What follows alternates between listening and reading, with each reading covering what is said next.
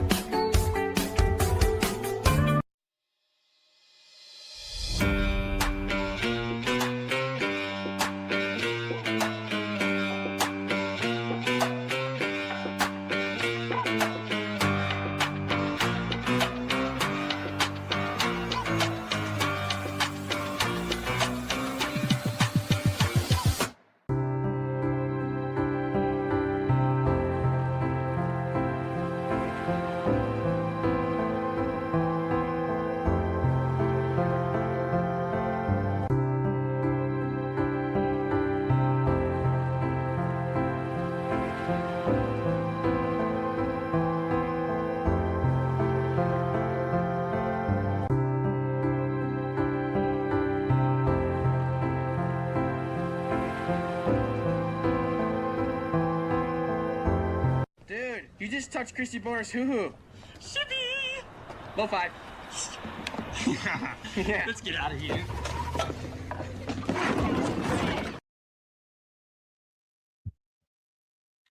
And we're back. What is up?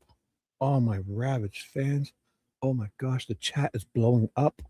Chat is blowing up. Oh my God.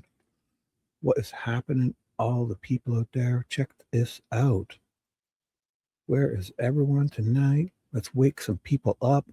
There's a full moon. No, there's a full moon here at Shibby's. Shibby's having a full moon. Nicole, what is up? I'm just a little discombobulated. My computer's acting up. I literally woke up about 25 minutes ago, but I did get a super quick shower. Everything's perfect, except I usually have a coffee before I go to my shower, but this time I didn't have time, so I just showered. But I'm having a coffee now, my first coffee, and oh my God, it's storming here. Well, look at this. We've got a storm for you. Check this out. Here's a little ditty I like to call super moon, no copyright, from this lovely young man I'll drop in chat. He's in the description. I share it every time. Just going to play this for a second till I get my stuff together here. But 4 or 5 minutes, okay? I'm here.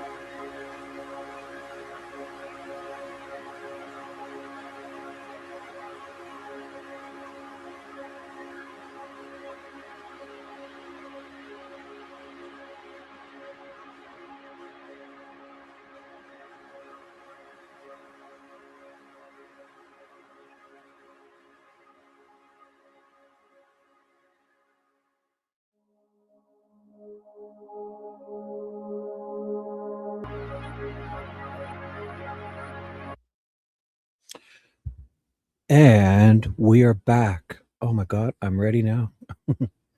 Oh my God, my coffee's kicking in, my first one. Oh, kicking in. I feel it. I feel it. I'm going to be normal so soon. Mommy, help me. I turn it right down low. I kind of like this. This has a nice vibe in the background. I hear that sound. It's like a nice. I'm just going to listen on my laptop and see how much it interferes with me, or it does. Okay, I'm talking. I hear myself. Confusing my. Oh my God. Confusing, dude. You're talking to yourself in an 8-second. Oh shit, this is confusing. Oh my God, mute. I muted my other. Okay, I was listening. I listen because I have my laptop running with the show running as like on one of my other accounts, so I keep it muted and I can just unmute to see how you got what you guys are hearing. Yeah, I get the delay on that laptop, so it's so then when I mention I'm talking to myself, then I hear it. It starts. I loop. I'm getting into a loop, and then I'm hearing myself looping. That's like a double loop. Can't do that very long. Oh my God, that was freaky. Because like right now, I think I'm gonna get stuck in a loop, and I was listening to myself in an 8-second delay in my right ear, looping when the loop catches up. Oh my God, yeah, hot mess. I forgot hot mess. Say it, Nicole. I'm a hot mess. And I do it for the people. Look at these people. Oh my God, my kitties. D. Warner. I know it's Dale Warner's trial, and it's probably, and I mean, she's the victim, right? But if he's not guilty, is she the victim? Like I wouldn't want to kind of push this. I did it for Win the Daughters, especially because, I mean, you don't want to push people's opinions to him being guilty. It's like at Richard Allen's trial to be playing Abby and Libby, like they're victims. They're the victims. But at that time, the trial is about that other person, not to be. It's just the reality of it. That's how it is, So I mean, once Dale, if he gets a failed trial and gets convicted, then we accept it, and then they, But, so I mean, what I'm saying, right? Like, I don't want to be insensitive to the victims, especially of D. Like, but again, it is a trial for him, not that she doesn't matter, not that at all. It's just that if he's not convicted, I'm with the as it is stands now. He's innocent until proven guilty, and if he's proven guilty, then he's guilty until he dies or gets an appeal. I mean, that's just kind of feels like we're going down the same road here. We were talking yesterday about a script. I should turn it down a bit more. The other one, my status bar. What are you doing, status bar? Get out of my way. There you are. I should. Let me turn it right down so I can barely hear it. There we go. There we go. I could barely hear it. So what I'm saying, right? Like, so I got everything ready. We're gonna do some. How about this? How about I just pause this for a bit? I should put in.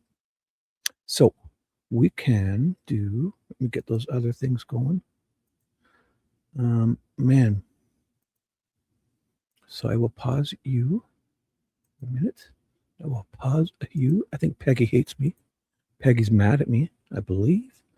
I'm not even sure what the fuck is going on. It wasn't a full moon, right? So people are acting weird, I think. Everything okay tonight? How about we do we can do a recap. I have all the playlists ready. And TJ, if we've missed anything, if you guys want to catch up, we have till tomorrow, right? I mean, tomorrow morning the jury could walk in and first thing in the morning and just give their deliberations, right? I mean, they're gonna have time. They probably thought about it all weekend. And did the sheriff's office make the arrest of who? We talking about something else? What is it? Arrest of who? What will happen with the alternative? Oh, the alternative jurors. Well, nothing. They picked one, right? They gave them the interrogations on Friday, and they were like, "Oh, I talked to my wife. Oh, it's okay." Like they kind of all think they got the judge kind of realized he messed up, right? Yeah, Dale's jurors. So I got to remember, you guys are like 8 seconds behind me. So when I answer, that's why we kind of got That's kind of why I sound more nuts than normal. Because I read your questions and I start answering, and then I'm finished my answer and moved on, and you guys are like just getting that answer. So I know I should give you guys more. That's where half of my misunderstandings come from. I'm an idiot, and I'm like 8 seconds ahead of you in this delay shit. Because on StreamYard, they give me a delay, right? So I can catch people try in through StreamYard dropping shit and rumors, and not rumors, like trolls coming in and busting. That's why the other people seem like they do it so fast, right? I was always wondering how like Prof and all them would kind of like disappear people, right? Like they could just see them and they're gone, Like, what? I didn't get a chance to even read that comment, let alone delete it. And they're like, now it makes sense because StreamYard gives you like an 8-second head start.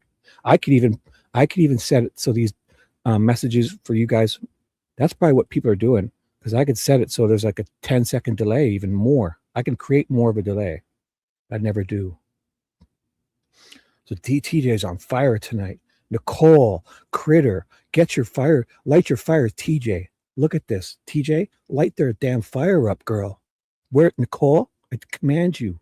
TJ's on fucking fire, you guys. Critter, Nicole, you got some comments to make up for. TJ is fucking lighting it up, guys. Oh my God, TJ, wake these people up, young lady. Wake them up. Thank you. Fucking TJ's on fire. I can't even keep up. Holy fuck. I've got an 8-second head start and I'm trying to catch up to TJ. Motherfuckers. Let's go, girl. Light this chat up. Ha. TJ, light these fuckers up, girl. Nicole, take note.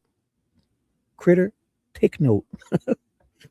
So yeah. Yes. Damn you. Fucking light it up. You got some, you're behind. TJ's gonna be number one crown. And she's gonna steal the crown, I think. I came to see it. Oh,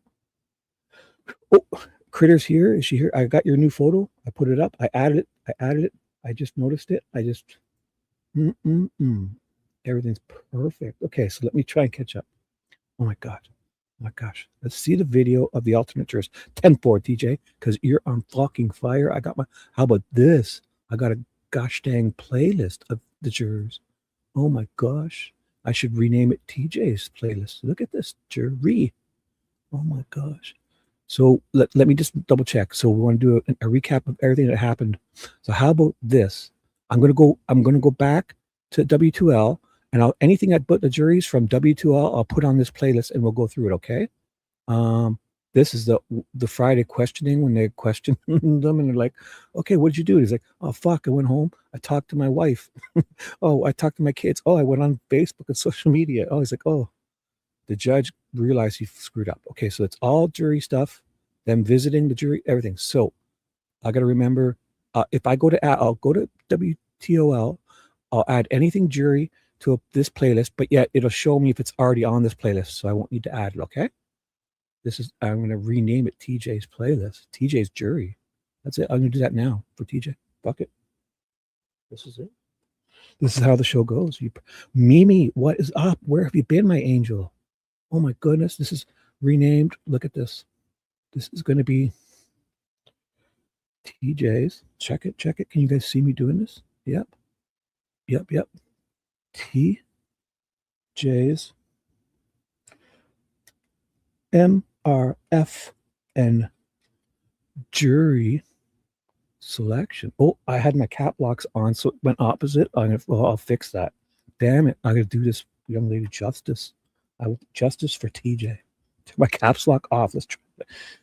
When you have your cap locks on, so when you use the shift to make a capital, it makes it small, and then everything else is caps. TJ. Oh, not that. I hate this. TJ. I hate this old keyboard. I like using my iPhone. It fixes everything so fast. TJ's MRFN jury. Let's call this the dude belligerations, whatever that is. Dude, what is it? Usually it's like the deliberations. Dude deliberations sounds good, right? Yeah, we'll take this. Dude deliberations. Yes, adding it. This is TJ's.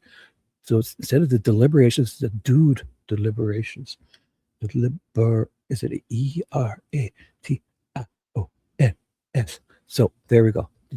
TJ's MRFN jury dude deliberations. Dude deliberations. I should add an extra. Kind of sounds good like this. Wait. Dude.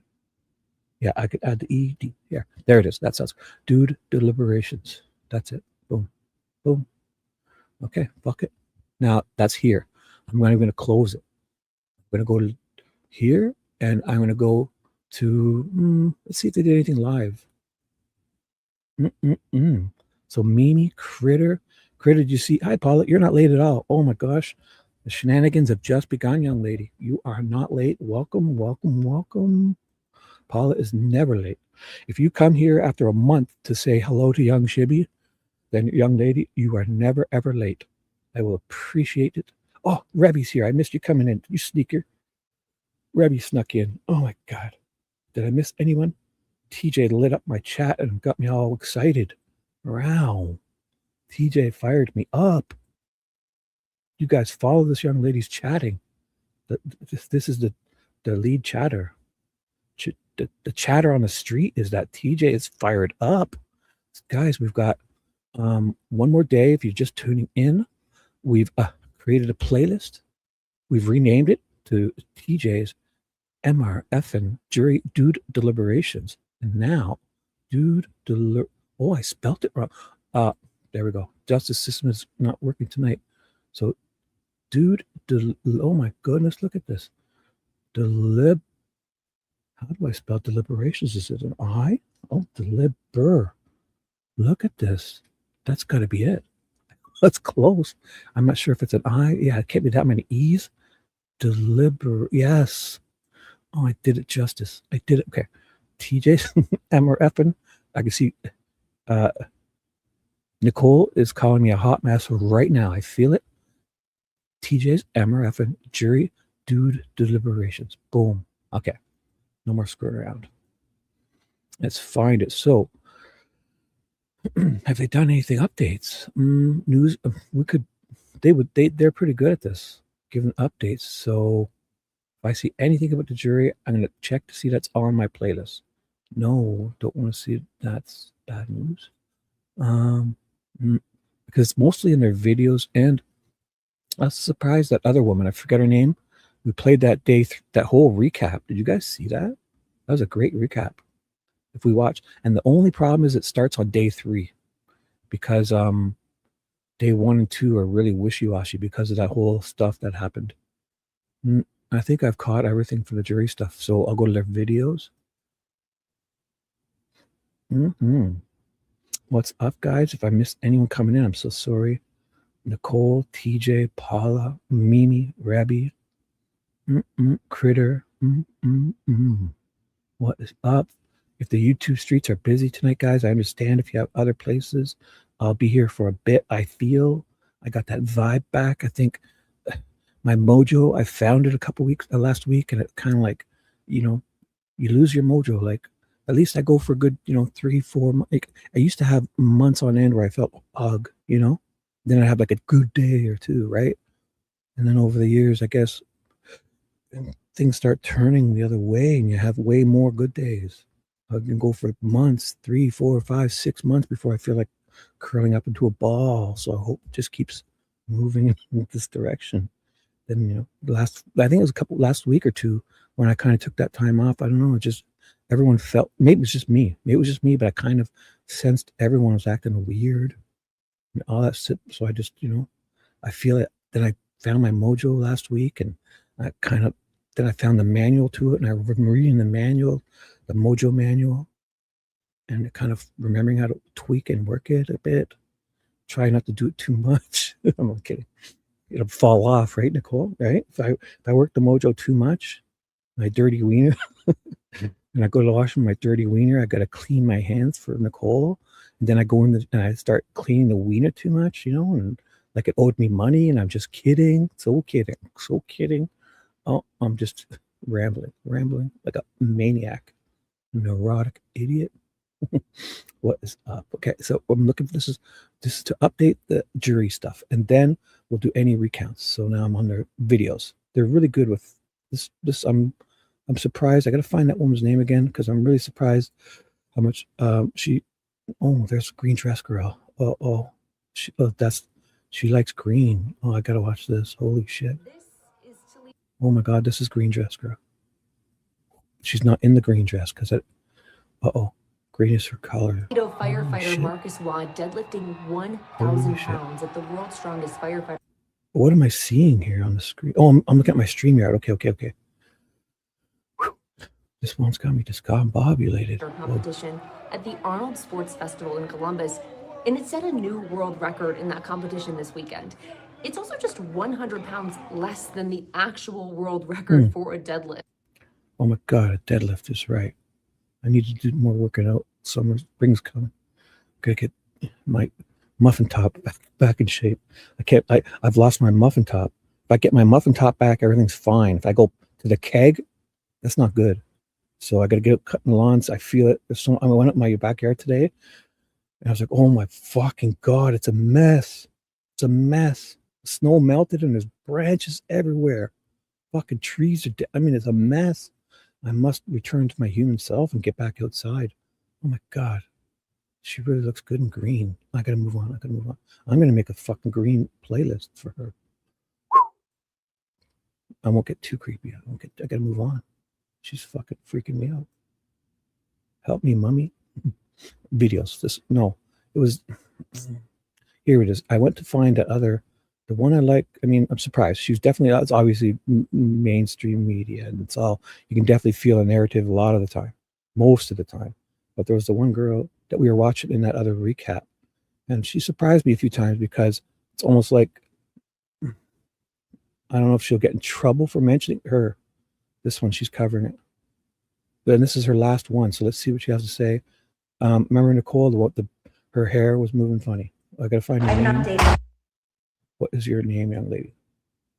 We're gonna give you a whole playlist. I think, I moved it and it won't respond now. Something's happened. Hey everyone, I have an update from the Lenawee. I don't like shorts in the browser, how they work. And see, she's so much better when she has someone with her to help her with her hair and makeup. And I understand it's got to be hard, especially if it's probably doing it 30 times a day. I get it. I'm not. Oh, wait a second. What did I do? Went to a whole other screen when I did that. Get back here. Thank you. She's running from me. She seems reasonable, even though it's lame. It's mainstream corporate. I get it.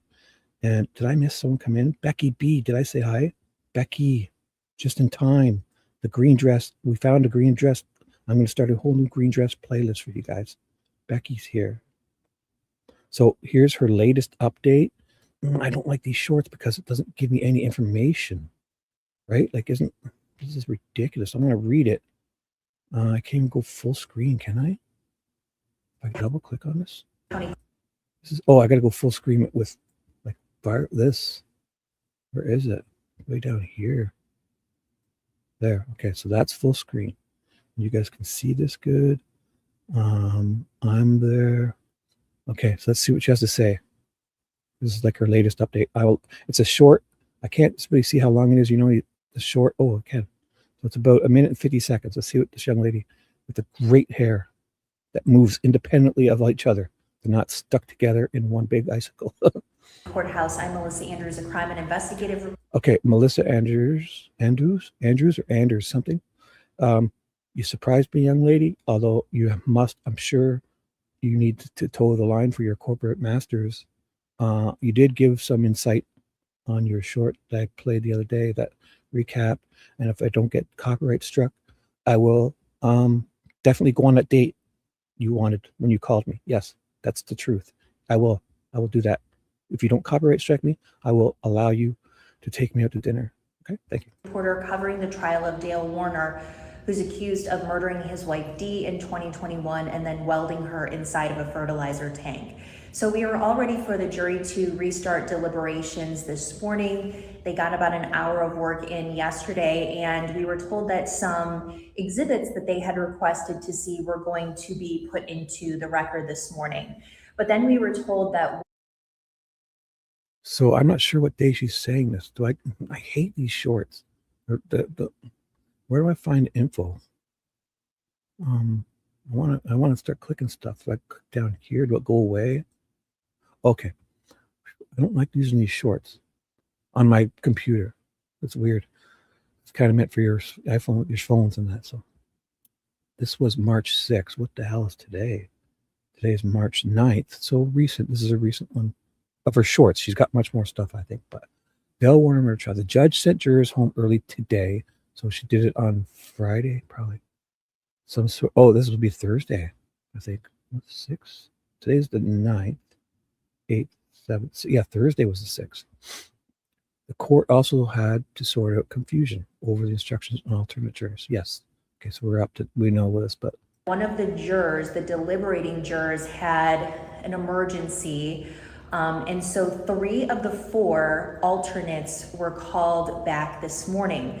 Apparently, when they were dismissed yesterday, they were not given an instruction to not watch any coverage or talk to anyone about the case. So they were essentially dismissed. So they came in this morning and were individually questioned by the judge, and the attorneys were allowed to follow up. The 3 did say that they had that's not the word they used earlier. It was interrogations. They called it interrogations because the judge realized he screwed up and sent them home without the alternates went home without instruction Thursday night. They had an emergency on the Friday or whatever, and they needed to get an alternate back, and the alternates thought they were kind of like done with. They did their thing. It was over because they got no instructions when they went home. So they got on Facebook, they got on YouTube, they got on these news channels, they talked to their family, they probably blabbed. They could have blabbed on the bus on the way home. Yeah, I'm a jury. This, it's not a good thing kind of with the judge, because if they're supposed to be, it's a big, I guess, like if you blab to the wrong person, imagine sitting at the bus stop saying, fuck yeah, I'm a juror for this. Imagine you sit beside this woman or Lois Lane at, you don't know it's Lois Lane she's a reporter for the, whatever that was, the Daily Bugle or whatever. And you're at the bus stop, like, yeah, fuck, I was an alternate juror. You should have seen the shit we learned. Oh my God. Blah, blah, blah. And then the morning you're going home, you're on YouTube, you call up your buddies, you're like, oh, you post some shit on Facebook. Oh my God, I'm no longer an alternate juror. Whoa, it was amazing. When I can update you, I'll update you on. And they wake up in the morning and the judge is calling you in to fucking interrogate your ass because he sent you home without, and now he needs an alternate back. So that's conversations with family members about the case and opinions about the case, and they had watched coverage or tried to watch coverage. So it's not necessarily that they did anything wrong, but the courts. Does anybody have extra pie for Nicole? Where's been Miss Pie? Where's Miss Pie? Has she been around at all in other chats? I'm not really even allowed to go to other chats, so I can't even tell anymore. I can go to Ted's, and I'm pretty much blocked. I don't know. People are blocking me, and they're like, and I'm not going to make an alt account to go listen to somebody who doesn't want me to be there. So fuck it. I can't really go anywhere anymore. I don't know. I wasn't sanctioned from like NOE sanctions because I haven't seen Charles. Where's Charles been? Is he alive? Hope he's doing well despite skipping out on his boxing match with Peggy. Peggy messaged me today. I think she's pissed. I haven't seen Fishy. I think Fishy hates me. I don't know what's going on. Any updates? The people like not and Habby, something happened with her or something? Did something happen with another chat or something? I don't even know. Is there any of that's not too dramatic that we can, instead of getting like all kooky and going at other people, just like, did something happen to Habby? I don't know that we can talk about. She messaged me and said, and I said, what? What's up? And then I haven't heard from her, so I should message her. I shouldn't do this on. Yes, Fishy. I'll go check. You know what? I'll check up on them. Thank you. As long as it's TJ's on fire, you guys. Come on. Look at the emojis. Perfect. That gets me back on track. That's like a bunch of squirrels. Look at you guys. Take note from this young lady. TJ is on fucking fire tonight. Look at you guys. If you guys ever think, oh, how do I get out of this? Oh, full screen. I don't like Firefox full screen. Get out. Okay, I'm out of it. I saved myself. I don't want to see my bookmarks toolbar all the time. Where is that? Show it. Where is it? Where is it? How do I want to get rid of that? Bookmarks toolbar. Never go away. Thank you. You guys, if you guys want to get, let me take my ugly face off so it's perfectly there. I'll scroll up. No, I can't. I'll remove my ugly face for a second. There we go. Just have TJ up there. Look, if you guys ever think you're going to get a playlist named after yourself this fast into a chat, TJ's M or F and Jury Dude Deliberations, you got to come up with this shit. Look at this. Fucking, that's perfect. Let's mic drop. Perfect timing. Get me back on track. Take note, kids.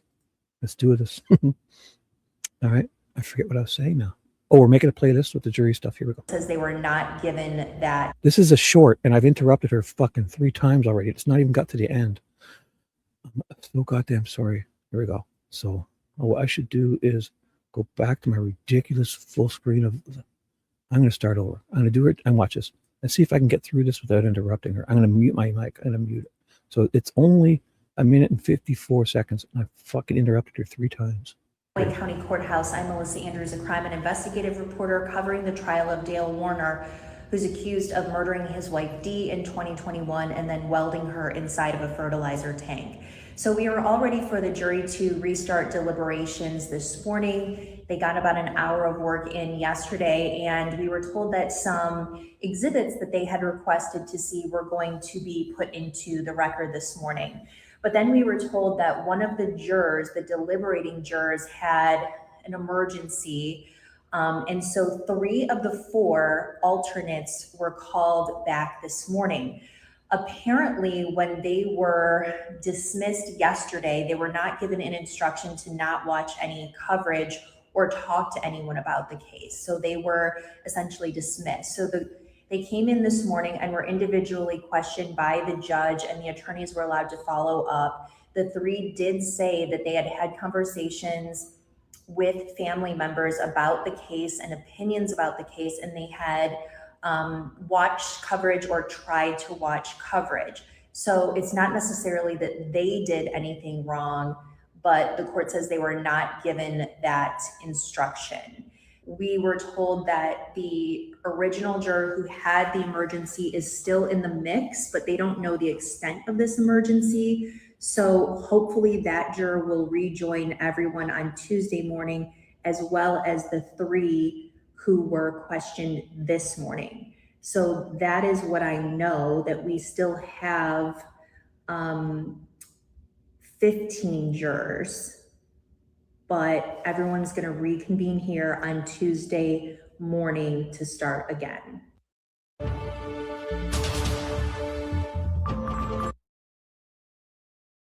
Oh my God, I was trying so hard not to jump in. 1 minute and 52 seconds is a long time. So that's her short. Let me get back to what we were doing. I don't like doing this. How do I get back? Oh, there it is. I have an update from the Lenawee County Courthouse. I'm Melissa Andrews, a crime. I'm getting back. So forget this. Don't you dare go leave you're haunting me. Leave me alone. Green dress is chasing me. Okay, jury. If I see the word jury, it's going, you know what? I'll do this.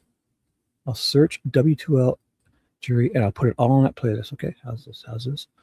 Open it in a new tab. And this is a safe account. I don't do anything creepy here. So, oh, I can even search my searches because I probably did a Dale Warner jury. Oh, look at this. I did do it. I've had a search before. So I used to like putting it on the newest, but it doesn't seem like they've taken it away. How about I do just this week for sure, just whatever. So this is the one I have on the playlist. I'm positive. See, it's on the playlist. Okay. So we got to do this. Okay, so that's on the playlist. Jury deliberations. This has to be.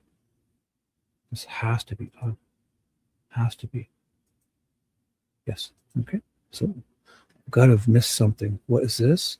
W2L's jurors in Dale's murder trial to return Tuesday. Murder trial exhibit mark. Oh, that's like blank.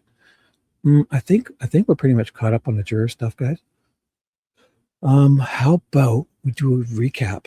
Because you know what's there's a great recap. Did you guys want to watch that? It's like 2 hours long.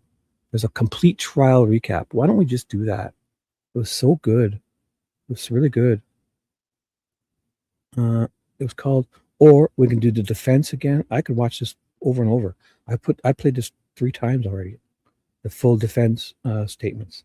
Hey, Happy, what is up? How are you, young lady? Everything okay? We got a sighting. We have a sighting. Happy's alive. Whew. Okay. The world is okay. Everything will be okay.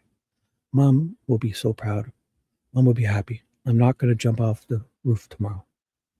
I'm gonna text her first thing when she wakes up. What's up? So you guys want to just watch the whole trial recap? There was a literal complete trial recap that we did last night. And I'll just pause and talk to you guys when we see something good.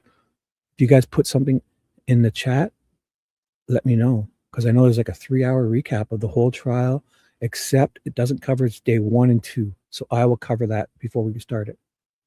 How's that? Where the hell is it? How would I find it? Dave Duckenfield. I've never searched that. What the fuck? Is that put up just suggestions? Because that's weird. I've never even heard of that. What the hell's Duckenfield? W2OL recap. There's one that's 3 hours. It's a complete trial recap. And we just watched it. So, here it is. This is it. Do you guys feel like it? One of the employees, she was this is where the green arguing. dress. Oh, because I went, it's funny. Look at where it starts.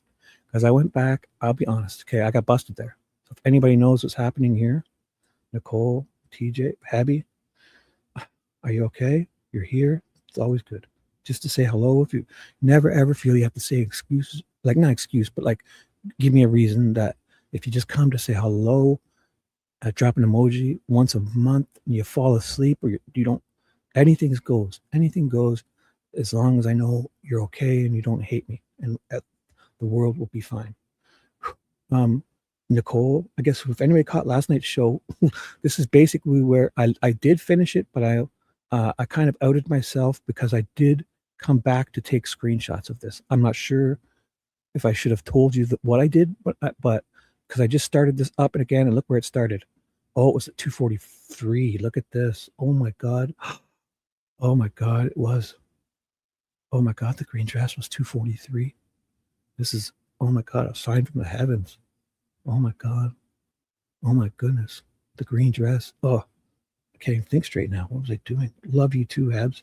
Everything's okay. Just tell me you're happy and things are good and you're here. And you don't, if you fall asleep in a second, don't feel you have to stay. I've been on again. I'm back. I found my mojo last week. Or 2 weeks ago, I think I found my mojo because I lost it for a week or two because everyone was acting weird, or it was just me.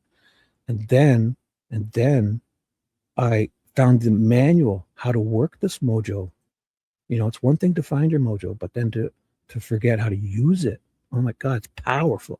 My mojo is powerful. It was a little dirty, so I had to scrub it for Nicole. I had a dirty wiener mojo. Just kidding. So if this is anything, we were watching this recap, and I did finish it, but I did afterwards come back, and I shouldn't have said that. So here we go. For no reason at all, for no green dress reason, did I come back to this point and take 30 screenshots of every possible position. And this banner never got out of the way. And I'm so mad at them for not removing this banner.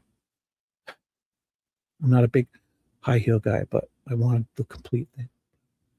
I don't like high heels. I don't like high heels because I just know you guys can't be comfy. And it just, I'd appreciate it if you do it for whatever, but just know if you were with me, you can wear your slippers or your running shoes to a wedding. I wouldn't care if you're comfy. All right. And if you really wanted to wear high heels, fine, but they can't be comfy. They cannot be comfy. Fucking ridiculous. But like, I would much rather you wear your summer dress, and we're going to like a wedding, and you have to dress up, and fucking Skechers running shoes. I would, with your Chucks or your whatever they wear, whatever. I'd rather you be comfy and fuck everyone else. On the early stage. So shall we do this, guys? Are you in? Is this too much? I just kind of did it. Hebs, this trial is so goddamn amazing. Do you want to recap? Are you have an hour or two? What's up, Miranda? That's Miranda's call. She came when I did that. That's for Miranda. She's the only one who notices I do that. So I called it the Miranda Shuffle, was it? And she comes. Hebs, have you seen this trial? It's freaking really interesting. I don't think he did it. I think, if he did, he's a great actor, and there's a whole bunch of other shit going on here, and the fucking prosecutor's dropping the ball. The defense, I think, very well contradicted the timeline, and the defense waited until they didn't mention these timestamps being off, the video timestamps.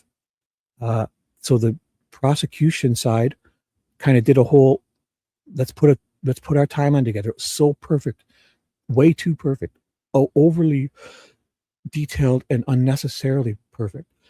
Like, Dale went here at 3:12, and then 3:15 he's here, and then 3:18 he's here, and he's off camera here, and this is when we think he fucking just chopped this big metal tank open with a hand grinder, despite the amount of work that would take. It's doable. Those grinders are tough. If you get the right pads on them, you can cut through a tank. I can cut a bumper off a car, cut a trailer hitch off. These things are goddamn. You need discs, yes, but it can do it. Okay, but it would be so goddamn labor intensive, hard on the hands. It would take you a fucking long time.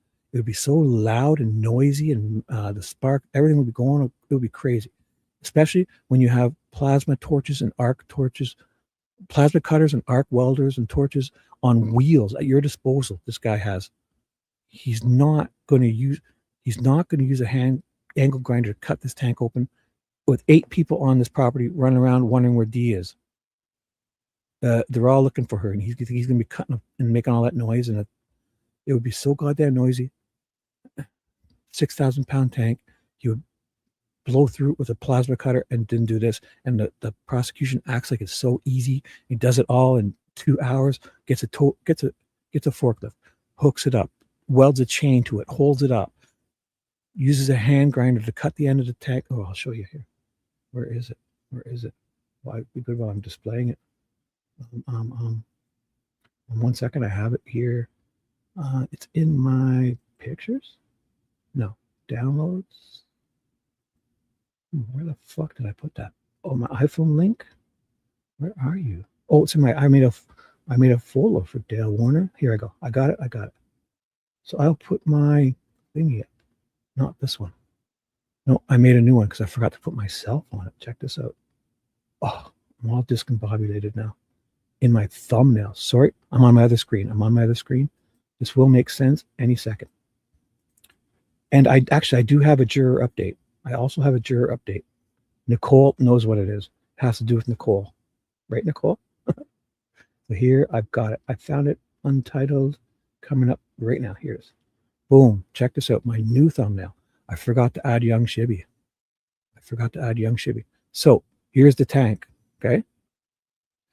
He supposedly drives a forklift up to it, hooks a chain up here, welds the chain to the top, uses an angle grinder to cut this goddamn tank off. And it's like steel. And then it'll be hollow and noisy. They're saying he does it in like an hour or two, puts her in. This is her body. Puts her into the tank. That's an x-ray of her body in the tank. She's covered in like this blue tarp. And then they say this is why there's 6 or 7 people on the property, all the families all on the property. And then he walks past all these cameras with this angle grinder in his hand. And he's going to obviously, if they were to ever find this, there's going to be angle grind. It's going to be, you'll be able to tell, despite welding it, you'll be able to tell on the inside once if they were to take it apart and that an angle grinder was used to take this cap off. So you would use a plasma. He's got plasma torches.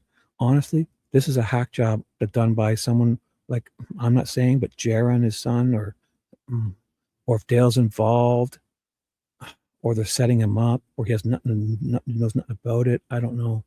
Something's not right here.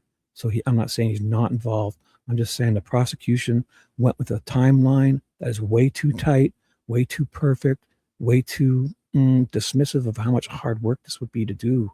And then to paint it and put decals on, and you think you're doing that in 2 hours. It turns out the defense shows a bunch of cameras of at the time they say he's doing this, there's a field in the background and it gets tilled, meaning, when you till a field, you drag it and you drag that little blades behind it and you turn the soil up. There's in the background, the time the prosecution says he's doing this, a field, there's a motion activated camera that shows the field not tilled and the field tilled.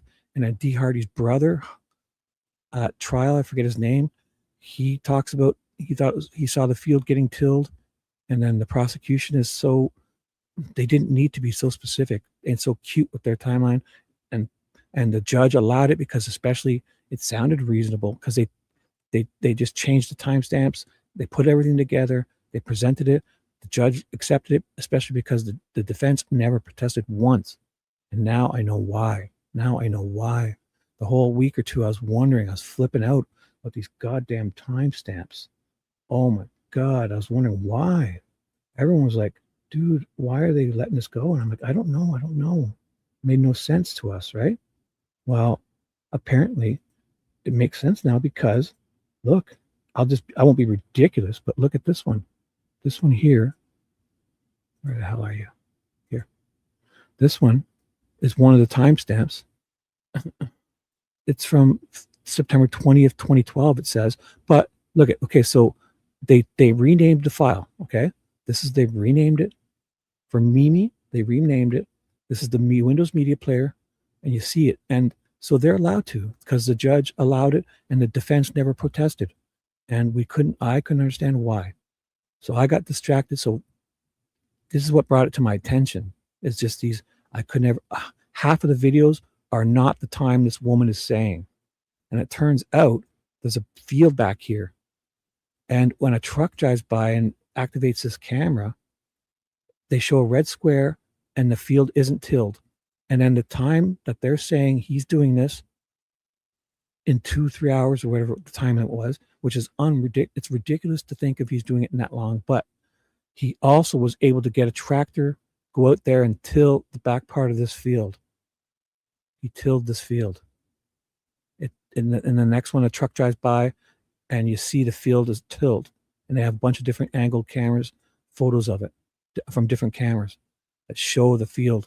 And if Dale's the only one that rides that tiller to do it, that means he wasn't doing what the prosecution alleges at the time. I mean, if he did it, and it's most likely he did it. I mean, I'm not saying he's not the guy. I'm saying the prosecution is basically, with their overly specific, unnecessarily glib, whatever you want to call it, their timeline narrative, the defense allowed it, and now it makes sense because it's going to get this guy off. If there's one Virgo juror on this trial, panel or whatever, jury, you know what it's called, on this jury, anyone like me, I would be fucking flipping out about this because forget it. It's fine because they allowed it. The judge allowed it. The prosecution wanted to use these and change. Their timeline is so perfect. The defense didn't protest, so that means the judge accepted it. It's in the trial, their timeline. Then on closing statements, the freaking the defense attorney, Mary Chartre, just tore it up. So if they can prove that he's the only one who rode this tiller, then fuck it. He's walking home tomorrow.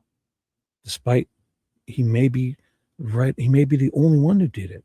Jaron may be, but Jaron is, oh my God, I got to move on. So let's do this for the people. Let's do this. Oh, hi, Candy. What's up? What's up? So if you guys don't know, quick update. They have to start on day 3 because on days 1 and 2, on day 1, the media, just like in Delphi, they accidentally doxed or showed jurors' faces on the TV, on live video, and they weren't supposed to. So the judge freaked out on day 1, and he deemed all of day 1, especially video, to be taken away, to be scrubbed. So, but luckily some people had it. We watched it. So basically on day 1 was, here, this is what I can do for you too, quickly. Of the investigation. No, trust me, I'm on another screen. Don't you worry. This will make complete sense. I've got it. Here it is here. Court TV, guys. I'll put it in chat for you. If you want to get information like this, they have the timeline, and it's really good. I'm putting it in chat for you. There we go. Paste. They have this timeline, and it really, if you can go back to day 1, watch, and they have who said, just a brief synopsis of every day at trial. So if you go back to day 1, you can see who was there. So day 1 was February 12, 26. The prosecutors delivered their opening statements telling the jury that Dee went missing on April 24th, 2021, after telling her husband Dale that their marriage was over and their businesses would be sold. So that is sus. It is sus. It's sus. She wanted out, or, and they did a whole thing on that body cam videos. Like he says, I think it was a Richard Allen moment, just like Holman, because on body cam, Dale says to them, I've been divorced before, and I'm not getting divorced again. I'm not going through that again. And they took it, a lot of people, like prosecution, Jerry Holman type people, took it as, well, that means he wanted to murder his wife. That's kind of like the Richard Allen telling Jerry Holman on his front lawn that his life was over because, he just said, my life is over. And Jerry's at trial saying, yeah, he's basically admitting to killing the girls. His life is over. We caught him. And it turns out, his life was over because he's completely innocent, in my opinion, Richard Allen. And he's sitting there on his front lawn, and the news media is there, and these fucking idiots like Doolin and all them are trancing out of his house, carrying blue coats, blue jackets, displaying them, and carrying all these boxes of evidence out, and the neighbors are rubbernecking. Everyone's talking. They're all talking why the cops are there. And Richard Allen says, my life is over because I'm 100% innocent. If that fucking Delphi, the Daily Comment, printed a retraction on the front page saying, Jerry Holman admits Richard Allen is not the guy, had nothing to do with it. He's 1,000,000% sorry. He's given him $100 million settlement. He's sorry. People will still look at Richard Allen funny, So at that time he says, my life is over. And it was because they were doing that. And, those people rubbernecking, his neighbors that would talk, the stigma would never go away. So this is what I think happened here. The half of them are saying like, yeah, he said he's not going to get divorced again. Well, what if he's not getting divorced again because he wants to work it out? He realized he made mistakes and I don't know if he was as abusive as people said he was. To start tracking people, like that tracking device, it was also an OBD2 diagnostic tool for the car. And when you don't have that OnStar, you'd have that to diagnose your car, to get trouble codes. You can check things when you need oil, you can check your oil pressure and tire pressures and all that with those OBD2 plugs. And you guys know, whenever you're doing stuff on your phone, you have to have it use your location, right? And when you're searching the GPS function, it uses a location in that. So was he checking her? I guess there's probably a bazillion husbands out there wondering where their wives are. And when things start going south, imagine how many, I've been married since the late 90s. So this new day and age, if I went through a divorce and there's hard times, I think you would probably check up on that iCloud. I don't even know what's going on with you guys. So, he probably, I don't know if he checked it. I don't know if he's as controlling and as abusive, because I think she was a firecracker D. And this OBD2 thing was right at your knees. It was just plugged into the OBD2 port, like a dongle in a USB port. So it wasn't like she wouldn't see it. There's probably lights flashing away on it. So obvious. If you were going to track your wife, a guy like him would put that track. You can get other trackers, and you don't plug him into the OBD2 right there. You plug him in to the trunk, into the where you keep your spare tires, in the little spare tire thingy, and hiding it under the carpet, under your seats, anywhere in the dashboard, anywhere you can hide it, anywhere you can get to it, and just run a 12-volt source to it. It's constant power, and you could track, and nobody would even know. If Dale was at, he would be doing that. He wouldn't plug a USB an OBD2 port tracker right in, and it's obvious because Dee could have, like she did, just reach in and just pull it out and toss it out the window or give it to Dustin Lawley.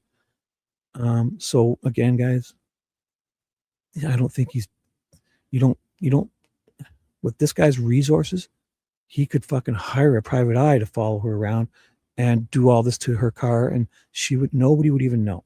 You think he's plugging a USB dongle thingy into the port and with lights flashing, it's so obvious, easily take it out. He's not doing it without her knowledge. The cameras in their house were big and they had antennas on them. My brother does it. It's creepy, but his wife does it too. Like, they know about it. It's in their home, like in their they have cameras for their dogs and that. I find it weird inside your home, but fine. People do it, but he wasn't hiding cameras. They were there. She saw them. She had and this is weird. He's not. They're making him out to be that. Dustin Lawley's coming in and making him sound nuts for grabbing a couple M&Ms at a time, which sounded weird. And what else is it? The angle grinder. If he's going to use that angle grinder on this tank, you think he's going to walk past a bazillion cameras holding an angle grinder to go angle grind a tank, which would be ridiculous in the first place, because he's got plasma cutters and arc welders at his disposal on wheels, and he's got the resources. This guy, he could throw them in his little Kubota, he can drive them. He's not walking past 10 cameras to use an angle grinder unnecessarily for a job. And they're talking about the burns on his arm. He had gloves on. Oh, he welded. Well, maybe he did weld something out in the field and it was fucking hot. You don't put a long sleeve on.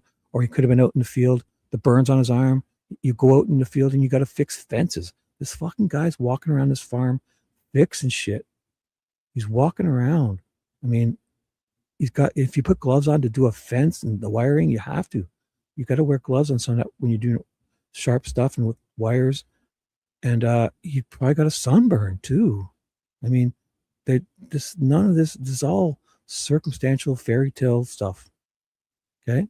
You're not walking by a fucking camera with an angle grinder and one disc to do a job that requires 10 discs, and plasma cutter would be way more efficient, faster, easier, and at his disposal. He wouldn't do it. And just the noise alone from my angle grinder cutting this empty 6,000-pound tank open, the state dropped the ball. Okay, guys? So the state dropped the ball. Dee was later found dead in an anhydrous fertilizer tank.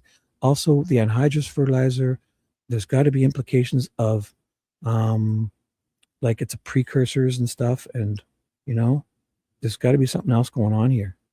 This anhydrous fertilizer, if it's used for drugs, there's drug task force officers on this case at trial for reasons.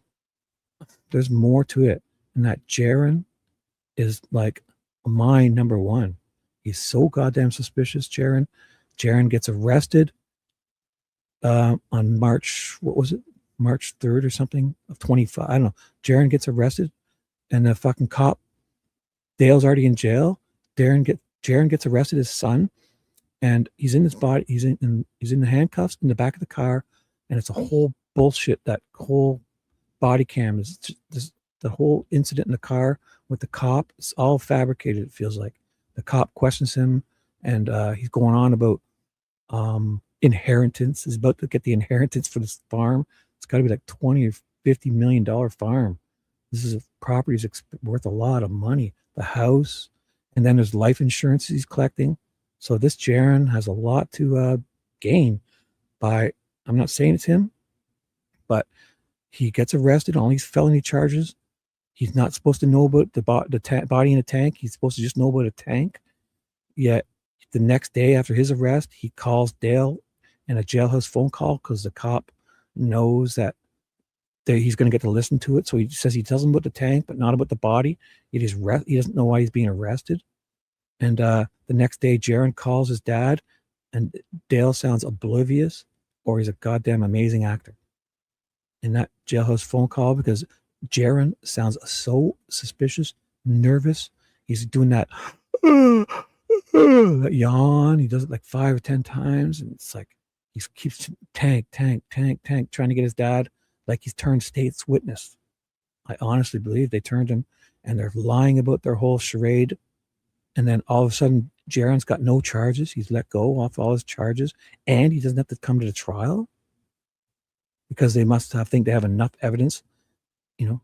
Jaron's just in hiding now, because when this blows over, he's getting the fucking whatever's left of this farm. They're selling it. There's an LLC. His grandpa's buying a few important properties that are meaningful to him. And I don't know who else. I guess he'll have to split up with these sisters. I don't know. And they're going to divvy it up, and there's life insurance, and his dad gets disappeared all in one fell swoop. This is not, there's more. And if Dale's involved, the prosecution is basically setting him free by sticking to that ridiculous, unnecessarily specific, way too dismissive of how hard it would be timeline. And if all the defense needs to do, and that Hardy brother said about the tilling of the fields, if they can prove that he's the only guy who would run that tiller in the field, he couldn't have been the one doing this crime as the way the state says it. And I just think he most likely would be the guy doing it, but he wouldn't do it this way. He wouldn't grind that tank. He wouldn't do it in where people would see him. He wouldn't walk past cameras. He wouldn't use a GPS device that you could find. Okay. He wouldn't put cameras that you can see and have huge antennas on them. D knew the house had cameras. These weren't hidden cameras. The location, half the time you got to use a location to check those GPS things, because it's not only a tracker, it was a dongle to help you read trouble codes in your car and diagnose your car. So what if he's trying to help her fix her fucking car? You got to read codes, and it tells you, the fuel system, it gives you codes. You look them up on the internet, and then you can basically hone into what might be wrong with the car. And those are engine codes. And then you can, after you fix it, you think you try to fix it with the right type of PVC valve or whatever it says. There's these little sensors and valves, O2 sensors, and you replace them, you clear the code, and if it doesn't come back, you've got the problem. So what if he's trying to fix your car? And then when they're using it to find restaurants or locations, and it has to check your location. I mean, a lot of people think, I don't know, I don't see him. He hasn't fought with anybody. He's got no demeanor everyone said he's calm. And I mean, a guy like him is not, I don't put it past him, but they didn't prove it. The state has dropped the ball. So anyways, go to Court TV, and we're gonna, there was stuff like, I'm not saying D was bad, and I would, how the defense has to walk a fine line of bringing up things that happened and not trying to badmouth the victim. I understand that, but D was a firecracker, I think, and I just don't see him thinking he can get away with putting a damn tracker in sight on her at her knees, with probably lights flicking away like a router, because she could just easily pull it out and do what she did. Ask Dustin Lally, her daughter's boyfriend, what this is, or throw it out the window. I mean, these cameras are not hidden. Yeah, he wrote a few weird things. He did a few weird things. He's probably a husband. I don't know. Like, I mean, in this day and age, is that a sign of abuse if a guy is checking where his wife is? And then I bet you half of the world, or half of North America, this is happening with iCloud and all that devices. Find My iPhone. I mean, I helped my parents set up all their Apple stuff. So every month or two, my mom calls me from a weird number. She's like, she's at her work or she's at like a shopping mall or something. She says, "Oh, I answer the phone like," and she's like, "Oh my God, I can't find my phone. I can't find my phone." I'm like, "Oh, no problem, no problem, no problem, no problem." So I grab my old iPad. I log into her thingy, her iCloud. I use Find My iPhone. And I'm like, "Fuck, dude." To my mom, I say that exactly. Like, she's like 70. She's like 76 years old. I'm like, "Fuck, dude. Uh, where your car's out? It looks like a car's in the parking lot at Loblaws. Is that where you're at?" She's like, "Yeah, yeah." I'm like, "Fuck." It's blinking. It says your phone is like right beside your car, and she walks out and it's like fucking on the ground, and I'm like, "Whoa." She's like, she calls me back in like 2 minutes. She's like, "Oh, I've got it." I'm like, "Okay, fuck. Talk to you in a month or two when you lose it again." So imagine if that was a wife and you're having fights, and I can see it happening a lot. Now is that I don't know. It doesn't sound right to me, but I don't know how abusive he was. So anyways, go to that Court TV website I put in. Let's play this for you guys, that recap, and I'll decide what else we can do, okay? Including body cam. Ooh, type in chat. Hi, V. I haven't really been reading chat. Sorry. Judy. Oh, I wasn't even looking at chat. Sorry, guys. I was doing other things. Hi, V. Hi, Candy. Hi. And I'm going to say hi to V before I read her comments because I know she's probably yelling at me. The V loves to yell at me. Abby's here. Oh, my God. Still. V's still. Oh, my God. Let's do it. So recapping day one. No more looping. Day one was jurors got doxxed on camera, and the fucking this dress. It's not the green dress, but I like the green dress better. The jurors got shown on camera. The judge freaked out and scrubbed days one of all the video. So what? Oh, that's what I was there to show you before I went looping. I was about to show you just what happened on day one. I was just going to read day one to you because the rest of it's in this recap. So day one was February 12th, 2026. So the prosecutor delivered their opening statements, right? The jury. So I found that on camera. I eventually played that on video. We found it later on in my live streams, the opening statements for both the prosecution. And then it was Dale. They say Dale exhibited controlling and stalking behaviors by tracking Dee's vehicle over 2,000 times, installing cameras in their home and having others clone her phone and track her movements. Now, installing cameras in their home, you just heard me talk about it. She knows all about these cameras. They're not hidden. And you think if she didn't want them there, she would allow it? She would just fucking rip them off the wall and throw them in the garbage. She sounded like a goddamn firecracker for good. She didn't sound like no nonsense bullshit. Not like, what is that when you go back and forth? Not borderline. There's that name for it when you're kind of happy and sad, whatever. But she was a firecracker, I think. And she wouldn't allow this. They were huge. They were cameras with antennas, and you'd see them. These aren't hidden cameras. So after Dee's disappearance, Dale gave conflicting accounts. Yes. He talked to the police, just like Richard Allen. He fucked up. He took his shirt off and showed them shit. Then everything he did, they did the exact same as Richard Allen. He fucking tried helping them and fucked up. Never talked to the police guys. They've turned it around on him, everything. Then that other cop took his body cam off to talk to Jaron, put it in his car. Oh my God, there's a lot of shit going on. One cop, then there was basically like Ferenczi, Click, and Murphy in the Delphi case. This one cop sounded like he was trying to do the right thing, and the prosecution and Dee's brother, Hardy guy, with his private investigator, hounded the fuck out of that guy. And for 8 months, he's told me he was out to dinner. Then he gets arrested, just like Click did. This guy, Detective Greca. And then he's at trial saying, I don't know, a bazillion times because he just wants to get the state's coming after him. And he doesn't want to end up dead like Ferenczi or in jail like Click. He wants to end up like Murphy, kind of just go to the trial, get through it, and fucking, he wasn't a bootlicker, but they made his life a living hell. And now he's retired and just wants to get out of there with his retirement because there's nothing. He's going to be in jail or dead if he keeps going that way. And then while prosecutors say Dale killed Dee, there were many people present on the farm at the relevant time, right? Jurors are not to judge Dale's character, only whether he committed the crimes charged. So, day one of trial. First person on the stand was to testify was Amber Millian, which is Dee Warner's oldest daughter.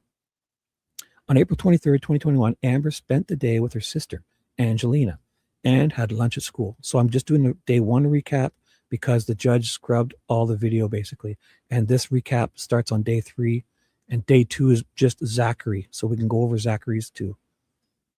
Zachary Bach is the oldest, one of the sons, Dee's sons that lived on the farm with them. So Dee picked up her sister for soccer games. Amber last saw her on Saturday morning between 9 and 10 a.m. Dee appeared very upset and was crying after receiving a distressing text message from Terry mentioning Dale and referencing Xanax use. Dee talked about selling everything and divorcing Dale. Right. She had discussed divorce many times before, but had never seemed this distraught. Amber said she never saw violence between her mother and Dale. Right. The oldest daughter never saw any violence with this guy. Okay. So controlling, abusive, I don't know. He looks, every time nobody said that about him. His demeanor, especially on all these phone calls, his demeanor and all the body cam videos. He's either an Oscar award winning actor with a little bit of bad grammar and spelling and punctuation. It looks like the kind of guy who kind of like maybe had to quit high school early and do a farm thing or something. And look at him now. Look at him. He helped build the dynasty almost. Look at that farm. That's not that. If I had 1/4 of that going on, I'd be fucking thinking how successful I was. He really had a big thing there, that farm. So they never saw, Amber said she never saw violence between her mother and Dale. Kelly Stacy, Dee Warner's last technician, who was here on day 1 also. So this is Amber, the first person up. Dee had an eyelash extension appointment on Saturday, April 24th. She arrived upset and crying during the appointment. She received at least 2 phone calls, one from a female and another from her husband. This is the bullshit where the eyelash technician made it sound like she says, oh, he didn't answer Dale's call. She didn't answer Dale's call. Turns out she didn't answer either call, but the prosecution must have wanted her to make it sound like she was avoiding Dale. So that's the little things like that. The prosecution got this girl to make it sound like, say it like that. They questioned her in a way where she sounded like that. It was just to make him sound bad, but it turns out she didn't answer either call. But they're trying so hard to paint this guy in a bad light. And they almost did it until that closing statements that defense basically bonks him over their head with their ridiculous dismissive timeline, because she didn't answer either call, and they made it sound like she was avoiding him. So Kelly confirmed that she had never met Dale and had not observed any red marks on Dee. Though Raquel Bach, Dee Warner's other daughter, described a close relationship with her mother, with whom she frequently spent time, especially for meals and helping with household tasks. In April 2021, Raquel was remodeling her house, and her mother was helping her with daily routines. Yeah, she seemed dependent on mom. She seemed like the young kid, almost like me and my family, or that one that murdered his dad in that famous guy from Archie Bunker's show. I forget. There was the youngest son. She seems like the younger, not freeloader, but free spirit, because it sounded like she was going with her mom and to go shopping every Sunday, and like her mom would probably buy her $100 of groceries, like my mom would do, except my mom would probably not even make me go with her. She just fucking shows up with all this shit. And when my kids and I go with her anywhere or go to her houses and we go anywhere, it's like you leave their houses with boxes of stuff, more than like my son goes home when he sees her and he's got like a box of fucking $300 worth of instant groceries, basically, and then she's like that. So I have a feeling this Raquel is like that. She would go shopping with her mom and her mom would they would probably both get their own carts and fill them up, and her mom would pay for it. It sounded like, and it's cool. But Raquel called witnessing arguments between Dee and Dale, mostly over the phone, but sometimes in person, which made her uncomfortable, especially during odd interactions like massages after fights. So, what is up? So, Shibby's excuses fall short. But anyway, I'm on shush mode now. No, you're not. No, I'm going to go address everything you've said because I haven't read anything. Okay, let's see. I'm sure I'll easily contradict everything you've said, right? So buckle up, Buttercup. Dee Dee, what's up? Hi, V. You don't have to hush. Not yet. I'll give you the command. Not yet. Not yet. Just kidding. I mean, oh my God, you've been chatting up a storm. Wait, he wanted her to see it and feel the fear. You're funny. You think Dee was in fear of this guy? She is a fucking fire. Stop it. What? She was running around. You know, I know you guys are pretty dismissive with this abusive. Like, guys have earned it. Guys have earned it because it most likely is men. But there's a lot of situations where men would get abuse and you don't know about it. So I'm not playing a card like that. But I mean, you think from what everyone said at this trial, you think that she would look at those cameras in her home and be afraid because he's fucking monitoring him? Get real. She would fucking, if she didn't want those cameras there, she would just grab him and throw him in his face and then kick him in the nuts and then go out, get her fucking eyelashes done. Are you fucking kidding me? Stop it. Fear. Oh, she never had a mark on her. She sounds like a firecracker. She wasn't. The cameras weren't hidden. That GPS wasn't hidden. It was there to diagnose the vehicle too. It was an OBD2 port. If he's fucking tracking her in her car, she's not knowing about it. If he's going to do it, he's going to hardwire a 12-volt constant source in the spare tire compartment, under the goddamn seat, under the dashboard, but you'd never, ever find it. You would never even know if a guy's maliciously tracking his wife. Come on, stop it. She could use that port, you just pull it out like she did. And she pulled it out and took it to Dolly. Said, what the fuck? She would have just chucked it out of the, if she knew more, if she thought it was bad, she would have thrown it on the highway, doing 50 down the highway. Stop it. He left bruises on her. Did he? Where? What bruises did he leave on her? What? You saying he tried to strangle her? She was leaving him? Where's that? Can you, so V, let's find that in the trial or the police. If that happened, that's horrible. Okay? So I'm gonna highlight that one. So can we, I have to go way back to see your comments. So now, so he strangled her. And when did that happen? She pulled it and ended up dead. She pulled it out and ended up dead? Where'd you get that from? She pulled it out. The GPS thing? Right. She pulled it. Like, you think a guy's going to track his wife and she's going to know about it? A guy with this type of resources? He would have had a private eye. He would just fucking hire it all. He would get all this shit himself and hook it up. This guy knew what he was doing. He's running a goddamn farm. Think he couldn't hook up a 12-volt tracker in the car and not have his wife find it? You think he's going to walk around with a hand grinder, an angle grinder in front of cameras he knows are there to go and obviously chop a tank open that's going to be, if ever found, there's going to be marks of angle grinder all over it, which is completely inefficient, hard to do. You need 6 to 10 those discs to do it, not just one. I mean, come on, you guys are being way too dismissive here. He's got a plasma cutter and an arc welder on wheels at his disposal. All these vehicles, his Kubotas and that. He would never sit there and grind it. Never. That's a hack job by Jaron, the grinding this thing. You think a guy with his resources can use it when he's got a plasma cutter and he's got the torch there, right, to weld it back together? Why would anybody use a hand grinder, an angle grinder? It's so goddamn noisy. This empty tank, 6,000 pound tank. You think this is done in 2 hours, like the state says? I think if he did it, he's doing it over time, and he most likely did it. I don't even know, but not this way. The state is committed. They've committed to all this bullshit the way they say it. The judge allowed it. The defense never protested. And if you watch the defense's closing statement, you all understand why. Makes fucking sense, guys. If he did it, the state is fucked up so badly. The Hardy brother was on the stand saying, yeah, the field was tilled at this time. He doesn't know why. Now it all makes sense. If he's the only one who tilled these fields, he couldn't have done all this, tilled that field, and in 2 or 3 hours, the way the state says. It's falling apart, guys. He's walking home tomorrow, whether you like it or not. So, and if he did do it, this is horrible. It's horrible. It's horrible because the state unnecessarily committed. So she pulled it out.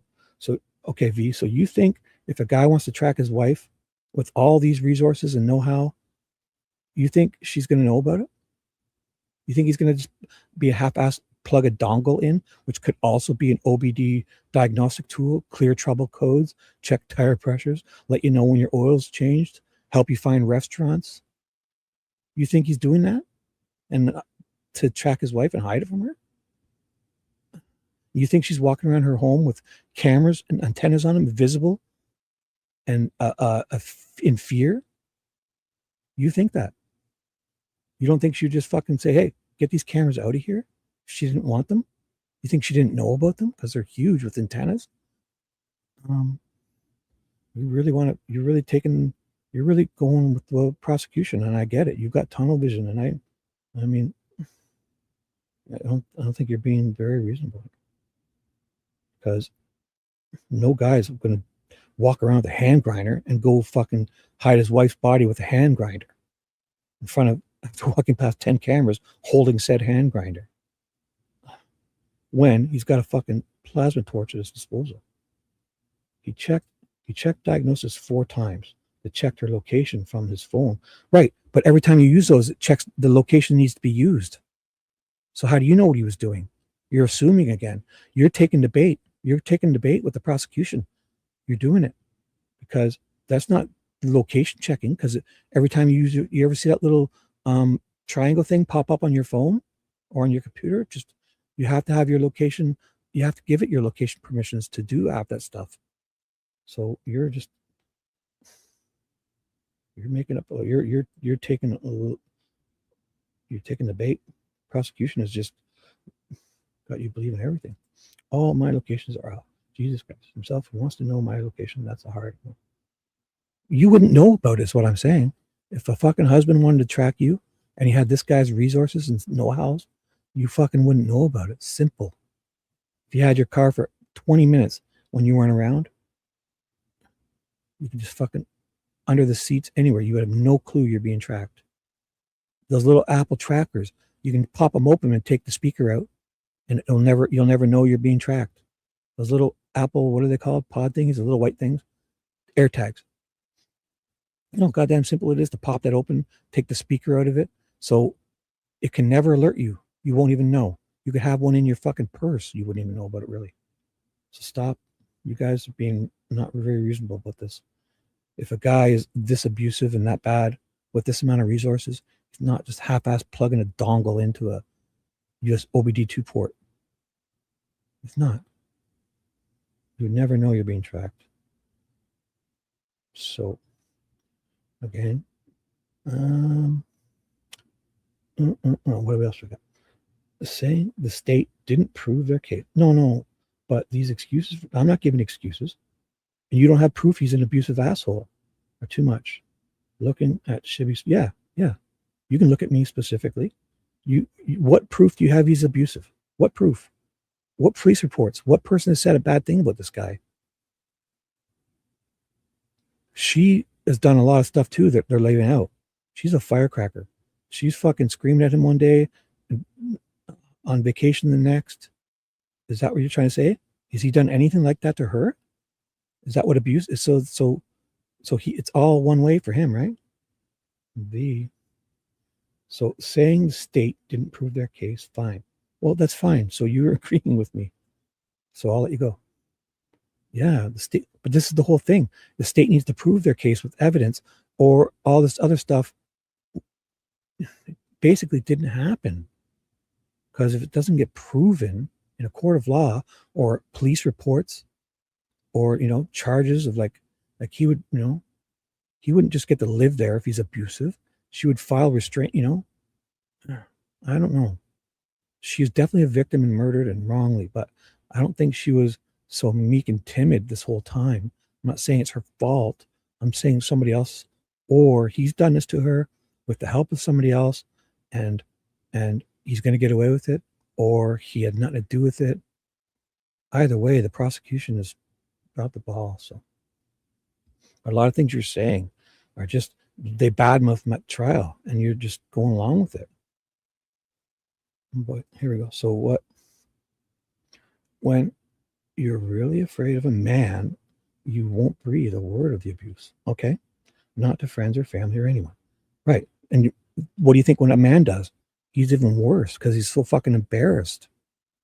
He's so fucking embarrassed that a woman's a, like that guy. Who's that dude that got killed in that Courtney, that OnlyFans model, right?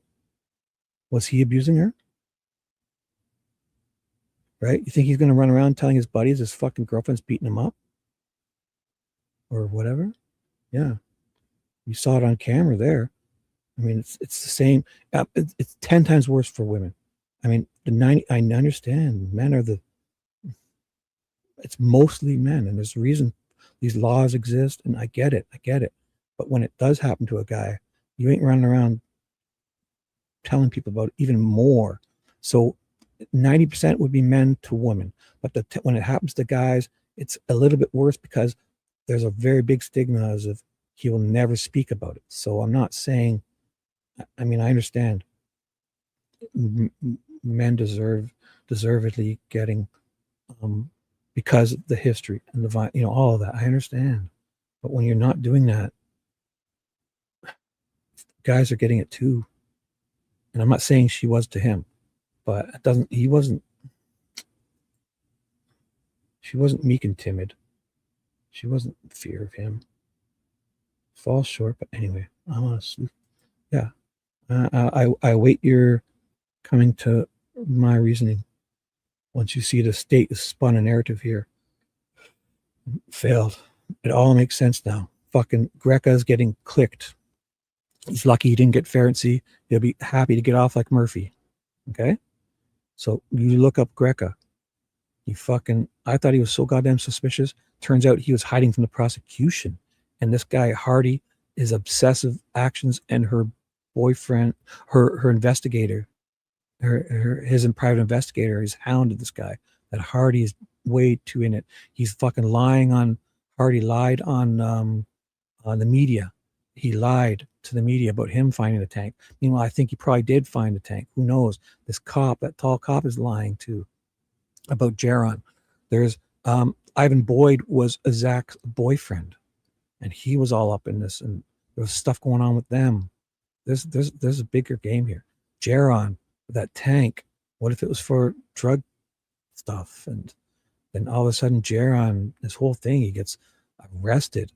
Then he's fucking in the cop car spilling his guts about inheritance and life insurance and LLCs and grandpa buying properties, and he's almost got away, and this calls his lawyer up, which is bullshit, phony. They stop before the police station and fucking call his lawyer up. It's all a charade in that car. The body cam video. Then he calls his wife, and the cop doesn't warn his wife she's on speakerphone. Jaron says, "Oh, by the way, you're on speakerphone, honey. Yeah, don't badmouth the cops." Ha ha ha. You know how you would say something bad about cops, and just, he's like, "Oh, we deserve it. Hardy. What?" She was about to fucking say, "Oh my God, how'd they catch you?" or something. Like, it just sounded so suspicious. This Jaron guy's either a partner in this and turned state's witness. And that fucking phone call was so phony. He was so nervous. Dale sounds oblivious, or he's a really good actor. So, anyways, so I'm not even going to read any more of your comments because I know how you feel. So, hello, everyone who's come in. Okay, here we go. I'd side with a man if the roles were reversed. Right. But he probably, what if he didn't tell you because he's so embarrassed? Because I don't think she was as timid, afraid of this guy. You think Dee was afraid of him? I don't get it. Sound like a firecracker. And if she didn't want those cameras in her house, they wouldn't be there. You guys, come on. You think she would allow those cameras and run around in fear of cameras in her home, knowing they're there, seeing them? Dale is so... She would fucking rip it off the wall, kick him in the nuts, and throw it in the garbage can. Come on. There's reasonable doubt as far as I've seen, but I've missed a good bit. Oh, no, you haven't missed anything because we're doing a recap. If I can get through this day one, I'm only doing day one because day 1 and 2 aren't on video, really. So I'm covering them here. So Raquel saw Dee around 5 or 6 that Saturday and texted her mother around 9 p.m. Dee did not respond. Late that night, Raquel drove past Dee's house and noticed the lights on and the Hummer parked unusually. That is one of those things, yeah. When you drive by someone's house, like, you don't have to have all the lights on. You can kind of tell when there's a light on in each room and people are still awake. And at certain points, like if I were to drive by my mom's and see anything past like 11 or so, and I would think something's up, right? You'd kind of know. So if you pull out someone's farmhouse and at midnight, they're going to bed every night at 10 or 11, and at midnight or 1, there's kind of other lights on. You can see the curtains, you can tell the rooms are lit up. It is weird. So the next morning, Dee was missing. The family searched the house and property, but couldn't find her. Dale mentioned Dee leaving the house that night, having pills everywhere and leaving her ring behind. I mean, she's sneaking out at 2 a.m. And then the defense, the prosecution's saying, oh, he didn't track her. He didn't try to track her that time. Why? That's suspicious. Turns out that the car that she took didn't have the OnStar tracking, right? So he couldn't. So the prosecution's just gone too hard at trying to make this guy look bad. Way too hard. Because all these things are easily explained, in my opinion. Everything the prosecution said. So cross-examination emphasized Dee's repeated statements about ending her marriage, but not her businesses, and her sometimes dramatic responses. No stains or evidence were seen in the house or on the property. Right. So there's that video where he says, well, I've been divorced before and I'm not going through a divorce again. Does that mean you think he's admitting to that's a Jerry Holman? If you're just like Jerry Holman, if you think that he's saying to those cops that he's fucking going to kill his wife, it's ridiculous to sit there in front of 3 cops, knowing they're all wearing body cams in his kitchen, and say something like and mean that you think he meant that, oh, I'm not getting a divorce again, like, or whatever it was. I'm not going through that again. Like that you think he killed his wife after saying that? No. Divorce is horrible. Maybe he really loved her. Maybe he really wanted to be with her. He doesn't want to go through it. He wants to work it out. He's fucking trying to massage her. And I get it. Those people probably saw him trying to touch her. And at times that they're fighting, she would kind of do that. He wouldn't see her face, but she kind of go, Yeah. At that point, the relationship was probably way over because she probably didn't like him at all anymore. I don't know. But she wasn't in fear of these cameras and shit.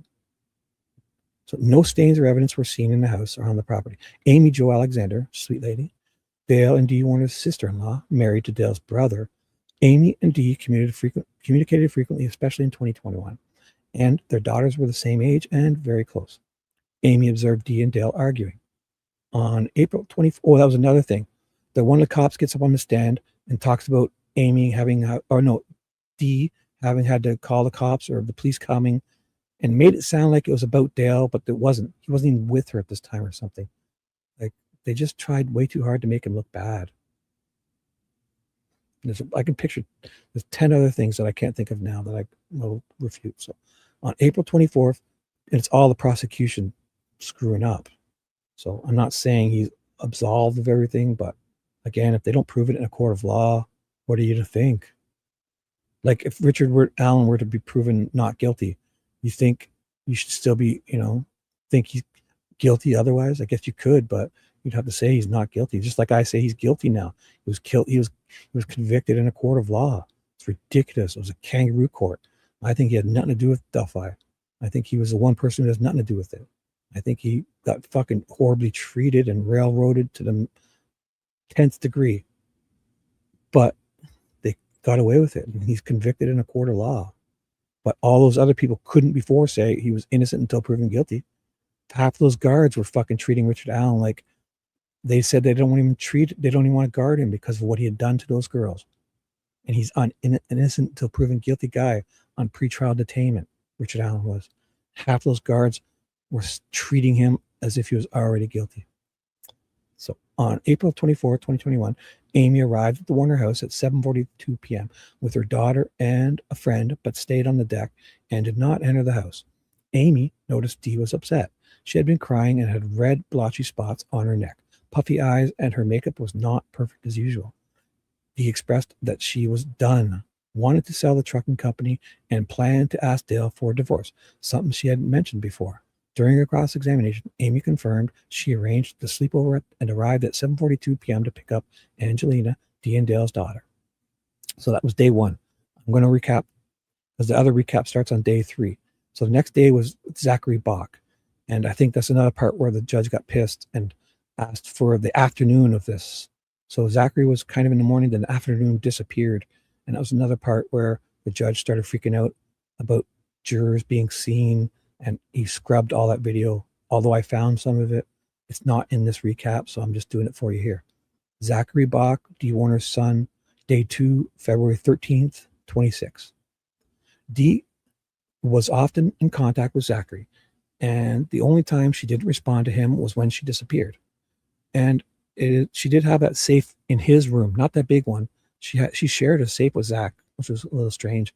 And Dale's on body cam, I think, showing him the safe in Zach's room or something. I don't know. Not that gigantic, huge safe, different one. And they shared bank accounts and stuff too. And I'm not saying he's suspicious, Zach, and they spelled his name wrong, but I don't know. There was definitely more, because he was, I don't know. When he was on body cam, the way he was walking in the room and all that was a little weird. His boyfriend said Ivan Boyd was his boyfriend, said some stuff about him, but I don't know. Just sounded, I don't know if they could be involved or anything like that, but I definitely didn't think any of that until I heard Ivan Boyd speak. So he seemed like a good guy, I think. The only time she didn't respond to him when she disappeared. Dee managed 3 companies on the farm, employing less than 20 people. Dee and her husband, Dale, fought nearly every day, mainly about money and business matters. Dee had previously expressed wanting to leave Dale. The last time Zachary communicated with Dee was on Saturday, April 24th, around 7 p.m. When Dee went missing, her Hummer was found at the office, and her phone went straight to voicemail. Dee's fights with Dale had become more frequent and intense in recent years. It was not unusual for Dee to leave for a day or two during arguments. After Dee's disappearance, there was no activity on her credit cards or bank accounts. There was prior animosity and limited communication between Zachary and Dale. So they didn't get along, Zach and Dale, right? Their communication was mostly work-related. Zachary had never called the police about his mother before her disappearance and has had no contact with her since. So if the year's up to it, no, Dale never got, like, if he's choking people, why isn't she getting restraining orders and calling the cops? Is that really, did he choke her? Where was that? I don't remember hearing that. So V, if you can update me where I can find that. Anyways, here we go. So that's the 2 updates. Let's just play this. Starting from day 3 and away. Footage and interviews from the first time Dee Warner disappeared. Melissa Andrews was in Adrian today and has the full recap you need to know. Testimony in the Dale Warner murder trial continued today, with several witnesses describing rising tensions in the months before Dee's disappearance in April of 2021. Multiple witnesses painted a picture of a strained relationship between Dale and Dee Warner. Deputy Austin Hall testified about interviews with Dale in the days after Dee vanished. Dale told investigators the couple argued on April 24th, but rated it a 5 out of 10, saying, "We've had a lot worse fights." He said Dee developed a migraine and eventually went to sleep. At one point, investigators told Dale he was a, quote, huge potential suspect. Hall testified that Dale had no visible scratches or marks on his arms. Dale later told deputies they could search, quote, anywhere but here, referring to the spray barn. Dustin Holly, who is dating Dee's daughter, testified that Dee seemed more relaxed when Dale wasn't around and said Dale made degrading comments about her. Lolly also told jurors Dee discovered a tracking device in her Hummer in 2020 and was very angry. The day she was reported missing, Lolly said Dale discouraged calling police, saying, "I wouldn't get ahead of yourself," to her children. Dee's massage therapist also testified she saw bruises on Dee, including marks that looked like handprints. The Wednesday before she disappeared, she said Dee was crying and told her she was done with her marriage. A close friend and employee described repeated arguments, recalling Dale pointing at Dee, saying, "You out here now." She testified Dee was planning to seek a divorce. The prosecution also presented testimony that Dale asked others to purchase a tracking device, monitor it dozens of times a week, and keep it secret after it was found. Testimony continues here in Lenawee County tomorrow morning at 10:30. Reporting in Adrian, Melissa Andrews, WTOL 11. Mel, thank you. Great job throughout the course of this. Only 3 days in. We want to play some of those moments from court for you to hear now. The first one that really caught our attention was the focus on technology today. It's something Mel just mentioned, that multiple people testified that Dee discovered a tracking device on her Hummer in July of 2020. That's almost a year before she went missing. And a man who worked on IT for their businesses said that the day after Dee disappeared, Dale contacted him to change the passwords to keep Dee, her son, and her nephew from accessing the company's cameras and to add the cameras to Dale's phone. Listen. On Sunday, April 25th, 2021, Mr. Warner would not have been able to get into the camera system on his phone. Is that accurate? That is accurate, correct. And then you said he also wanted the passwords changed? Yes. And these were passwords for all of the businesses? Correct. And Mr. Warner is an owner of the businesses? Correct. He had the right to not only change the passwords, but determine who had access to them? Correct. About any of the photographs or any... Now, Dee's daughter's boyfriend, I should say, also testified that Dee found the tracking device in her car. Listen to this. I pushed it in. The device came apart in two halves, and there was an SD card inside of it. I removed the SD card, put the two plastic halves back together, and I handed both the SD card and the device back to Dee. Okay. And did you see it from that point, what she did with it? Yes, she put the SD card back in her pocket, or she put it in her pocket, and then she turned around to head back to the garage with the device. To get updates on the trial sent right to your phone, you can text the word trial to the number you see on your screen. That's 419-248-1100. We'll then send you links to our stories with the case history and trial updates as soon as we get them. Something interesting that piqued my interest with this tracking device on the Hummer is two things. Number one, it said the purchase date of that was January 9th, 2020. This was found in July of 2020. So that could have been 6 months that this tracking device was on Dee's car. Number two is that it was not an Apple tracking device, which usually if you've ever had an AirTag moving with you, it'll alert you.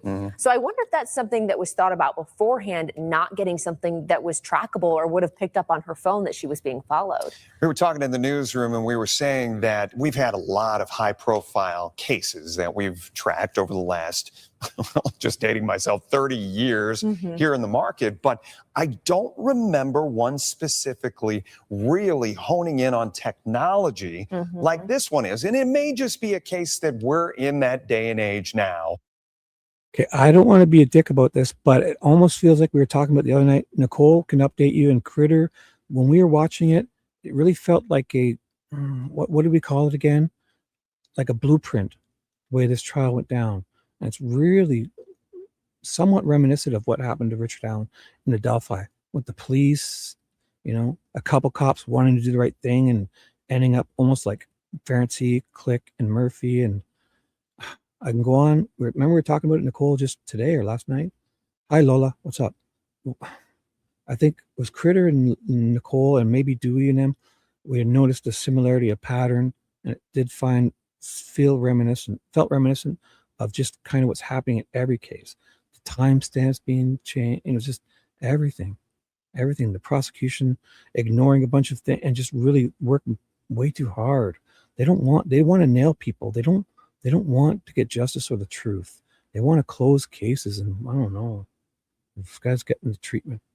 I mean, in the beginning, I thought the worst of this guy because I took the bait.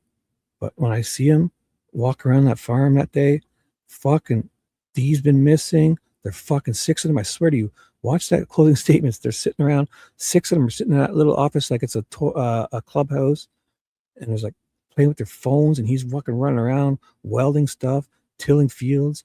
Fucking like, guys, help me, because I know sure they weren't farm hands, dusting and all that. But if I show up to my father-in-law's home farm or whatever, and he's fucking running around like a madman, and if they're not out looking for D, then why aren't they fucking out doing something for the farm? There's fucking lawns that got to be cut. There's fucking things that got to be cleaned, stuff that's got to be moved.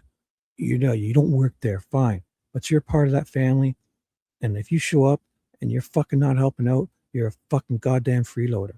Because if I showed up to that farm and it was my father-in-law's and I was sitting there playing on my phone for 6 hours in the office while Dee's missing, fuck no. I'd be out there on a fucking helping him put shit on trailers, filling up tanks, gassing up vehicles, washing them, moving them. Fucking Dale's running around looking at all these people. Every time he comes in that office, I can see it. Oh, the fucking dog fuckers. Every time I come back in this office, you're sitting in a different spot playing with your dumb phones. He's fucking running around. You watch that video. He's fucking running around, cutting lawns and tilling fields, fucking moving. He's driving these tractor front loaders. He's in his Kubota whipping around. He's got fucking, oh my God. I'm starting to, I don't know. He's either a great actor. I think he's oblivious. I honestly, that whole phone call, he did a chuckle, a laugh, and you could probably take it either way. But when I first heard it, that phone call, when he found out, when Jaron first mentioned the tank to him, he laughed like, what could they possibly want with a goddamn sealed tank? Just like these people would never have found that. There's 20 or 30 of those tanks around there. He wouldn't be moving tanks around in front of the police when they're there with drones on his property. He almost runs them over with the tank. You think the cops are there on his property and the fire chief is there? In that video, they got a drone flying around. He's going to be out there moving his tank around for what? For what? While they're on his property, when he knows they're leaving in an hour or two, then he's driving it and moving it to they're probably doing that often. Those tanks need to be maintained. They have a whole thing there. You got to wash them.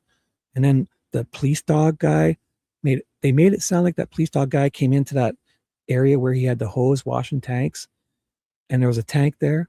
It wasn't the 34. It was never, he's doing that. They're rusty. You got to wash them. You got to get paint back on them. Those chemicals are eating it away.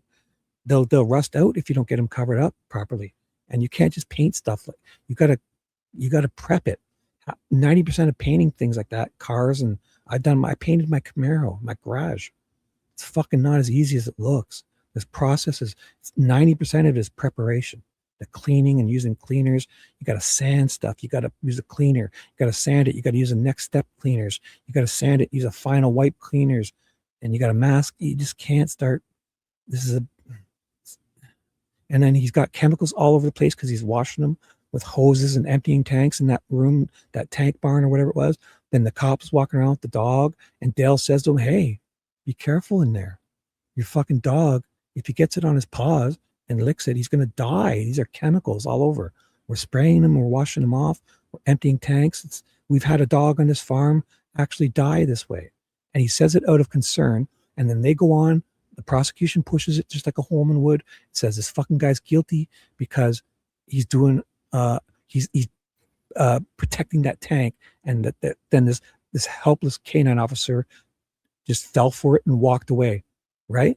They would be like, if they were suspicious of this guy, they'd say, "Oh my God, he doesn't want the dog in there." They would fucking get a warrant and get in there. They were searching them. They were already searching. He didn't tell them to leave.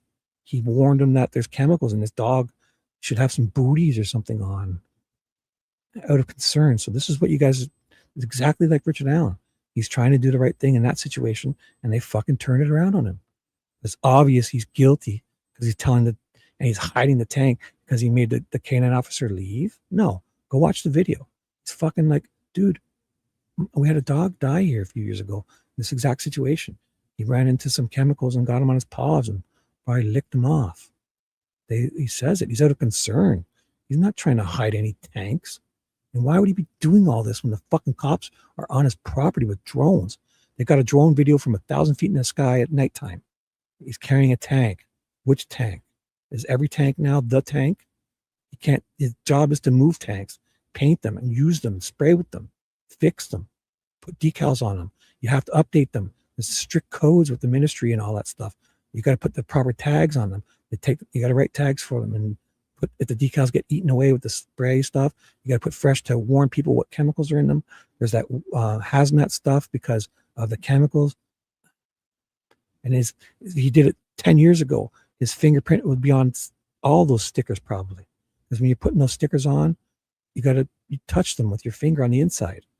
So that tag was just twisted on with a little metal twist tie. And then the fucking state wanted to use Ivan Boyd, Zach's ex-boyfriend, who seemed sketchy about him, didn't like him, I don't know. He left the farm right after in suspicious circumstances. Ivan Boyd was used as a handwriting expert on the stand from the prosecution. And then the prosecution said they didn't want to get a handwriting expert. But then they handed Ivan Boyd 2 receipts and a tag and said, yeah, that looks like Dale's writing. And they went with it. And then the next cop gets up, that big tall cop, says the FBI and their detectives, they need voluminous amounts of handwriting samples to even consider comparing handwriting samples. No wonder the state didn't do it. No wonder. Because either not him, because all they used was Ivan Boyd, and they got that in trial. For whatever reason, Ivan Boyd's on stand, taking 20 minutes to look at handwriting and compare them on the stand. It's fucking ridiculous. It's like not hiring a height analyst because the state didn't want the height. They didn't want the truth because it was exculpatory. Well, they didn't want the state, in this case, didn't hire a handwriting expert. Why? Was it that much? They didn't have the resources? Where this is factoring in for these jurors to consider the fact that, yes, you've got passwords, the mention of passwords being. That was Ivan Boyd, Dewey. Hi, Dewey. Sorry I missed you. Abby's still here. Oh, my God. It was Ivan Boyd. Ivan Boyd, Dewey. Sorry. I'm not doing a good job again. Chat. It's Man Crush Monday. Yes. I've chosen Dale. No. I think he's getting the Richard Allen Delphi treatment, and you've chosen to take the bait and let your tunnel vision. You took the bait. I almost did too, because when I started this, I was like everyone else. Yeah, he's guilty. I thought he was guilty as fuck. And man, we should stop doing that as people. We should stop doing that because the state has a chance to get all these fucking lamestream people. They get months and years to make this guy look like a fucking evil bastard, the devil, like Richard Allen. Fucking put him in jumpsuits, wrap him up in chains, walk him through like Richard Allen. This guy's getting the Delphi treatment. Or he's a great actor. But nobody's fucking called this guy in. He's got no history of violence. He's meek, mild-mannered. Everyone said he was calm. I never seen him do anything. And you're fucking saying he's choking his wife and fucking tracking her and abusing her? What evidence do you have of that? You took the bait and these fucking mouthpieces. The last 2 years, it's not fair. The state gets to lambast this guy and make him look like the devil, just like Richard Allen. He got the Delphi treatment, guys. So if you think I'm being unreasonable, well, I think you are. Changed, or even the tracking devices that you were talking about, things that 10, 20 years ago didn't even exist. I think also what makes. Yes, I am a master at that. I can debate. Oh, wait till you see her green dress. Let's move on. That a good point too is that this is a possible domestic case where I think we're in the James Worley case, these weren't as much as a relationship that he had with those women. So I think, yeah, this just feels so much more personal. The surveillance, the passcodes, all of that just ties into, I think, what the prosecution is trying to show is that Dale was keeping an eye on her and tracking her. Yeah. I had an attorney earlier today leaving me a message on the phone and saying they believe that the defense has an uphill battle. I don't know if I see it that way, because it feels like the prosecution in this case has so much to prove of this circumstantial evidence, right?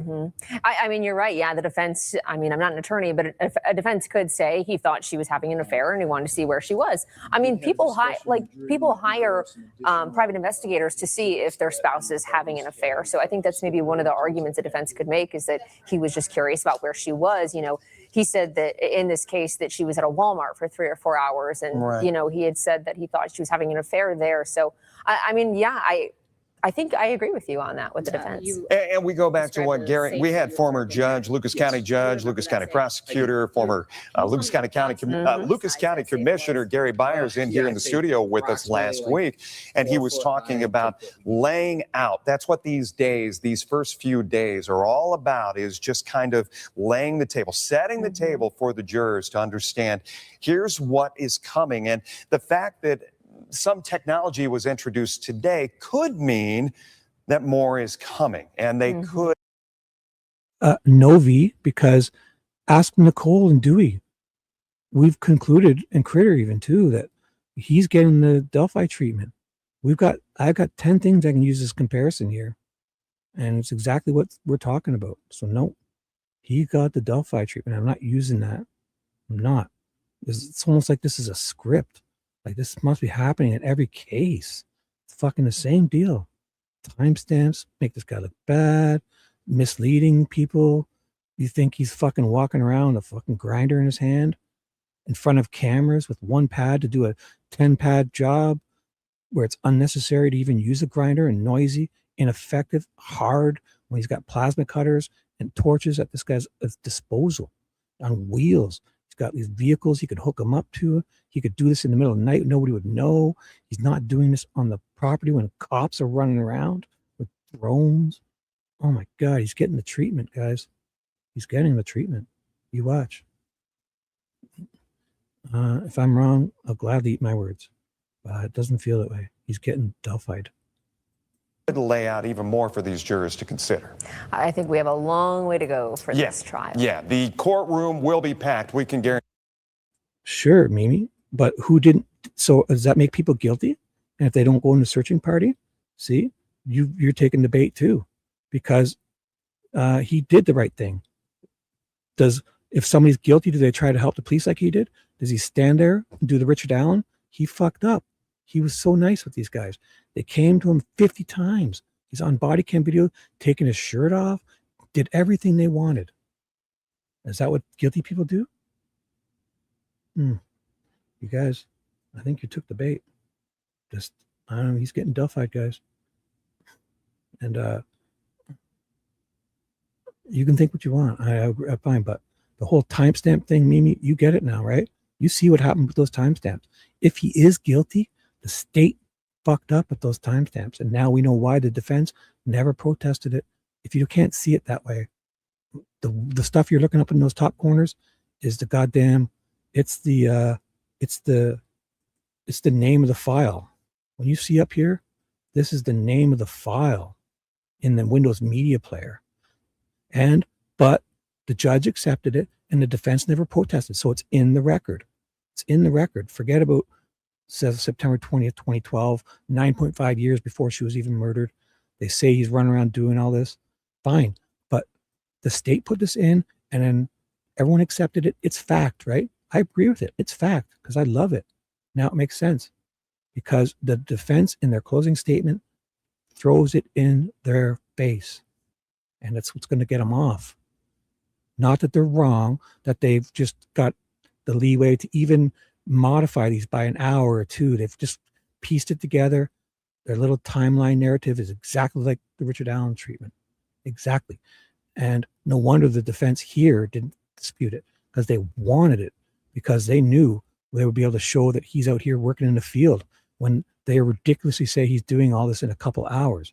Way too cute, unnecessarily specific, and perfectly exculpatory.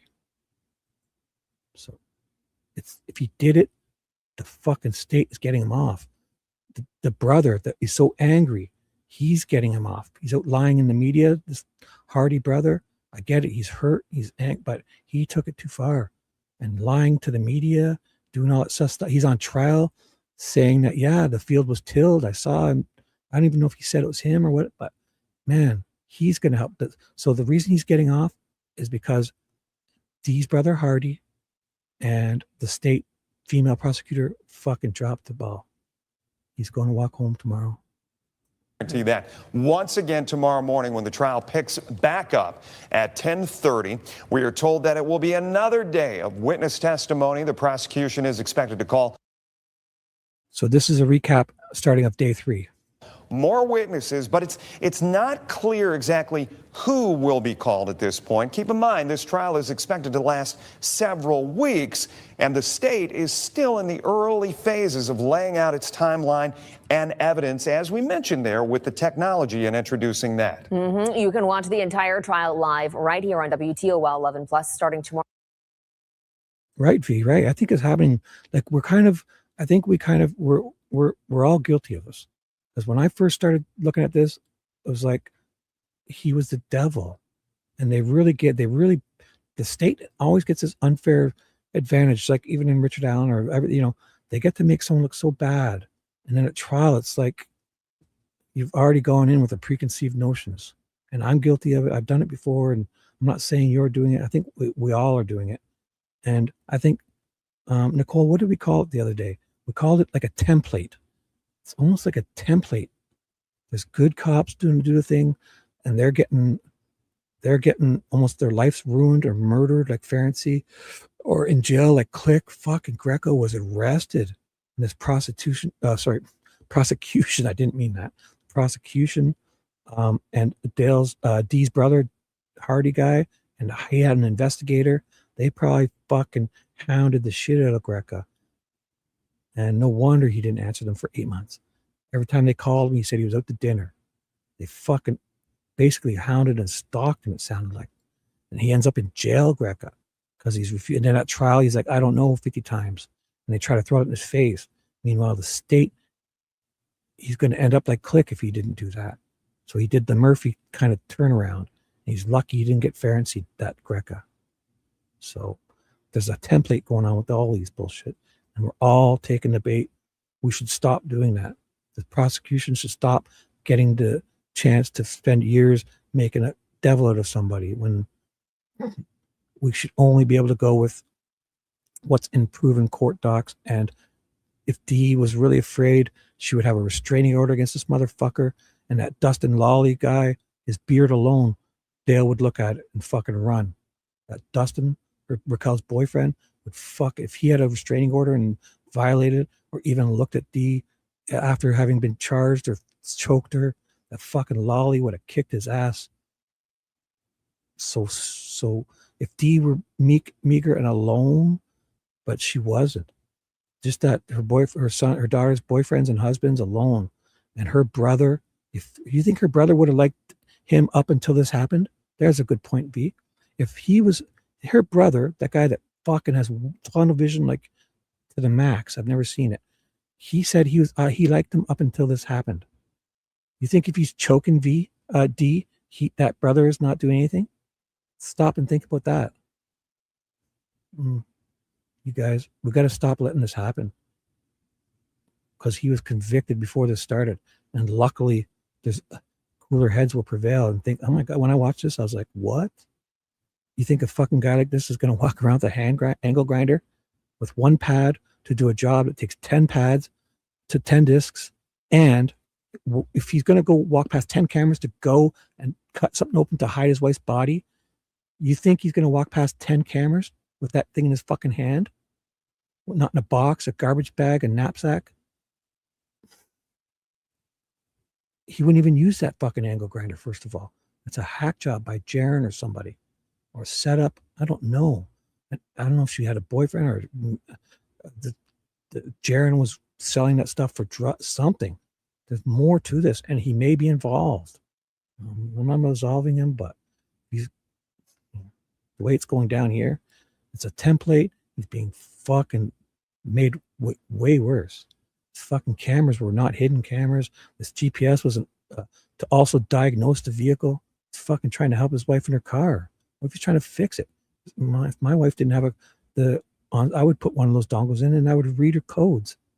You check codes. I'm like, oh my God, she's fucking, her tire pressure's down. I don't want her to crash. I'm going to fill her oil's low. Her fucking motor's going to get ruined. You need fresh oil. She needs an oil change. The fuck? You think if she didn't have all those people, I'm not saying she's at fault. She's a fucking firecracker. And obviously what happened to her is horrible. But it either didn't happen this way, or he had nothing to do with it, or he's going to get away with it because there's a ton of other people involved. There's way more to this, guys. Way more to this. She wasn't running around in fear. She was running around getting her fucking eyelashes. She had an eyelash technician, a fucking massage therapist. She had people to talk to. Their brother would have kicked this motherfucker's ass. Her Dolly, what's his name? Lollipop, Dustin Lolly, would have kicked his fucking ass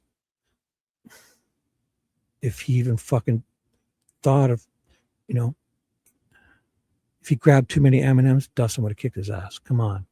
She wasn't, no. It's not happening like you guys are saying. He's getting that treatment. The treatment of, they had years to make him look like the devil, and you're people who think that are doing it without proper proof. There's no police reports of him choking. There's no restraining orders. She's running around going on vacations with him. He may have just been as abused as her and afraid to say it. He wasn't choking her. There's not proof of that. What are you guys saying? He's been fucking nothing but calm. Look at him sitting there. I'm not saying, like, hey, have you heard him even lose his temper out of all these fucking phone calls they got him on? He's not freaking out. He's so calm. Nobody had a bad thing to say about him. The brother liked him beforehand. You think if he's choking D, the fucking brother wasn't hating this guy before? He said on stand, no, I liked him up until this. We got along great. Think he's getting along great with somebody who's abusive to his sister? Fuck. And he's like the father figure? The brother would have fucking hated him, kicked his ass himself. This guy, he's getting the treatment. And they've got years and whatever to put out a narrative. And we're all guilty of it at some point, and it's got to stop, because we've got to go with the court documents and that. And if there was a history of abuse, she would have called the cops. He would have had a restraining orders. There would have been incidents. The cops would have been out there once or twice. There'd be reports filed. And that Dustin would fucking, if you give him a warning saying, if you fucking choke her again, I'm going to kick your ass. Come on. At 9, and all the way into the court is adjourned for the day. Plus, we will be back again Friday night at 6:35 with the must-see moments from trial as the second week wraps up, and what you can expect as we head into week 3 we will also be former Lucas County Judge and Prosecuting Attorney Gary Byers, as Jeff just mentioned, to bring you an in-depth legal analysis. It's all this Friday after the news at 6. Yeah, Gary said he was going to come back it will be a week removed from when he was here last time to see how everything unfolds, develops from week to week. Until then, we want to remind you can stream Hidden in Plain Sight, the disappearance and discovery of Dee Warner, anytime on WTOL 11 Plus. 11 Investigates sat down with Dee's family and broke down the entire investigation. It is part of a special 30-minute presentation you don't want to miss. It'll help you out too if you need a refresher Some on backstory. Some of this. Again, this is almost 5 years now we've been talking about this case. Well, that'll do it for us tonight. Make sure to follow us on our social media platforms. You can download our free WTOL 11 News app on your phone to get breaking news updates and alerts on this trial sent straight to you. And for Kaylee, Marin, and Ted, I'm Jeff Smith. Thanks for joining us here on WTOL 11 Plus. We'll have a good night. It is day 3 of testimony in the Dale Warner murder trial. I'm Melissa Andrews, a crime and investigative reporter covering the murder trial of Dale Warner. He's accused of killing his wife. Okay, V. So no, there wouldn't have been Shibby. You do not understand abuse dynamics, especially. So, okay, I don't. When a shared child is involved, please stop saying the things they're saying. It's very insulting to abuse. No, it's not insulting.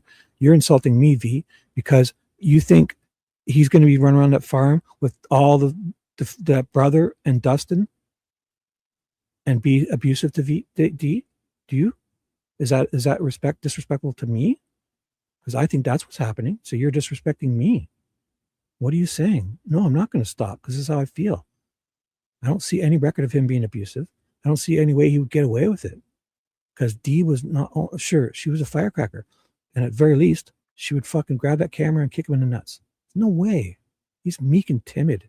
He hasn't showed any signs of abuse. He hasn't been convicted or charged or warned. Nobody's even said anything bad really about him. They all said they liked him. You think her brother's running around? That guy, you've seen him, Hardy? He liked him up until this. So you're saying Hardy liked Dale, had nothing against him, said nothing bad about him, and he's been choking Dee and doing all these abusive things to her? I would disagree. I don't think he would have said that. I think he would have hated him at that point. He said he liked him up until Dee went missing. If he's doing all this stuff to Dee before, he ain't saying that. And Dustin Lawley, just his beard alone would have fucking made this guy run. But Dustin, who seems shorter, but he would have kicked his ass if he was doing any of those things to her. So that's not disrespectful. Dee in 2021 and then welding her inside. Okay, is that wrong of me to say she was a fire? How do I say it? I don't know. I don't want to. That's fine. It's not how it works. Okay, then I'm wrong. I'm wrong. Well, how do I say it? Because that's how they say it. Because she was melodramatic. The daughters on the stand said it. How do I say it without? I don't want to say the wrong thing, but I don't think she was. She had. I don't know. How do you say it? I'll use your term. Let me know. Let me know. I definitely want to say the right thing. So Becky, I'm sorry. I may be misspeaking. How do I say it and be respectful? Because I want that, right? To Dee. But wasn't she was, they said it on the stand. I don't want to make her look bad. It's not, she's the victim. I get it. I don't want to, how do you say things without making, I don't want to, I'm trying to say, okay, firecracker is wrong. I'm an old guy. It's firecracker or a woman of her breaking point. Okay, so what do I say, V? Becky and V, please, was she being abused? Was she being abused? Was Dee being abused? What do I say then? You guys, please give me the right term. Because she wasn't, she had spunk? I don't know what to say. And was she being abused? So give me this proof that she was being abused by Dale. What proof is it? What? You guys saying V said he was choking her. And yet, if you think Dale choked her and then that brother liked him up until trial as he choked Dee, I don't know. I could see the brother not liking him. Someone who has spunk can still be right. Okay. Right. But what proof do we have? Can you guys share with me the proof that he was abusing her? Share with me, please. And I'll go with it because I don't know. This is a lot of information here. I'm just trying to do the right thing. Sorry, guys. Okay. Well, thank you, TJ. That's kind of what I saw too. So then, but yes, it was TJ. And I've since learned it's the wrong tactic. I no longer employ it. So TJ, I'm going to play, I'm sorry if I'm missing your guys' comments. At the very least, say you don't know, but I do know because I'm watching the trial and you're saying he choked her, but that wasn't here. Where are you getting this from? You're saying he abused her. What's the proof? I've watched this whole trial and TJ has been with me this all night. And so, I don't want to argue with you guys, and I don't want to say I don't want to say the wrong thing because Dee is the victim. But is she a victim of him? Was she a victim? What did he really do? The state is really spinning some shit here. Like she was choked by who? When? When she was murdered. Yes. Was it on her body, her dead body? Of course she was strangled. Yeah. She was fucking murdered. It's horrible. And if he did it, we got to nail him. But this prosecutor dropped the ball. Oh my God. Lola Shibby, God love you. You could call her a strong, intelligent woman, but we did hear testimony they were working things out, and observers said she was attentive and rubbed her shoulders. But they also, her daughters also said she was dramatic and melodramatic and was borderline, not, what's that when you go not bipolar, but she was happy. The daughters said it, that she would yell at you one day, hate you, and then be your friend and hug you the next, and then go on vacation with you the next, and then yell at you the next. So what do I say? Also, Shibby, abuse isn't only physical, it's sexual. Right, V. Stop. I'm talking about this case. Not, I know men are the worst. Why do you guys even, we're horrible. There's been a history. I can only imagine what's happened in the last 1,000 years. I would say 99% of it would be men to women. I get it. I know. I agree with you. But I'm talking about this case. We need to go with evidence. So V, people can be batshit crazy. I'm not saying that. I'm going by what's at trial, V. I'm not saying she's batshit crazy. So is that insensitive for you? Like you're calling me out saying I'm saying insensitive stuff. So wait. So we can use batshit crazy, okay? Let's highlight this one. People can be batshit crazy and be abused. In fact, so how many seconds ago were you saying that I was saying, what did I even say? I called her a firecracker, and now you're saying batshit crazy. Come on, guys. Let's hold the same standard for all of us here. I am. You don't have to say that. I'm saying in the history of the last 100 years, men deservedly and statistically have been the abusers.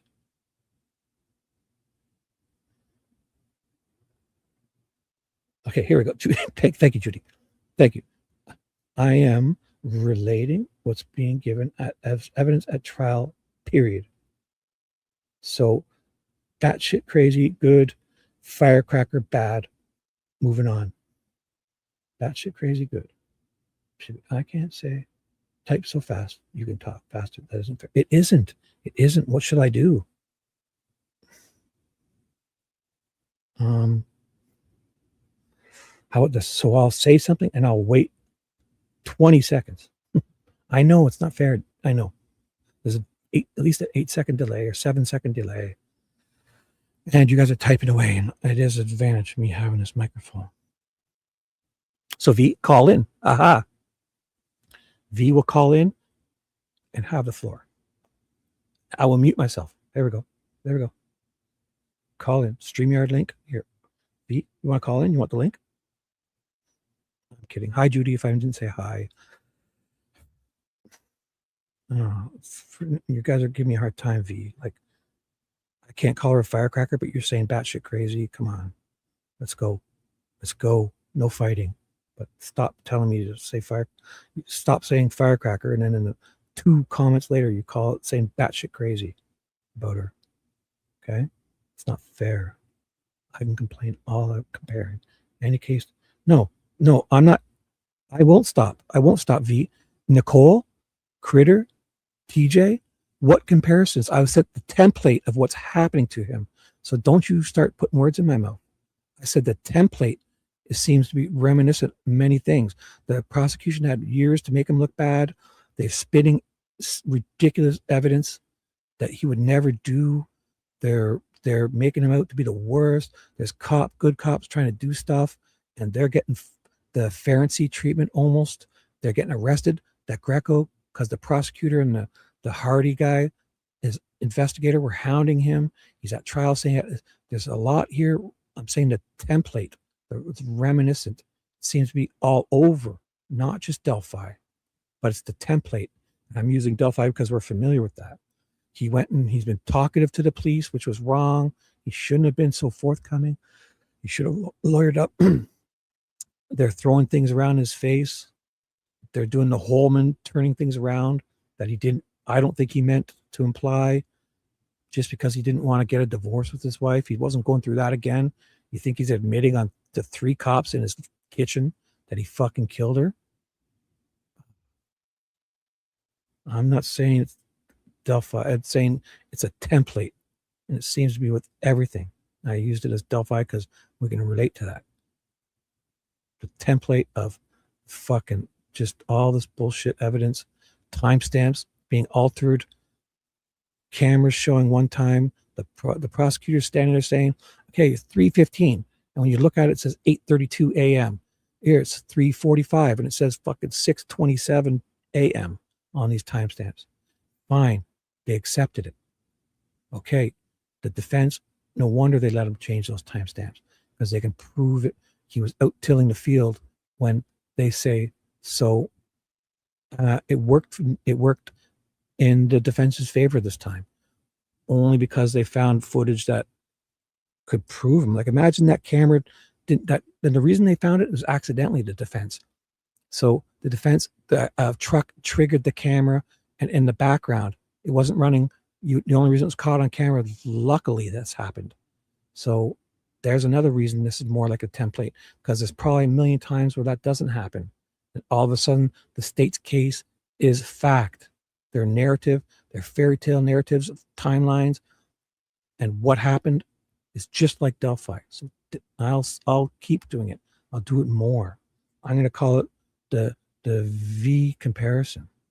Okay, take that.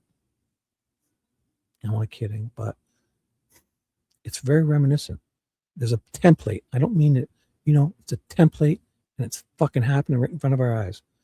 They get 2-3 years to make a guy look like a devil in the news and everything. We take the bait. Richard Allen, JLR is yelling, Richard Allen, why did you kill Abby and Libby? You monster. Hope you rot and die in jail. Fucking little garden gnomes being walked out in chains in front of fucking 50 cops. Those inmates at jail, Richard Allen, you baby killer. Why did you kill Abby and Libby? I killed Abby and Libby? Boom, the guards, half of them, we wrote that down, verbatim. He said it. I just said it. Write me down. Cut me up. Chop it. What is it? What is it? Not cut this. Clip this bitch. Yeah, I just said I killed Abby and Libby. I said it. Because he was responding and repeating to people yelling at him all night. Right? In Richard Allen's case. And then that turns out to be one of the confessions. This is reminiscent of what's going on here. It's a template. The fucking template. A fertilizer tank where she was found 3 years later. So the judge started off today with a warning for the audience not to make any gestures or... No, V. No. I didn't say, if I said that I misspoke, I mean he's getting not the exact treatment, but it's reminiscent. It's reminiscent. There's a template going on here.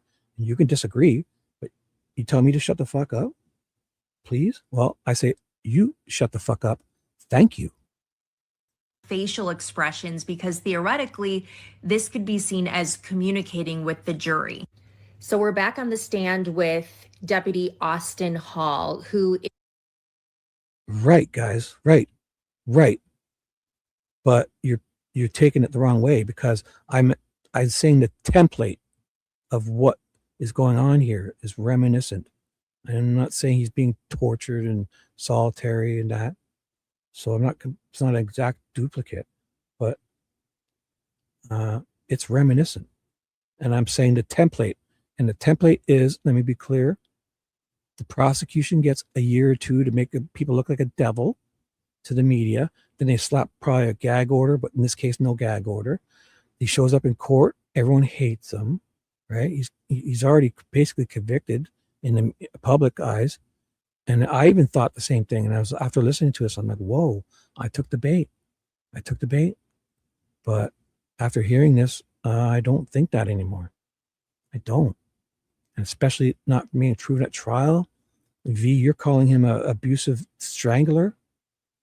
Oh, and there's no proof at this trial that he, what? And I just don't think that her brother would have put up with him and liked him if he was abusive to Dee in any way, I think the brother would have fucking hated him and kicked his ass. So, take it any way you might be misunderstanding what I'm saying. It's the template of the trial here. The template. It's the same as what's going on all over North America or the world or whatever. The prosecution gets all this time to make a person look like the worst. That's what I'm saying. And then there's a couple of good cops that are trying to do the right thing, and they end up either dead like Ferenczi or like Greca. He's basically getting the click treatment, and he's luckily he conceded and kind of went Murphy's way, the way the Murphy went, and just kind of at trial and kind of not change his tune, but just I don't know to get out of here, to go home alive, take his retirement, and just leave. If you don't see it that way, that's what I'm saying. So if I misspoke when I said he's getting the Delphi complete trip, but it's like a template of what's going on here. It's a template, guys. It's a template, and I believe it. So you can disagree, but is on body cam with Detective Kevin Greca. You remember him? He was the detective who was allegedly him. He's the one who I thought they made it sound like so bad, but it turns out it was the prosecution hounded him for months, and they were trying to do the Liggett thing where they were the McLean, where they go at him, and so they can get something they can spin into a narrative, and he just wasn't having it. I guarantee you, when he took his body cam off, that fucking Jaron came to him and probably confessed everything or had something to do with it, and then he knows more and he wants to say the right thing, but he didn't believe Dale did it, and they fucking almost killed him. They had him they arrested him because he didn't think Dale did it. He wasn't going with the state. He got he's lucky he didn't get Ferenczi. He got clicked, and he ended up taking the Murphy buyout. Simple as that. So if you fucking don't see that, that's fine. Don't agree with me. Don't say I can't compare it to Delphi, because it's fucking exactly what's happening here. on the lam at some point for not wanting to testify or cooperate with these proceedings. So it's Greca, Hall, and Dale in the kitchen.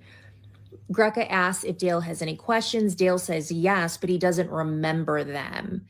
So Greca talks about this girl who took Dale's phone and the iPad. It's going to the state police crime.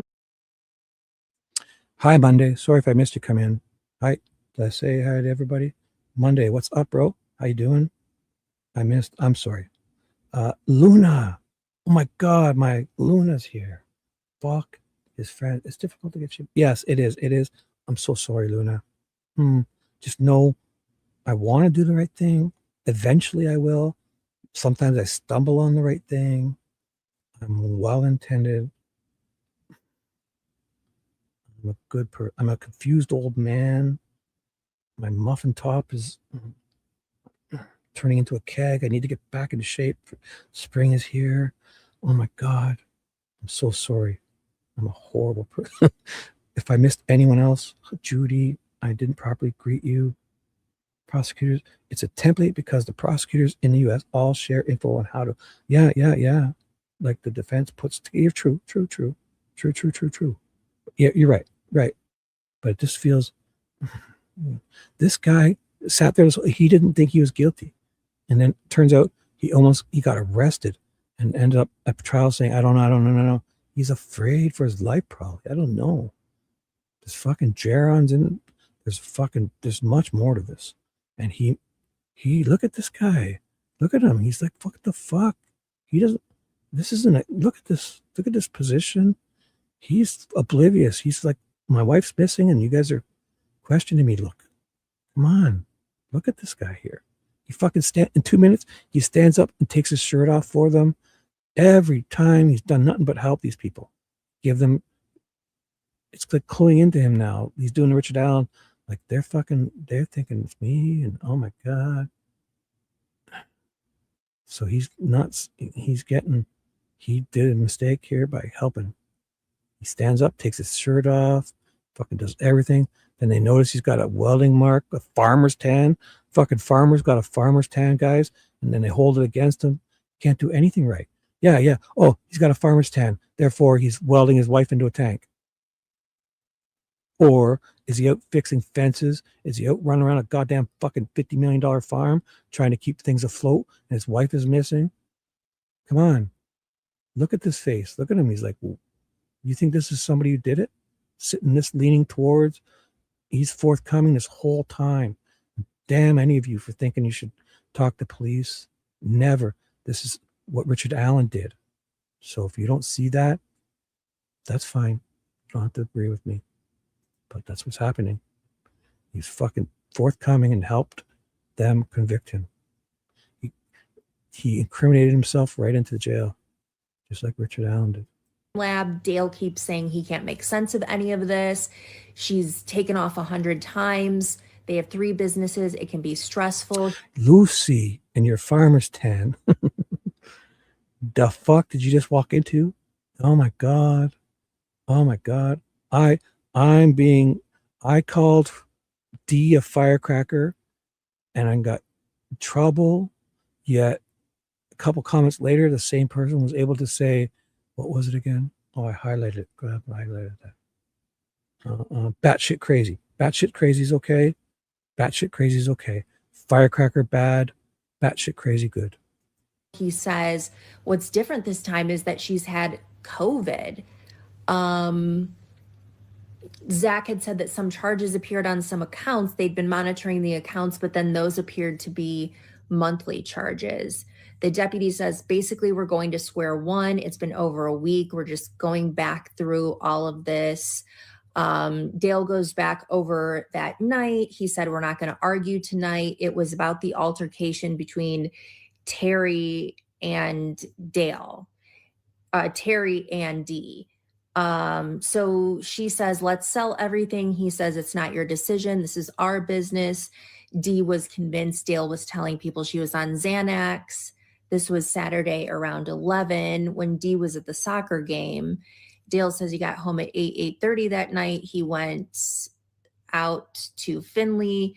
He offers for him to cook for Dee. She refuses. She keeps wanting to talk about Terry and Dale doesn't. He keeps saying he rubbed her back and she fell asleep on the couch. Next morning, he says she was asleep when he left at 6. He goes through the whole story that we've heard already. Dale says Dee's relationship with Lena is love-hate. They bicker about things, but then Dee gives her ice cream and Panera every day. Dale says it's been hell with Dee gone because he doesn't know anything with the school, soccer, or dance schedule. They're still going to celebrate Mother's Day. He says on a scale of 1 to 10, this wasn't even a 5 type of fight. They've had much worse ones. Greca says for the first time, you are a huge potential suspect in this for what it's worth. And then asked Dale for a picture of his arms. Dale takes his shirt off. They photograph it. Apparently, in later testimony, they said there were no scratches. Here comes no, they were looking at the farmer's tan. You'll see it. Oh, no, he does stand up and take his shirt off. Yeah, the farmer's tan comes up. He's standing there and they show his arm like he'd been wearing gloves.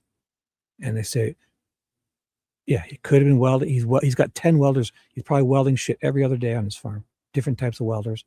Yeah, you probably should wear clothing to cover your whole skin, but he could have just as well been wearing gloves out on the field working on a fence. This guy's fucking running around. There's 5 or 6 D's been missing. I'll show you the defense video. The videos, they're fucking sitting in that little office like a clubhouse. Fucking the dog is what we used to call it at work. Not literally. It was never even a thought in my mind. In fact, we would use that term as, we call each other dog fuckers, and it meant you're lazy at work. You're, because you're dogging it. That's what it was. So if you hear me say that, it's a term we used at my factory I was at for almost 15, 16 years. And we'd say to each other all night long on night shift. We'd yell, it was a joke. And so he's walking around trying to keep this farm afloat. His wife's missing. And watch when he walks in there, a little clubhouse, Each time he goes in there for 4 hours straight, 5 hours straight, they're all in different positions. Dustin, the daughters, all of them are sitting around on their phones doing shit. They're not looking for D, or I don't know what's. He's running around and they're saying he's cutting open tanks, stuffing her in tank. He's fucking trying to keep a farm afloat. This fucking guy, look at him. This is a guilty person to you? He's got a pen. He's trying to help these people. He's fucking leaning forward. He's helped them 20 times. They've come to him. Every interrogation, he's helping them without a lawyer. That one time he got a lawyer. This guy doesn't think he did it. He gets almost arrested after hounded 8 months by the prosecution and that fucking, they're D's brothers, the Hardy and his private investigator, who turns out that guy was out lying to the media. He said he saw Dale doing the tilling and all that. He wondered why. So Hardy helped him on the stand. The prosecution setting this guy free because of their timeline. And he may have done it. But now look at this guy sitting there helping him. This looks like a guilty person to you. He's going to take his shirt off, show him the farmer's going to show him his goddamn farmer's tan. And yeah, it could have been from him welding his wife into a tank. It could have been from him fixing a fence on the field. It could have been from him welding the blades back onto the spreader when the blade broke. That's what they do. It's got 10 welders on this farm. It's a great fucking tool, guys. It's used for more than just welding tanks back together to hide bodies. After you angle grinded them unnecessarily, ridiculously grind them and walk past 10 cameras that you know are there to do this unnecessary grinding, which would be so loud when all those people around the farm looking for D. You think he's fucking cutting, and then he's moving these tanks around when the cops are on his property. And they didn't have. He allowed him to be on his property. He allowed him to go on with a drone.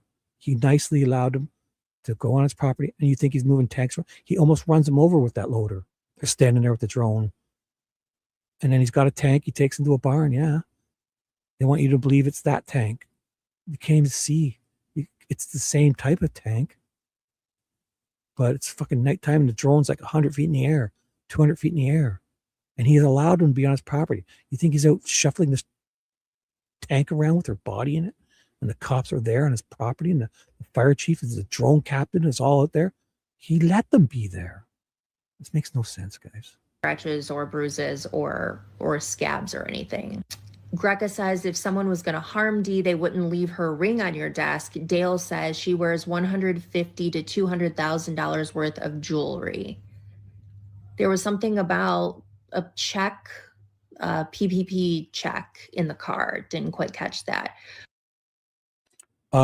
Wait. You asked me how Ted feels about swear words. I don't know. I never asked him. I don't care. Why? Why would that matter? What? And then, wait, is this a joke? TJ, did Shibby not care and will do what he fucking wants? How bad? Oh, what is going on? Is there something about swear words that I don't know about? What happened? Did I miss a comment? I'm gonna go back. I must have missed something. I must have missed something. So the question was, does Ted care about? I don't know. I never asked him. Go ask him. You want his email? I don't know. Some representative spokesperson. I don't even know the guy hardly. I met him last week. I don't fucking care if he likes swear words or not. I'm a man. Do what I want. And if you don't like it, I ask, could you please say fuck more? Right. I do. I noticed. You're right. It's hard when you're on here. Okay. When you do your show, I will come and not hear you say it. I do it. When I start riffing, yeah, it's contagious. I don't know. You start saying it. I don't like when I do it. You're right. Sometimes, yeah, I don't like saying it so much. I will never say it again. How's that? Sniff, sniff. Thank you. Look at that. Move on. Green dress. Move on. The detective asked Dale if she's used. I don't know. I just wake up every day and do what feels right. Say hi to people. If they say hi back, great. I don't know. I don't capitulate. I don't do anything I don't want to do. And I'll probably be on Ted's again. I was supposed to go on at 4:30 this morning. He fell asleep. I woke up and just went straight here. I woke up like 10:30 something. I just jumped in the shower, started this live stream. So I have no idea. I don't know. That's not. I just do what I feel is right. So. Oh yeah, his son. Yeah, but he was back on tonight. But yeah, his son was. Yeah, he wasn't feeling well. I mean, he fell asleep. No, I didn't get mad at him. I never closed my live stream down last night like I was supposed to, because I just had a feeling that if I ended my live stream, I would never hurt him, and that's what happened. Because I messaged him a bunch of times, and I knew when he doesn't reply, he probably fell asleep. So that's why I stayed live. Oh, I stayed live till what time this morning? 10 or 11, 9:30 or so. So, but I was supposed to end at 4:30 a.m. East to go on his show. But I just, when he didn't respond to me, I messaged him a few times, and I knew something was up. So I'm not mad. Fuck, I was on his live stream one night, and he literally fell asleep, and I didn't even have control of the screen. And I stayed on for half an hour babbling. Yeah, the guy works a lot, I guess. He's a busy guy. He's definitely like a salesman, and got that salesman vibe for sure. He can talk. He can sure talk. He enjoyed me. He allows, and I got yelled at on his show last night. They said, "Oh, I'm taking over." And I'm like, Ted invited me on. Ted asked me to share my screen, and I was helping him as a guest. It was Ted's idea. He wanted to do it because he wanted to create synergy between the Guthrie people and introduce them to Delphi stuff. It was Ted's idea. And someone yelled at me for fucking taking over. And I know they were just a troll trying to interrupt. So I luckily didn't take the bait too much. But he asked me to do it. I was helping with my computer. I got yelled at. And in my chat too. Substances or suicidal. He says, I can't put that out of the realm. Dale says he's still trying to figure out who could have picked her up. And he has heard many rumors of who's my wife been with. Greca asked if she could be a lesbian. They say there's got to be somebody who picked her up. Dale questions whether Dee has been meeting someone at Panera and is gone for 2 hours, suggests getting video from Panera. He says it's been choose your battles, don't ask questions. I don't think she's having an affair, but I've heard so many rumors around. At this point, I see one of the jurors keeps nodding off. Juror number 11. He's an older man, maybe in his 60s, and he kept nodding off. The questioning of Hall continues. Cross-examination. Did Mr. Warner know this was being recorded? Hall assumes so. You didn't see any scratches. That's another thing. One of the jurors fell asleep, guys. And is Nicole, are you here? Nicole sent me a photo of herself. Can I show them, Nicole? Yeah. Nicole won't mind. I hope she's here. Nicole sent me a photo when she was on jury duty, what she would do. And here it is. Nicole, thank you for letting me share this. Nicole would paint on, so she could close her eyes. She would she'd draw eyes on the back of her eyelids and jury trial. Right, Nicole? I hope she's still here. She said she didn't mind me sharing it. And Dewey did too. Dewey's here. Dewey shared his. Here's Dewey. He said he spent 2 days at jury. I forget the case.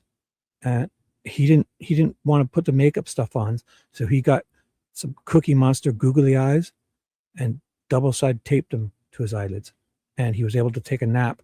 One afternoon, he said he got a 3-hour nap in, and then he voted guilty on some guy. He had no clue what he even did.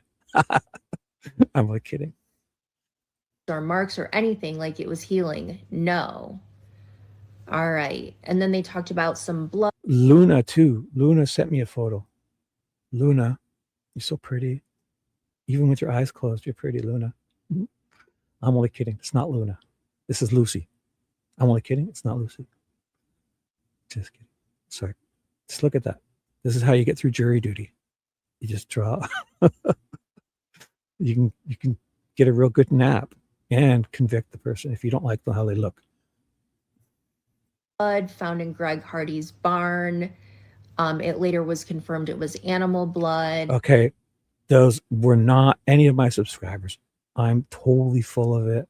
I found them on the internet, and I just thought it was funny. And that he had kicked the investigators off the property on the 27th, saying he had stuff to do prior to them getting there. Next up is Dustin Lally. He is Dee's daughter Raquel's boyfriend since 2016. They have 3 kids together. He says when... Okay, so you think Dale Warner's choking Dee and this guy's not kicking his ass? I don't know. This guy would his beard alone would beat Dale up. Look at this hair. Oh my God. I'm so jelly because he's got like a 4 head still, and I got like the 5.5, 6 head. So his beard alone would have kicked Dale's ass if he had tried choking her. If you're talking about when she was murdered, who did that? It's horrible. Dee Dee, what's up? Hi. Dale wasn't around, Dee was... This fucking guy's beard alone would have kicked Dale's ass. More relaxed and laid back. She was really uptight and watching over. This is, when this guy, if he had more tats on his face, this would be Dee Dee's type for sure. I'm only kidding. Hi, Dee Dee. Over her shoulder when Dale was around. Dale would make degrading comments about her cooking, like, what the hell is this? This isn't done. This is burned. And comments about Dee's clothing loud enough to hear. About 24 times, he says. There was an incident regarding the Hummer in July of 2020. Dee asked Dustin to look at something she found in her Hummer. Dee handed him a small black device and said she found it in the Hummer. It plugs into the vehicle sensor that's like right by your knee in the driver's side. Sorry, they showed the device there. You guys saw it, right? It was this. Shit, they just showed it. So next, he says the lights were on in the house late at night on April 20th. An incident regarding the Lolly. He is Dee's daughter Raquel's boyfriend since 2016. I just wanted to find that thing, so I've muted it. Yes, Paula, what were you saying about the beard? I think you said a beard thing. I got to be ready to pause. I got to be ready. Oh, that was in it. Saw a beard comment I wanted to read. Oh, I missed it. I'm gonna shit. I'm ready to pause. So I wanted to get that tracker on to show you why I don't think. Oh, there's the beard. Oh, I paused it. My finger clicked on it. There's the beard. Well coiffed. Look at this handsome young man. He would have kicked the beard alone. Would fucking kick Dale's ass if he tried choking and abusing Dee.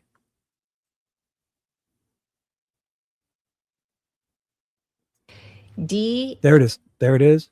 There it is. This plugs into the OBD2 port at your knees, and it's got fucking lights on it, probably flashing away like a router.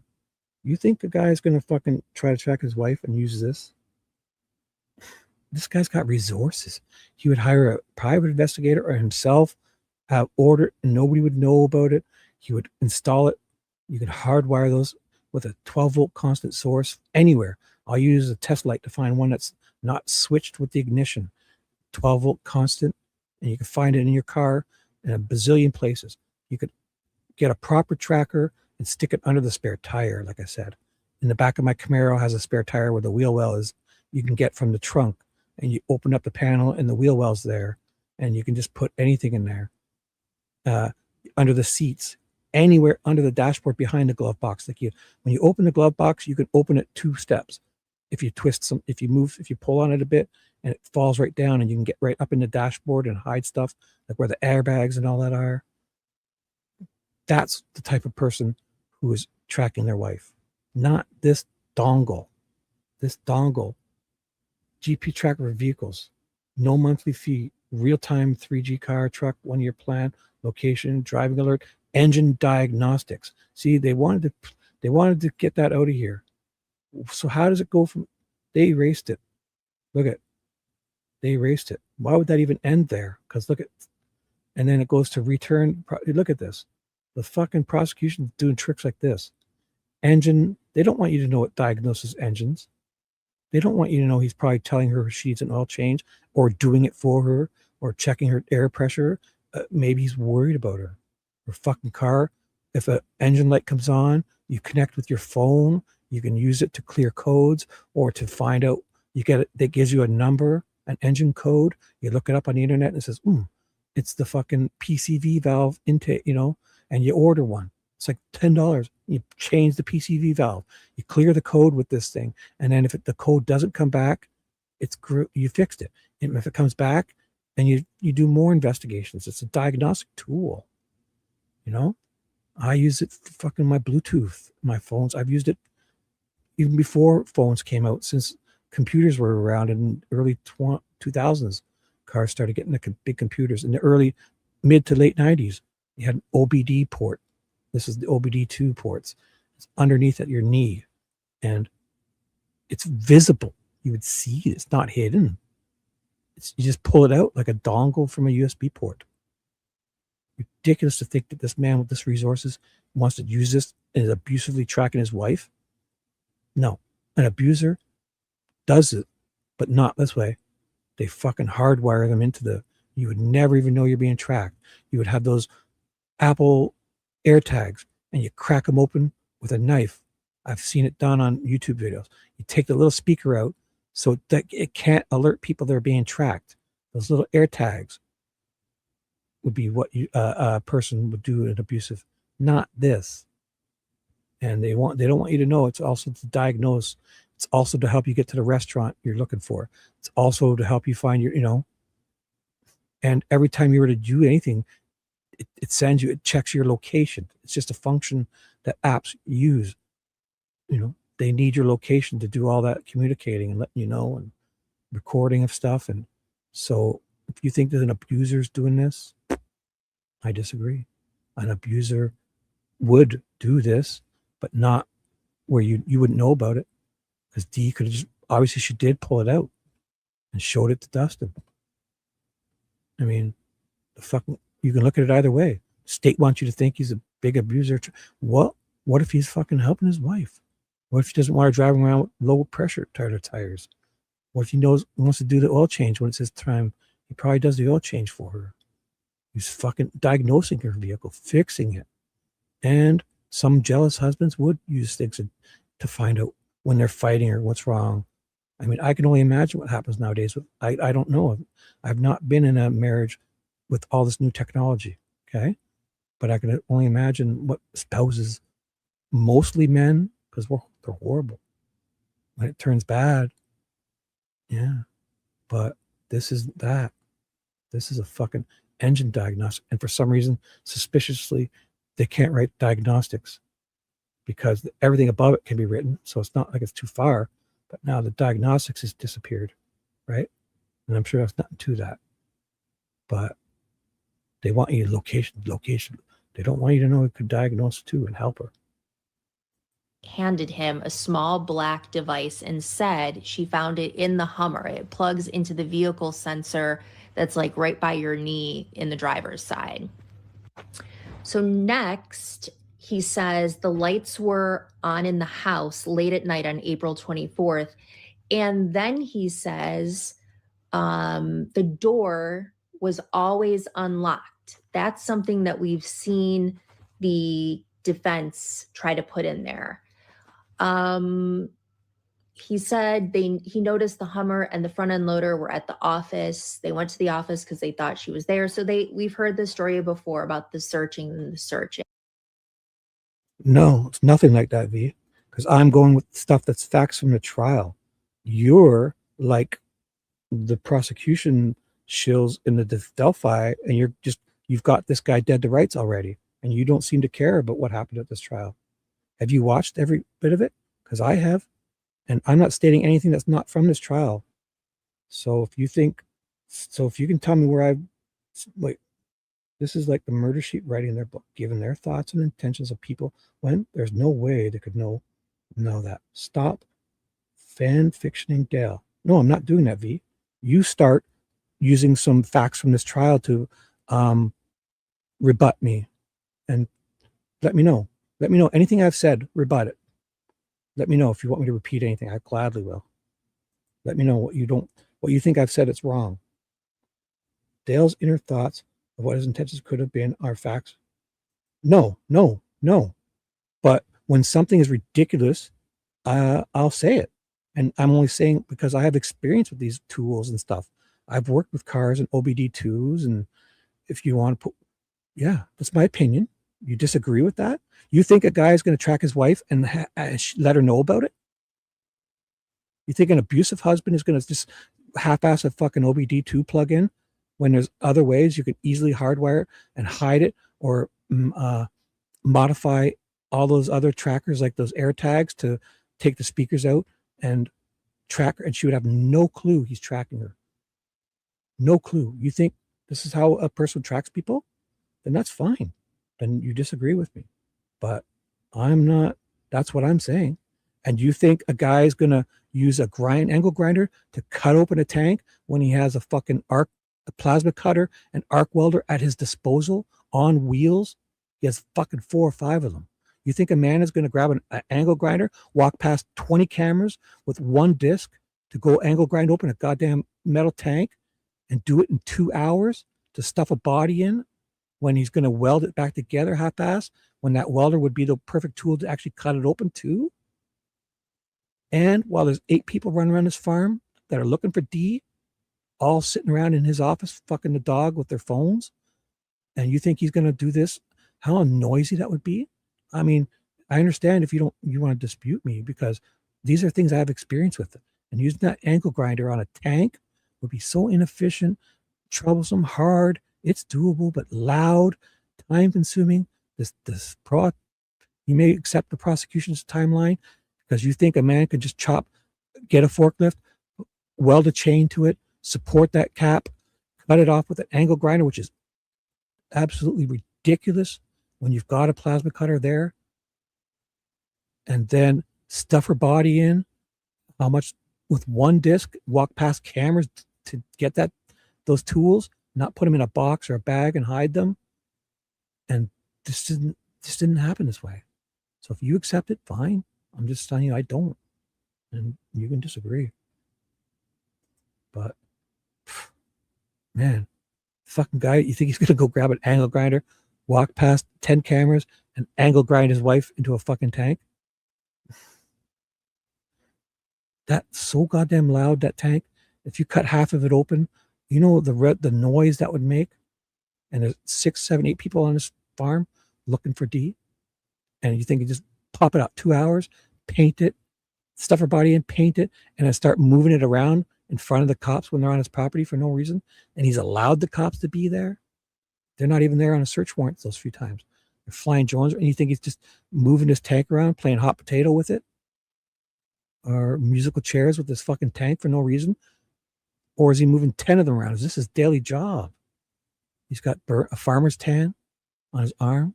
The farmer has a farmer's tan. Anything I've said to them, you dispute. Let me know. Not figuring you on tools. But don't tell me what an abusive man. No, I will tell you, because you're calling him an abusive man, and there's no evidence of that. Yeah, I will tell you, gladly. Can you pay attention to the rest of your chat? No, you're the only one with the nonsensical statements towards me. I'm rebutting you. No. Fucking farmer's tan, right, Lucy? I won't tell you what an abusive man is. You prove me he's abused her. You think he's okay. So you think he's abusive to D, and Dustin Lawley's not fucking kicking his ass every day, and her brother liked him up until this happened? All right, that's fine. So, you've seen Dat Hardy, her brother, Dee's older brother. He said on the stand he liked Dale up until her body went missing. He liked her until she went missing. He liked him. That was a good guy. Calm demeanor. Never had a problem with it. He liked him. You think a guy like that is liking him after he's choked and abused his sister? And that's your opinion. I disagree. He also said Dale came in a few times and said, not sure where she went. Said he was. Until who snapped? Me or Dale? There's no proof of that. You guys, look at this fucking guy. He tried helping the police. He was so forthcoming. I mean, there's no evidence at this trial that he's abused her. The prosecution has what evidence do you have of that? When did he snap? What evidence do you have? Because I've watched. Have you seen this trial? Did you watch this trial? Dee Dee, I love you, but seriously, the rest of the chat has been trying to get your attention. I'm not reading chat. I'm doing a show, V. The fuck? I'm not reading chat. And we've told you no one would know about my. I'm not talking about your abuse. I feel horrible. Don't spin it. It's not about you. This is Dale's trial. I'm horrible that you were abused. I'm not making light of it. Don't try to turn it around as if I am. I would never do that. But we're talking about this. How you want to lead to that? I see tons of reason with that. So what's the proof? So I think Mimi and V would definitely show me, and Dee Dee. Can you guys, what proof? Look at this guy. What I would love to know if he, I will change. I don't know. I didn't hear it. I've watched this whole trial. There's no evidence he's abused her. They want you to think he's got secret cameras. These cameras are in their house. I think that's weird. My brother and his wife do it too, but they know about it. If she didn't want them there, she would rip it off the wall and fucking throw it in his face. Throw it right in the garbage can in front of him. You don't think Dee would do that? I can't call her a firecracker. Apparently, V thinks a little bit batshit crazy is okay. I mean, I don't want to say she wouldn't allow it, in my opinion. And I don't think she was all that afraid of this guy. I don't see evidence of abuse. He left the farm. Yeah, he's got shit to do. Fucking guy was running a $50 million farm. Fucking workers everywhere. They had a trucking company. Look at this guy. Look at his fucking. You look at these eyes and say he's a fucking murderer. Oh, well, no evidence. Just this. The state has really got you all riled up. There were blind spots. What does that mean? Does that mean they didn't catch people? Right. If there's blind spots, why would he walk around on camera? He would know all about these cameras. No. What does that mean? There were blind spots. Abusers can be so.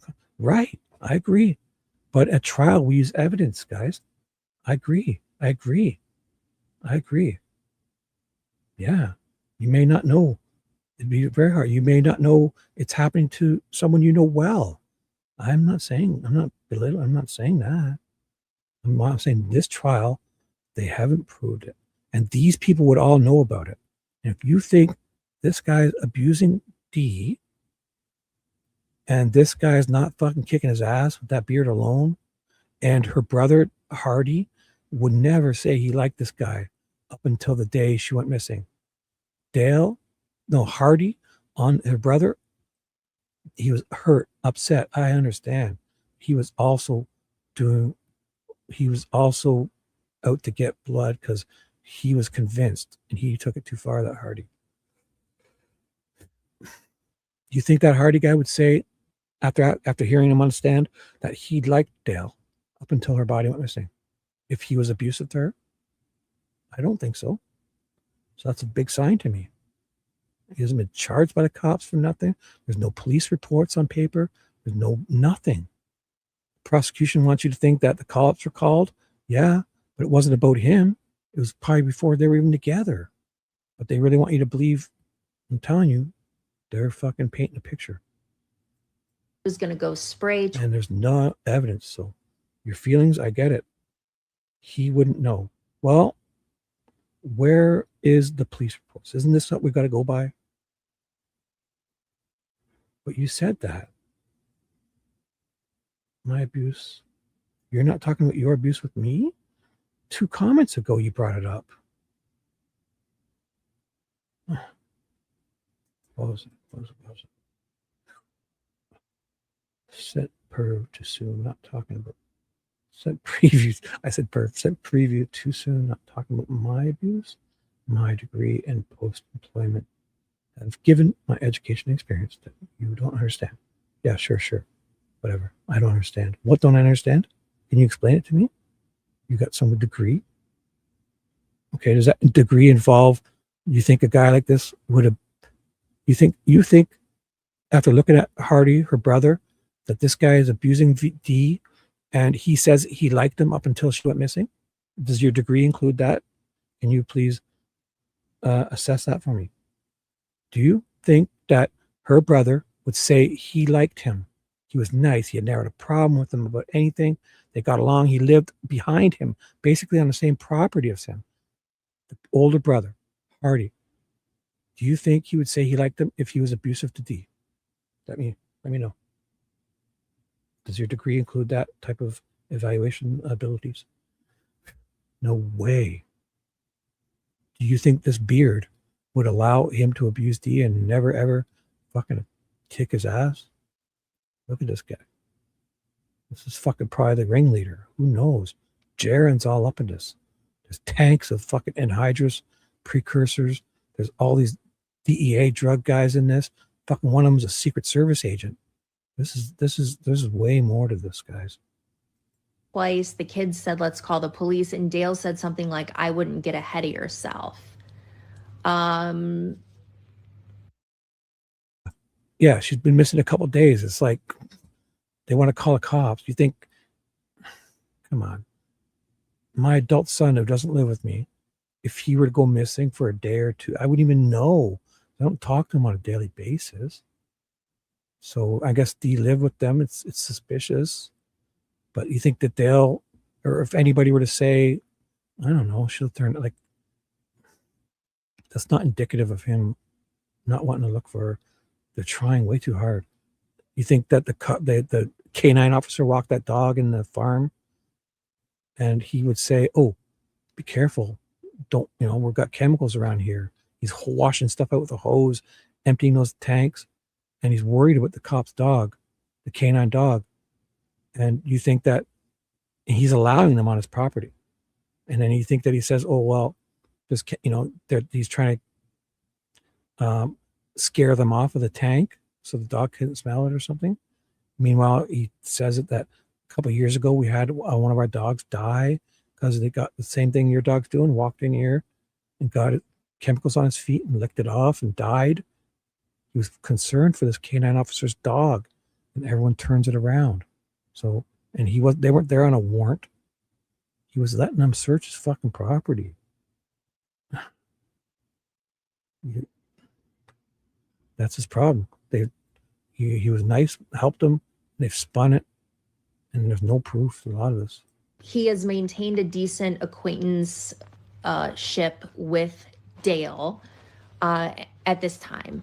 Dale came over in July and talked in the living room, and he said, Dee fucking hated you, right? And she probably ran off with another guy.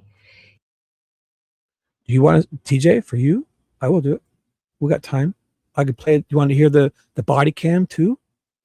I love it. I'll watch that. I'll watch it. The body cam and the where is it? The body cam. Oh, I have it on a different playlist. Playlist. The body cam. Where is it? Recaps. Let me just double check. There's the body cam and the jailhouse call. Must have played it. No, not here. Do you want to take a little diversion to show how about when did that happen? I just had it in one of these playlists. It's got to be in the complete one. It's all, not this one, not this one. I'll check this one. Got so many playlists now. It's the body. It starts out with that guy in the body cam. Here it is here. Oh, I have them in this order. Perfect. So for TJ, Would you like to take a little diversion and then come back to this? Let's do it, because I love this. So this is Jaron. Tell me, and then we're going to play his phone call. So Jaron gets arrested on body cam, and then talks to the cop in the cop car very weirdly. They stop before they do this whole little charade act to get it on camera. Then they shut the cameras off, and then they take him inside where he's about to be on 20 cameras. So it was really strange. It's almost like they were doing this as a, as part of their state's witness, turning him state's witness plea. He's helping them, I think, because then he's supposed to not know about a body in the tank. He's only supposed to know that they took a tank, and then he makes the phone call the next day about this tank. It's fucking amazing. He's talking in this video. He's going on about the inheritance is about to come through, the life insurance, the farm is being sold, there's LLCs involved. This grandpa's going to purchase a couple properties, but they're going to divvy it up. His wife sounds shocked because they're almost ready to have it all. This guy, if Dee dies and Dale disappears, he's got a lot to gain here. So you can be the judge. So TJ, let's do it. I'll do this and then we'll play the call. So in the beginning, I'll try to turn it down a bit because there's wind, but it doesn't go very long. The wind, when they get inside the cars, it kind of stops. But then they do another angle where there's a bit more wind. But 80% of this is inside a car. So this is from wind. We're driving. And the date is, what was it again? March. Can't exactly see the screen. It is March 1st, 2025, 9:30 a.m. March 1st, 2025. Jaron is going to pull up in his truck and he's going to say some shit in handcuffs in the car. This fucking guy's. And supposedly this cop is a 6'7" tall cop. He doesn't tell him about the body, just the tank, some serious felony charges. The next day he calls Dale. Sounds goddamn suspicious about this tank. Going on, tank. The call, he's yawning, sounds so nervous. Dale's oblivious, in my opinion. And then all of a sudden his charges are gone. And he doesn't even have to testify at trial, nothing. He turned state's witness. And they fucking gave him a sweetheart deal to nail Dale. I think this guy's way more involved.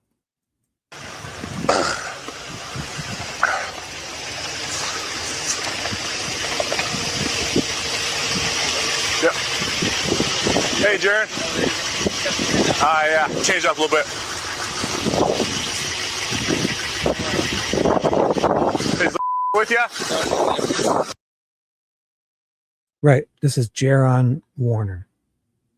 Dee is his stepmom. This is Dale's son, Jaron, not Zachary and all them, Bach and all them. This is Jaron, Jaron, Warner, Dale's son, and Dee's his stepmom. So boom, Dee, if this picture, I'm not saying, but this anhydrous is, I think, a precursor for drugs. If this guy's all wrapped up in this, Dee being gone and his dad, it's pretty convenient for him. And why are they arresting him? What would they do to arrest him for these serious felonies? What is it they had on him? And this is just a couple days ago, that other cop, the good cop, Greco, he came to talk to him, but Greco took his body cam off and put it in the car and came back and talked to Jaron. And I bet you at that time, Jaron said, hey, he choked and flipped or something and confessed to, and Greco tried to do the right thing. He probably wouldn't talk to him with the body cam on. This is and then Greco thought Dale didn't do it at all after talking with this guy. And then Greco gets 8 months of harassment from the prosecutor and the Hardy and his private investigator. And he ends up in jail. Like Click did. That Greco, Detective Greco, after talking to him, removed his body cam. This guy gets arrested. Why? Serious felony charges. All of a sudden, the next day, he's fucking calling Dale on a jailhouse phone. This cop doesn't tell him about the body because he knows he's going to he listened to the phone call because they'll both be locked up. And then all of a sudden, this guy walks with no charges and is not at trial. Okay. We got a warrant for your arrest, buddy. Put your hands behind your back. Are you serious? Yeah. Are you serious right now? I'll explain everything to you. Just give us a minute, okay?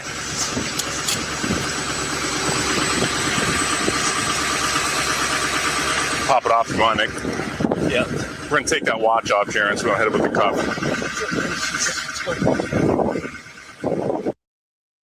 Yeah, Jaron. So in this, they tell him, because that's the whole thing on the stand. The cop tells him, I told them about we're taking the tank for x-rays because he wanted to hear the phone call between him and Dale, but he didn't tell him about the body, he said. Yeah, he's up on some felony charges. You'll hear it. He says accessory to the fact or after or something, and accessory after the murder and this and that. Yet on the stand, the cop says, because the call is the next day, he calls tomorrow. The jailhouse phone call, because he knows they'll both be in jail and he gets to listen to the call. He says, I didn't tell him about a body we found. I just told him we took a tank to be x-rayed, and he told him to say tank 34, which is supposed to be like as if he wouldn't know what tank 34 is. He's like, I don't know why they're saying 34, 34, 34, tank 34, tank 34, 34. You know, he's in this phone call tomorrow. He's turned state's witness, getting a sweetheart deal. He got let off all his charges. There's something going on. Why would you arrest this guy? You wouldn't have him doing all this. Then let him off for what? He's accessory after the murder and all this active. Listen to the charges. He walks, no charges. After that beautiful little phone call trying to set Dale up. Dale's a fucking oblivious.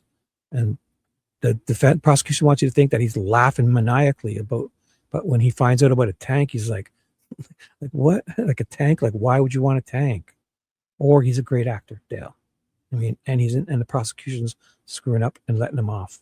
Either way, this is fucking sus.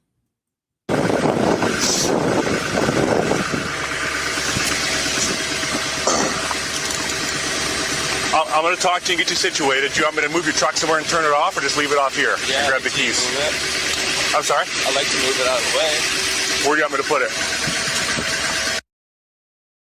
No, I'm not, V. Are you okay? Are you mad at me or something? I'm not comparing this to Epstein. Sweetheart deal. Maybe like the Barbie and Ken case up here, they call it. It's called a sweetheart deal. When you get a great deal to fucking turn state's witness, you don't even have to show up to trial. They're probably letting him off knowing he did a bunch of stuff. He's going to fucking inherit. He's going to split up a farm with Raquel and Amber, 3-way of fucking $50 million property or something, and all their her life insurance and everything. They're divvying it up. And now he's being charged today. They're arresting him. Tomorrow he makes a phone call, and then he's off all charges and doesn't have to testify at trial. That's the definition of a sweetheart deal. So you can say what you want about me. I don't know what your problem is. Straight over there, I guess. Over here? Yeah, probably. I'm not mad. Why did you bring Epstein into this? What did I say about? I said sweetheart deal. Here. Shibby says, oh, you put LOL. Okay. No, I'm not mad. I didn't see the LOL. Okay. But still, it isn't Epstein. No. But it's the definition of a sweetheart deal. That's what they call it.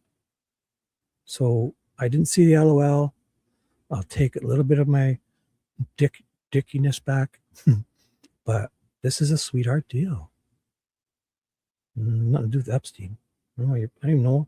The Epstein shit is way too much. I can't even handle it. It's horrible. I mean, I don't know.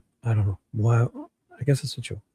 I didn't see the LOL, so I thought you were mad at me. But this is a sweetheart deal. Okay. He's a little sweetheart.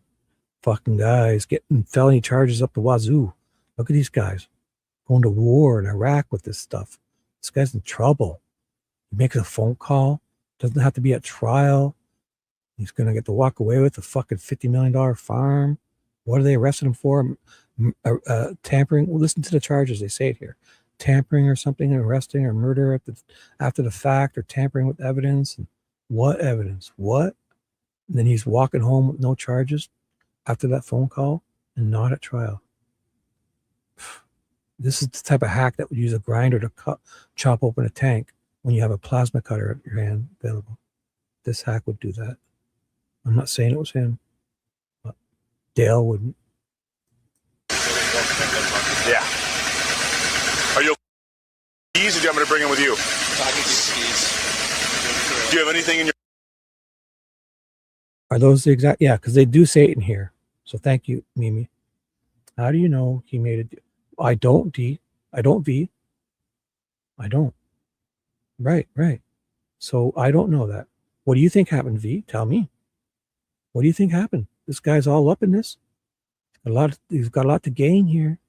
He talks. Listen to him in the car, talking about he's about to divvy up life insurance and the property, the inheritance, and D's life insurance, everything.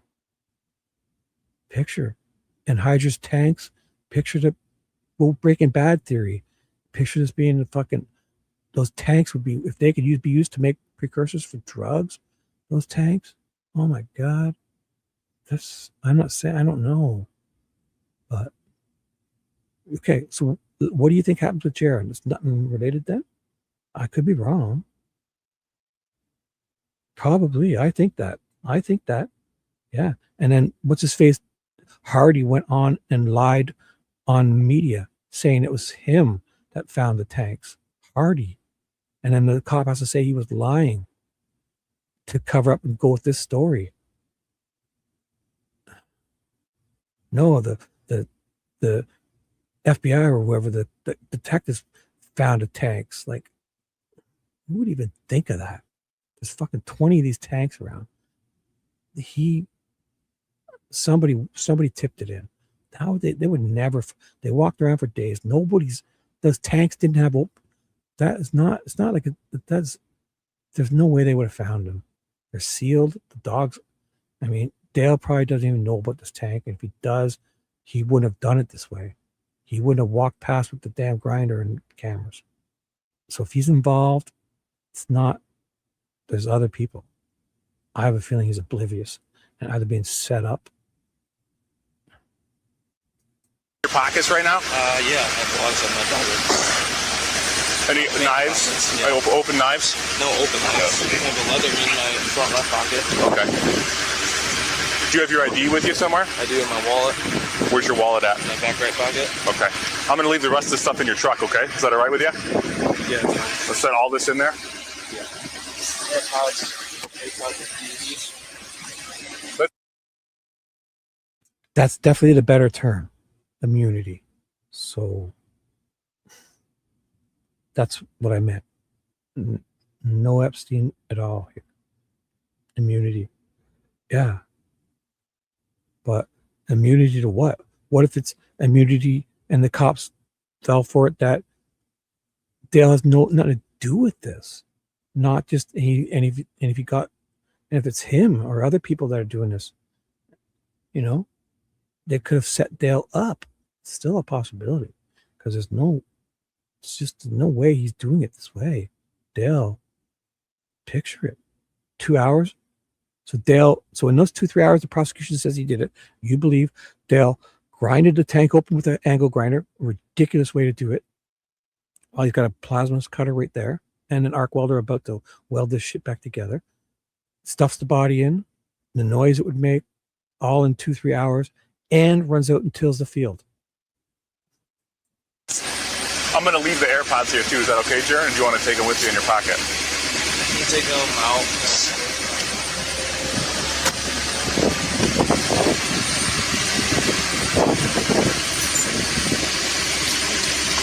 I'm going to leave all this stuff here. Call my lawyer or anything? Yep.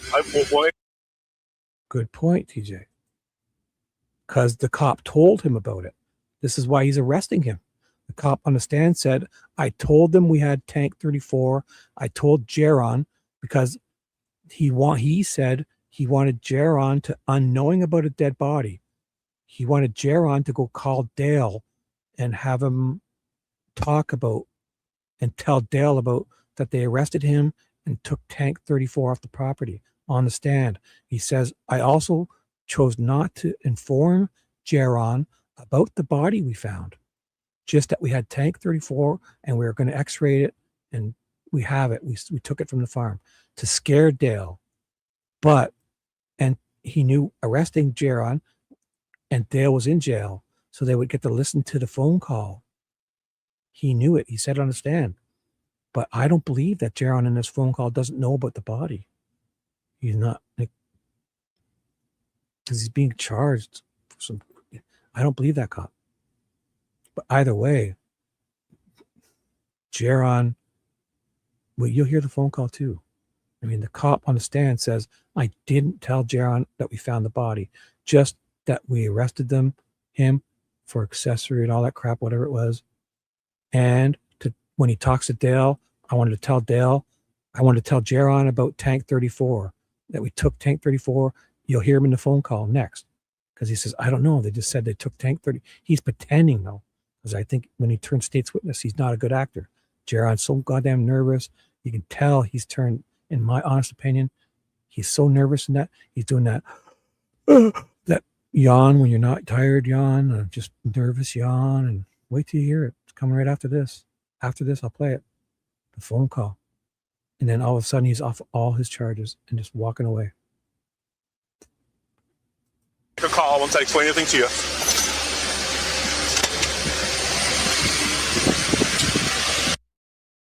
So like Lucy will point out, it does, I guess, sound conspiratory, but this whole thing, I think, is a charade for the camera here. Because they get up to, they stop in the car to do this phone call. Before they pull into the police station, they stop and get this over with. Inside the car. Why? So they can have this cam to present this fucking fairy tale.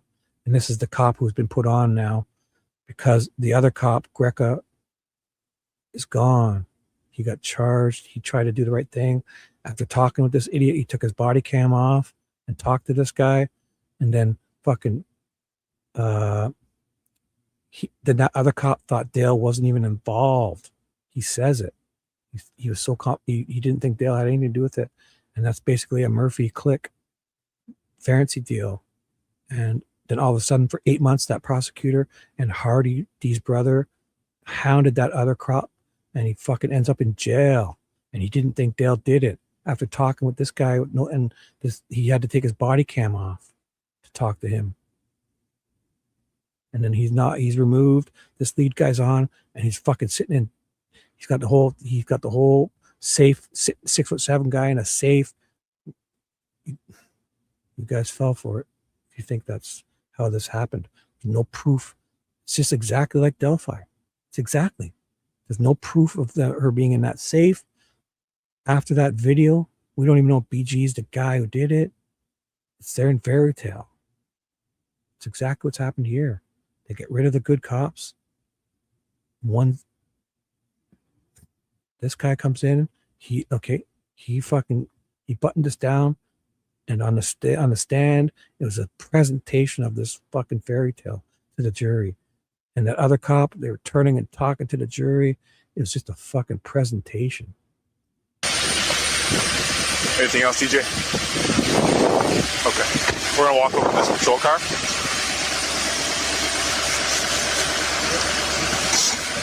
And if you look at the video, I don't see him getting read his rights at all here too. Watch. Is there any cuts in this video? I should probably pay better attention to the time. So 9:36:03. Kaiser, do we got those locked up?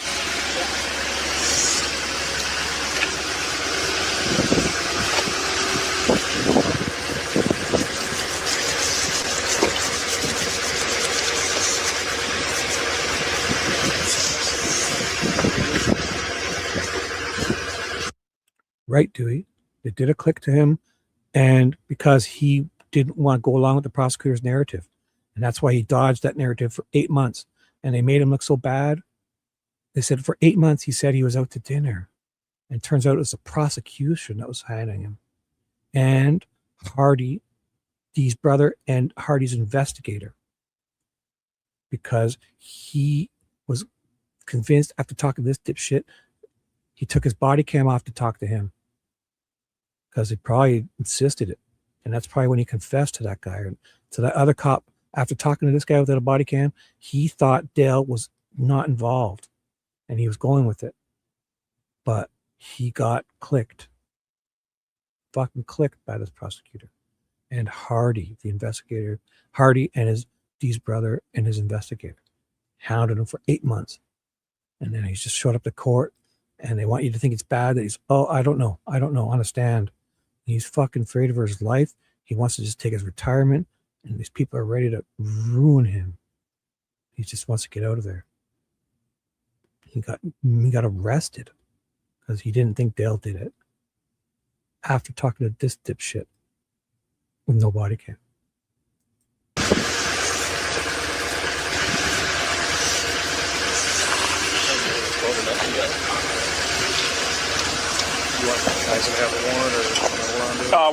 We're gonna dock up down the street and just follow me out of here.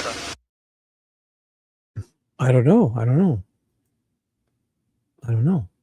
That wasn't what they said. Why wouldn't they just tell him that? Yeah. And you'd think they would do, no, they would just say that they would do a Holman and say, oh, the camera glitched. We really read it. I'm not saying they didn't. I'm just saying they don't show it here. Right? Because he gets in and they show another angle. And maybe one of these guys read him his rights and we didn't see it. I'm not saying it didn't. So Dewey and I were talking about this the other day. So I'm not saying it didn't happen, but usually we see that, right? Because this guy's the one running this. He's the quarterback, this big guy, 6'7" guy here. He's the quarterback. He's the new detective after Greca was removed. And Greca just finished talking to this dipshit without a body cam. And Greca then wasn't sure that Dale didn't have anything to do with this. Or it wasn't him. And then Greca ends up getting clicked into the fucking jail because he won't respond and bootlick with that prosecutor. And that fucking Dee's brother and his investigator hounded the shit out of him 8 months. Said he was up to dinner. And he ends up in jail. And he didn't think Dale did it. Why is he in jail, Greca? What? Because he took his body cam off to talk to this guy who probably said, I won't talk to you with your body cam on. And then he's removed, clicked out of town. Luckily, he probably said he'll go to trial and just say, I don't know, and he'll keep his mouth shut. He did a Murphy. He did a 180, kind of not 180, but he's, I don't know. Take my retirement. Get the fuck out of here. Alive. This is deep.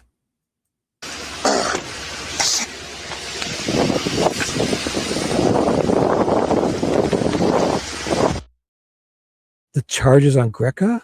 Oh my God. The cops? I don't know exactly. We'll have to go over it. He was charged for not helping the prosecution or talking to them. Something. Mimi, do you know? We'll figure it out for you. But yeah, he got fucking clicked for sure. So Mimi probably knows if she's still here. She knows. Oh, here we go. Oh, is this it?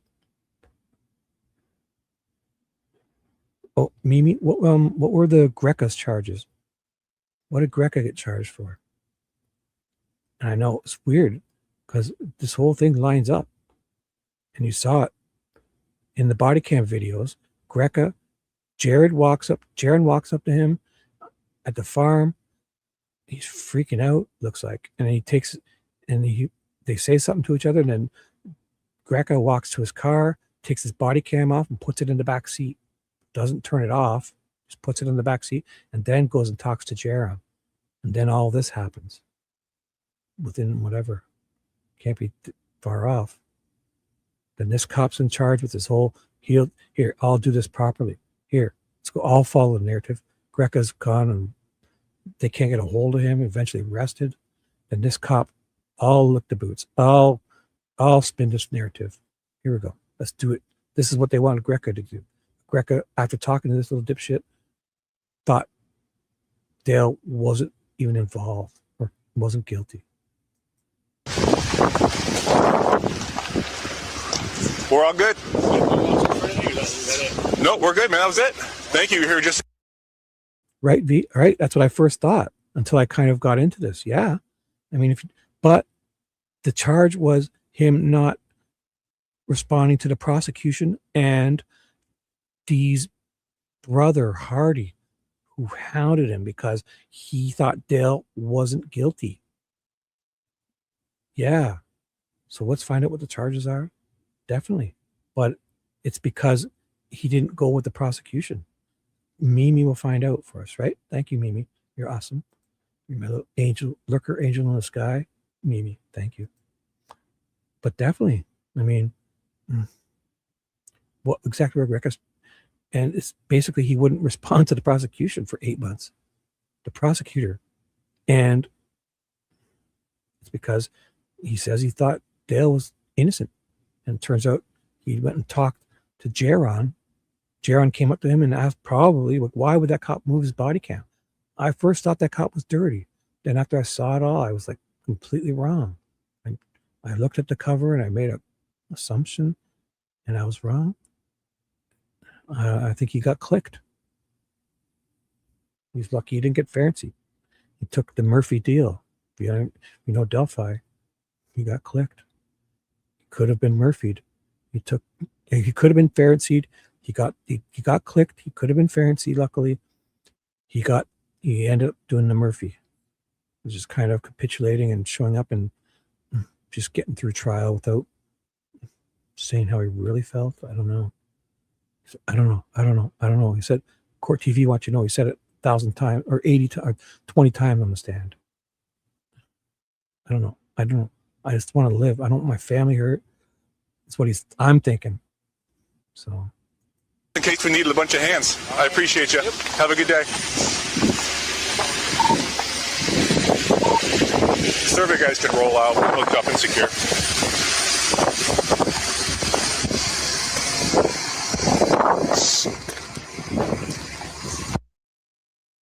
Right. Yeah. And he didn't want to testify because he thought Dale was innocent, right? Mm-hmm. Yeah, they said he was fleeing, but he's fleeing the prosecutor. Who flees a prosecutor? What cop flees prosecutors? Huh? They're working together. I think a cop that's fucking not willing to go bootlick and follow the narrative. That's who flees a prosecutor. That right there is pretty telling. So flee to avoid a subpoena. Yeah, he fled. Didn't he get arrested, Mimi? I could have sworn he said he got arrested. And he's the one who thought Dale was not guilty or nothing to do with it or innocent, or after talking to Jaron, because after removing his body camera to talk to Jaron, he's off the case, fleeing. He doesn't think Dale did it. He's fucking ends up getting arrested. Prosecutor hounds him for 8 months. This guy comes on and he does this. See, I'll do it right. This is what Greca would get a promotion if he did this.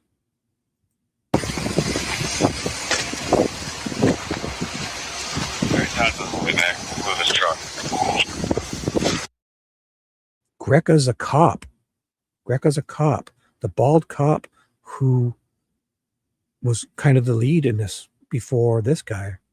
Greca was the one on the farm walking through all the vehicles, looking in the vehicles on his body cam. Greca was the bald cop. And he was standing there, and Jaron came up and started talking to him. And then all of a sudden, we don't know exactly why. There's supposed to be transcript at this trial too of this. He takes his body cam off, I guess because I would assume because Jaron wouldn't want to talk to him with the cam on. This Greca puts the cam in his back seat of his car and goes back and talks to him. And then the other guy, analyst, says that they got audio from that. There's a transcript to what he talked to Jaron about, but they couldn't play it at court. And then we could play it at court. There's a whole thing about that. So remember that, because he took his body cam off to talk to Jaron, but you could still hear them talking outside the car. Not very good. The analyst, one of the cops, analyzed it, and they got the audio from it. And then one day they said they couldn't have it at trial. There was a weird thing about that. I forget exactly. And then all of a sudden it was allowed, but they couldn't play it because the jury needed headphones. So the jury got to listen to it back wherever or something. So there's audio of somewhere of Jaron talking to Greca after Greca took his body cam off and put it in the back of his car. They still picked it up inside the car. They were outside the car. So I forget exactly what it was. There's audio of it. They didn't want Jaron in court. Yeah, because he got what is it? It's not a sweetheart deal. What was it again, V? There's a better word for it.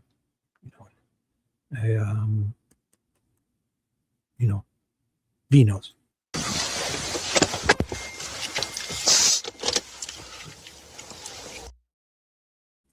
Possibly. I'm not even alleging anything. This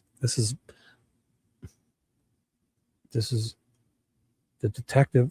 The detective said it. Yeah, the detective said it. He didn't think Dale did it. This is why he's getting clicked, because he wanted to go with this guy. Is basically a click. He's lucky he's not a Fernsey, and he got lucky he turned into a Murphy. At least eventually went to trial for the prosecutor and didn't end up getting his life ripped out of his ass because he's retiring.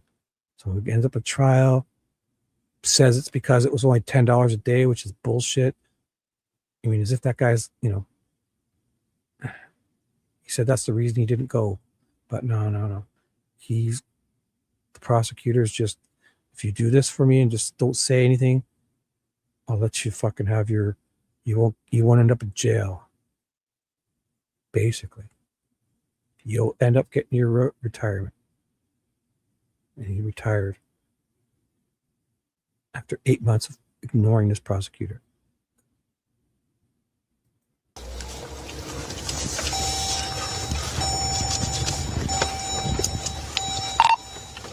We're going to relocate and back up down the street if you guys want to follow me over.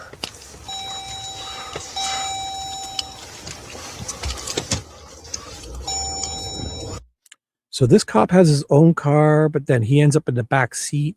This is all a fucking charade. Performance. Watch. No. Did he read him his rights? Did the other guys read him his rights? Is this Jaron in the car with him? Because Jaron ends up in the front seat, but this guy ends up in the back seat. They switch. They stop before they get to the police station. Call his lawyer on speakerphone. Call his wife on speakerphone. His lawyer gets warned there's cops in the car. His wife doesn't get warned, and Jaron warns his wife not to say anything bad about the cops, as if he's joking, like, don't badmouth the cops, like as if, like it's a joke that and the cops like, ha ha ha, we would deserve the bad representation, But Jaron, I think, was warning his wife not to say anything dumb, because she'd be like, oh my God, they caught you. Oh my God, we almost got away with it. I don't know. Wait till you hear it. It's coming up.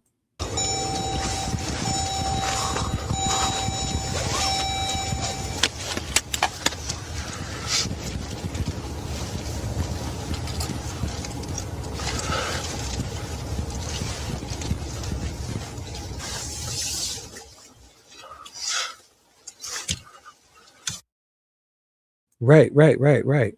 Because you hear, yeah, good point, Mimi. Good point. And you hear him, Jaron, in the next video, right around here, right around in about 10 minutes, 5 minutes, Jaron talks about it. He talks about they're divvying up the farm. He talks about the inheritance. He talks about the life insurance policy, and he talks about there's an LLC that is his grandpa, because there's a few properties that are important to them. So yeah, that family, they all have, this has been in their family, and the grandpa gets to come in and buy in an agreement. He got a couple of the properties he wanted out of it. And I'm not sure exactly which grandpa it is. If it's on that side, that's even worse, right? Maybe. Because yeah, he would want, like, yeah, because he says it in his, he says that the grandpa was able to purchase a few of the properties that were like, what's that called when it's special to their family? There's a name for it. Shit. I'll think of it in a second.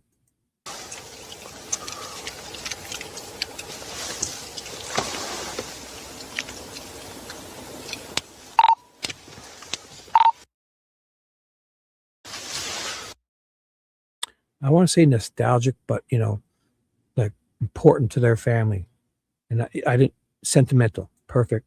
Yeah, that's I had nostalgic but sentimental, because it's basically how when I sell my RC cars to people, I buy like 80s versions on eBay and I fix them up, the special ones that were from someone's childhood. And if you put it like brand new, it's like you restore it to brand new. And I love doing it. And then I sell it. And all I just wait is for someone to want, like, it's, oh, that's the car I had when I was, in grade 8. And it's like 50 years ago, I was a kid. I've been looking for, the reminiscence, the nostalgia. They'll pay ridiculous amount for it. It's funny. Not funny. I don't mean to, I'm not, you know what I'm saying? If you find somebody who really, it's hard to find them too. So, I mean, it helps. I'm not doing it. I'm not conning them, but if you sell it, if you wait on like eBay, somebody who really wants it will pay ridiculous amounts, and it's worth it. These are the cars I sell are collectors, like from the 80s, and it takes me weeks to restore them to like brand new condition, exactly how they look like on the box, with the box and the manuals and all that. And it's like these, oh my God, I had one when I was a kid. They definitely pay more. That's what I was looking for. So reminiscent, nostalgia, and sentimental, which usually shouldn't factor into selling stuff, but it does when it's like older collector stuff like that.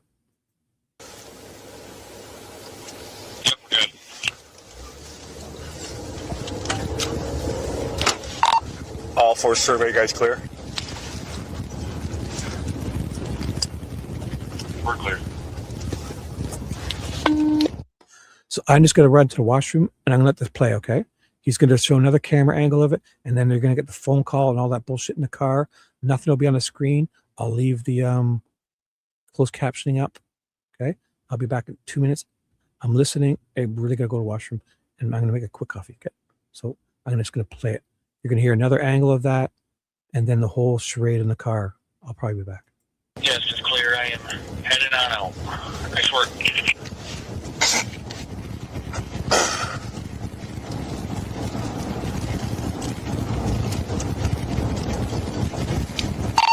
Thanks for your help, guys. I'll get you the code here in a few minutes.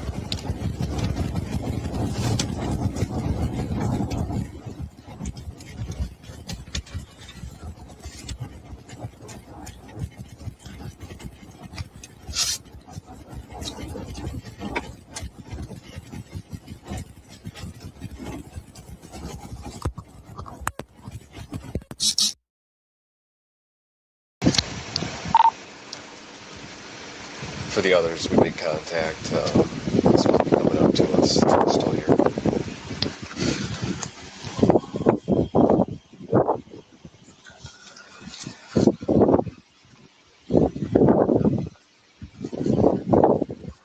Here he is.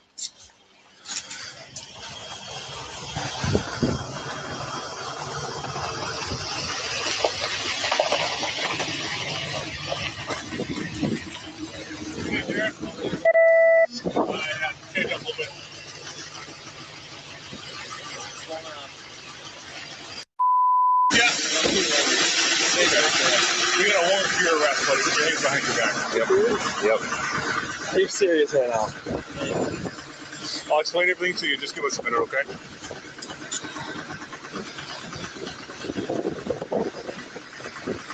Pop it off the line, Yeah. We're going to take that watch off there and go ahead with the copy.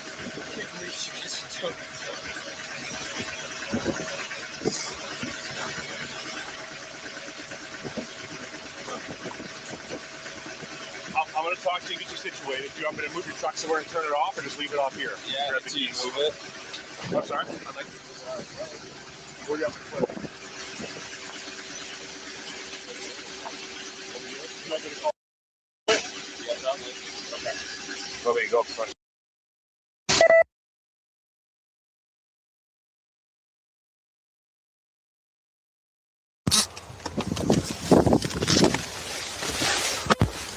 I'm good.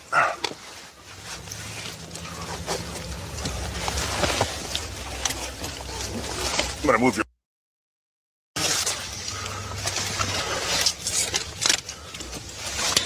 Who's after? warrant was for, and I just told him you might be able to answer that for him, not me. Jaron, your warrant is for accessory after the fact of a homicide and for tampering with evidence.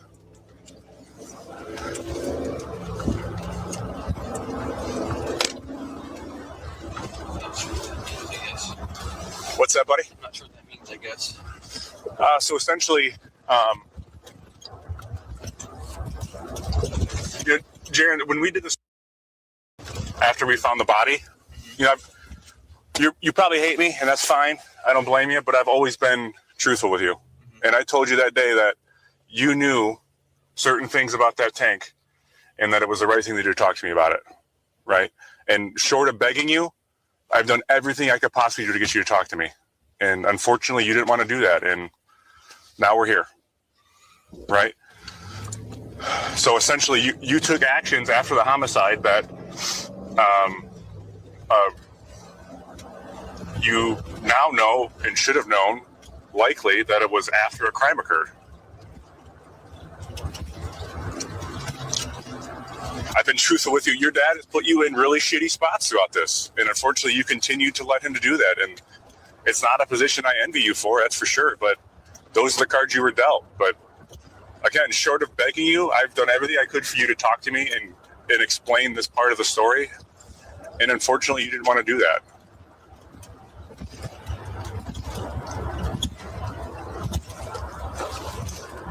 I mean all that really sincerely, Jaron. You've been put in a shitty spot, but unfortunately, you've made these choices too. Do you know your lawyer's number, or do you have your phone? Your phone's in your pocket? Before we go inside of the jail here, with your permission, we can unlock your phone and make those phone calls or call from my phone, whatever you'd like to do, okay? Yeah. Is there any other calls you would like me to make for you? Any other arrangements you need to be done? Girlfriend or? My wife, yeah. You're married now, your wife? Okay.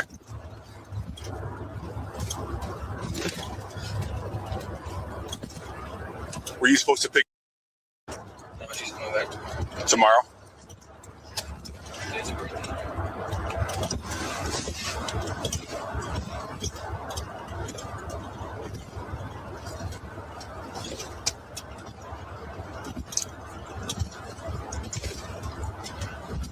I was a little nervous. I thought you guys only stayed up. I was with you. I'm happy she wasn't here today. I hope you. I mean that sincerely.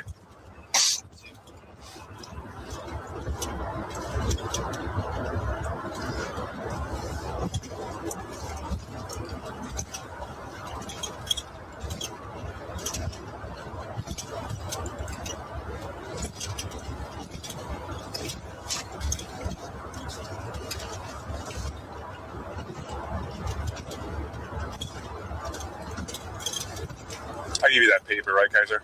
Okay.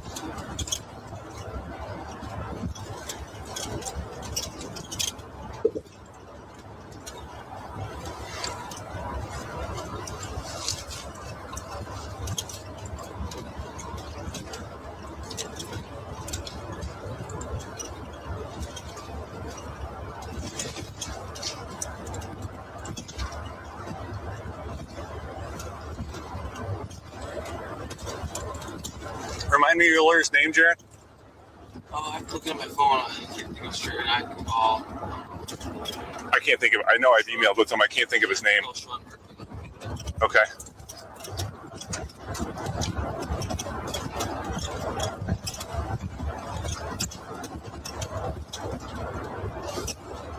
Do you have his number saved in your phone? Oh, okay. Say again, I can't hear you. If I go through my contacts, I can probably find it. Okay. I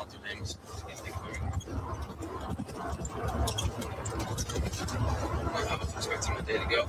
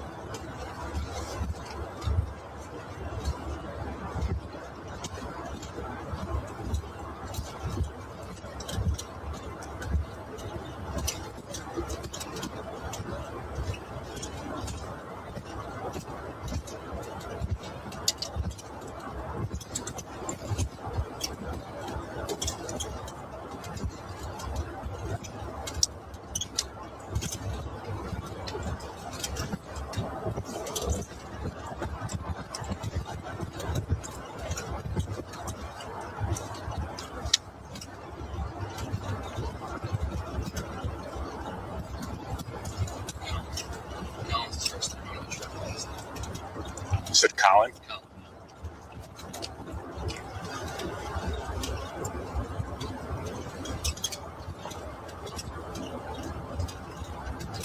How did you find him? He knows my dad's lawyers. He went to school with my dad's lawyers. Mary? No, Sean. Oh, the Murphys? Yeah, or the Seans, I should say? Sean had. Okay. And then he also knew the lawyer I had for the guardianship case with Angelina. Okay. What's going on with the settlement? Is all that stuff finalized yet? It's close. They kind of found a buyer for the land. Oh, really? To work out some details of it all. All a lump sum? One person? Most of it, yeah. Oh, okay. It's kind of split. There's like an LLC that has most of the land, buyback. And Yeah. There's a couple properties that are personal properties to like my dad and D. Yeah. My grandpa's buying the personal properties. Somebody else down in this properties. Oh, okay. But nothing's ever easy, so I'm sure it's going to take time to go through all of it. I'm sure it's been a big chunk of the stress for you is the civil stuff and the land and the management and you're working 3 jobs trying to get all the stuff done on your own, probably, right? How much was your uncle helping you? With the farming stuff? Yeah. Quite a bit. Yeah. He's got his hands full too, though. How much does he do on his own? I don't know exactly, but a decent amount. My grandpa's getting older, so he's gonna do a lot. He's slowing down and he's having to do more, probably. Yeah. How's Grandpa's health? Pretty good. There were some bumps in the road last year, right? Yeah. Yeah. Some heart issues. He's slowing down a little bit, but still getting around, so that's good. When did you get married? We eloped in September. Okay. End of September, we went to Oregon. And then we had like a reception in December. Okay. Where'd you do that? The reception? Yeah. Fairgrounds.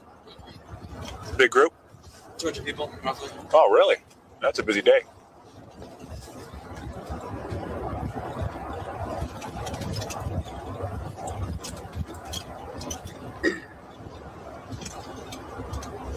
Is she from the area? Ellie? Yeah. Yeah. We went to high school together. We didn't really talk that much when we were in high school, but I guess we met up after college. Mutual friends kind of set us back up. Okay. You went to state? Yeah. What's your degree in, Jaron? Applied engineering sciences is my major.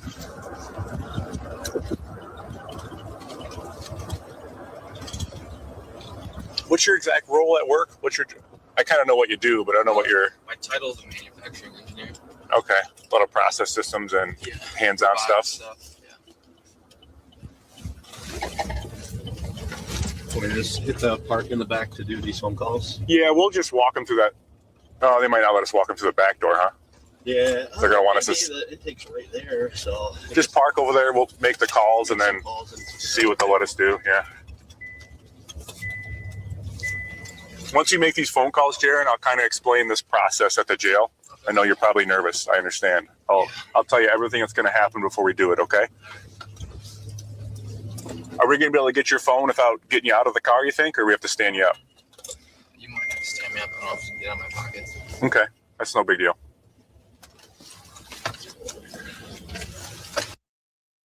Right.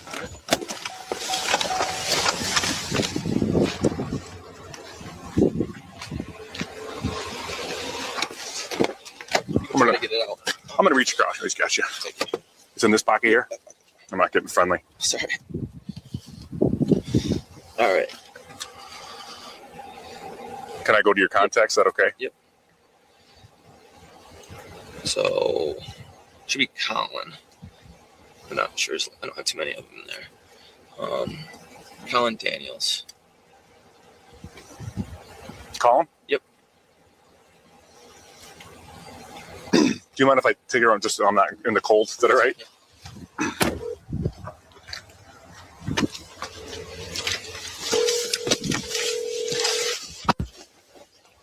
Hello. Hey, Colin. It's Jaron. Okay, so I was just on the phone with Colin, you're on speaker with the police, just so you know, buddy. Okay, who am I talking to? I just wanted you to know that we're here before you start saying anything, that's all. Okay. Go ahead.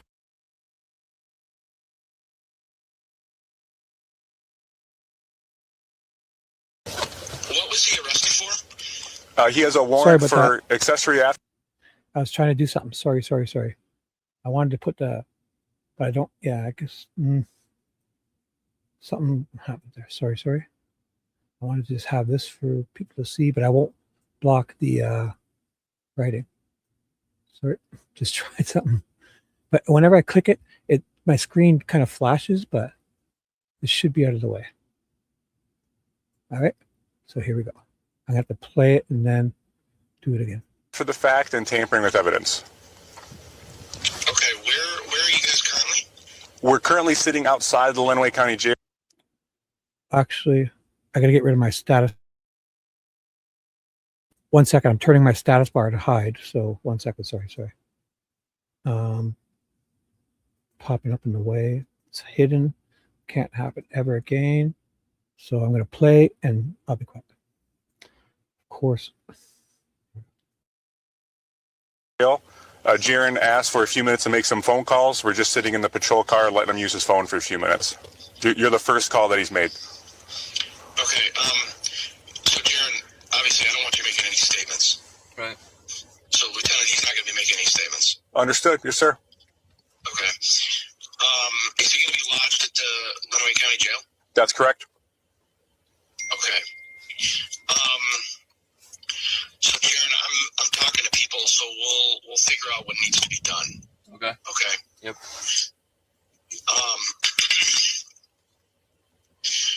Was there a reason that you guys had to pick him up on a Saturday?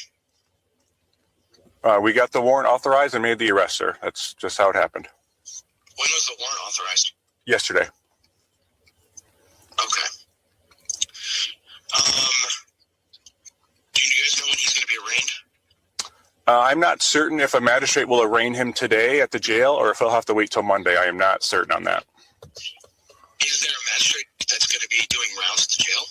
That's why I'm not certain. I'm not sure if they'll come to the jail. And sometimes after hours or on a Saturday, the magistrate will come to Lenawee County, but I haven't worked here in some time, so I'm not certain. Okay. Do you know if they do Zoom arraignments via Zoom? I couldn't tell you that either. I know the courthouse uses Zoom semi-consistently, but I don't know if they do it for arraignments or not. Okay. All right, Jaron. So I'm not actually in town right now. My guess is that Neil's going to be coming out to meet with you. Okay. Okay. So let me make some phone calls.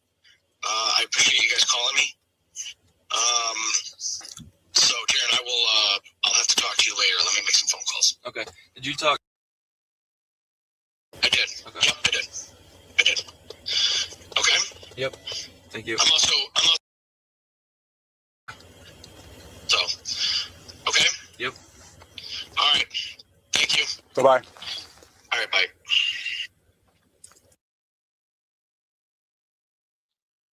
So that was the lawyer. Next will be, you'll notice he uses facial recognition. I wondered how he opened his phone last time. He puts it in his face. Watch. And it's his passcode, like he opens it with his face. But yeah, Mimi. I just paused it because he's about to call his wife. But what we need to do is, here's the order. I'm betting that the cop Greca did this before, right? He took his body cam off to talk to him. Then he gets arrested, and I bet you the phone call is after this. Because if that's the case, then this cop is caught lying on the stand. Because this cop says he never told him about the body, just the tank, because he wanted to hear them talk on the phone, because he knew he'd get to listen to them on the jailhouse phone. He says it on the stand. So if that phone call to Jaron and Dale is after this date of May, what is it again? What is it again? Sorry. It is May 1st. Then this cop lied on the stand. If Dale's phone call with Jaron, if Jaron called Dale, the phone call we're about to listen to, so that's all we need to find out. I bet that's the order of operations. The good cop took his body cam off to talk to this guy, doesn't think Dale did it, then they're here arresting him however long after that happened.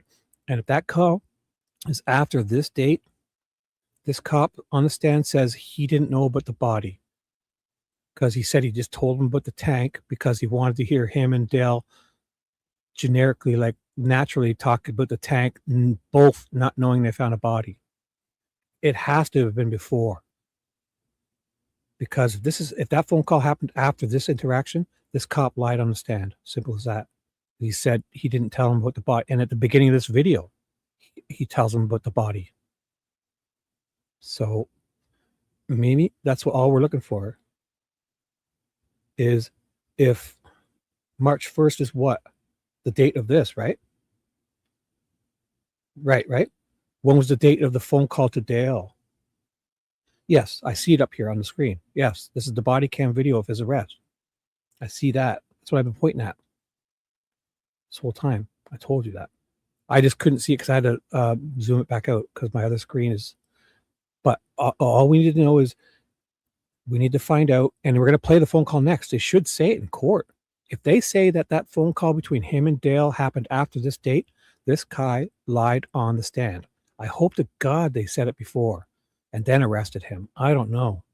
Because if it happened afterwards, he clearly on the stand says, and this is the big 6'7" guy, Drew Ure. If that's the case, we need to find out when that phone call was made. So, well, we're going to play it next, so don't you worry. We're going to play it next because they're going to listen to it in court. We're going to play it next, and I'll guarantee they'll say the date. If their date of that phone call between Jaron and Dale is after this date, this guy perjured on the stand. Simple. I hope it was before. I mean, I don't know. It's probably before. There's no way he's that stupid. Wife? Oh, yeah. Allie. She should be. Now, take note, he doesn't give the wife the obligatory, you got cops here. Jaron pretends to his wife that, oh, she's not, she doesn't want to, don't badmouth the cops, because they're here. Meanwhile, it almost feels to me like she gets warning that he's been arrested from somebody else, tells him. Somebody from the farm probably called his wife. He didn't know he was married, which is bullshit, because he says they eloped. They eloped, and he had 200 people at his wedding. This fucking Prince of Michigan. The Prince of Michigan had 200 people at his wedding. This fucking superstar. Oh, running around with all this big money he's getting. Yeah. He's just lifestyles of the rich and famous for this guy. He's got married to a girl who wouldn't even talk to him in high school. This is it.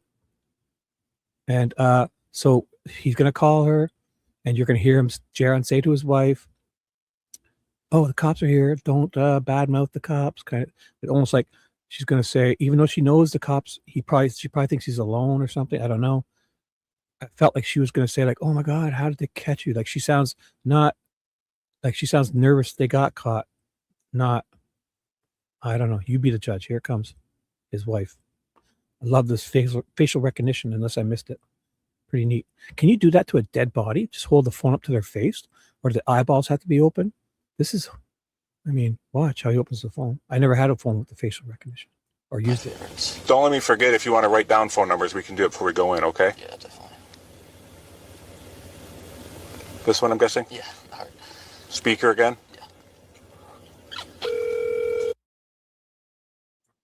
Yeah. He must have already did it. Anyways, here's his wife. Listen to what he says. Because the cop doesn't let her know he's there, like he did with the lawyer.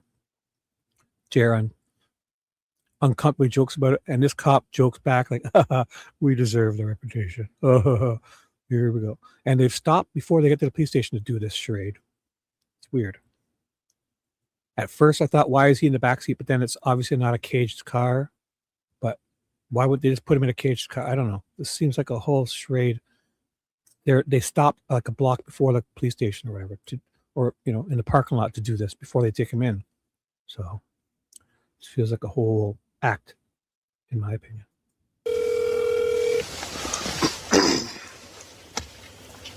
Hello?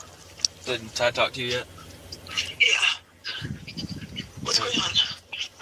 They have a warrant for tampering with evidence. Accessory after the fact of a homicide. So I'm gonna talk to the lawyers. I talked to Colin already, but I know I'm gonna have to be here for a little while. Probably, it seems like, to figure out what the hell's going on.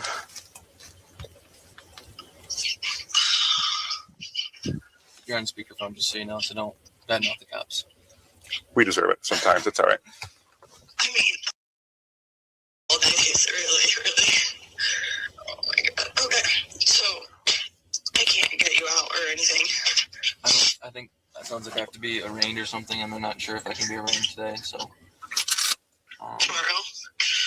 Probably, I'm sure they're doing it in 2 days, so we'll see. Maybe today, but if not today, then Monday, I would guess. I'm gonna write your number down. Oh, I know your number. Do you want anyone else's? I've got your lawyer's numbers on here. Yeah. I'll probably call you. I mean, they're gonna get a piece of paper. I can write it down or something. Well, I'll get you hooked up. Yeah, I'll get the numbers. So I don't know. I'll call you later if I can. Okay. I love you. I love you too. Bye, baby. That's pretty much it. She can get a hold of anybody else. You sure, buddy? Yeah. Okay. Troop, you got a scrap piece of paper for me?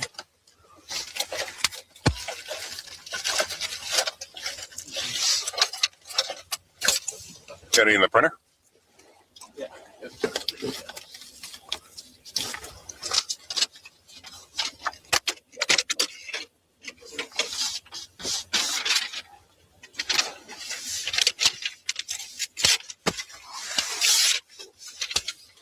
Got a crayon for me? Yep.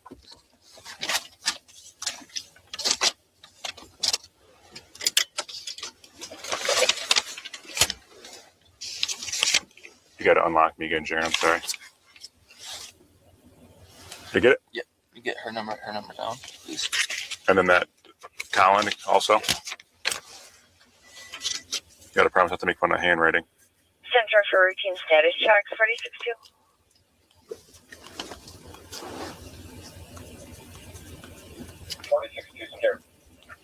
Clear, 47-9.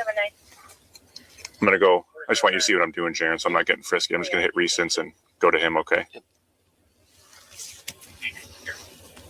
Clear, 1433. Another thing is, how often do you see someone get this kind of treatment? Like he's, oh, I'm sorry. I'm sorry. So performative. Come on.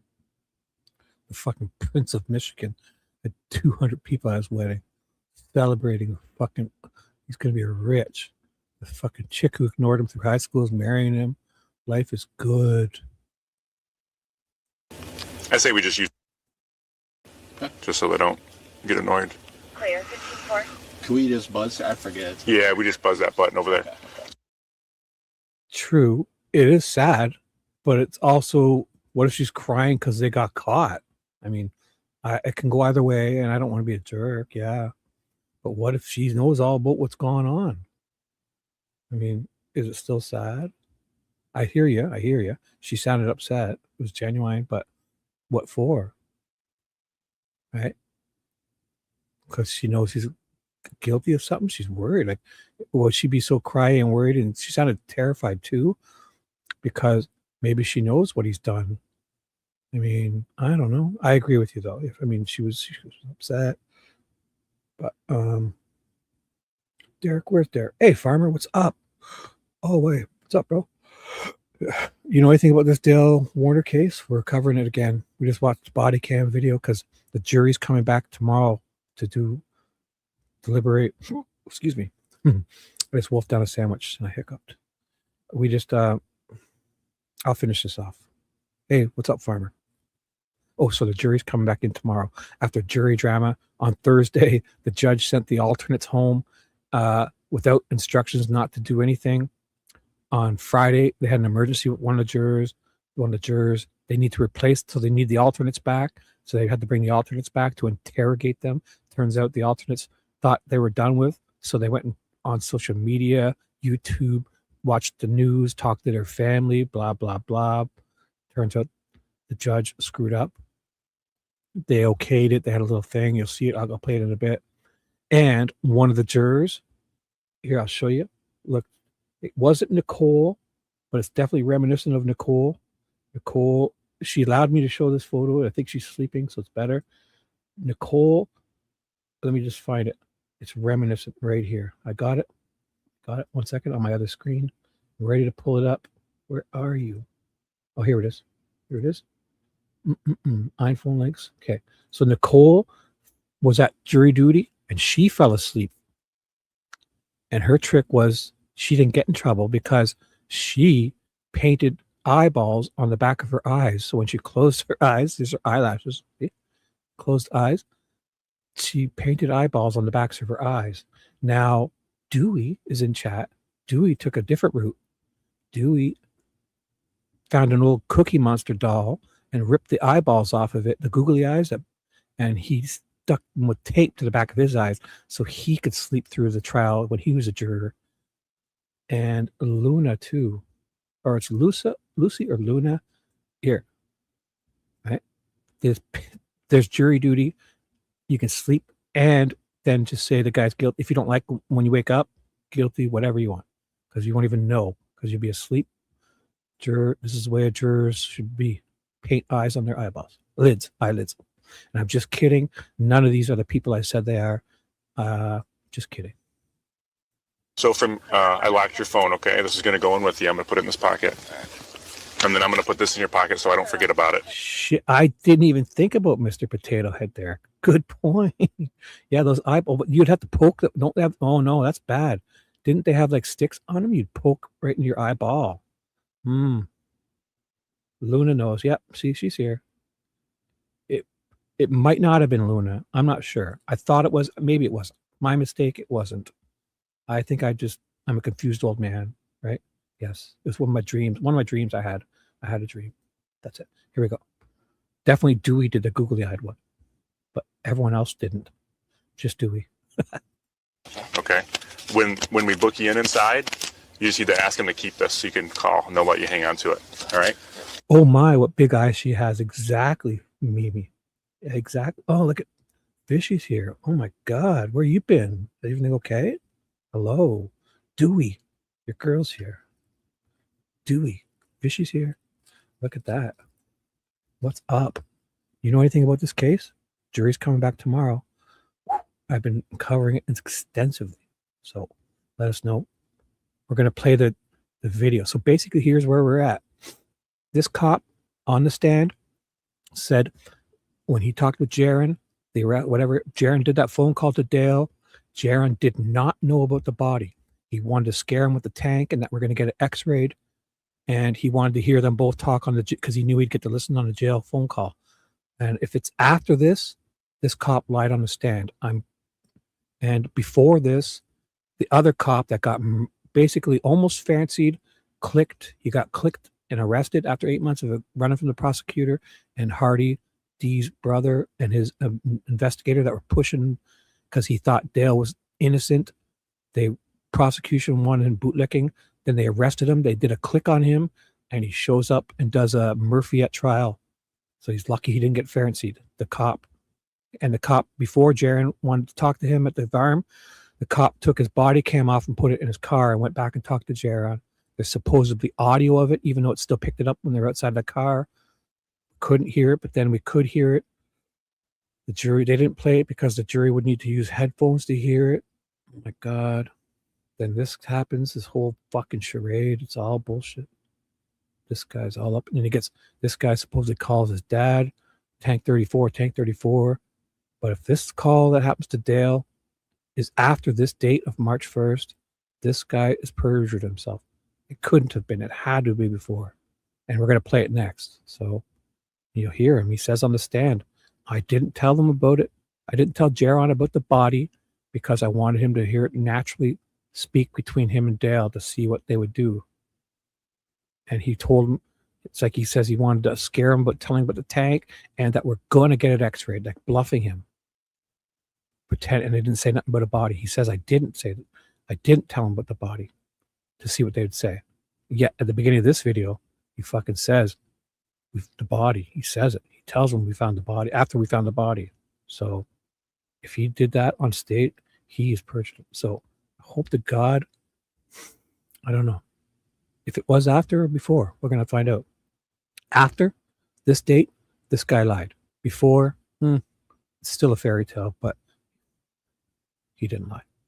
From here, we're going to pull around a corner, and there's going to be like a sally port, a garage door we're going to pull in. Once we're inside of the garage, we're going to get you out of the car. There'll be a couple of doors we go through, but someone from the jail will meet us in there to search you and take off your handcuffs. Okay. From there, we'll take you into the jail, and they'll start the booking process. The Prince of Michigan is getting a treatment here, eh? How many of these fucking guys you arrest get this treatment? How many? Let me guess. How many? Oh my God, so courteous. Courteous. The Prince of Michigan who eloped with a girl who wouldn't talk to him in high school. Now she's all over him. Why? Oh my God, is that big inheritance and life insurance he's getting? Oh my God, she wouldn't even talk to him. Now she's marrying him. And they eloped, and he also says he had 200 people at his wedding too. So they eloped and then had a 200-person wedding. How romantic. So we fill out some forms, but eventually you'll be photographed and fingerprinted. Okay. From there, you'll be put in a holding cell. There might be some other people in there. I don't know how busy it is in the jail here. You're unlikely to be alone in a cell. You'll probably be in that cell until you're arraigned. Okay. Okay? What, Derek? Get out. Really? Oh my God.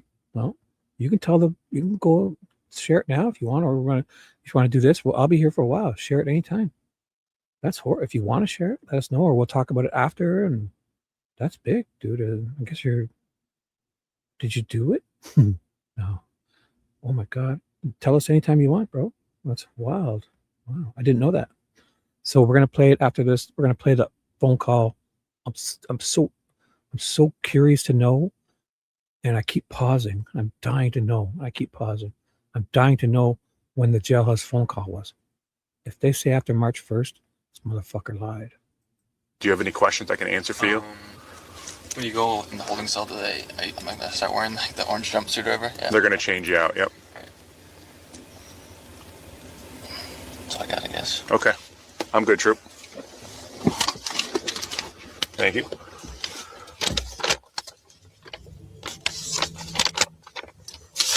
We'll ask him when we get in there, Sharon, about arraignments. My body cam's been rolling. I don't know why that shut off though. Mine's rolling too. Okay. We'll ask him about. This is going to go directly into the first one about the phone call, and it's going to be this cop will be on the stand. Something drew your. Mimi will drop in the chat. She's been so great at this. I should my note I have somewhere. Something drew your. DREWYOR is this cop. He's going to be the one right after this to talk about the call. And oh my God, I can't wait to hear the date on that call. Arraignments today, okay? Sharon, when we get in. But on that call, this guy yawns. That fake nervous yawn. This guy's nervous as shit on that call. I think he turns state's witness. His charges disappear. He rides off into the sunset with his wife that wouldn't talk to him in high school. Prince of Michigan is going to go get his inheritance and the life insurance and split it with. Oh my God. Side. It's just that yellow. He's going to be like tank 34, tank 34. Wait till you hear this phone call coming up. Yellow box. Arraigned before you can be bailed out or whatever, anything like that? Yeah, when you're arraigned by the magistrate, they'll set a bond. Hello, Sharon. What is up? Welcome. Hello. We're just playing this stuff again for y'all. Everyone say hello to Sharon, my new super fan. My assumption is, you have no criminal history. My assumption is they will put a bond out for you, so someone will be able to post some money to get you out, more than likely. Do you have a warrant arrest? Male.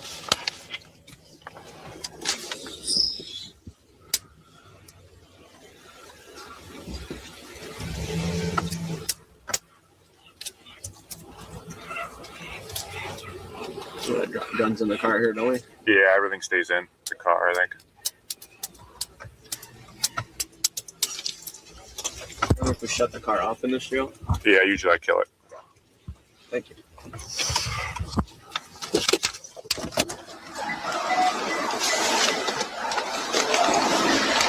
Here's your pen, before I forget.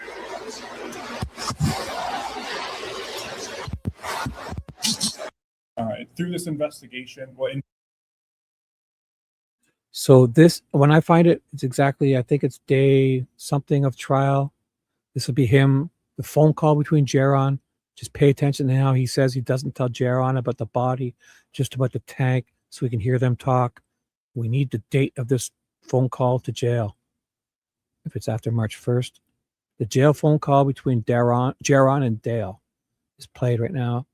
This guy says Jaron has no idea about the body in this, but yeah, at the body, if it's after the body cam video, he's fucking lying because he told him all about this, the body in the beginning of that video. Investigations in general, information is power. And so when you have control of information, sometimes it benefits you to release it and sometimes it doesn't, like when we discussed the welding theory early on. In this instance, it was a benefit to me potentially to tell Jaron I had discovered specifically tank 34 and that I was going to x-ray it and cut it open so that I can later listen to communications between him and Dale Warner to see what that conversation would be like. And how would you be able to listen to communications between Jaron and Dale Warner? At that time, Dale Warner was at the Lenawee County Jail as an inmate. Okay. So explain that. Just, he's an inmate at the Lenawee County Jail. How are you going to listen to that conversation? Jail calls, as we commonly refer to them as, calls you're making to and from the jail as someone that's incarcerated, those are recorded and monitored. The inmates are explained that, there's notices stating that, and they're informed of that every time they make or receive a phone call. So every single time a phone call is made or received, they'll get that notification. Yes. And did you become aware of a phone call in this case? Yes. All right. And who are the participants in that call? We discover the tank on Friday. I make that phone call to Jaron on Friday, and Jaron Warner and Dale Warner have a phone communication the next day on that Saturday. Saturday. Was this arrest on a Friday? Because, yeah, they were talking about, oh, my God. So it is after. No? Well, he said he called Jaron, not arrested him. Was this maybe a different date? Because in this video, it's a Friday. In the arrest video, it's a Friday because I'm going to check what March 1st was. Because basically it was a Friday because he says to him, remember the lawyer talks about arraigning him and we don't know if there's going to be, we might have to wait till tomorrow or I don't know. So March 1st was a Saturday. What? March 1st was a Saturday? So this guy got arrested on a Saturday. So the following day on the Saturday was a phone call? That night. Would have to have been before or after this. Oh my God.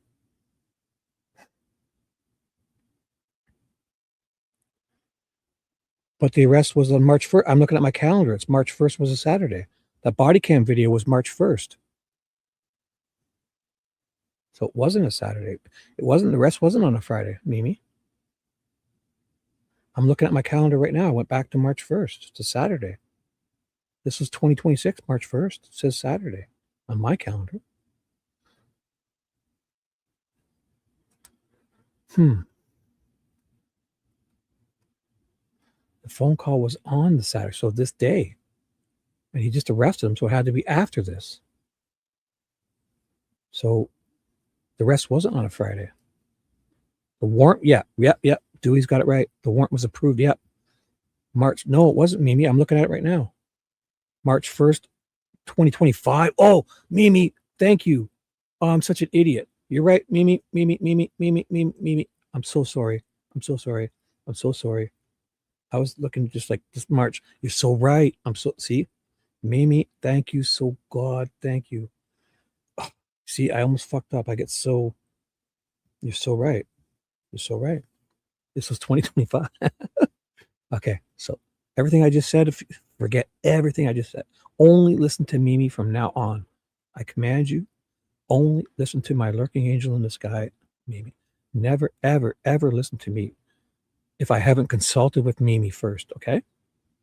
Please. I'm an idiot. Oh, so okay. So let's start fresh. Okay. So I see it. March 1st was wait. Mimi, March 1st, 2025 was a Saturday also.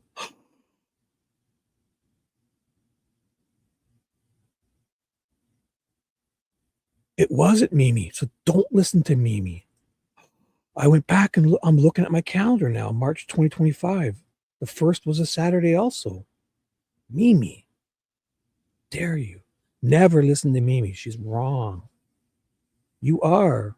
I'm looking at it right now. March 20 on my iPhone. Go, everyone, do it. March 2025 was a Saturday. It says it right here. It was. Mimi. So always listen to Shibby. They'll never listen to Shibby or Mimi. Talk to like Luna and Dewey. Anyone else but Mimi and Shibby. Oh my God, we got to work this out, guys. Leap year in 2024 then? What does that matter? Who cares? Yeah, probably, yeah. So I see what you're saying. So to get another same day, there would have to have been a leap. Yeah, whatever. I see what you're saying. Maybe it was this year. I don't even know. Yeah, because it was 28 days in February this year, right? I don't even know. Forget it. But oh my God, who cares about that? Don't distract yourselves. Let's stick with this. So it was a Saturday. He was arrested. Let's figure this out. He said he didn't tell Jaron about the bot. So did he say he called them the day or the next day, Sunday, when he's held in lockup? We got to find out when this phone call is made. That's the big deal. So the first is a Saturday.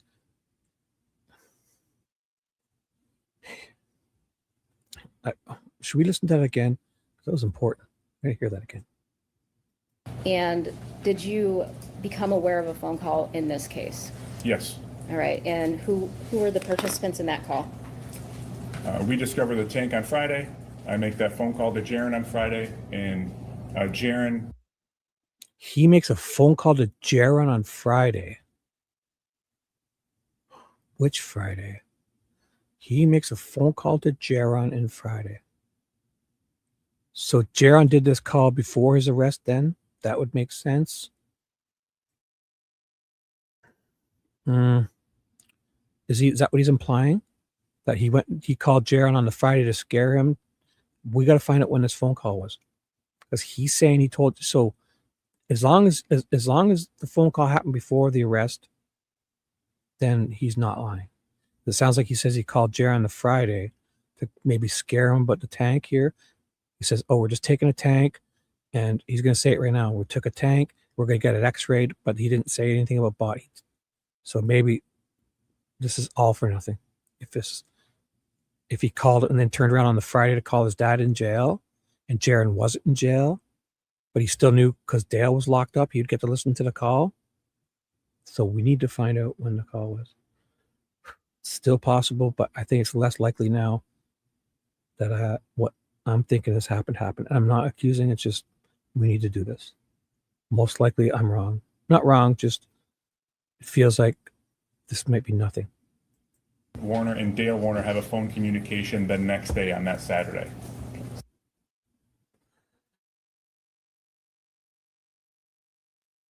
So the phone call was the next day on the Saturday. So that's why he's saying next day. Because Friday was the first, he called him. Then so did he arrest him before the phone call or after? Did he make the phone call? What time was that phone call? Did we see? That was pretty early in the morning, wasn't it? I'll open it up in a new window so I don't lose this. It says it's first thing, no? 9:30 a.m. March 1st, 9:30 a.m. So if he called him and Dale made the phone call, if Jaron made the phone call before 9:30 a.m., sounds like he was arrested and made the phone call after. Then this guy will be a liar. So I may be onto something. Oh my God, guys, what do we do here? Mimi, what is your opinion? Oh, you speak to us and we're the universe. Talk away, young lady. We'll never mind you. Speak anything. It's all good. So the officer, yes, he said it was issued on a Friday. On a Friday. You're right. The officer said the warrant was issued on a Friday. Yeah, because they're arresting him on a Saturday. But on the stand there, he just said, I called him on the Friday too, before the warrant. I guess. He says he called him to scare him. to tell him about the tank on the Friday, his phone call. And that's when he said Jaron didn't know about the body. But if the phone call between Jaron and his Dale was after this body cam video, then he's lying because he says he didn't tell Jaron didn't know, or he says I didn't tell him in the phone call.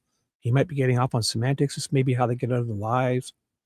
I'm not sure, because he's supposedly, when he's implying that Jaron doesn't know anything about a body when he makes the phone call to Dale.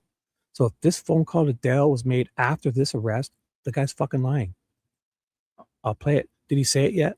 He's going to say it soon, because that's the whole reason he's doing it, because he knows he gets to hear him in jail phone calls, even if it's just because Dale's in jail, but also because I think Jaron's in jail at 9:30 in the morning.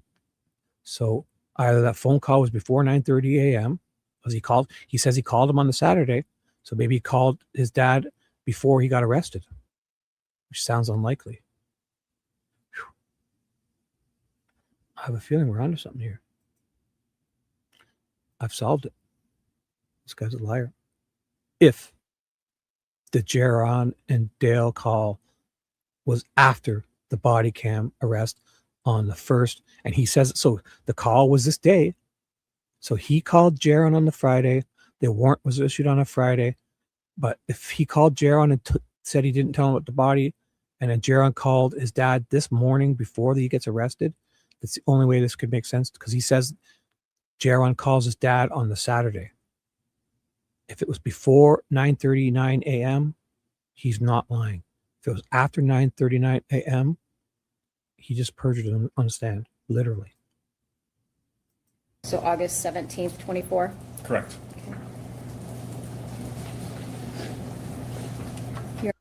Wait, what date was that? I got to go back a bit. What was that for? August 17th. On that Saturday. So August 17th, Fuck. 24? Correct. August 17th, 2024.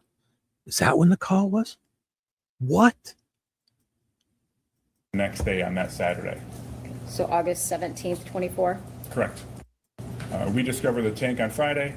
I make that phone call to Jaron on Friday, and Jaron Warner and Dale Warner have a phone communication the next day on that Saturday. So August 17th, 24? Correct. It was fucking way before. So forget everything I've said in the last half hour. Damn it. Damn it. So this is way before the arrest. So he's not lying, fucker. Right? I'm bummed. Thought I caught him. So he says on August 17th was the phone call between Dale and Jaron. Just so happens it was a Saturday also. Oh, let's check. Let's see. I'm all over this. I'm going to look on my August 17th, 2024. Was a Saturday. Fucker. So it's just a coincidence that these days are both on Saturdays. And I'm still going to go over this. This could be the old switcheroo here, guys. I don't want to be conspiratory like Lucy, but this could be the whole switcheroo where they could be getting away with statements they've made by covering up, by lying this way. This guy feels too slick. He's fucking presenting to this jury. This guy's way too slick. I want to be wrong, but it seems like this would be the kind of good way they can get away with saying Saturdays and Sundays in videos, and or just covering up statements about that, because in the video he says body, but yet in the phone call August 17th of 2024, Jaron supposedly doesn't know about a body, and then he's arrested because they found a body. Why does Jaron get arrested for the body? Tampering with what? What did Jaron tamper with? What did Jaron tamper with? Because on August 17th in that phone call, they would have taken the tank. And then they wait this long to arrest Jaron for tampering?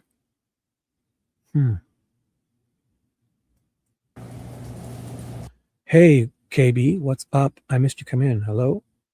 If I missed anybody? KB's here. Let's go. Let's do this. So the jury's coming back tomorrow. We got to solve this tonight, guys. Your Honor, at this time, I'm going to play People's Exhibit 227. For English, press 1. Thanks. For a collect call. I will put the closed captioning back on for this, okay? It'll be down here. I know this initial part is pretty loud, but then once it gets into the phone call, the voice is softened, so I don't know if the court, if you want to handle the volume. Call, press 0. For a debit, please enter your PIN number now.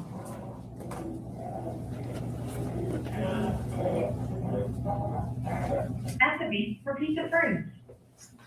With Global Silly, My voice is my password. My voice is my password.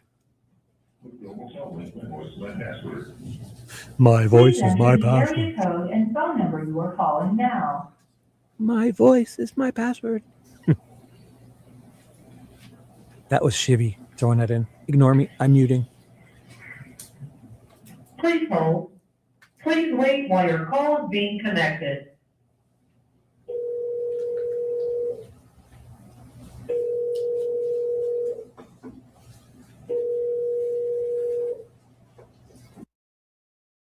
Just so everyone knows, this is a phone call from, I guess, August 17th, 2024. Jaron is the cops trying to shake down Jaron for some reason about this tank 34.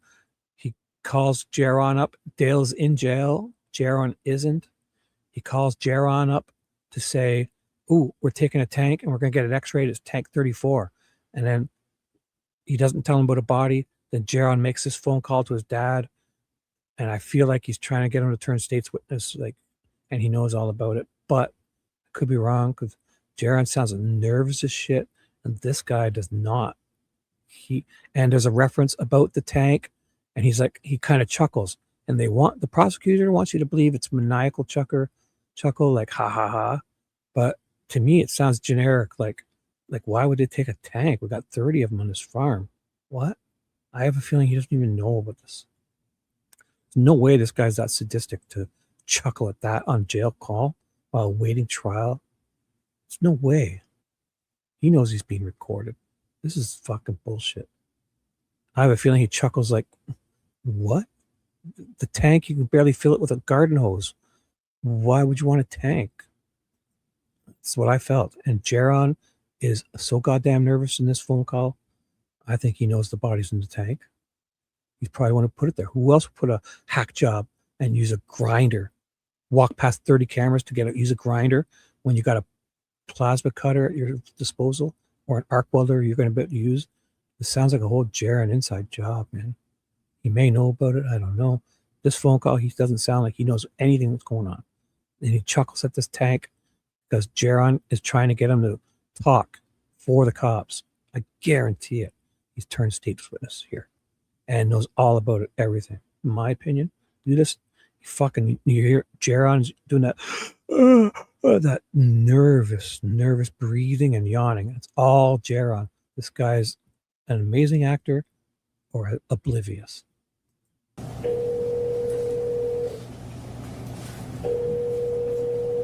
Please hold. Hello, this is a prepaid call from Dale. An inmate at the Illinois County.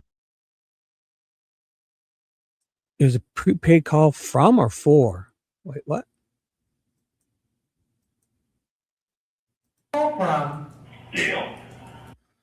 So Dale's calling Jaron in prison?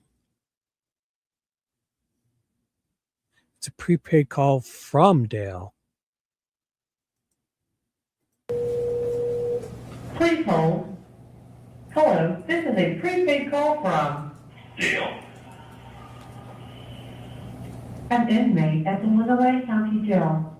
To accept this call, press 0. To refuse this call, your current balance is $40.71.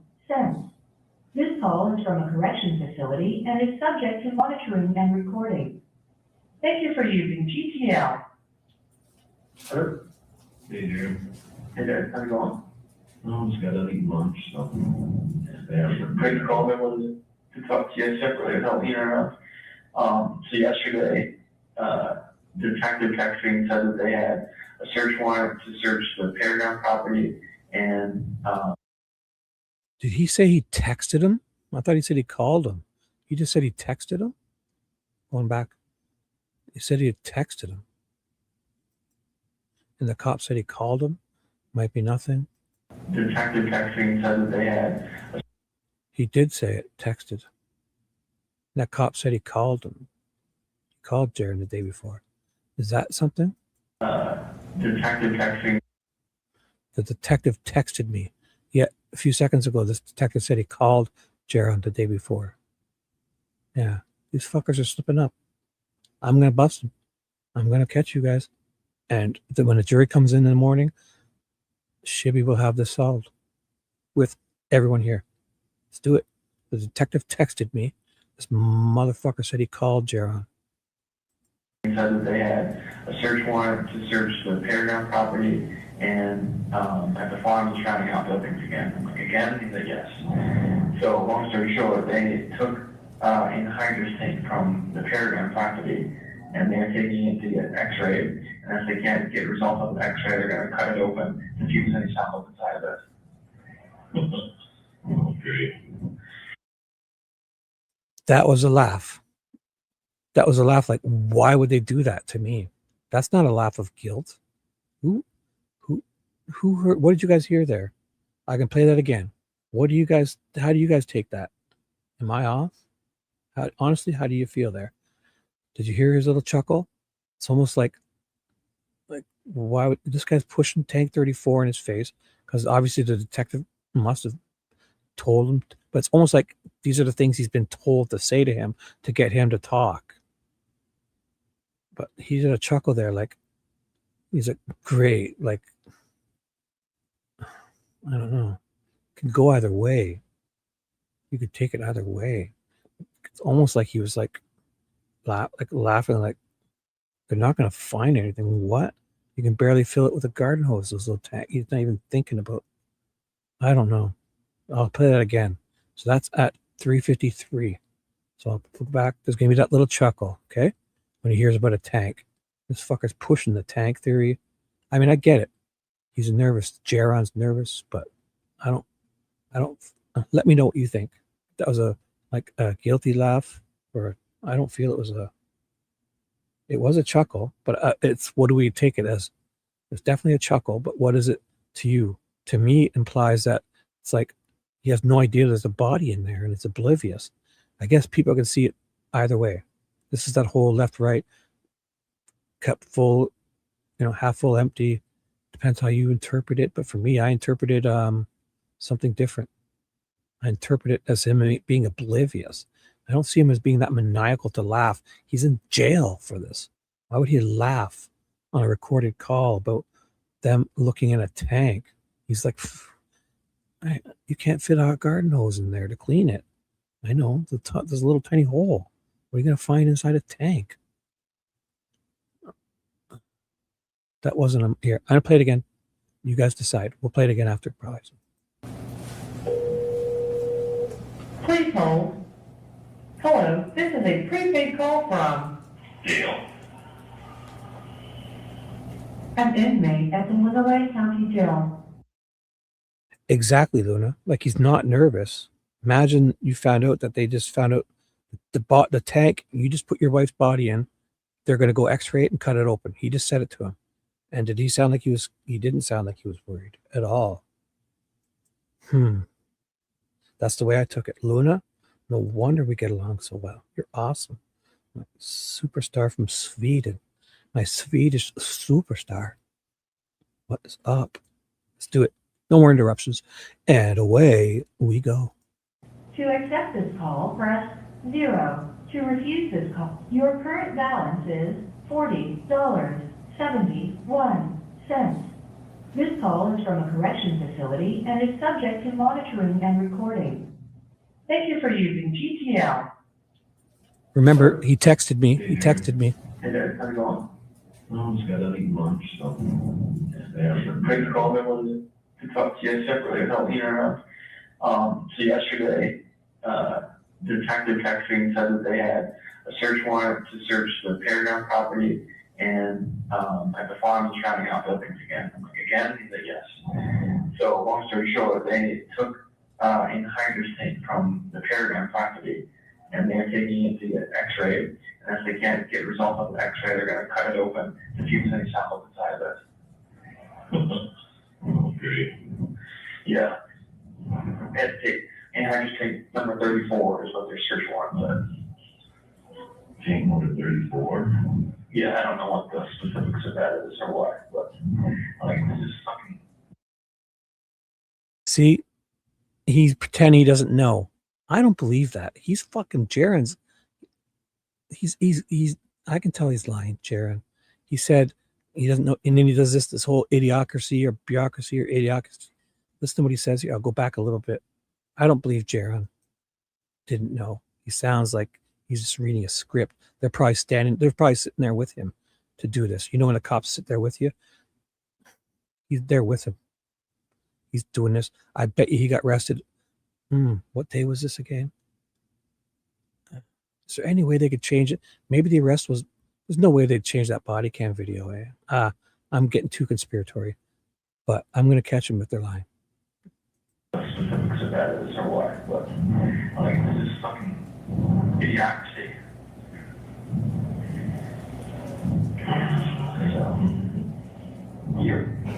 So they took that tank and now they're x-ray or something, then if they don't get x-rays, they're cutting it open.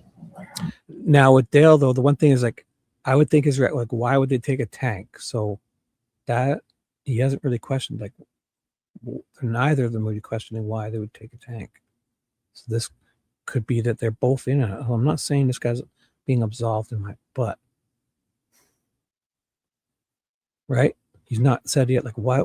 But that chuckle was basically that chuckle to me was like, why would they take a tank? I felt he's oblivious. Because, I mean, he would be shitting bricks if he knew they took a tank. 34, as if he wouldn't know it's 34, right? I'll play it again. I'll go back a bit. And this time, I swear, I will never, ever, ever interrupt. Starting now. So yesterday, the detective texting said that they had a search warrant to search the Paragon property and at the farm he's trying out buildings again. I'm like, again? He's like, yes. So long story short, they took anhydrous tank from the Paragon property and they're taking it to get x-rayed. And if they can't get results of the x-ray, they're going to cut it open to see if there's any samples inside of it. Okay. Yeah. Anhydrous tank number 34 is what their search warrant said. So I've concluded that he's either oblivious, that laughter, or they both are in on it. Because they both didn't call attention to that. And they would both know why that's a bad thing for them both. But I'm starting to lean that he's oblivious and Jaron is all up in this. Tank number 34. Yeah, I don't know what the specifics of that is or what, but like this is fucking idiocracy.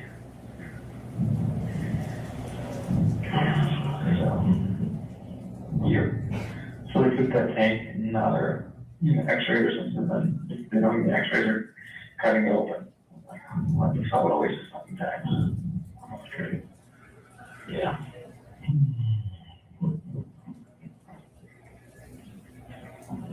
Wow. That's not good.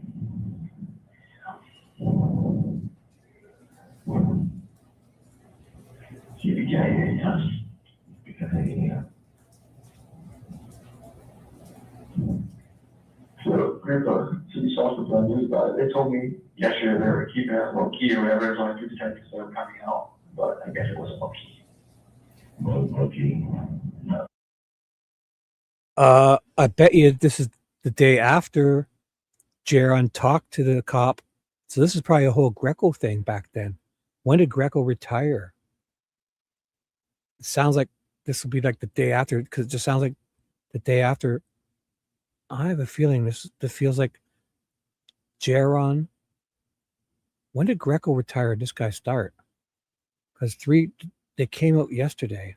This is August 17th, also a Saturday. They came out yesterday on Friday, August 16th. What's Greco's body cam? That's what we need. Greco's body cam. He's the one walking around looking and all that. If that's on the 16th, that would make sense. Then so the day before this call, he's talking to, oh, that's a different angle. That Greco was on to him, Jaron, and turned him state's witness, maybe.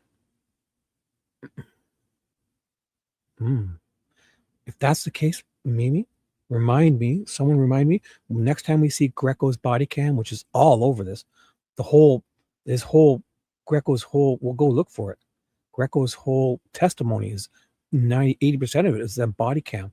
Greco's, or it's somebody else's body cam because Greco's in the body cam. There's another cop there. We need Greco taking that body cam off his chest. That's the one. Because Jaron comes to him, says something, and then he goes to his car.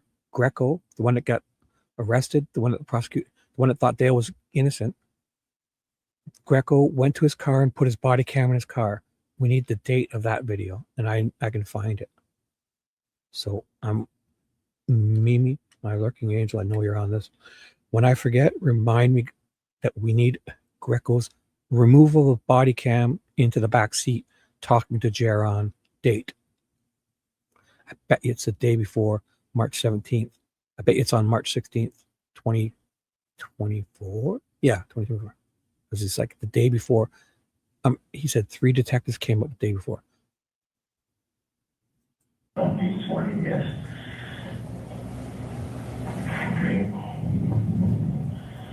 Yeah. Some more bullshit.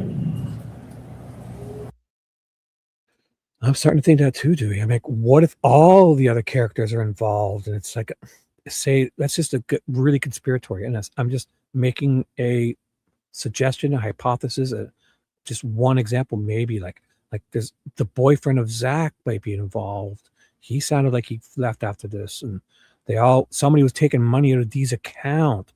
Did they really like Dee as much as they were pretending? Was Dee, I mean,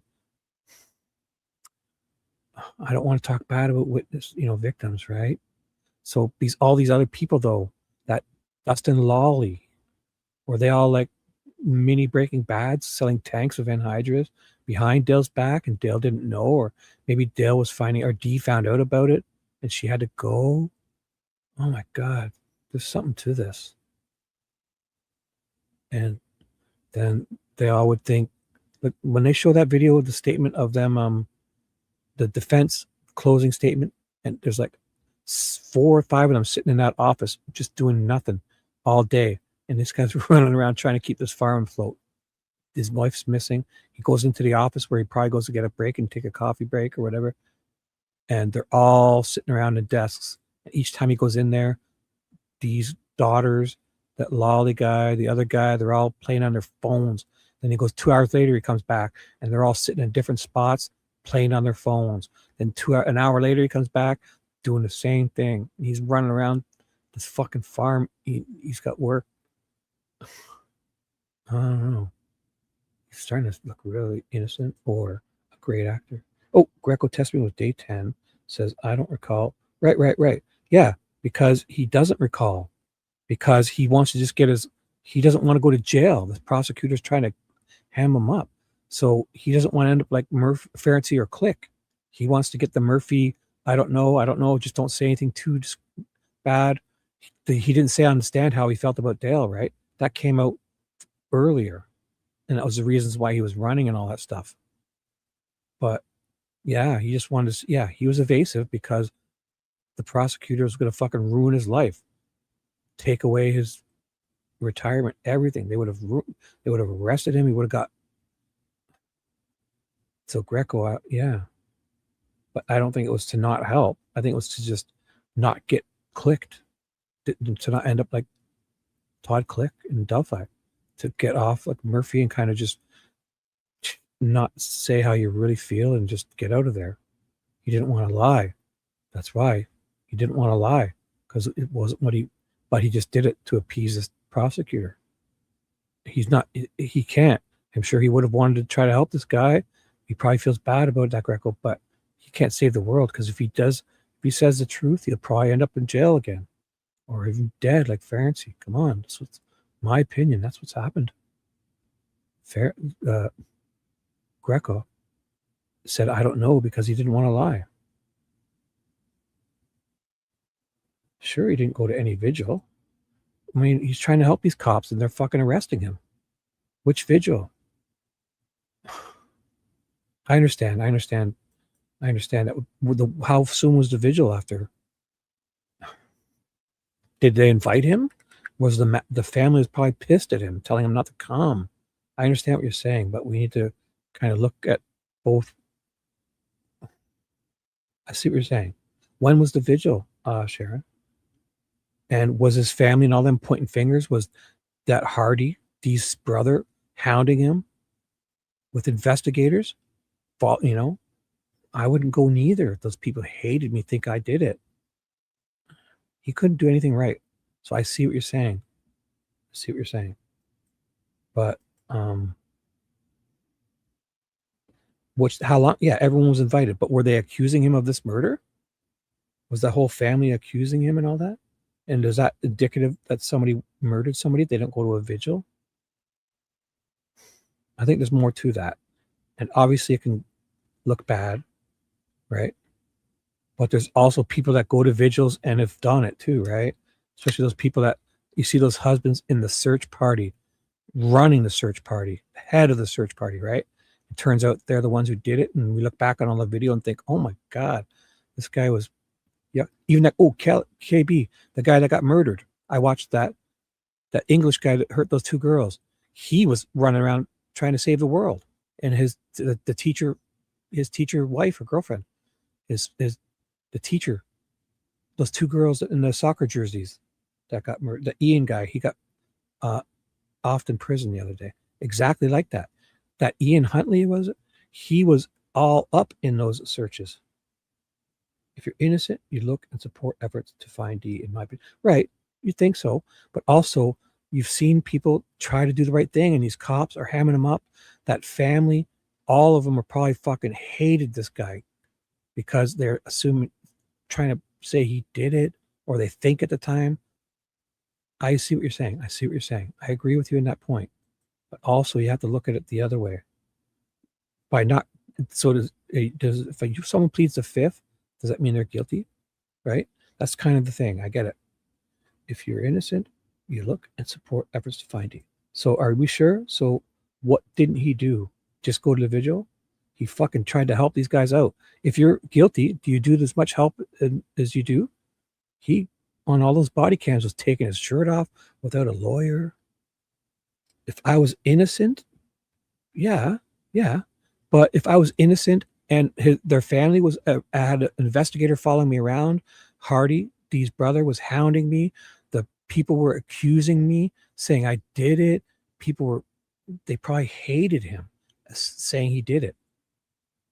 And if he was innocent, that would be not a very inviting situation to go to a vigil. And how long was this vigil after? And I don't know. I can see what you're saying, but also I can see him not going and not being guilty about it.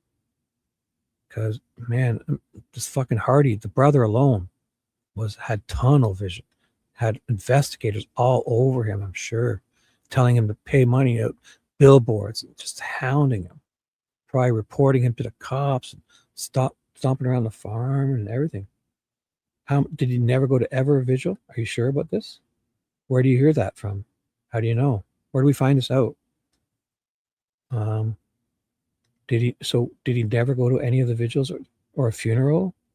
He was in jail, wasn't he? He was in jail. Wait a second. He got arrested. He's in jail at this point. When they find so at this point they don't even know about the bodies. When did they let everyone know that they found her body? He's in jail. So what do you want to do? Go to a vigil? Well, which vigils? What date was the vigils? Oh, when she went missing, right? Before they found the body, they had vigils. How soon did they have those vigils? What were the dates? We need to find that out. Because were the vigils? When did they kind of accept she was dead? They must have had vigils, yeah, before they found the body, right? At some point, they got to think something's up here. Right, right. Well, thank you, Sharon. Thank you. Yeah, it's a great no. Perfect suggestions. If I'm not I'm just when I do what I'm doing, I'm kind of bouncing. Okay, so just no. Thank you for your great suggestions because I wasn't even thinking about that. That's another thing we need to look into for sure. Because yeah, the vigils wouldn't be right. Like it's like somebody goes missing, right? When do you start having a vigils? When do you say or the vigil could also be like to hope she comes back too, right? That's a vigil, right? So the ship 2021 was the first vigil, April 26th, 2020, 25th, 20, oh, so it was way back then. Yeah. Wait. So this was August 17th, he's in jail. So the first vigil he was, I don't know when he got the arrest. November, first vigil. November 2020, November. What day in November? Because by the 17th, this guy's arrested. Was it 2021 or 2022? No, 2021 was the murder. So this is in 2024 he's arrested. So this is years before. I get it. I'm just kind of bouncing off you guys. So if I say anything, it's kind of just for us to come up with good scenarios. And we don't have to have just one, just the plausible ones. So sometimes I play devil's advocate. Sometimes I just talk to myself. Just know, thank you. I love it because either way, we can agree or disagree. We can help each other come up to better conclusions and not trying to convince each other, but help each other. And if I see things differently, I'll change. I'll definitely change upon new evidence. And I'm missing half of it. I know this is new to me. So you sound pretty experienced. So thank you. You know what you're talking about. But hey, KKB, remember that Ian guy? Did I miss it? He did that he was all up in the search trying to find these girls in England. And it turns out he was the murderer. And that teacher was suspicious and she was trying to help out sending drawings or something and talking about stuff on the news and doing interviews. And turns out, so they were that type of person that would inject themselves knowing more. Oh boy. Good. Then you're thank you. We need your expertise. So thank you. So are you convinced he's guilty? Or are you willing to, or do you see anything at that trial that you thought made you question some things? Because I would, when I first got into this, I thought guilt was imminent. Like, I mean, I literally just found out about it the day I started watching it, TJ. We started, so just like 2 weeks ago when we started watching the trial. Now, I fucking thought for sure he's guilty because you think you see all that. But then after hearing, I questioned it a few times throughout this, like the whole grinder, him walking around with a grinder in front of the camera to go and grind a tank open. I just don't, that's not logical. And the reason why you don't see Jaron walking around with a grinder is because he would have hid the grinder.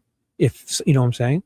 That's the reason why a person that's about to go grind a tank open to hide a body is not walking past 10 cameras holding said grinder, in my opinion. Just maybe question.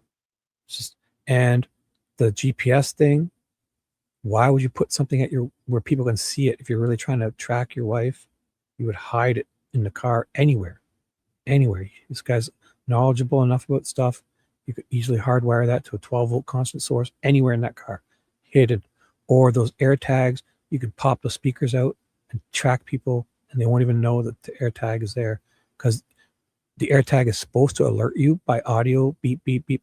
If the person tracking the air tag isn't near the air tag or whatever, then an alarm will go off, meaning it's supposed to let people know so you can't. But those people on the internet, they crack them open with a knife and they take the speaker out, or they dismantle that speaker and then put the AirPod back together, the AirTag back together. So by Little and Chris from the interview have a lot of information as Chris works on cold cases and Billy has been on cops every step. Oh my God, I wasn't even thinking of that. Goose, you silly goose. I'll have to sleep. I want to. What? Oh my God. Oh my God. I wasn't even thinking of that, Luna. So yeah, it'll be live in the morning. Oh, I will. Probably around.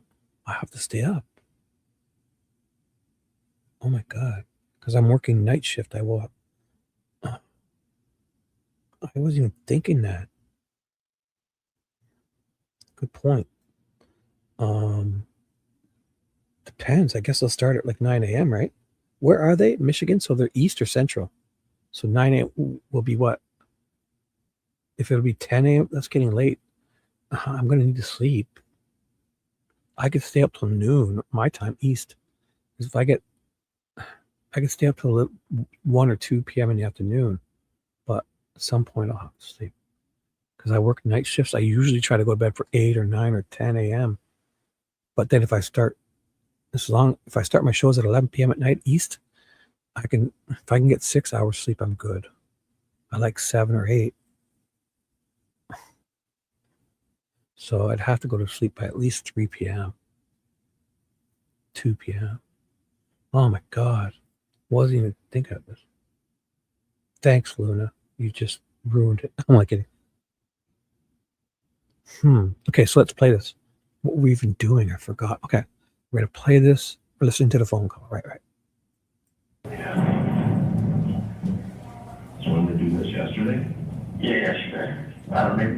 They give you the search warrant. They said they see something, but then what they see, they go up the clock and they emailed me the search warrant. At first, I thought that breathing was Jaron, but it's obviously Jaron's talking. I think it's Dale doing the heavy breathing. So he's probably breathing into the phone. It's not fast breathing though, is it? Right? 34.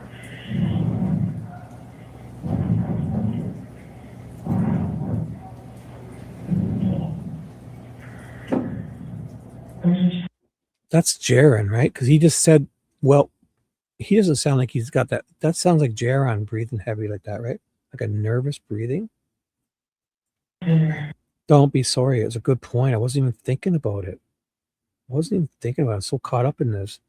Fuck it. It's going to be live in the morning. The jury could walk in and give their verdict like in 10 minutes, right? It could be in the morning. I got to stay up. Because if it's right away, we'll know within the first few hours. So yeah, I have to stay up. Fuck it. I'm staying up. And maybe if I have to stay up, I'll push tomorrow night's show to later if I have to sleep. I don't know. I have to. I wasn't even thinking about it. Luna, thank you. Because if they come in, is Michigan Central, right? Time? So they usually come, they said around 9:30 or so, 9 a.m., right? So that would be 10 a.m. my time. I'm east, 1 hour ahead of Central. So 10 a.m. or 9 a.m. East Central, they'd go into court. They could sit there for an hour or two and then they could do a verdict, right? Could be right away. They've had all weekend to think about it, right? Oh my God. The interview on the D. Warner case. What is that? A YouTube channel? I don't know if like separately, like not on my live stream. Like I will. I'll check it out. Is that a YouTube channel? Listening to the interview room on the D. Warner case. I'll check it out. Interview room. So the breathing, I think the breathing is Jared. He sounds nervous as heck. Right? Oh my God. They don't have anything, so they're searching for anything, I guess. I'm going to try to make some bullshit out of it. So Mimi, what is it? What is it? Like a website or something? Or these guys are all up? Do they think he did it or didn't or what? I mean, I'm kind of just questioning because I think we should scrutinize. It shouldn't be easy to do this. That's all. Even if I did do it. I think I want to see them prove it good, not. And just a lot of things aren't adding up here to me. Just like him walking past cameras holding a grinder. Nope. Timestamps. Nobody argued about those timestamps. Some of them are 9.5 years off. The one in the office says 2001. So this guy's walking around in that same shirt every day. How do we know when these days are? Except for the fact that we took their word for it.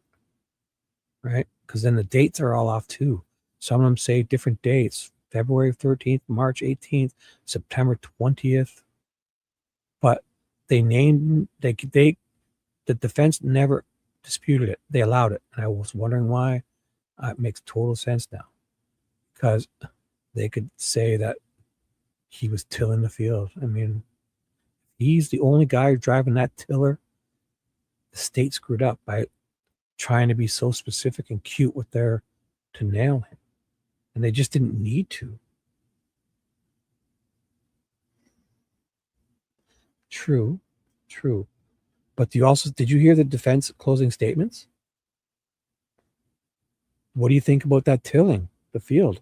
If Dale's the only guy who tilled the field, he couldn't have been there when the state said he was doing this. So that's my fault.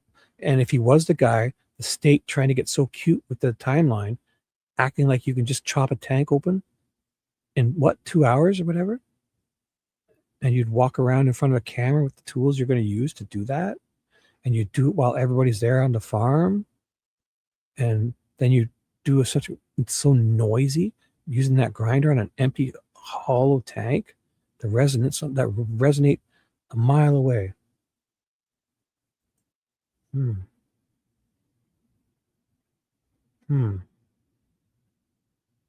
So Sharon, did you heard the defense statements, right, Sharon? What did you think about the tilling the field? You think he could have done, I think the prosecution said he did it in like 2 something hours and had that field turned up. So right, you've already said that. Thank you. You said that already? Yes, you've already said that? Thank you. Can you answer this one though, Sharon? I'm not trying to put you on a spot, but did you see the closing statements? Can you answer that for me? Let me know. If you've seen the closing statements of the defense. And what do you think about the whole, I think the prosecution screwed up because they're trying to get too specific about this. And if he did it, it didn't need to be so, like that timeline is fact now. The timeline the prosecution presented is fact. The judge allowed it. The defense went with it. And now I know why. Because they're showing him tilling a field in that 2 hours. So do you think? That's okay. Yes, I did. So after seeing that, do you think he could have done this and the field? What had gone out and done that field while he's doing all this in 2 hours? What was the prosecution saying? Like that, honestly, that's a big job. And do you think this guy would use a grinder to do what a plasma cutter could do? Or, the welder could have done that? I just don't. It's a big job using those hand grinders to cut open a steel tank like that. Like they can do it. But why would you do it when you got a plasma cutter right there at your disposal on wheels? And would you walk past cameras carrying it? Wouldn't you put it in a box and hide it? The GPS, if you're going to follow somebody and track them, would you just shove a GPS thing in the OBD2 port where they could see it and pull it out? Or would you hide it? Because you could hardwire it anywhere. None of this. I don't think those cameras weren't hidden. Do we think Dee didn't know about those cameras? They had big antennas on them. They're like in their house. She knew the cameras were there. If she didn't want them there, she could have just told them to get rid of them or took them off. No? Do you think? I don't know.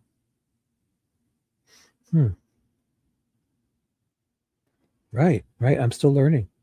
So you think it's possible that in the timeline the prosecution put down that he did all this, walked on camera with a grinder, showed the world he's holding a grinder to go grind open a tank, which is a really hard to do job. Would take 6 discs, 7 discs, 8 discs. He wouldn't need just one. He had only one, so he had 2, one on the grinder and one in his hand, right?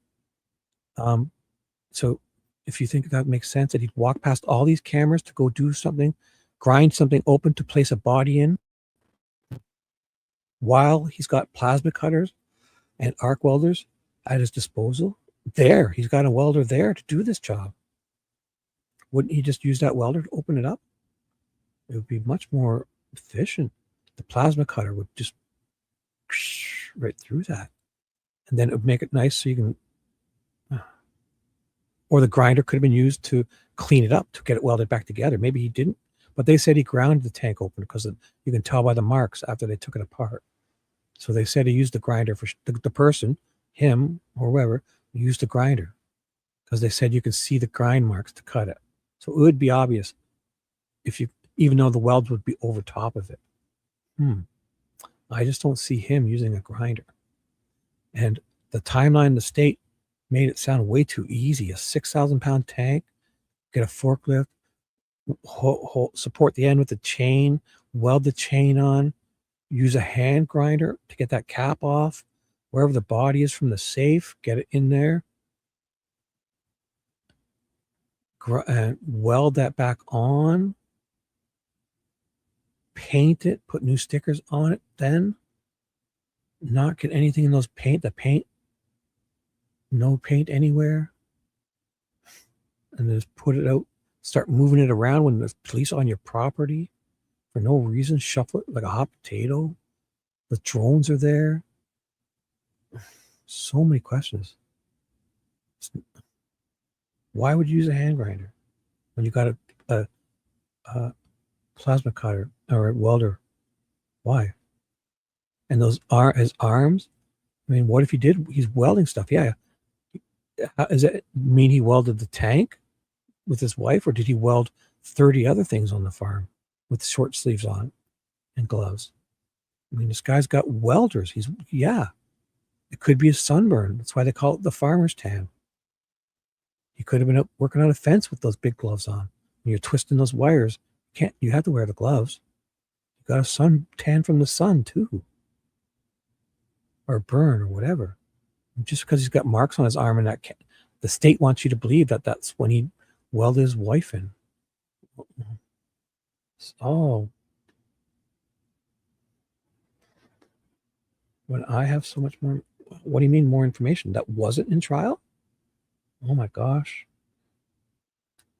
Oh, you have more information, or you've known about it longer? But I mean, we have to go with what's in the court, court filings, and I don't think it was. Probably a cordless one. It wouldn't even matter. Cordless the tools nowadays are great. True though, if it was, that's a good point. If it was a cordless one, he didn't have the charger and extra batteries too. Oh yeah. In the body cam video, they showed him. The prosecution showed he had a farmer's tan.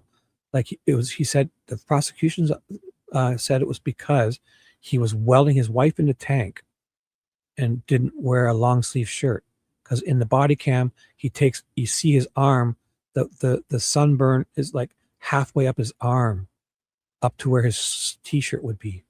So it was like half of, so, but it could have been when he was welding. It could have been when he was out in the field. You can't look at a guy's sunburn to say that this is when he got it. That's the whole thing. But the state is really, no, not burn marks. They're like, it looks like when you're in the sun, or when you're in, his arms are reddish. Like, and it's white. His hands are really pale white. And it's up to halfway up his forearm. And then there's a line where the glove ended. And up to his elbow is like reddish. I mean, he could have been, they're trying to say that it's from welding his wife in the tank. What if he welded something out in the field in the t-shirt, right? I mean, how do we know what he was welding? That's a big leap to take, guys. Hey, Justice Jane, what's up? Hello. Justice Jane, welcome. DNA number 18. What is that? DNA number 18. What does that mean? DNA number 18. Welcome anyway. Justice Jane. But to say you can look at an arm, marks on an arm, and put it down to what he was doing to get that is because the guy said, yeah, it could have been from welding. Yeah, could have been from out in the sun. Yeah. Like, how do we know what he was welding? Oh, thank you. Oh, you put your DNA. Perfect. I didn't even get it. I get it. You swiped your DNA all over the like button. Thank you. Thank you. You're new. Welcome. So we're kind of going, I don't even know what I think anymore. If he did it or didn't, I kind of feel like he's oblivious yet, or a good actor, or the state is going to set him free if he did it. And either way, the state's timeline, I feel, is really contradicted with that tilling the field, because you can't do all this in such a short time. This is a big job to chop, especially that way, to chop it open with a grinder, to walk past cameras holding a grinder. If it's cordless, he's got no other batteries for that grinder. He's got one disc in his hand and one disc. It's going to take a lot to do that. Labor intensive, loud. There's 6 or 7 people on this farm. He's going to chop open that'll be so noisy, but doable. Yet why would you use a hand grinder when you've got plasma torches and arc cut, all those different welders that would do that job? You wouldn't need to grind it. That's like a hack Jaron would do. I don't know. And why would he do it then? Why would he do this in the middle of the night? People aren't around. In his own, nobody would even know he's doing this stuff. He's not walking around on camera. This doesn't sound right. The state, and if he did do it, the state trying to make it too perfect with that timeline they presented the state. You think that's being done in 2.5 hours? And if he's the only one who tills that field, it's just not plausible. So I'm just kind of working through it. So you can take a welding machine anywhere. Yeah, right. So why would you use a grinder to pop it open? Exactly. That has wheels on them. There's carts. Every one of them. I've used them myself since high school. We used to use them. We learned in up here where I went, my dad was a tool and die maker of 40 years. I'm very familiar with these tools.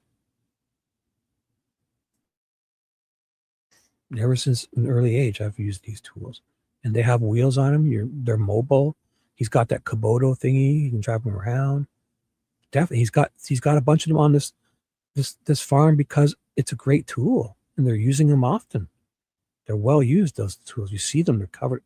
They're probably using them every other day, once a week to fix things. Those big blades on those machines, they come up, they got to weld it back on. And so why would he use a hand grinder, an angle grinder, to get that tank open when he had a plasma cutter, which is for that purpose? No? Or a welder? I guess. I don't know. Seems a lot of work. Yeah, you can definitely have a grinder with batteries. But if we're going by this evidence, wouldn't he be carrying a bunch of batteries too, or the charger? So he came and got the grinder, and that's a good point. Because if you're going to grind something small, you won't need the charger. But if you're going to go grind a tank, you would grab the grinder, the extra battery, and the charger with you too. Where's that? You think he's walking back and forth every time he needs a new battery? Right. If he planned it out, would he be walking in front of cameras holding these? You would never see that grinder. Or he'd use the plasma cutter, which is way more effective, in my opinion. No way he'd use a grinder. And if you would, how loud would that be? Wouldn't there's 6, 7 people on the farm sitting around, and they know Dee's missing? Who would do something that loud? Oh my God. Right. He has a shed full of tools. Yeah. And he probably has boxes and bags too. So why would he walk with the grinder in his hand in front of cameras? Wouldn't he use an empty box or a garbage bag or a knapsack? Why do we even see this? It's just too perfect the way the state put it together. Do we know where there were or were not batteries already in the equipment he drove? No, there's lots of things. We can assume lots of stuff, but we have to go with what they're showing us. Did they show us that? Because that's not in the evidence. We can assume, we can infer lots of stuff. He may have had the charger and batteries there. Then why would he not have the grinder? Just because the whole thing is the state's like, look, he's got a grinder in his hand and he's got a disc. Therefore, he's, can you use, if it was, I don't even know if it was cordless or if there was an extension cord wrapped around it. It's possible it had a plug. I didn't even see it that close. But yeah, if it was cordless, you would at least need the two batteries. You could swap back and forth, right? Well, one's charged, these are all good questions, guys. I'm just kind of going with you. I'm not even doubting you. I'd be more interested how he got Dee's body from the house to the tank. Well, yeah, well, all those people are there. Didn't the guy say it was in the house to the tank? No. He got it. They said he put it in the safe, didn't he? I think they said there was he had a loader. Somebody said they saw a front end loader go up to the front door. There was tracks, and then Dee's car was parked on those tracks. So somebody said they saw a front end loader up to the front door, which again, there's no proof of that on camera. Wouldn't that be on a bunch of cameras?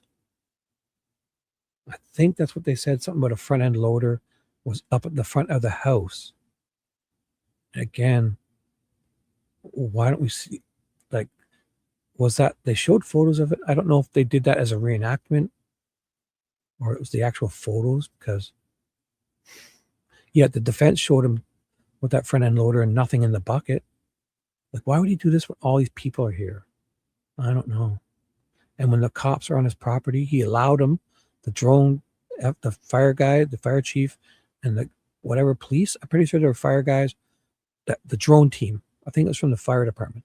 Either way, why would he do all this in front of them while they're driving around with drones? And then that tank, the drone's looking down at a tank. What tank? There's 20 tanks around there. Is it tank 34? No. You can barely see. It's like 200 feet in the sky. Why would he do this after letting them be on his property? They're not even there with a search warrant. They're there because he allowed them. Why would he start playing hot potato with this tank in front of all these guys for no reason? That's their excuse. This doesn't make sense. Well, they were changed. They weren't changed. They said that they were wrong. Half of them showed different dates from what the prosecutor was saying. So it's not that they were changed. It's they're just saying some of the cameras were wrong, or just ignore the timestamp in the security camera. One of them said September 20th, 2012. The ones in the office when they're all sitting around and Dale comes in the office and they're sitting around on the table and the chairs playing with their phones. If you look up in the corner, it says 2001. So the times, but the defense let the prosecution say what the times were. Like, they named the files certain things, and that's fine. The defense went with it. The prosecution said it happened like that. The defense agreed. The judge allowed it because nobody was protesting. You trust the prosecutor. Turns out the defense was just sitting there waiting, knowing they were going to use the state's own, I guess, altered or presumed timeline, narrative timeline. I mean, because when you look at, I can picture there's 6 of these cameras, at least 5 of them, where the timestamp is not matching what the prosecutor is saying. She's saying 3:12, and it's like 6:30. She says, 6:30 p.m. and it says like on 9:45 p.m. up top on the time on the security camera's timestamp in the video, not the name of the file. Right here, I'll even show you that one I have. I love looking at it. I got it up. Look at this one. This is the one where the big red camera is. Can you see that? This is September 20th, 2012. And this is what the state is using as evidence. And it's fine because they've named it. They've changed the name of it. The file. This is the Windows Media Player. You know, you've seen the file name here, right? In the timestamp, it says September 20th, 2012, 9:21 p.m. And it's pretty fucking bright out for 9:21 p.m. Right? So that's obviously incorrect. So the state says that this is what it is. And the judge allowed it because the defense never disputed it. Turns out, when they say he's in it, they're showing this field being tilled back here. And if Dale's the only one using the tiller, how could he be doing what the state said he's doing if he's out here in the field working at the exact said time? The state. So this is why the state screwed up by committing to such a timeline that didn't need to be so specific.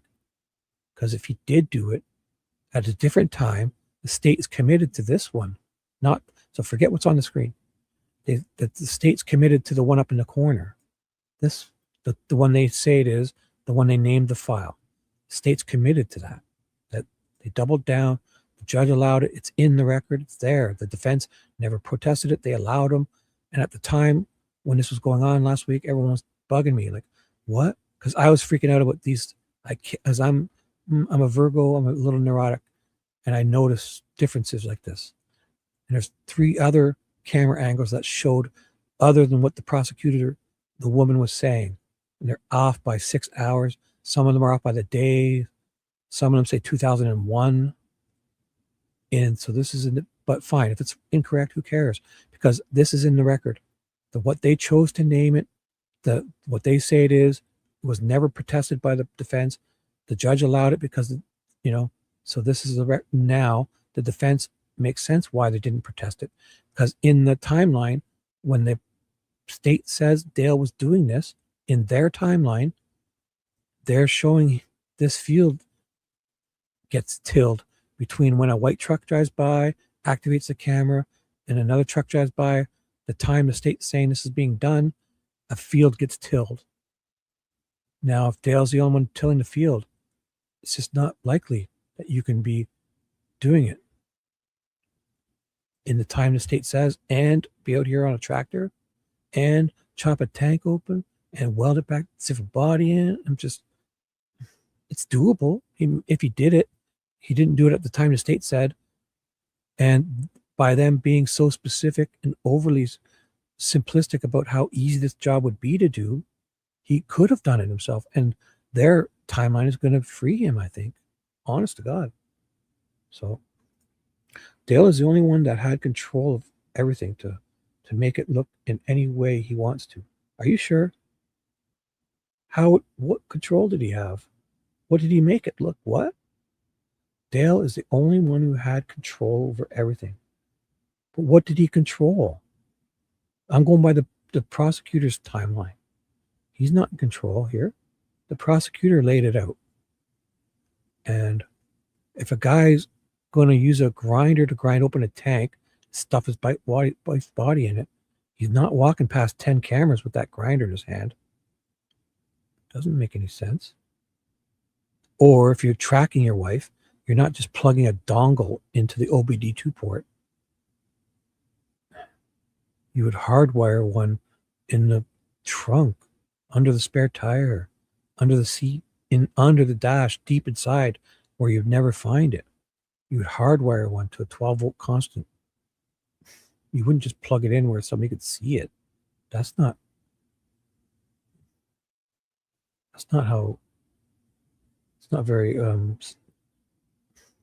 easy way you'd get caught. She can see it. The tracker would be sticking out. Right when you get in the car, you'd see it. She did find it. She took it out. Oh, no. I'm just kind of going over it. No, it's good.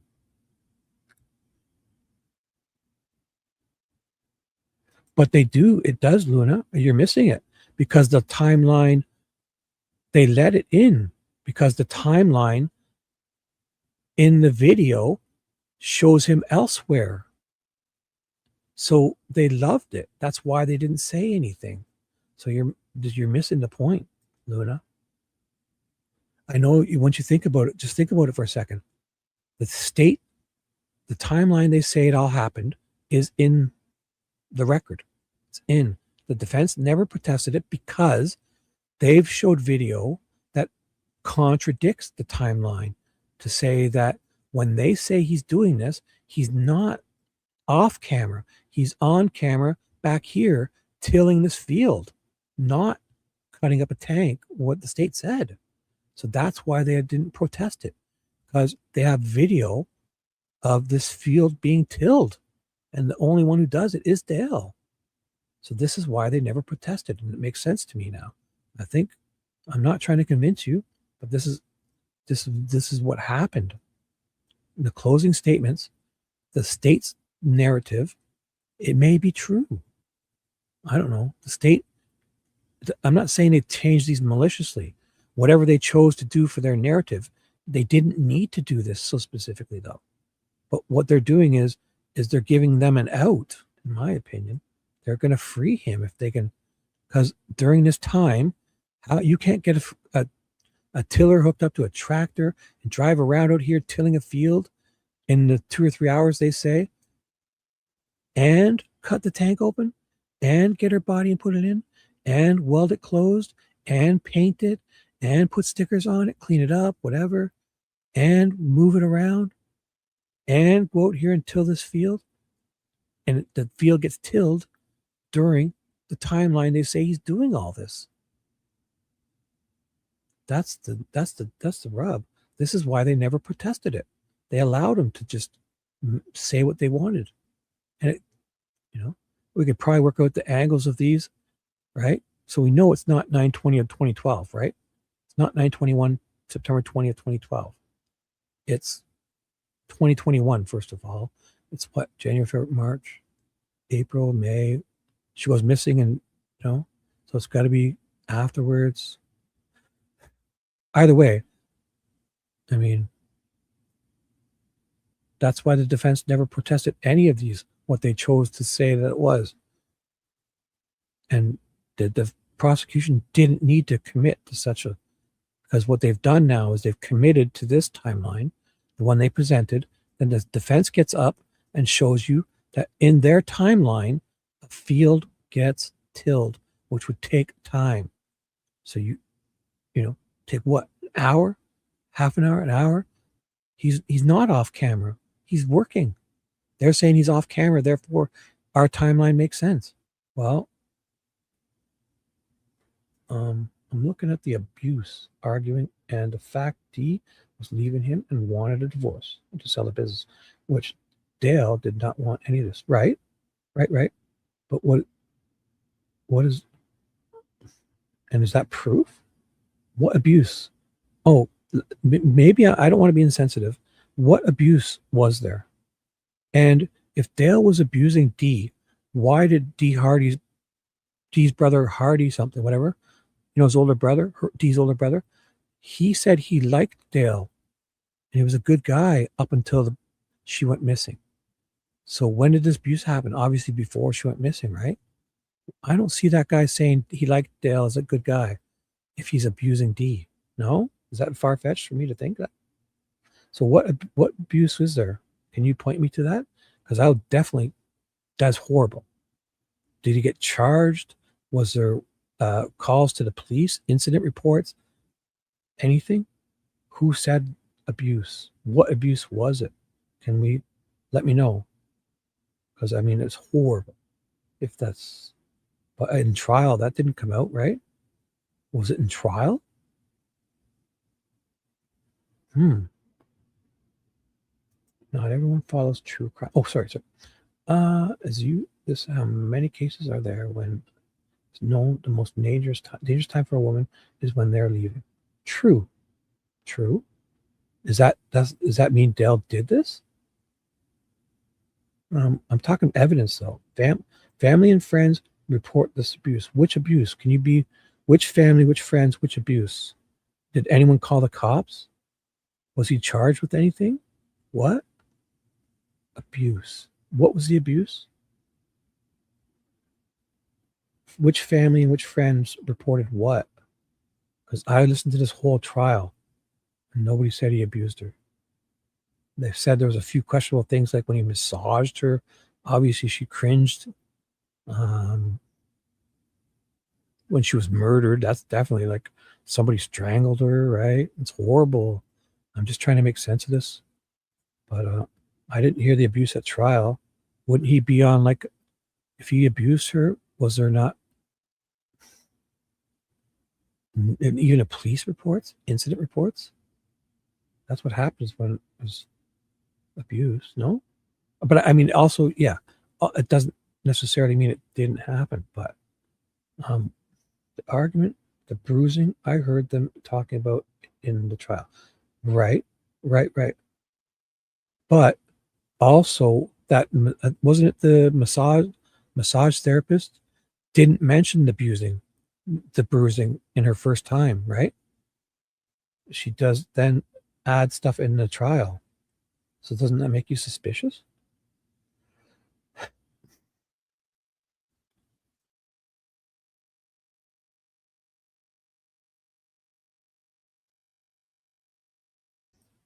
Because they talk about it. But was he tracking her? Yeah, that's true. It is weird. But I think husbands and wives, I haven't been in a heavy marriage with all this newer technology. My marriage ended way before all this. But I got to think this happens a lot. Both, no? Tracking her every movement? Did he do that?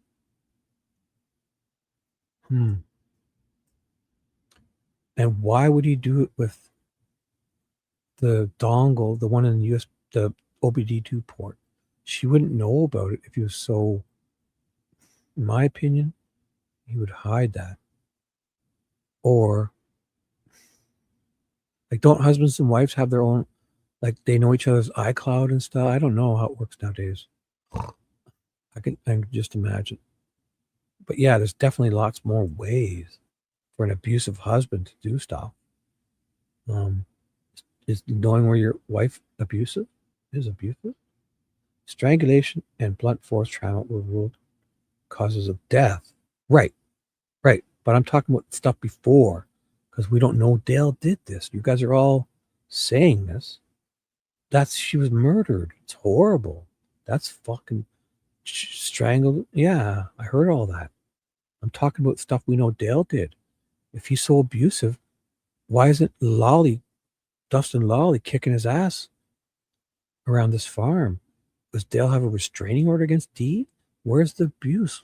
Did they not even call the cops? Dee, like that camera in their house, wouldn't she doesn't sound like, in my opinion, I think she would tell him to get the camera. If she didn't want the cameras, it's her house too. Why would she allow it? There weren't hidden cameras. That would be creepy if there were hidden cameras, for sure. And then that Ivan Boyd guy is the one, or somebody else paid for that tracker and hooked it up for him. If he's doing something like that, why would he ask somebody else to get it hooked up for him and make it? I don't know if they had to create a user account and all that. I don't know. I just think the state didn't need to be so specific with this timeline, and the defense allowed it because it's going to be exculpatory for Dale, because they're showing him tilling this field in that 2 hours, and you couldn't be doing both. And her brother Dale Hardy, whatever his name is, he said he saw Dale tilling the field, and he didn't understand why he was doing or whatever. So the state, if he did do it, state should not have committed to such a specific timeline, because they overlooked the fact that if they can prove Dale's the only one who ran this tiller, he was also out here, not off camera. He was working. So it's not likely he could also have done.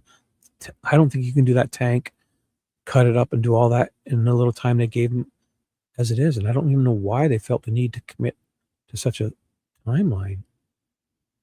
It's a big job to cut a tank off. So What level of abuse suit you? Proof, some proof. I don't know. What's the proof? It is abusive, yeah. What's the proof though? What? Don't. Dale is a classic abuser. He is missing. Is it that simple to you? You don't. Is there? Did they? So he's so abusive. All these people didn't do nothing to him, and nobody called the cops on him. Isn't that part of it? I understand. I'm just questioning to get through this to find answers, but no, I say there's no abuse. There's no proper paper trail. We've argued for hours about this. No, I've watched the trial. What abuse, guys? Tell me, which person said abuse? Which one? But it's a trial. That they're up there telling these things. Did the daughter say Dale abused her? Who in this trial said he abused her? I want to know. If he did, that's horrible. And I don't need a paper trail. This is the trial. Wouldn't that come up? No, not secret, because the daughter's up on the stand talking about the medication she takes. No. Missing is what brings it to light. Right. Okay, so what abuse came up in this trial? Direct me, please. If I missed it, all of us that have been abused know what abuse looks like. Right. And if you had a trial about someone being murdered, wouldn't somebody be telling people about that abuse? There must be loved ones that would know about it. These people would have known, right? It would have come up here in trial, no? What's the abuse? Tracking your wife? Is that, I don't even know if that's, I don't even know. They know where each other were. I bet that's happening a lot more than we would know. I've never been in like a marriage with this new age stuff. iPhones came out in like 2010-ish or so, and you're able to start using location stuff, at least the last 10 years for sure, since 2015-ish, right? To find my iPhone and all that stuff. So yeah. Loved ones did speak about in the trial. Yeah, but what was it? Abuse? Or like verbal abuse or physical? Did he hit her? I'll go back and read it, because I would think the abuse, there would be documented stuff, abuse, right? I don't know. I don't want to say it, but I mean, it's obvious that it might not be too. Just trying to come to some logical answers. Tracking vehicles, right? So him knowing, but tracking vehicles is abusive. It's a form of abuse. When vehicles have trackers in them, that's the purpose of it, OnStar. If he has access to it, he can look at it, right? I know. I'm just working it out. But yeah. So anyone married now that would know, could you find your spouse if you looked it up? I guess. Do we know? Do you guys know that much about each other? Who's in a serious relationship now? Could somebody find you? And so if you're married and you share cars, right? Or the car's hers, I guess you could set it up where only she could use OnStar. But if he has access to the OnStar, how does that work? Because Bill wanted to know where Dee was at all times. That's horrible. Yes. That's controlling, but I think that happens often, right? And how long would it be if he was? But if it was so bad, why is everyone accepting him? I understand Dee may not want to say, but they would all know about it. Like her brother, I think, would kick his ass. And he said he was a nice guy, and like maybe they didn't know about it, or they did, but you said they did, right? A trial. Like beard guy, Lolly. If he abused, why would he kick his ass or tell him to stop? Hmm. Mm-hmm. I'm not saying it. I'm not trying to minimize it, but she's not a dog. He is right. She's not a dog. I'm not implying that. But again, if it's his car too, I think husbands and wives should set it up so OnStar could only be used by the one. That he shouldn't be able to access it, right? That's weird too, right? Because was it her vehicle had OnStar, right? Or I don't know. You guys have spouses now? What happens here? I've never been. Who has a spouse nowadays? Abusers cannot stop until they're in prison. Right. But don't we get some police calls coming in here sometime? And some like pictures of like I'm not of some real like marks and stuff. And because the masseuse said she had, but she didn't say, the masseuse didn't say it the first few times. The masseuse only said it afterwards in trial, right? In her first report, the masseuse never mentioned it. So why wouldn't she mention it the first time? Doesn't that make you question, though, a little bit? Right. So Dee didn't tell anybody then, but the people knew about it? I would think it's definitely abusive if that's what's going to happen. But at one point, when it gets to the, before murder comes in, doesn't it get to the point we usually get like cops called out and reports or charges, or, I mean, it's definitely too late now, but you're talking about abuse that happened to her before this happened, right? I'm just saying, And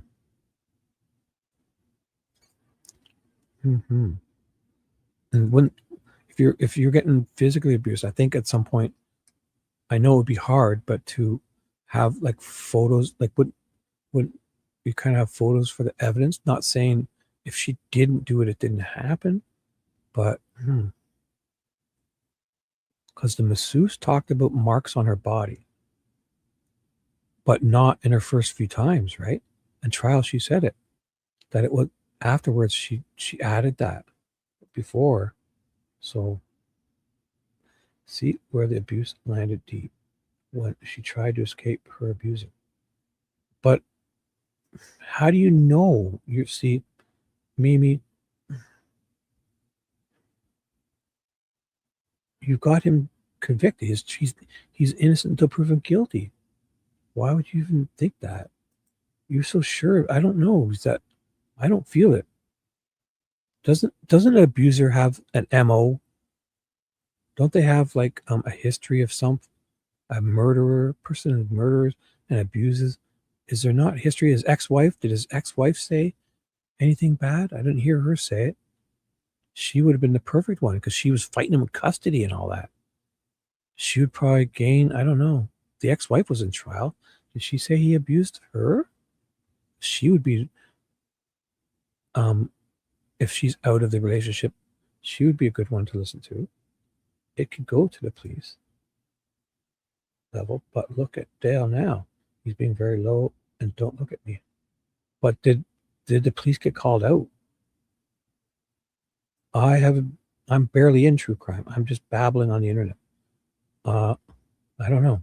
I've watched these for years. Do I not qualify to talk about this? How about you? How long have you been in true crime? What do you do? Are you like an expert?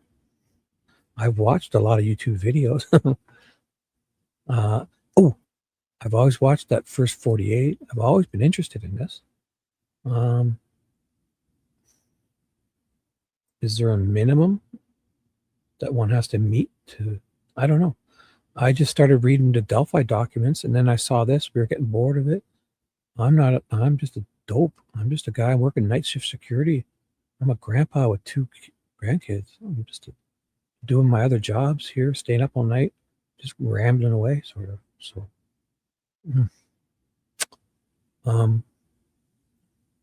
I have no credentials. I barely squeaked through high school. I'm an idiot.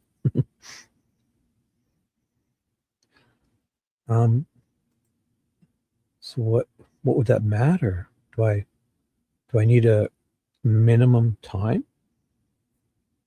Let me know. If I gotta put more hours. Oof, look, see how many live streams I've done? Oh my god. I was doing 10-hour live streams.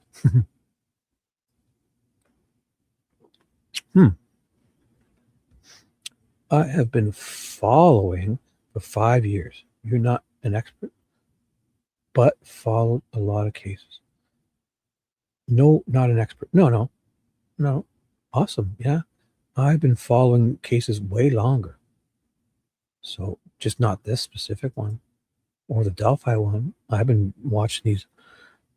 We all experts watching YouTube videos, the body cam videos. Back when I was a kid, I'm 52 now. And then when in the 90s, when I was turned 20ish, I always watched Cops. I used to like that until I realized Cops were probably not as, it wasn't as, maybe some of those guys were being wrongfully treated. I don't know. I definitely always watched those shows, Cops and First 40, all those shows, especially with YouTube now. I love it. But yeah, I'm no expert, but I'm somewhat logical. I don't have any education except I barely squeaked through high school. I was racing cars and getting drunk and chasing stuff around. So I can speak out. Well, I'm just kind of, I'm working night shift. You guys are, no. Yeah, I don't know. I just started reading the court documents. It's interesting. I figured I would do it myself. Have you heard of the Delphi case? That's where we got started. So, it's interesting. I like reading the court documents too. So after all of this, maybe I'll go back through because I definitely retain much more information when I read the actual documents too, right? Here's me. Like when I go and read the documents back, especially with the Delphi case, like I literally read every court document, depositions, every single one from day one of the Richard Allen trial. But I not when it happened, like just last 2-3 months since like November of 2025. Yet I've been following the case for so long. I just started reading away online, and then it's kind of fun.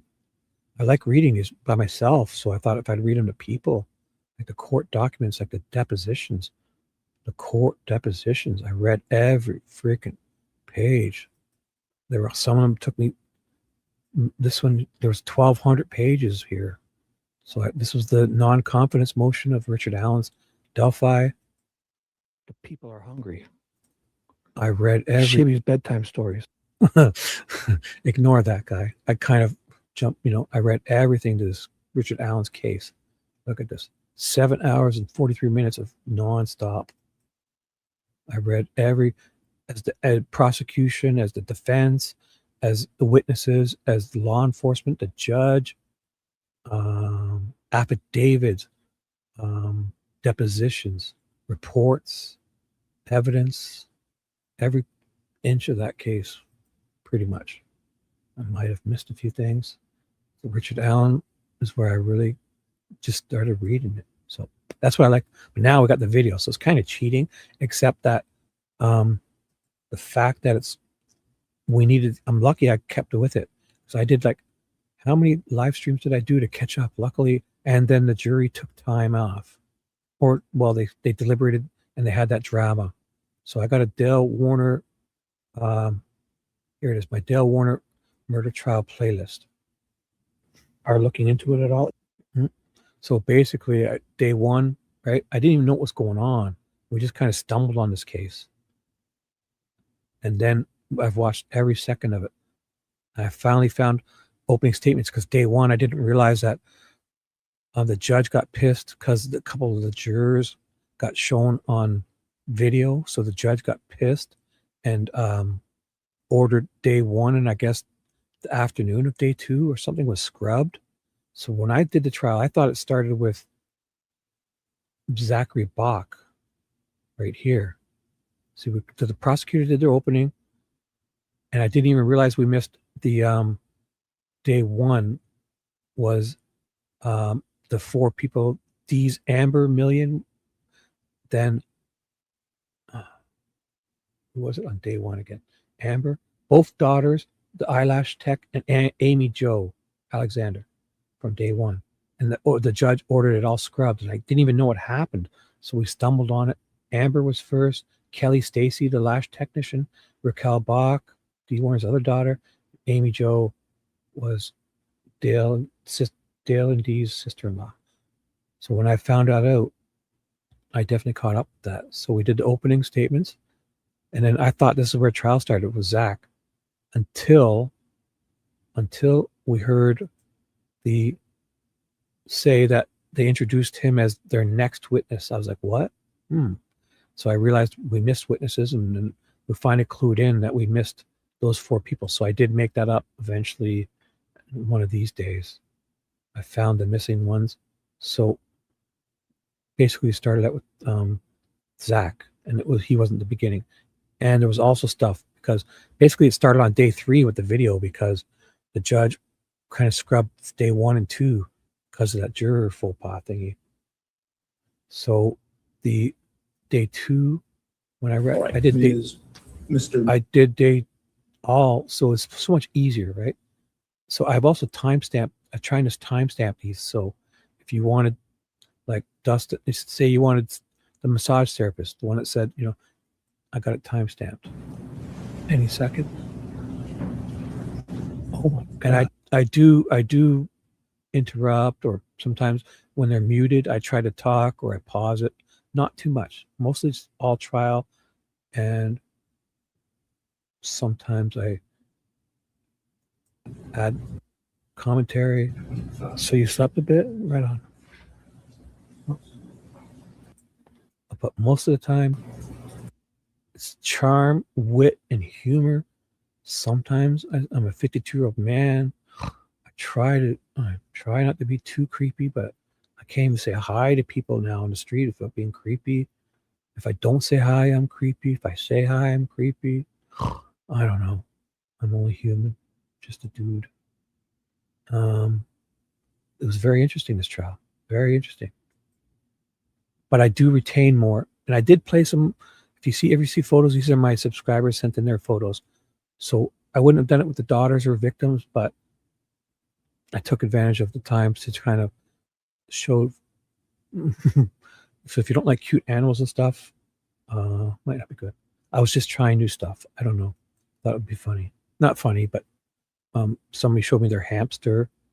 And so I know TJ hates it, but I was just trying to not make light of anything, but do stuff. George Ziegler was interesting. Cell phone stuff. But I like reading because I retain more when I read the documents. Because if I'm not reading, I'm allowed to start doing this kind of stuff and getting in chat and getting distracted. I'm pretty good. I mean, I'm not a dummy. I think I would do above average on a IQ test. I mean, I didn't have trouble in high school for lack of understanding. I had trouble in high school for access to easy parents and access to 300 horsepower Camaro and a 87 Mustang 5-liter, and an older brother who would buy me booze and weed and hash. And there was a Catholic school next door, and my buddies, we found a lot of the friends and Catholic schoolgirls next door to my public high school. So that was my biggest problem in high school, was attendance. So this was a great trial. Glad we covered it. Glad we got through. I'm glad we got right to it. If it ends tomorrow, either way, I'll accept it. But the whole closing statements for me, I mean, I think the state, if he did it, which is likely, I'm not saying it couldn't have been him or didn't, but I'm just saying, oh, I'm a 59-year-old. Bring up my, oh, no. I have, oh, yeah, a cat and 5, oh, yeah, 5 horses. Cool. Ooh, I'll put my email address in. If I do it later on, I'll put my email address in. If you ever, I don't want to make light of it, but I did play some photos of people, like my subscribers' photos. And when I found the missing stuff, I did, even though it was Dale's trial, and I mean, I know she's the victim, Dee is the victim, but I think it's a trial for, Dale, the murder trial for Dale. But when when her daughters were up, I felt it appropriate to then, I put a screen. No, this is their photos, right? Or mine. And do you know east, Oh, west, no, north, I south? did this. Yeah. Like for her daughters. I wouldn't, like, I know it's, and I'm not trying to push people one way or the other, but for the daughters, I played slideshow of her. I thought that'd be fitting. Either way, she is a victim, and that's her mom. I love her. I get it. I'm not, but this is, I mean, in all rights, like, it's literally, it's Dale's trial too, not to be sympathetic to him, but I just didn't want to be too, like, I don't want to skew people's, right? West. Okay, what? But I thought for the daughters, I thought it was okay, but I didn't. I did it with Amber too, and we found these. I didn't even know they were up on the stand until afterwards. So I found Amber's. Oh, this is her first one, trial stuff I covered. I ended up finding it from the last day, so it's one of these. It's one of these. So I did 10 and 11. One of these, I found the days and I added it in. So from this trial. So I'm not even sure what we're doing now. What do you guys want to do? What do you guys want to do? I forget what we were doing. Oh, we were watching that recap. Do you want to continue with that? The full trial recap? Or did I interrupt with that phone call, or were we done with that? How about this? Whoever's here gets to choose. Thank you for being here. Did you guys see the Court TV stuff? Either way, Court TV has, I'll put this in the chat. They have it'll help you with day one, just to know the order of people and kind of a brief of what they said. Either way, it's good I use it to get the dates. So when I could type to you guys, the first witness, would get their spelling and all that. So that's where we're at. So you guys let me know if you want. I could find us something, no problem. But if you guys, yes, she's definitely the victim, but obviously, I mean, he needs to get a fair trial. And if they do, it does seem much more fair than some trials I've seen. Like the prosecutor and the defense, they're not up to all these shenanigans and trying to get each other fired or arrested. But I really think she dropped the bomb. I don't want to be the case of Dee Warner. This is the recap where I paused. So, oh my God, we didn't even make it 17 minutes in and I got distracted. So do you guys want to finish the full trial recap, or would you like to see anything? Anyone? The closing statements, the defense closing statements, the prosecutor's closing statements, those recaps, or any individual people that you think you missed or want to go back and cover? Let me know. I definitely missed a lot of comments, Luna, about timestamps. Okay. I for sure, I'm working 3 screens here. So I've got my StreamYard down here. I'm trying to do all this. I'm sharing this screen, but I don't see the comments on the screen. You guys do. I have to look way over to my other screen where I got oh my God. Just know if I miss it, it's because it's not because I'm definitely not ignoring you. Definitely not. I'm a dope. I don't even know what I'm doing. So I mean well. So if you ever ask me something I don't answer, feel free to ask until. So which one is it? You made a comment. So I'm going up. Luna. Let me see. How do I see it? Lots of comments. I'm in my living room and it's like My TV's like 20 feet away. It's a 52-inch TV. I'm in my recliner with my mouse, my computer mouse on the arm of my chair. My microphone's hanging over the back of it. So this is not a professional. I know, I know it's hard to tell, but I'm not a professional. I'm just a dope. Just a dope. Which channels? Which channels? Everyone's welcome here. I mean, if you're nice about it, I'm okay with all different opinions, and we don't need to change each other's opinions, but I want to help each other understand. I just want to understand. And if he did it, they gotta putting someone away can't be easy. Okay. So even if I do think some people did it, I try to play the devil's advocate it can't be an easy thing to just put people away, right? There has to be a high bar. So that's why I'm always just poking the timeline and seeing what we can find. So just know I don't mean, if I ever insensitive, I don't mean to be. Thank you. Thank you. I don't mean to be. I just want to understand. And if the guy fucking did it, excuse me, if he did it, he did it. But when I see things like, I've worked with tools a lot. Like my clutch went in my car. I put the thing up in my garage. I jack it up. I take the transmission out. I replace the clutch. I'm one of those guys. I do my own brakes on my car. I change the oil. Ever since a young age, I've worked with tools. I understand this stuff. I've worked as an electrician. I have my HVAC license. You know, play with these dumb RC cars all day long with my business. I know that kind of stuff. And if you're going to go do this with that angle grinder, I just don't see you walking past all these cameras at the very least.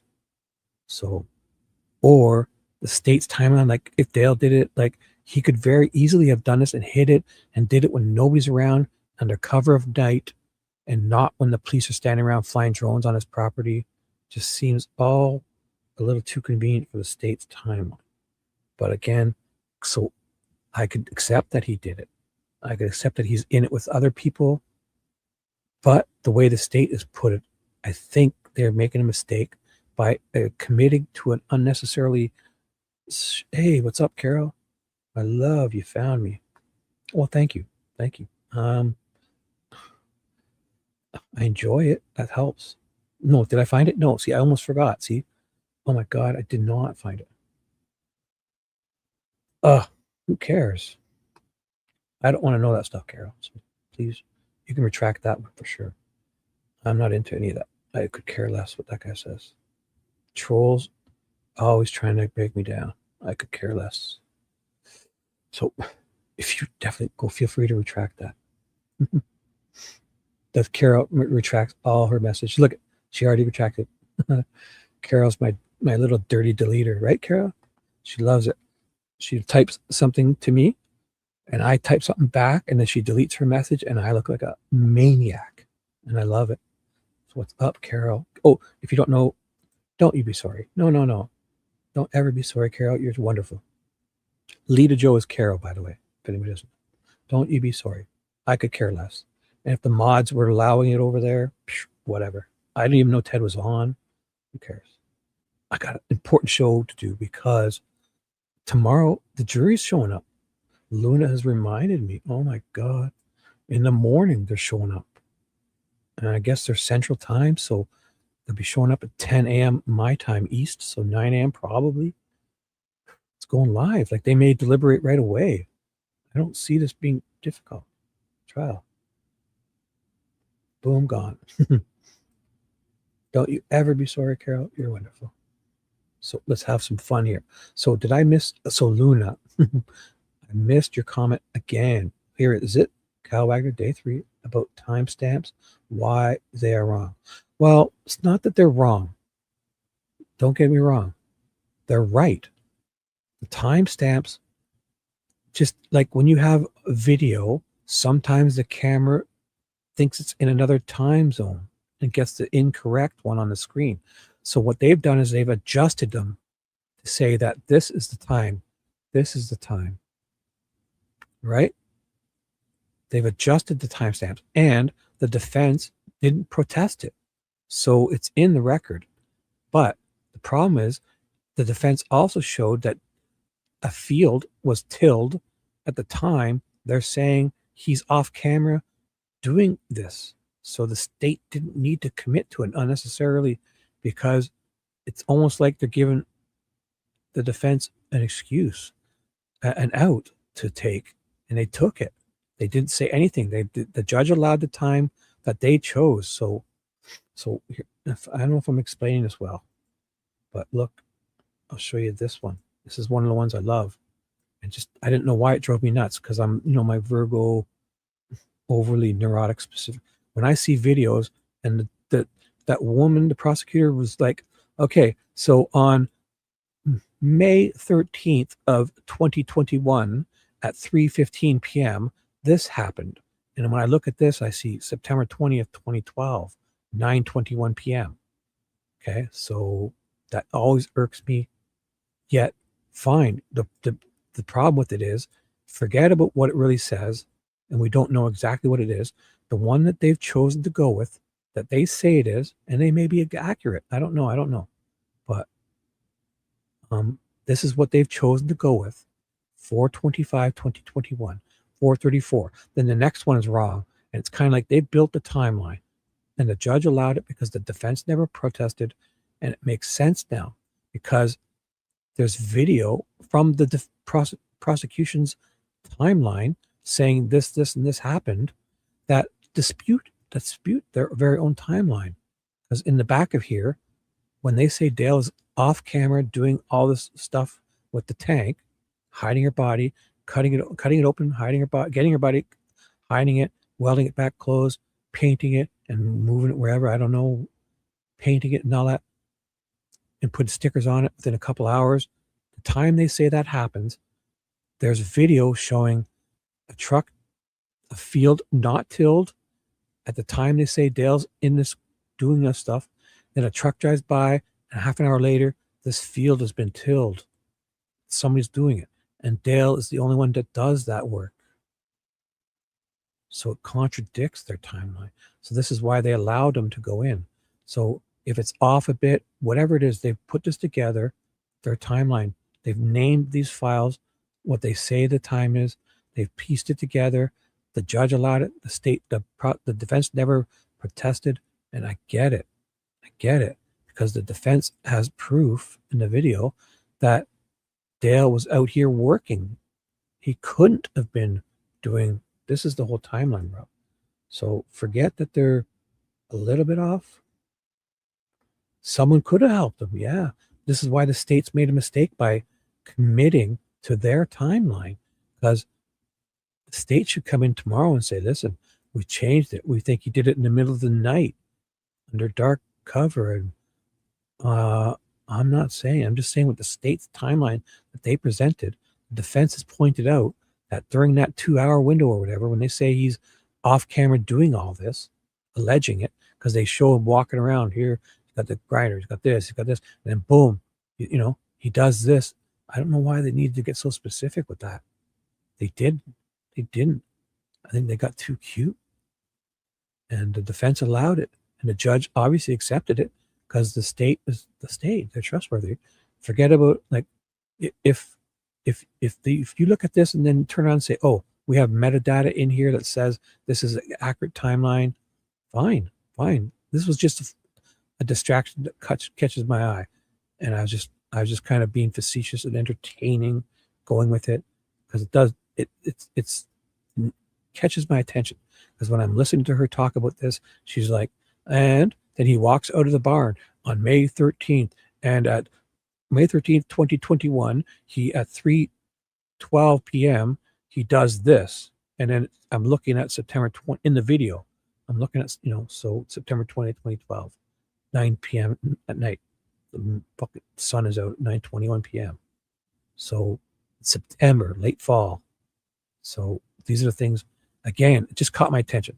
So we didn't know why their defense didn't dispute this timeline that they chose to say it was, or could prove it in the metadata. I don't even know.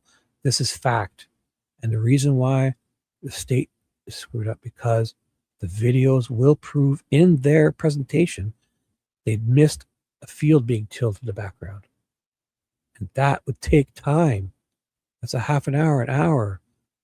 And when you're barely doing, you only have a 2-hour window to do something that I think would take days, cutting the tank open to doing all that. You couldn't also be out here tilling this fucking field. Excuse my language. Couldn't be. And if they can prove that Dale's the only one running this tilling machine on this farm, this is going to be exculpatory. That's the only thing with the timelines. It's in the defense's closing statement. So I'll read chat. Oh, Barry Morphew, that fucker. He pisses me off. Shooting chipmunks with a goddamn dart gun. That guy really pissed me off.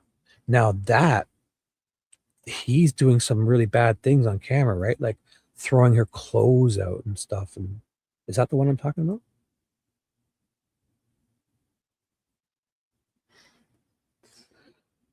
True. But I find this interesting. I like to go over things. I think I'm just learning, but I'm not positive he did it as you guys are. I don't see it as abusive. It's definitely like following your location stuff. It's weird, right? But a lot of it's circumstantial. I just don't see Dee's brother saying on the stand, like Dee's brother was hurt as hell. I get it. He's hurt. I can feel his pain. I feel it from here. Even watching it on video days after. He is hurt. But he also kind of did some things. He said he lied to the media. He really almost interfered, I'd like to say. It turns out that for him to say that everyone says Dale's abusive, which would have been before she went missing, right? That guy on the stand said he liked Dale up until she went missing. I just find it a little hard to sink in that he's as abusive as everyone here is saying, and that man said he was a nice guy and liked him up until she went missing. I don't see him doing that if he was at all abusive to her, to the point you guys are talking. Do you guys see that part? So that's all I'm saying. Oh, what do you mean? You don't have that sort of brain? I agree. I need on interest in the case to follow trial. No, this was interesting. I'm the type of person. You said that. What do you mean? My brain? I'm not smart at all. I'm a dummy. I'm a dope.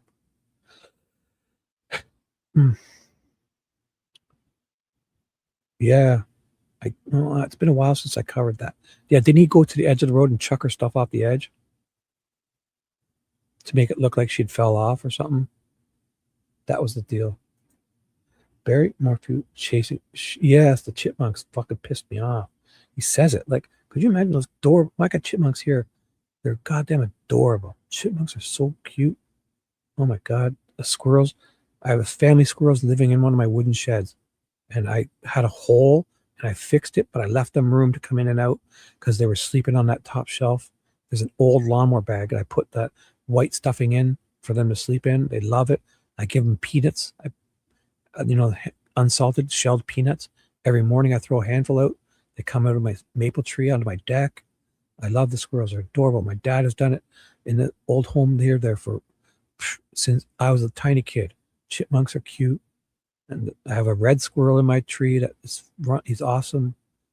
If you keep your stuff all cleaned up, they're not hurting your house. And I don't know. They're adorable. And when I go in that shed, if they're there, they just take off. They don't get in my way. They follow me around when I'm cutting my lawn and I throw peanuts to them. They're adorable. Adorable. And, that fucking Barry Murphy says the chipmunks were like, he was shooting them with a fucking dart gun. Ugh. Fucker. He was probably blowing them away with pistol, like not to just dart them. I bet he was using like BBs and like trying to kill them. That's horrible. Chipmunks are so goddamn adorable. Hand a peanut to a chipmunk. You've all gone camping, right? We used to kids, we'd lay on our bellies and put the peanuts in our belly buttons and the chipmunk would climb up and tickle you, take the peanut and run off. I mean, who's shooting them? The fuck? That's crazy to me. And if you just buckle, if your house has any entry points and it gets cold, well, that's your fault. I recommend the mice and the chipmunks go inside your house. I recommend it because they shouldn't be able to get in, first of all. And up, when it's cold out, it's warm in your house. You got food probably laying all over. Yeah, go in. They shouldn't be able to. So they're never a nuisance. That's all I have to say. So what are we doing here? I'm babbling. That is so cute. I got pictures. Don't you guys do that when you go camping? You must have them over in Sweden. The chipmunks. We have Algonquin Park up here in Canada. There's an Algonquin Park, and there's you can howl at nighttime to the wolves, and they'll howl back. You just lay there. There's bears in the tree. And you just lay on the ground at your campsite. The chipmunks will come up, and you just put, you hand them a peanut, peanut in a shell, or you put it in your belly or your belly button, and you just lay there, and they're adorable. To shoot them with a friggin' tranquilizer gun or a BB gun is that guy is nuts. Barry Morphew. Well, yeah, but once they'll trust you. I mean, if you're quiet and stay still, and you don't start with that. Like, you kind of throw the peanut 10 feet away, then you throw it 5 feet away, then after a while you throw it 3 feet away, and then you sit there and hold it and let them come, and they'll come and take it out of your hand. All squirrels will, especially if for the last 30 years you've thrown a handful of peanuts out onto the deck every morning. They'll love it. They would kind of. So, what do you guys want to do? What do you want to do? Yeah. Yes. If you don't love animals, that's very telling to me. I love them all. I love them all. I love dogs. I love them all. The only thing I want like about dogs is when it's people. People are the problem. Because I would think, like, if you get a new girlfriend and if she's treating her dog like a kid, and like, if I want to put my arm around you and your dog wants to bite me, that's horrible. I think you should treat dogs like dogs. And it's hard to do. But it's what's right for them. So I just don't want people, when they treat their dogs like little people, and they turn into those type of dogs that, I don't know. The dogs are confused. They need a leader. If you're not a proper leader to your dog, the dog will want to protect you when anyone comes around excessively, because they think they're the leader of the pack, because you're, so it's tough, but I think it's people that are worst. So what are we doing here? I'll play this. He asked to borrow the front loader and asked what was going on. This is Dustin asked of Dale what's going on. Oh, here's that GPS thing. I just don't see a guy using this as a GPS thing. And why is that guy buying it for him? And the Brian guy, right? The other guy, Bush, bought it for him. But again, remember, this is an engine diagnostic too, right? Not solely GPS tracking. To diagnose engines, you can trouble. I plug it in all my time in my car. I plug it in to read the codes. The engine lights come on. It helps you have maintenance schedule. Plug it in your OBD. It's to diagnose too. But yeah, it also had a 3G, so you'd have to obviously have like a SIM card or something, I guess. But again, this is, you can see it. Just pull it out. So I think if somebody's really, really, really an abusive husband is trying to track, he wouldn't do it this way, I don't think. Because this is visible. You can just pull it out. If he's doing, she wouldn't know about what he's tracking her. So, in my opinion, although it's ridiculous that she just saw it and didn't know what it was. Because if it was legit about it too, he would have told her that's for diagnosing. So, I mean, I'm not protecting him. I'm just kind of trying to question things. That's all. Okay, just know that. Thank you for that info. I appreciate it. You're very welcome. So D or Stephanie don't see the charge billing for the device. So who was it again? Steve or Stephanie? Stephanie? Who's Stephanie? Steve or Stephanie? Don't see the charge billing for the device. Dear Stephanie. Oh, sorry, KB. Did she live a full life? Everyone, KB's nanny just passed? Is that your nanny? Must be, eh? Sorry to hear. We will get you through this, young lady. You come to the right place. Everyone. KB's and nanny passed. Yes, there's a receipt. Oh, that's another thing, TJ. Thank you. The receipt, like they didn't want to get a handwriting analyst. That kind of irked me. The prosecution didn't want to get a handwriting analyst. Yet that Boyd, Ivan Boyd, the farmhand, Zach's ex-boyfriend, I think, was on the stand comparing writing analysis samples and saying, yeah, that's his handwriting and that's on in the trial. Yet that tall cop said the FBI and the detectives, they would need voluminous amounts of handwriting to compare samples. Like when I was going, I was like, at least show me the squiggly. Like, is he doing a squiggly N and a squiggly N? Like, show me if you're going to do this. They wouldn't even show us, hardly. They did show us some writing stuff, but it wasn't to compare samples and that. They just had that Boyd on the stand look at, hey, there's a receipt. Hey, there's a tag. Oh, yeah, I think you. And that tag also, it was only twist tied on with a metal thing. So it's not like if Dale wrote the tag, it could have been on anyone could have put it, they probably move those tags around. With that type of chemicals, you need to have them tagged and accounted for, and the decals on them need to be descriptive. They need to be, if they wear out, you need to put fresh decals to say that this chemicals are in them to follow the safety, worker, the health and safety whatever bylaws in your area or farm or state or city, whatever it is. So again, so that tag being in his handwriting on that tank 34, it's just twist tied on. Like it's just twisted on, like the little metal, it's like when you have the thing to close your bed, your little twist tie. So let's do this. Oh, she made it to 97. Well, yeah, Alzheimer's, it's horrible. It's horrible to see. But once that pain, we all know. That's what I always say. I'm not good at this stuff, but when the the pain of losing a pet or family member, you'll have the memories.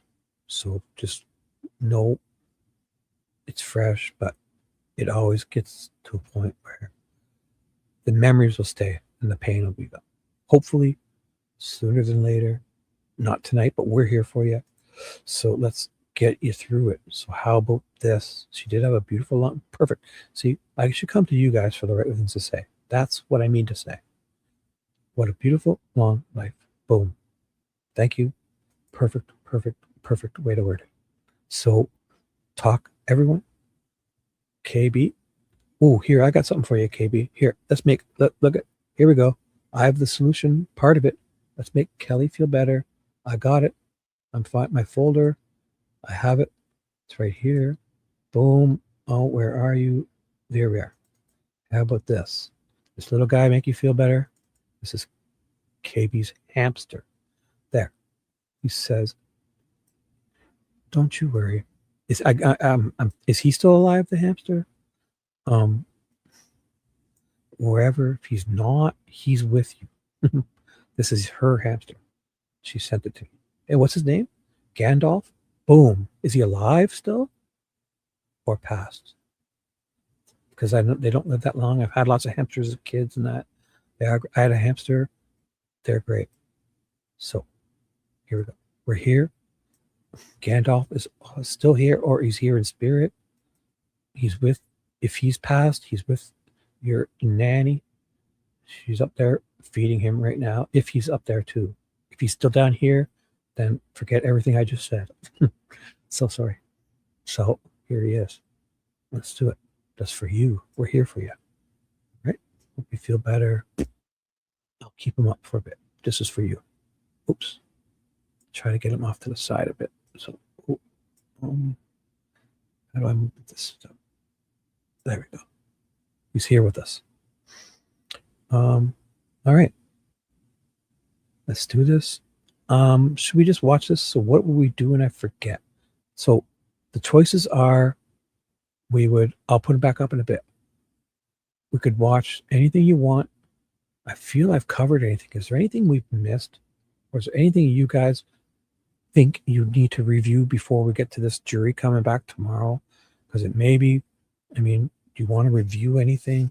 Do you want me just to finish playing the complete trial recap? Because that's another, I watched this last night, but I enjoyed it so much. It's another 2 hours and 45 minutes. Would anyone like to do that? The closing statements from both the prosecutor and the defense? Because I've only seen, do you want me to? I have a playlist of that, I believe. Let me see. I'll put them on a playlist. Oh, I do have one. I do have them on Dale Warner Murder Trial Edits. Before, I probably put it on this one. Yeah. Do you want to, TJ? I'll do it for you because you're always here. And I'll keep this up. We'll go back to that. We did the body cam stuff and that. We were kind of in the middle of that phone call, but I think we kind of covered that extensively. I'll keep it there. Closing statements that's all the jury drama. Oh, I have them here. So here's the prosecution, because this is an order. So the closing arguments started. Here's more closing arguments. It's a little tidbits about closing arguments. So I'll play this because I have this playlist, oldest to newest. So the first information, the oldest, so there'll be 3 minutes, 5 minutes. Then the prosecutor does her closing statements. Then something happens here. There's a little update of 5 minutes for something critical phase. Then the defense does their closing statements. Then the prosecutor has a rebuttal. Then I think the defense, this might be an update of what happened. So let's do it. Okay, I'll check my email. I'll check my email right now for you guys. Let's do a little closing statement medley. That's it. A medley of closing statements. The prosecution and defense rest on day 12. I'm going to start with here. Yeah, because this is where we finished with the phone calls. This is actually fitting. So here. Next testimony is. I'll take this off the screen until we need hearing them. So we're going to hear prosecution and defense rest on day 12 of the murder trial. It's a quick 3 minutes and 43 seconds. And she's not wearing her green dress. She looks better in green. I'll take the red. I'm okay with it. I don't mean to be creepy, but the green dress is in this video. Oh, crap. The green dress is in this video, too. So I'll try not to let it distract me. No, it's not in this one. It's in this one. Oh, that 2 hour and 45 minute one. It's here. The green dress is at 2:43, coincidentally. The green dress is here. Her in that green dress. I'll try not to be creepy, but it was nice. Cute. She wore it well. So prosecution and defense rest on day 12 of Dale Warner murder trial. Then jury to hear the closing arguments. This will be a quick ones. These are quick ones. Closing arguments. And then prosecutor statements. Then a 5 minute quick, whatever that is. Then the defense statements. So let's do this. Grab a coffee. I got a coffee. This is for TJ, who's been very loyal. TJ suggested this trial for us. So love and light for all. This is dedicated for you. I will check my email in 1 second. Red is a power color, but green, just the pantyhose aren't working. I don't know. The green, wait till you see the green dress coming up. Oh my goodness. It just looks like a $20 Walmart Winners, nothing special. Just it works. Now, excuse me for being creepy. But she definitely rocks green much better. This guy is he's trying to be too, I don't know, hip, whatever. finished in the Dale Warner murder trial. The nearly 4-week trial concluded with Dee Warner's brother taking the stand. Melissa Andrews is in Lenawee County with what happened today and what happens next. It was a pivotal morning in the Dale Warner murder trial with a series of events and the defense and prosecution resting after 34 witnesses, half that were on the list. The day began with a motion for a directed verdict as defense attorney Mary Chartier asked the judge to dismiss the case before it goes to the jury, arguing the prosecution did not present sufficient evidence. Prosecutor Jackie Wise asked that it be denied. The judge ruled from the bench, denying the motion and allowing the case to move forward. Dale Warner then formally waived his right to testify. Mr. Warner, you understand you have the constitutional right not to testify at trial, correct? Yes.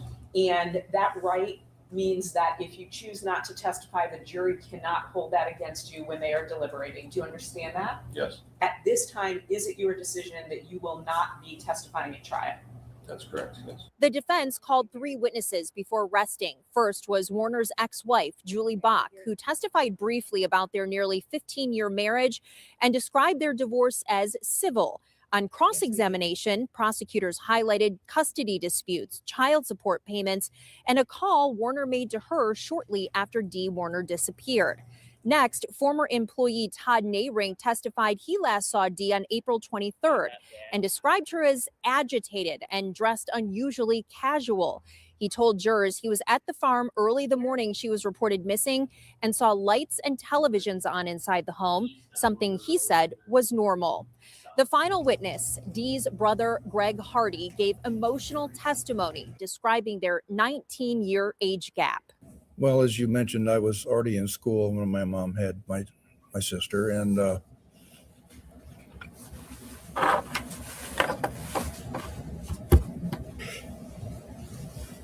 so we never really lived as a family.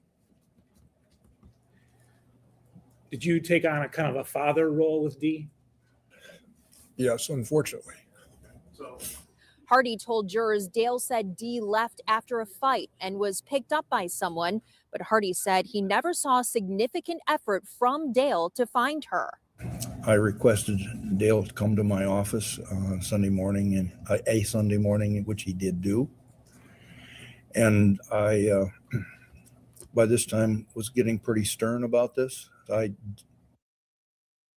You hear it? I think he's underplaying how much he probably poked and prodded, and it's possible he pushed too hard, or I don't know, because I think he's hurt, but he also was very proactive here, and I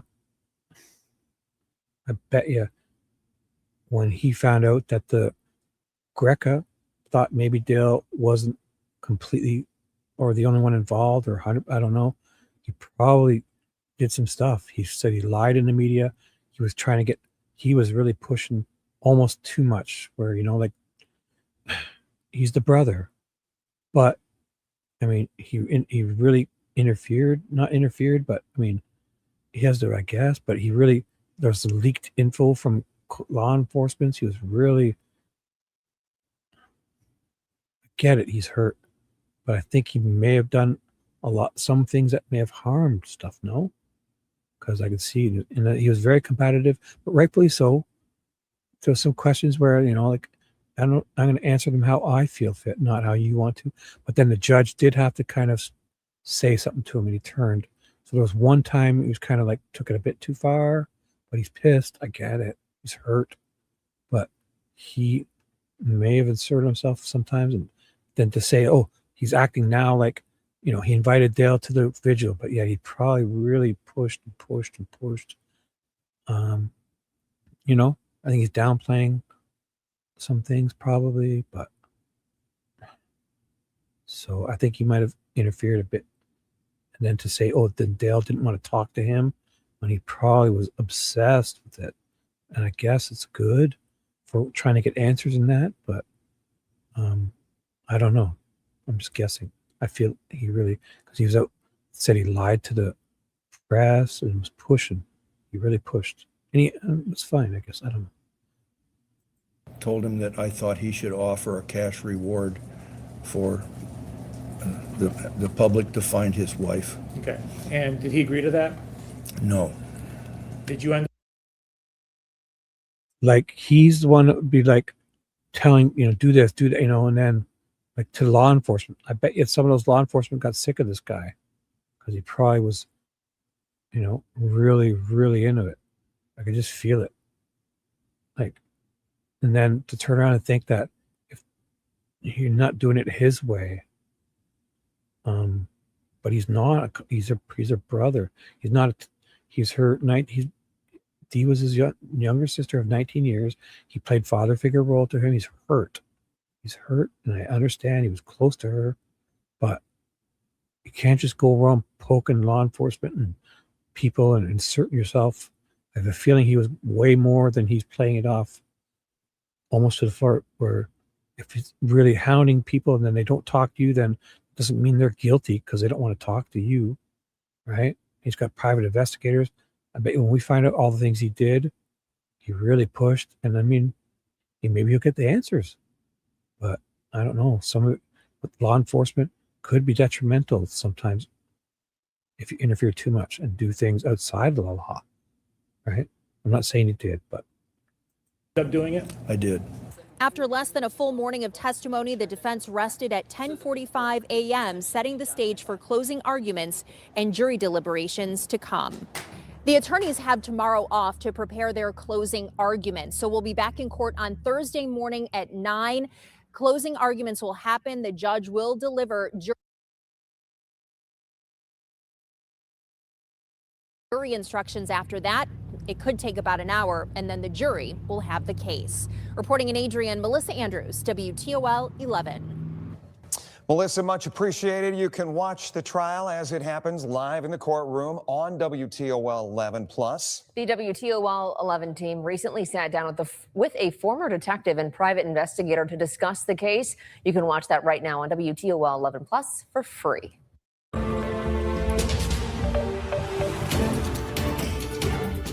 After weeks of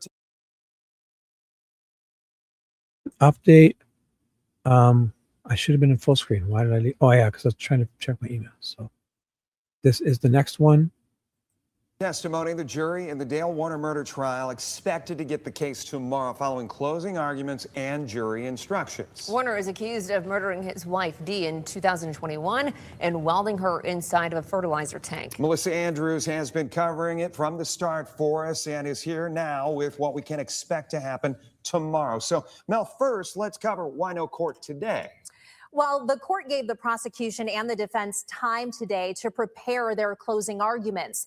The prosecution will start, then the defense will go. There. Oh, wait, one sec. Sorry. She gets priority over Dale. This is KB's Nan. All right. Lovely, lovely young lady. Rest in peace. This warm coat. Christmas time. Looked like you had a good time. All right. I'll keep her up for a bit. Oh, I gotta hit play. But I'll get her back. I gotta hit play. Sorry. Here you go. Play. Oh, and then the prosecution can do a rebuttal. And then come the back. jury Where will are then ya? get There you are. instructions, including what elements must be proven in order to find Dale Warner guilty of killing his wife, Dee. Dee Warner was reported missing on April 25th, 2021, from the home she shared with her husband on Munger Road in Franklin Township. Her adult children told investigators. Sorry, I'll bring Nan back. Don't you worry. I saw there was some, I didn't want to block her kids. So Raquel Bach, Amber Million, Zachary Bach. They hadn't seen her since the day before, when she said she planned to tell Dale their marriage was over and that she wanted to sell their trucking business. How did you observe her to look? Unwell, almost the shell of herself. What was the plan for that night? She was going to tell him that she wanted a divorce, All right.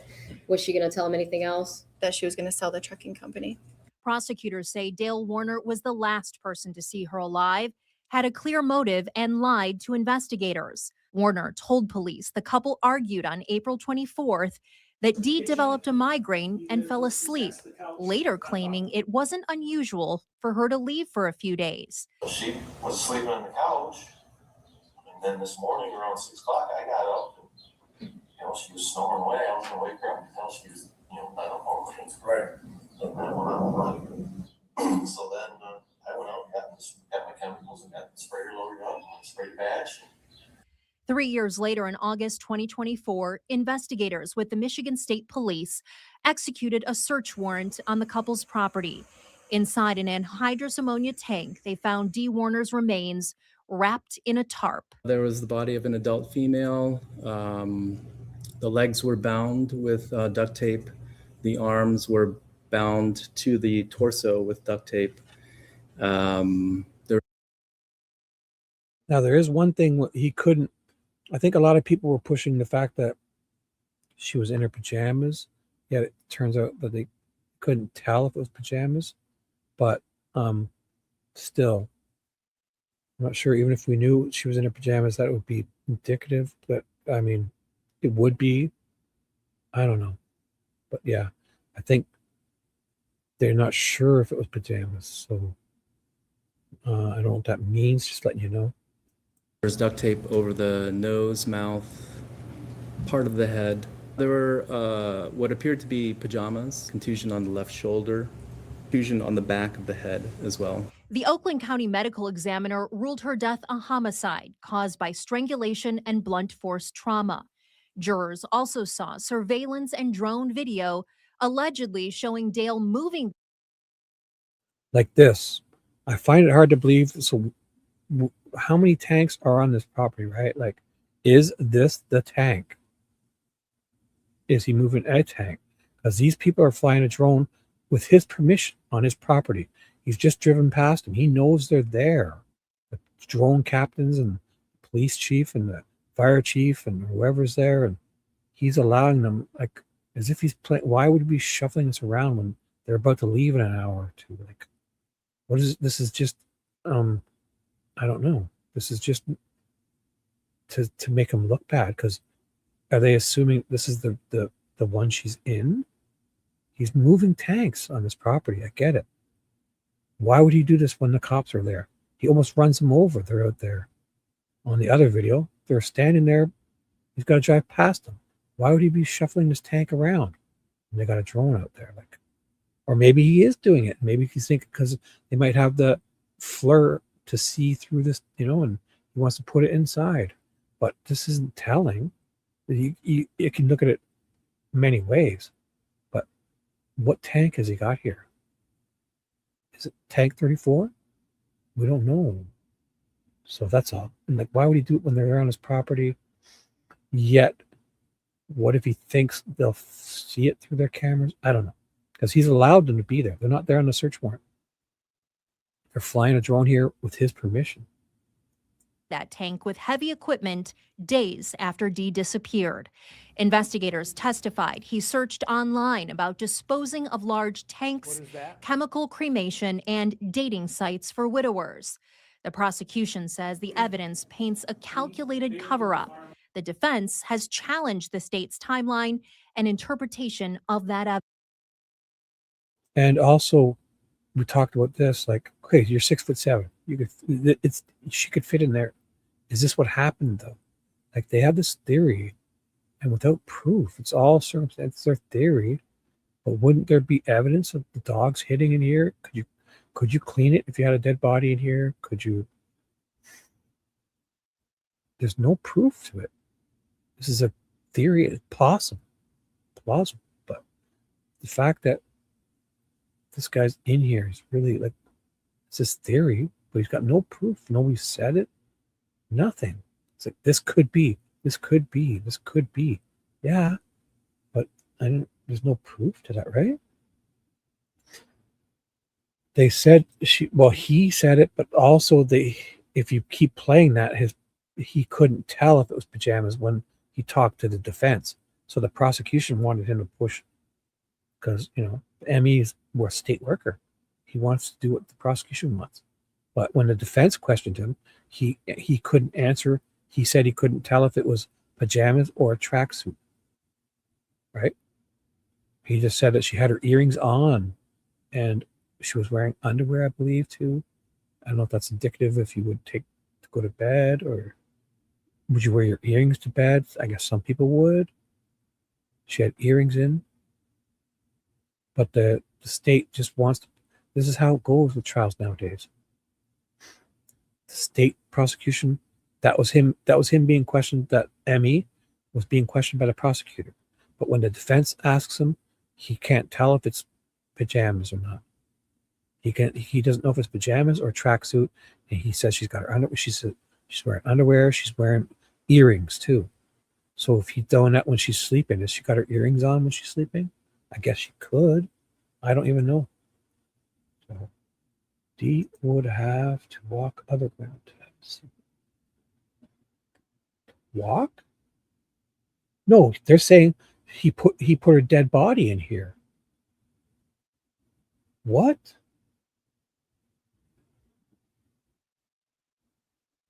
What? He's claiming that she put her dead body in here. That's their theory, no?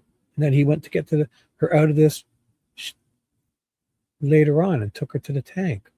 This is a fucking safe out in one of the sheds or barns. This is the theory. It could have been, we think we put her in here, and if he puts her in here, she would touch the ground, but she would have to touch here. She would be laying in here. You think cadaver dogs need a cadaver to be walking around to smell cadavers? Come on. Sure. These are cadaver dogs looking for the smell of death. Not tracking dogs. You're mixing this up. These were cadaver dogs. You're thinking tracking.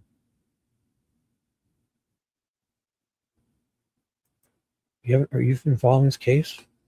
You didn't hear about the big safe. There's been 2 safes in this case. The other safe was in Zach's room, where Dee and Zach shared a safe. Dee bought a safe to put in Zach's room, and Zach and Dee shared one in his bedroom. And in the video, there's a body cam video of Dale showing him that safe in Zach's room and them opening it up and stuff. And I think there was a gun in there and stuff, and stored properly. And there's 2 safes in this case. Some expert you are. I'm not kidding. It's 2. So they're saying that no, it's their theory. It's their theory. It's not proof that she was put in here. They're saying he stored her in here when all those people didn't cut the tank out, come and got her out of here, put her in that tank from here. This is the cop, and they're showing it. Like, look, it can be done. I'm 6'7". I fit in here. Why do you think the 6'7" cop is sitting in there? This is the cop, Drewier, Drewior, 6'7". So, well, we don't know if she was put in one. This is their theory. Again, I'm not saying this is the state's theory. So, to be put in one, it's a reach because there's no proof of it. And all of their cases are circumstantial. I think, therefore it is. Evidence. Now, it will be up to the jury to decide.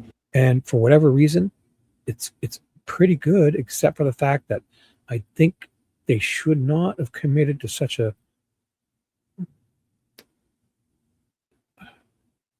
timeline that they committed to, that they agreed to, that he's allowed. It's now fact. That timeline is fact.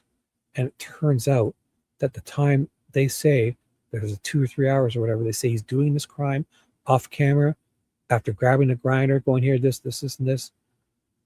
They are showing that a field has been tilled in said time too. So it's pretty exculpatory. I think they're way too dismissive and way too specific with their timeline, and they didn't need to be. They would have had him dead to rights without it. In my opinion, they made it worse. They took advantage of it. They didn't protest any of those timestamps that were off or renamed and how they want it to fit, even if they're true, and they just pieced all those videos together and saying this is how it happened. They overlooked the fact that somebody in the defense spotted it, that one of the fields had been tilled in the timeline between, they say it started and finished walking around all those, there. And if it turns out that Dale is the only one who ran that tiller to do that work in the field, he was out in the field working. He wasn't doing what they said he was doing. Whether Dale Warner is guilty of murder. 4 alternates will be chosen and sent home before deliberations, but they will come back if needed. We will stay in the courtroom in case there are any jury questions during deliberations. We will get a 30-minute notice when that verdict is reached, and of course, we'll alert you on your phone as soon as. Right, Mimi, right. Like he would do this. I mean, I'm not saying that, yeah, I agree. Like he would do this all night long. This guy had resources. Let's say he did do it. With the resources at his disposal, the torches, the tools, none of us would even know about it. Okay? He wouldn't be doing it when there's 6 or 7 people on this farm. He wouldn't be doing it with loud stuff. He wouldn't be playing musical chairs with the tank when the cops are standing there flying drones around. There's just so much wrong with this. If he's going to track his wife, I could see him doing it, maybe. He was admitted to stuff, right? But he wouldn't be just doing it with a dongle in the port. He would hide something. He would hire the private investigator to come, and when Dee's sleeping, he would tell him to go and open the door for him, and he would install one in the trunk, in the wheel wells, or up in the quarter panels, or under the dashboard, or under the seats. She would never have known about it. He would have been tracking her every second in that car. She would have never known. To put something so half-assed into it, and to include Brian Bush in it, that's, for what reason would you ask somebody to order you the thing and then hook it and do it for you, plug it in? Why? Seems weird. And Brian Bush is the one who paid for it. Turns out he paid for it and was reimbursed. I don't know. What if Brian Bush put the tracker in there? What is up with him? So there's a lot of questions here, guys. If your fucking guy has this amount of resources, he's got money, you can credit cards, tools, know-how. There's so many things wrong that I don't think he would have done. Using a grinder, walking around in front of a camera with the grinder to go hide a body. You don't do that. If somebody like that would, if he would put it in a box or a bag or hide it. So there's just so much wrong with the state's theory.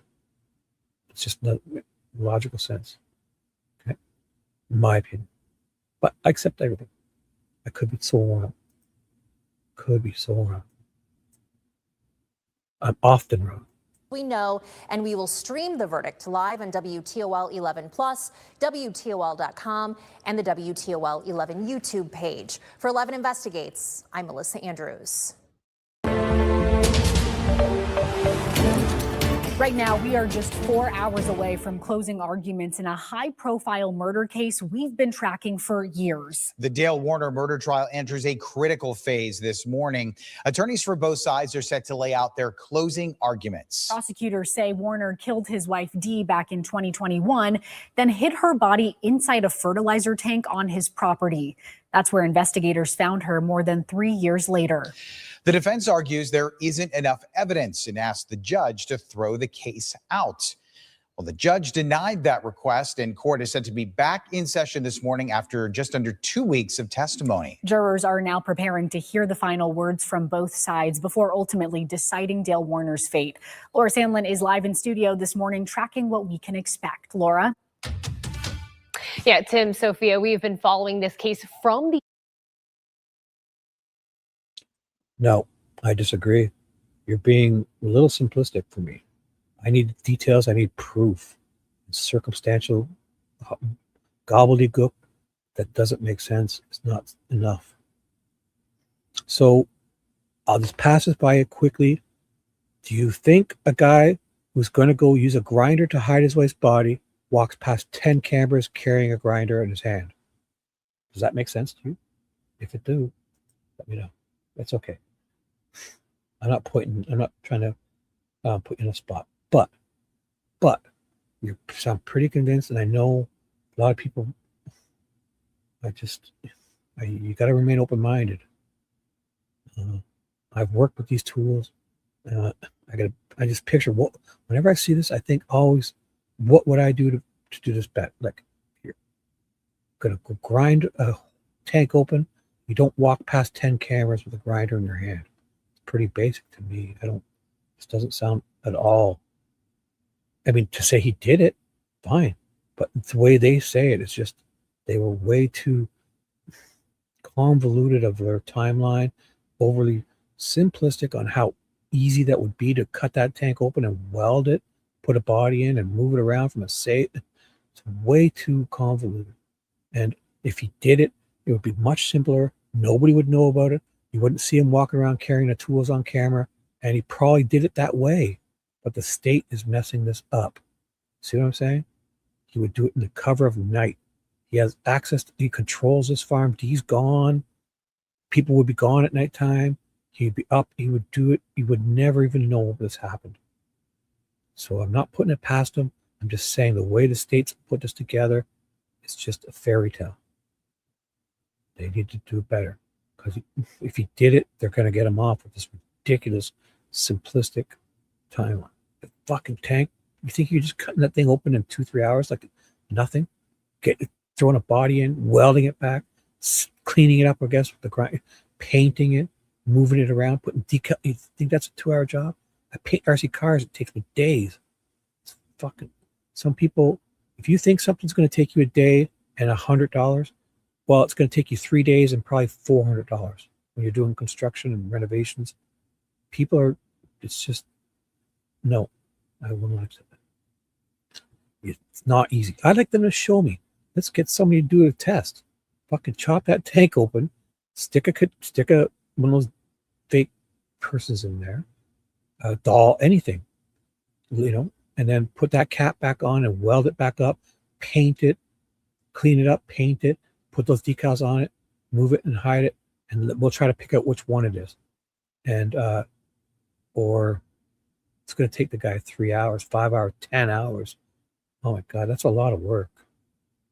The very beginning, from the moment Dee Warner was reported missing to. But that's not true. That's not true. No one was around. There was fucking 5 or 6 people. All of them there in the state's timeline. They're showing them in the office sitting around. They're on the farm. 7, 8, 9 people on this farm. What?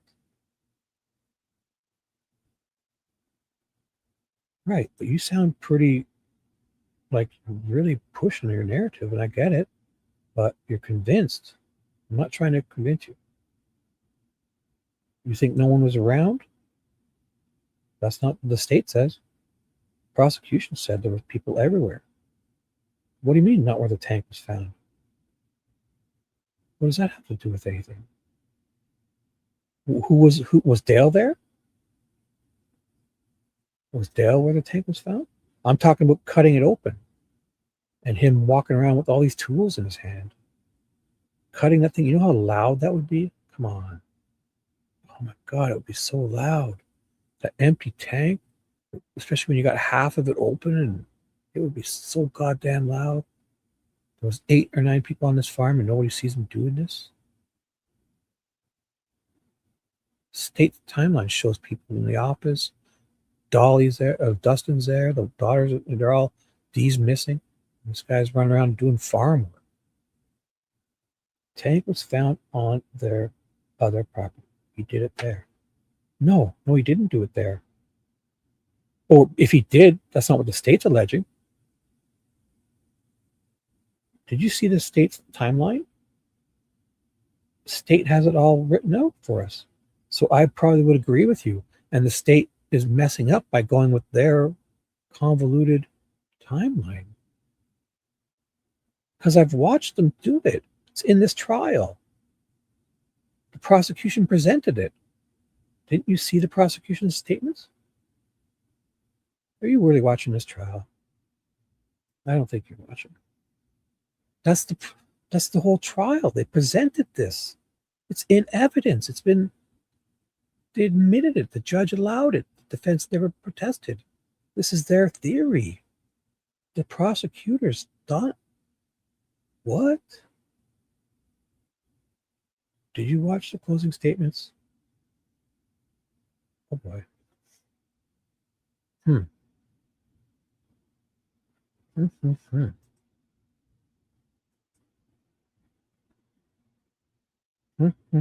What's up, fishy? Hello? That's True Echoes. What's that? What the heck is that? Ugh. Oh, what they're doing in the field? Echo look like they're looking. Hey, yeah. That's a lot to do. That's a big. I guess they probably had suspicions. They're probably seeing areas. They couldn't do that whole field. That would take forever. Yes, there is, though. Yes, there is, Sharon. So I think you're misinformed. The state has it all, presented it all. I think you really need to watch. I'm trying to be reasonable here, but you say no date or Dale presented on cameras for anyone. Right, but the state has a theory. They've renamed the files. They've said it's the time. They've made it the timeline. They've entered it into this court case. The judges allowed it. The defense never protested it. It's now a fact of matter, the state's timeline. Then that's in the trial. So you must be kidding when you're saying that. There's no date on the cameras for everyone. No, there isn't. There isn't. The state has put it together and said this is the time. On each camera, they've named each file. They've said this is it. And the judges allowed it, and I'll show you. They've named it this. They're saying on their timeline that it's this, 420. So even if it's wrong or not present at all, forget what it's on. Forget the timestamps, because when they're there, they're inaccurate or they're not there at all. The state has chosen and says this is the timeline. They've made it. State named this file this. They said it's 425, 2021, 434. Then the next one, they've got it almost minute by minute. The state is committed to this. The judges allowed it. It's in the trial. The defense never protested because it turns out they can show that the timeline that they're going with, unnecessarily, in my opinion, oversimplistic timeline too, is takes more than 2 or 3 hours to do this, but the state insists he did it. He also could not have been out here tilling the field at that time too. And it turns out in their timeline photos and all their evidence, there's a photo, and then the next one, half an hour after a truck drove by or something, this field has been tilled, and Dale's the one who does it. So just know that. Oh, what's up? Who doesn't like you? Oh, here, I'll play, sorry. Sophia and I reporting outside the courthouse the very first morning Dale was in court, to Melissa Andrews tracking every detail in the courtroom. Now, this morning, 15 days later, the prosecution will deliver a closing. So if someone doesn't hack you, it means they don't like you? Statement followed by the defense. The prosecution then has a chance for rebuttal. The judge will then give the jury instructions about the charges and all of the elements that need to be proven in order to find Dale Warner guilty. Dale is charged with open murder and tampering with evidence. With these charges, the jury must decide whether or not Dale planned to kill Dee ahead of time. They will also determine if Dale purposely removed, altered, concealed, or destroyed evidence. During deliberations, jurors must follow key legal principles. The defendant is presumed innocent unless the prosecution proves each element of the alleged charges beyond a reasonable doubt. Reasonable doubt is defined as an honest and reasonable uncertainty based on the evidence or lack of evidence. This means proof falls entirely on the prosecution, and Dale is not required to prove his innocence. He waived his right to testify Tuesday. Before the defense rested its case, key testimony included Dale's ex-wife. No, you don't have to put allegedly. I mean, if you think he's guilty, I don't know. I could see it, just not the way the state's doing it. The state is going to bumble this. So, if it is, I think so. I mean, and if you've ever seen the Delphi case, oh my God, he went with way less evidence than what's going on here. Like, I mean, I think it's even likely in one of my scenarios that he did do it, but he just wouldn't be walking around on camera. He wouldn't do it in a couple hours. He would do it in the still. Nobody would know. So I can agree with you almost in ways. It's just that the state made it way too specific and I call it convoluted because it's just would take longer, but still, if we go with it, they overlook the fact that the video that they're using in their scenario and their timeline, it even shows in the background. If you look in the state stuff, it's their evidence. It's the defense was given the discovery, and then there's those videos. And the videos show that there's somebody who's out here tilling the field. Turns out he's the one who does the tilling. If nobody else is working on his farm, it's just him, right? You see him running around. Who tilled the field? Even Dee's brother said the field was tilled. I mean, the state didn't need to commit to it, that timeline, because if he did it, he probably did it at a whole other time in a different way. And if he maybe he did, I could buy it. But the way the state's doing it is they're going to they just they didn't need to commit to that kind of timeline. And they overlooked the fact that I guess the defense got lucky that someone noticed that the background had been tilled. I mean, if there's other people running machines on this property, let us know. But turns out Dale couldn't be doing what they're saying in their timeline. So maybe he was doing what they said just at the wrong time. They chose to go specifically. The judge allowed him to enter it. The defense never protested. It's now in the record that he did this, and this. And then that's why the defense waited till closing statements to drop that. And they made a mistake. The prosecution made a mistake because they made a mistake. And if he did it, he would have done it. He did it differently. And now they've committed to something saying he did it.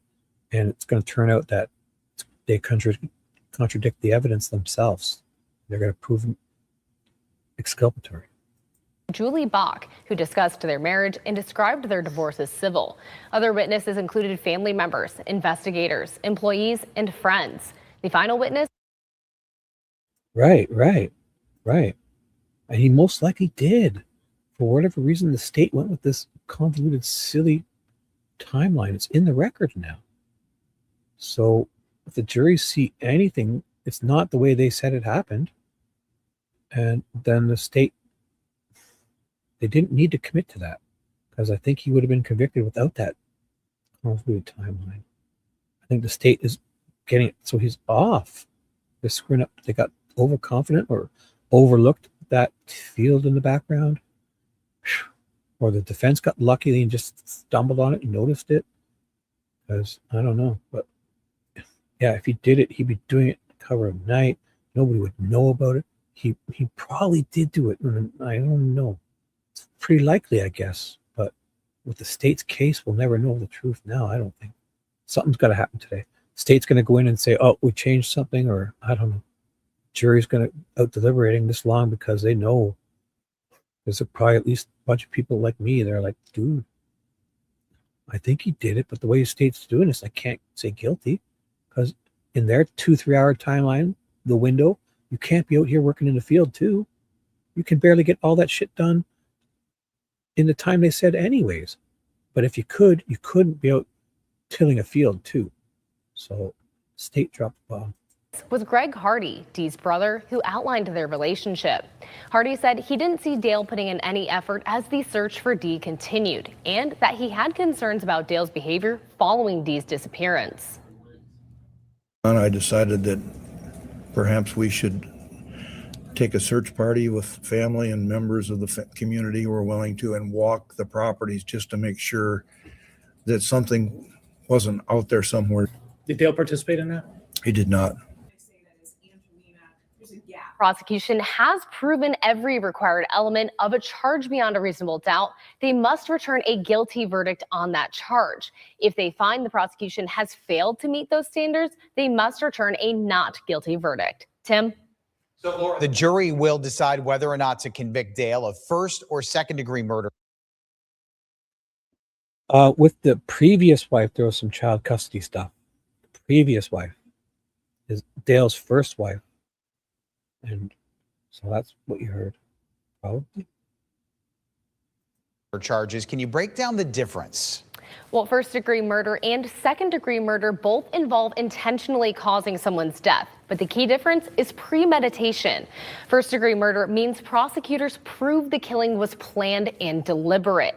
Even a short moment of planning can qualify, but the person must have had the time to think about the act before carrying it out. In Michigan, a conviction carries mandatory life in prison without parole. Second-degree murder does not require proof of planning. Instead, prosecutors must show the defendant intentionally killed someone, intended to cause serious harm, or acted with extreme disregard for human life. A conviction can still bring life in prison, but parole is possible.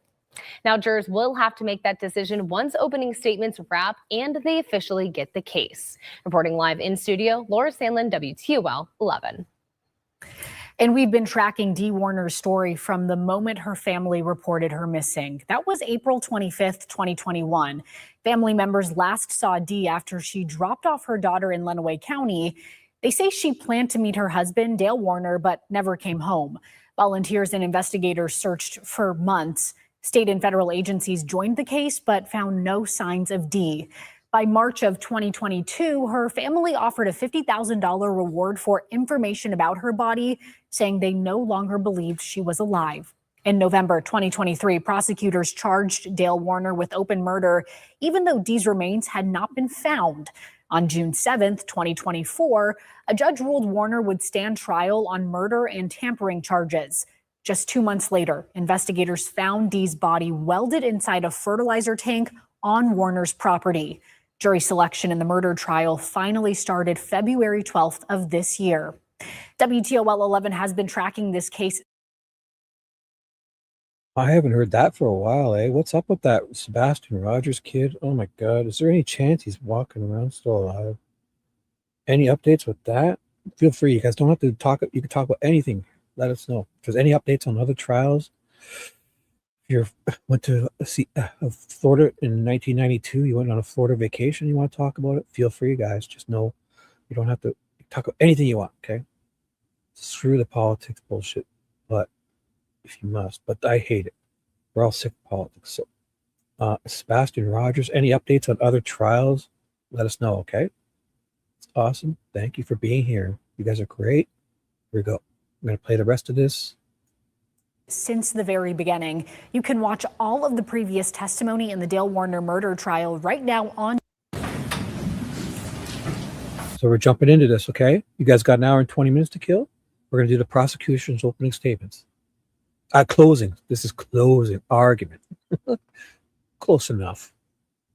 Prosecution's convoluted timeline of specifics and unnecessary gobbledygook to set this guy free. She dropped the ball, this prosecutor. She drops the ball.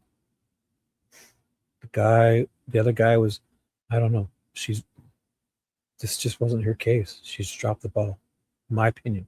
Maybe let's watch it. Who knows? There's so much.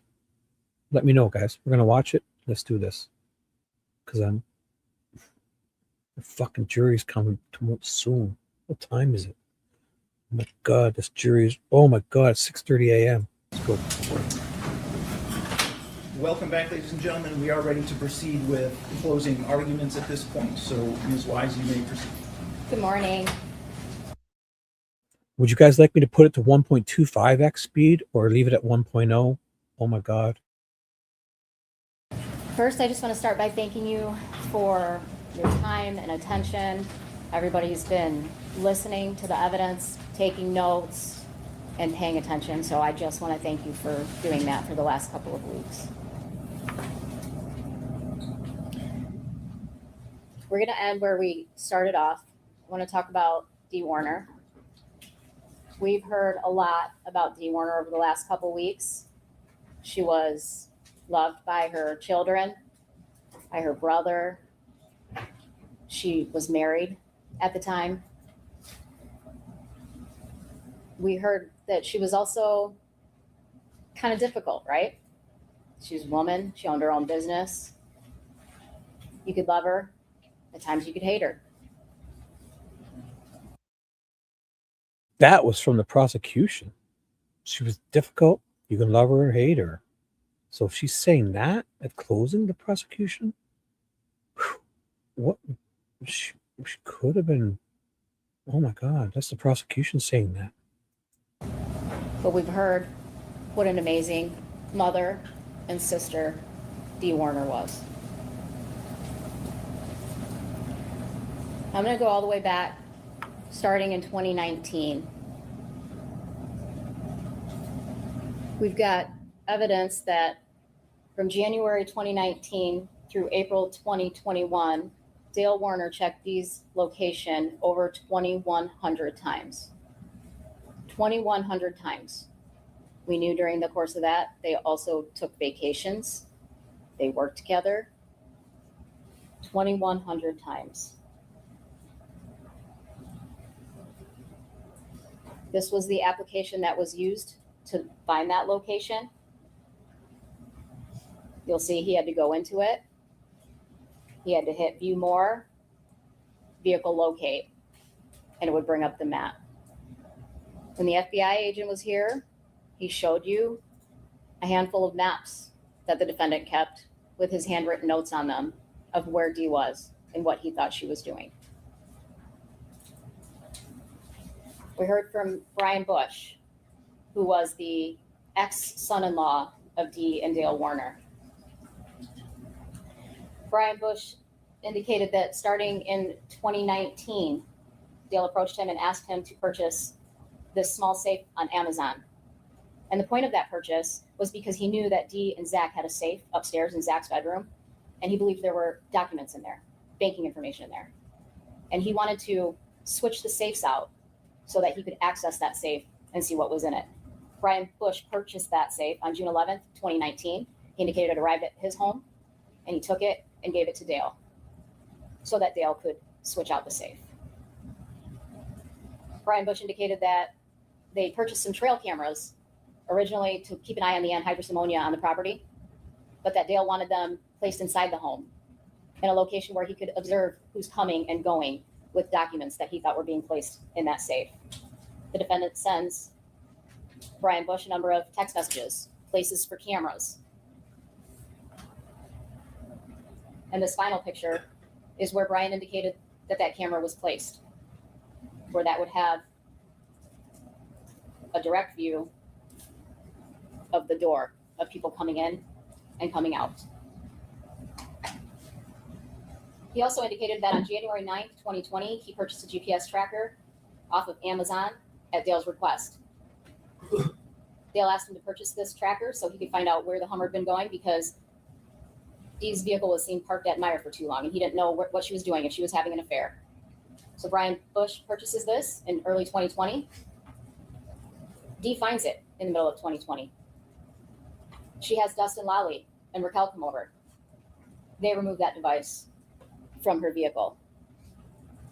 During the course of using that device, Brian Bush put that app on his phone, and he would locate the vehicle anytime Dale asked, "Where is that vehicle at?" During the course of his numerous interviews, the defendant indicated that, no, that wasn't a tracker. That was a diagnostic tool I used in there. I only wanted to diagnose it. She thought I was tracking her. She was pissed. Brian Bush said, sure, we were going to diagnose it, but the sole reason that he purchased that he wanted me to purchase that, was to track that Hummer. We learned that Dale Warner asked Kyle Wagner, the IT guy, to clone Dee's phone. He wanted the messages, the calls, the emails. He wanted the contents of her phone. He took 90 photos of Dee's text with her son, Zach, which were created to his account in December of 2019. So in December of 2019, he put those 90 photos on his device. The relationship continued to be nasty, was not good. August of 2020, you want to treat me like I've done something wrong. You're the one who shouldn't be stalking me. You shouldn't be putting trackers on me and recording me. Remember what Dale Warner said during one of his interviews when he was asked, does Dee know you're tracking her with OnStar? I don't know, probably. Like, no big deal. I mean, husbands and wives do it all the time, right? She knew that he was stalking her and she wanted it to stop. February 18th, 2021. I see her stalking again. Think about why you keep doing this. You're not happy. You're making it hard for me to be here. You want to be angry at me? You don't see that the way you treat me is going to continue to push me away from you. February 23rd. She left out some stuff there again about Craig. See the other guy? Craig. So, something, but you want to treat me like I've done something wrong, but you wasn't the second one. It was the one in February. Tracking her with OnStar? I don't know, probably. It was February no big deal. 2021. I mean, husbands and wives do it all the time, right? She knew that he was stalking her and she wanted it to stop. Stalking. That's a strong word for a husband. But she's like, it's wrong because she's saying don't do it. But I mean, it's not stalk. That's a strong. That's probably controlling and borderline abusive, right? Right? It's not, but stalking. That's a big word. But I see it. She's using it like.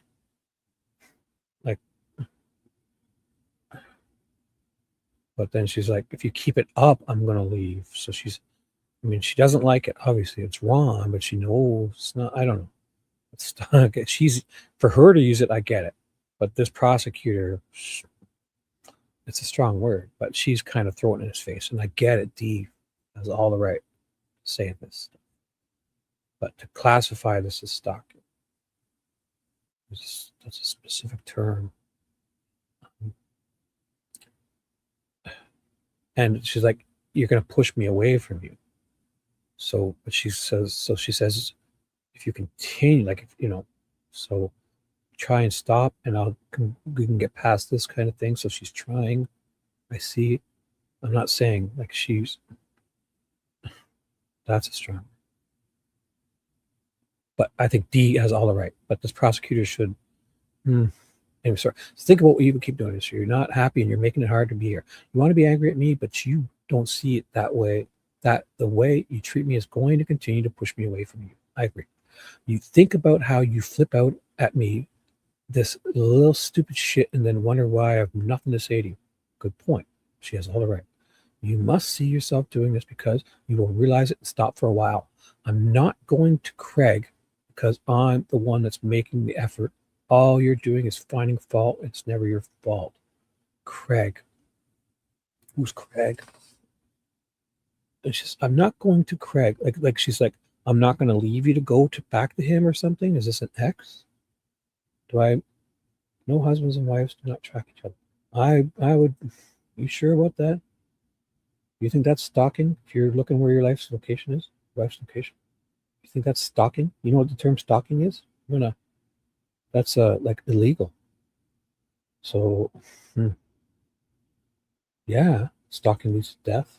You think Dale is stalking her literally, or D has the right to use this terminology? I'm not saying that. But stalking is tracking is the word. Following, it's abusive. It's abusive. But stalking is a very specific term. So, you think that's stalking? Okay. If you want to look up the definition of stalking. Oh, I'm not on here. Shit. Fuck it. I don't know. Stalking is like. Okay. So we're going to move on. So who's this Craig? I'm not going to Craig because I'm the one that's making the effort. All you're doing is, so who's Craig? Is this like the maybe this marriage counselor, ex, friend? Is she sleeping with this guy? I'm not sure. Right. So you saying that I can't understand it if I haven't experienced it? And do you think This guy's stalking her. I mean, come on. Would be borderline abusive. It's wrong. It's tracking for sure. She doesn't like it. She doesn't want him to do it. So it's against, it's wrong. But stalking again, come on, guys. That's a heavy word. Stalking. Like stalking is a heavy word. That's like, you've seen the stalkers on YouTube? Well, I disagree. Because stalkers are like psychotic. People don't even know they're being stalked in the bushes, looking through cameras, holding cameras on sticks to look up through windows. Stalking is next level. So if you want to just be so flippant about the word stalking, that's your right. I choose not to. That's a heavy word. And she's throwing it at him. In her case, she's throwing it, and she has the right to. But this prosecutor, by using the stalking, is not. That's a heavy word. Stalking is next level stalking. Okay. You can think of that all you want. I disagree. You can say that all you want. Stalking is a heavy. He's not stalking her. He's not. I think you should look up the definition of what stalking means. Right? You're allowed to think what you want, but I totally disagree with you. This is abusive, controlling. He's tracking her against her will. He's not stalking. Fucking stalking is legal. February 18th, 2021. I see you're stalking again. Think about why you keep doing this. You're not happy. You're making it hard for me to be here. You want to be angry at me? You don't. Yeah. What proof do you have? Miss Sharon? What proof you got? You're not as reasonable as I thought you were. No, he just killed her. Right. And how did he kill her? Can you tell me? Well, how can you prove that? This prosecutor's going to make him walk home today with her convoluted, ridiculous, simplistic timeline. So, I'm not. Yeah, we'll see. We'll see. They might get lucky and get a conviction. I don't know, but you seem pretty sure he did it. That's right. And he stalked her. See that the way you treat me is going to continue to push me away from you. February 23rd, 2021. I'm really annoyed my last nerve with this shit with you. I'm ready to move out and be done. So she's not reading all this. I remember this the first time. She said something on my last nerve. I'm going to move out shit with you. Where is that? Bank text payment. Right here. She started reading here. I'm really annoyed my last nerve with this shit with you. I did this the last time. I was ready to move out. So she went to, I'm really annoyed. So look, I'm not going to fight with you in an argument. I hear you have brought up the Bank of America card. I have purchased tickets for us for the plane tickets. So you think you're inviting your stalker on a, she's purchased plane tickets for us for the plane ticket. Your daughter's birthday party stuff, which we can use at other times for birthdays, or other kids can be do for their kids. I also have gained weight. Oh, I remember this part. And I was very uncomfortable in Jamaica because stuff doesn't fit. Thanks for making me feel like I needed to explain myself and admit it that I have to get bigger clothes. I mean, that can be looked at both ways. Like, what if she's complaining to him and he's just like, a guy would be like, I don't know, get bigger clothes. Sometimes you can't say anything right, but you're pretty, I don't know, I'll talk about it when I want to talk about it, first of all. I think you're mistaken what's happening here, Sharon. Done with this. You treat me as if I'm not worthy of anything. If you love something, you want everything for them. You do not. You want to be in control so that the other person is powerless. I am not going to live like this anymore. Either stop or Lena and I move out. I'm sick of it. The week leading up to April 25th. Actually, what? None of it matters in real, in my opinion? What do you mean? Of all the stuff they're talking about? Well, I don't know. How do we know if we don't read it? What are we doing here? I don't know. I think it might. It may not, but I read it to find out. If you just want to blow through this, okay. I want to read it. I read it because we may miss something. We may put something. I may think they may be skipping over something. I don't know. I enjoy that. So I hope you stick around because I'll probably do that again. 2021, we heard from Stacey Brody, the massage therapist.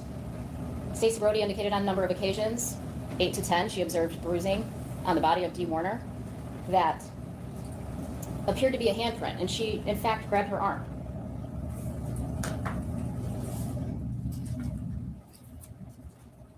I want to show you something. And it's not going to be a nice photograph, okay? But I want you to look at it.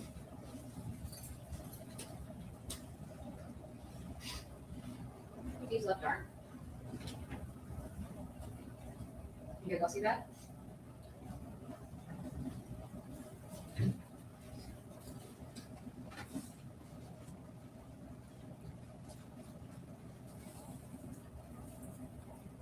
The last time Stacey Brody saw Dee was the Wednesday before she went missing. Dee was upset. She said, "I'm tired. It's time to see a lawyer." We know she had talked about divorce before. We know they were in an unhappy marriage. "I'm tired. It's time to see an attorney." And then the proverbial straw that broke the camel's back. Terry. Text message from Terry. Nasty. "Your own husband says you take Xanax because you're a mess. That's the truth. He told me and Terry." April 24th, 2021 is when she gets that message. She comes to Amber's house and she's distraught over that message. She was throwing up. She said, "We're done. I'm selling everything. I'm done with the marriage." She had been telling him, things have to change. Things have to change. And they weren't changing. Amber indicated that, yes, her mom had talked about divorce before, but she had never seen her like this. April 24th, 2021, the same day, Raquel sees Dee. She sees her mom distraught. Again, my mom has talked about divorce before. I've never seen her like this. This time was different. She was quiet. She was tired. She was going to tell him that night that she wanted a divorce, that she was selling the trucking company, and she was leaving. So they had trucking company too, eh? Like trucks coming and go. Like that's a big thing they got going on there, right? I want to remind you of what the property looked like. We've heard a lot about the property. You guys went out and looked at the property. It's a pretty big property. Building. Mimi, why would you pray for a conviction? If you did it, we could prove it. You don't pray. What? You hope for one? I mean, did they prove it to you? Or not? I see what you're saying. I don't want to be a dick, but do you think they proved it beyond a reasonable doubt? There's got to be a high standard, guys. This can't be easy to lock someone up. Just on all this circumstantial gobbledygook. Come on, this has got to be a high standard. He knows these cameras around. You really think, let's think logically here, guys. You think the guy's going to walk past 10 cameras with the tool that's so obviously going to be used if they were to ever find this body? One, I refer to as the old shop. A lot of other people have referred to it as the old shop. I think we've heard Top Shop. The red area in that building is because there's an interior camera on the inside of that building. And then you see the V going out, and that's, again, your field of what's being caught on surveillance. The north side of Building 5. This camera angle, I don't know why they're doing this. Something's not right here, because I thought we were looking through this. What is going on here? That camera's not looking through this tank. Their cameras, is this a building here?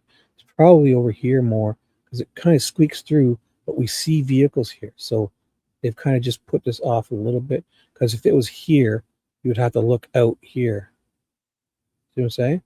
So I think it's probably over here more. because I know when we look, it's a horrible view. Why we're looking through this, or maybe this tree is grown and they need to trim it or something. Because for whatever reason, why they're doing this? Why wouldn't they put the camera over here? Because they're trying to. It seems like they're watching here, or I don't know. Because I know we're looking through here to see vehicles here. So that's a horrible camera. They need to trim this tree up more or move this camera over here. Is the new shop. And again, that area is also has security cameras put up in there. And you can see to the west side of the new shop, the exterior cameras. Building 6 on the west side of that building that building 6 was the office. The west portion of that office had surveillance cameras. And the exterior part of the office had a camera facing east.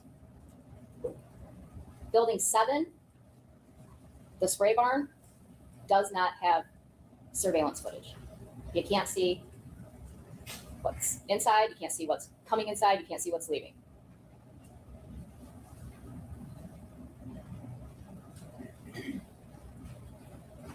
April 25th, 2021.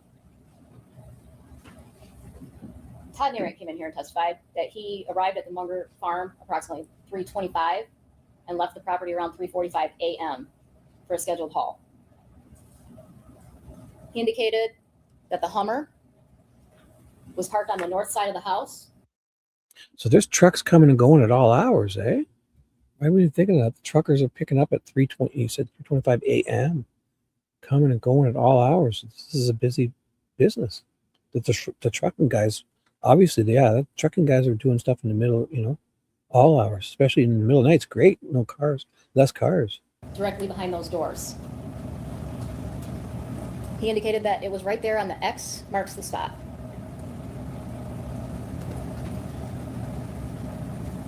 Here at 7 a.m., you have the defendant driving around on the JCB.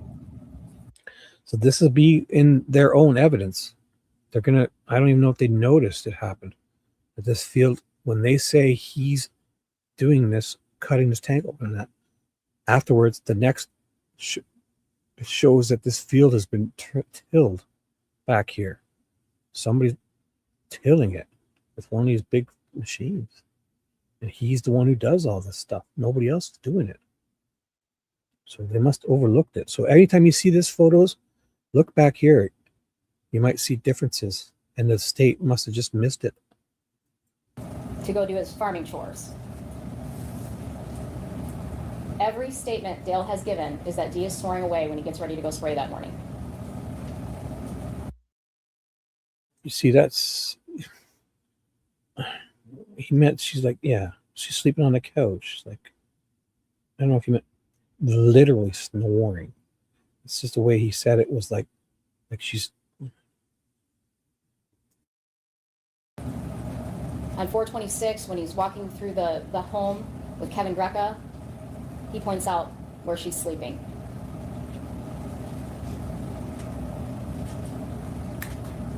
Dale Warner pulls his JCB up to those back doors and loads his wife's body. So where did they get this photo? Did they just do this with his JCB to take photos of it? This isn't him doing it. This is, I don't know if they should be able to put this in. It's like they put it up for this purpose to take photos for their theory? Or is this, who's taking this photo? It's winter time. So they just did this to show that it's possible. This isn't him doing it.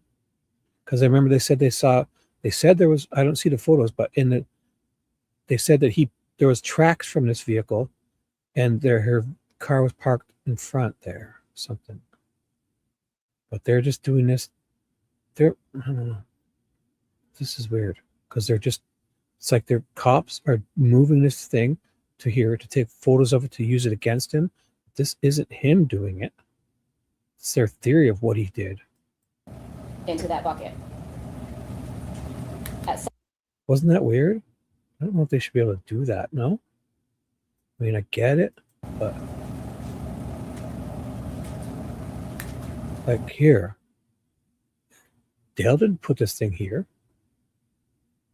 They're alleging this is what he did, and they're doing it at his home with his JCB. Isn't this on video?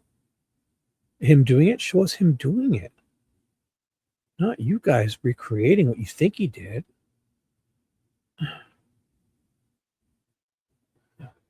No? Right. This is fucking wintertime. When was this photo taken? They don't even have a date, right? This is them getting ready for trial and putting it, this is, we say he did this. And they say that they see truck marks here, right? Earlier in her van. But what if he's had it backed in here when maybe he backed it in and went inside for a sandwich and came out and did his thing? How do they know he's got it turned this way when they see tire marks? Oh, they could probably tell by the shape, but they don't prove that. I mean, that would be good because these are probably directional. You'll probably be able to see which way it was facing in the real photos, or they don't even know if they show it. At the time they say he did it, they say her vehicle was parked here, and they think he moved her vehicle, but these tracks were there. But I mean, if you got something like this, you would use it to, I don't know, move couches, furniture, bring it in. But yeah, also he could have put it there to put her body in, right? But they don't have proof of that. They just made this.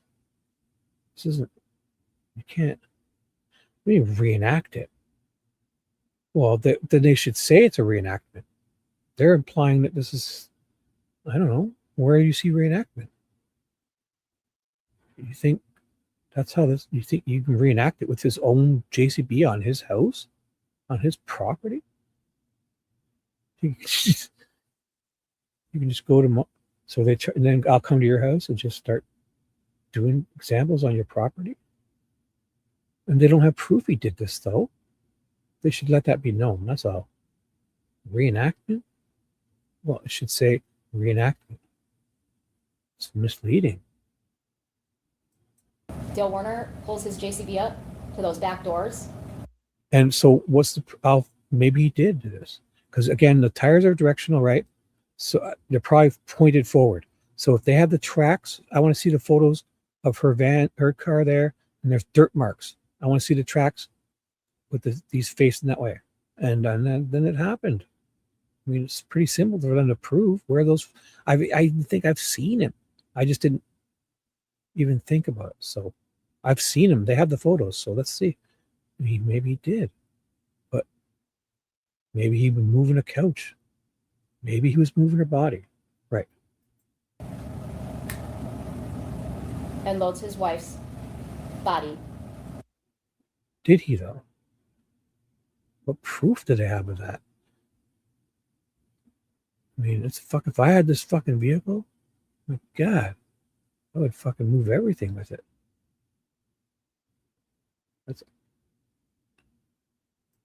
Into that bucket. And then, isn't her body in there? And where's all the video of him driving around with her body in there? Where's that? Yes, he did. So where's the video? Show me. There's fucking 30 cameras. Is not him driving by with a big blue tarp in the fucking front of that? Where is it? I know you guys like to bring the emotions into this, but I mean rocket science? But if people think a totally different way, I'm not thinking different. I'm thinking logically. I'm trying to get proof here. And if he does that, the way they said it, where's the video of him doing it? We've got 10 cameras here. So you saying he did it and didn't get caught on any of those cameras? Where's that? I don't care what this timestamp says. Show him driving around with that JCB and there's a blue tarp. If he's driving around with a blue tarp, I don't even care if it's not. Show me one with a blue tarp. If you don't need that, wait, you can clearly see in that bucket. Where? Oh, yeah, Dewey's saying, yeah. But this one I'm not, really. This one I'm asking serious. Because if he did this the way they did it, she just showed how many camera angles there. So he loads it up, and her either body's in there, or she's wrapped in the tarp, or a blanket, or something, right? Where's these camera angles? So I'm at 1331. Where were all those camera angles? Remember, she showed a bunch of camera angles. I mean, Where did they say he drove to? Is he just dodging all those cameras? That's a lot of cameras. If he's doing it during the day, here's all the camera angles. So where's that house? Is the house even in this photo? Oh, here's the house here, right? So he's here. So does he drive where? This camera? Where does he take the body to? Does he, well, you know, during that whole thing, we see him kind of going out here, and he does this one a lot. I mean, to do that, there's got to be way more cameras here. Seems like not very many. And this was inside. But, I thought there was more cameras, eh? And this one points this way and also looks this way. But if he's doing it here at the front door, and they don't have any cameras on the house up front here, that seems odd. The house is the nicest part, you know. And if you're sleeping there, you'd want security cameras on the home, no? I usually put one out front looking this way, and it catches everything out, and one out front looking this way. Okay, it carries out, you know, so you catch on your front, and, you know, each corner of the house should have a camera up high, looking straight down the side of your residence, and it goes out usually 90 degrees. And one up this way, looking straight down the side of your residence, and it covers out this way. And one up this way, looking straight down the side, because you want to catch your windows and doors, and then the 90 degrees usually out this way. And even one up here, if you look straight down the side to your front door, you catch everything and out this way. 4 cameras is how I've installed them for myself and many people, especially on the residence. But this one here is weird. So where's the video then? If he did it this way, they say it. So did he dodge cameras? Where could he go to not be caught on camera with that body in there? I mean, if you so easily believe that, you should try to question him. Look at him; he's driving around with this loader. Where's the body? I mean, we'd see it, or is he driving around with it at least tilted up? Because he wouldn't do it like this, obviously. No, I'm just questioning things, guys. And Kelly's sort of right. Or KB's sort of right that I'm, you know, just playing devil's advocate too, and just a question. It can't be easy for them to do this. We gotta hold them to account. It's got to be a higher standard. Dee Warner kept her purse locked in her vehicle. Dale Warner says it himself on April 25th to Austin Hall. She keeps her car locked. She was looking for. Right. You can say he's guilty. Yeah. You don't have to be the jury. No. You're right. You can say he's guilty. But again, if you watch this evidence and still say he's guilty, I don't know.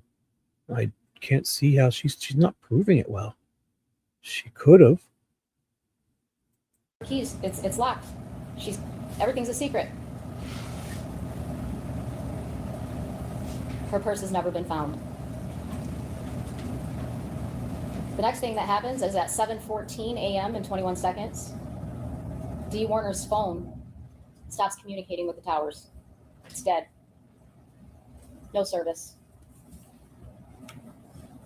Again, 7:14 and 57 seconds, you can see the JCB in between the cameras going to the spray barn. Although Georgia said she can't say exactly where that phone is, she described how there was a tower to the north of the property and there was a tower to the south of the property. And your cell phone's constantly trying to find the best signal.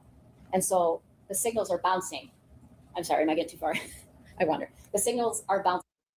Also, the defense points out that she quotes the wrong towers. So she's wrong here. They point out that she gets the wrong towers, numbers. She reads it wrong, and it means something. And so during this time, that phone, that's a good indication that that phone is somewhere in there and turned off forever. Dale Warner then goes to the spray barn.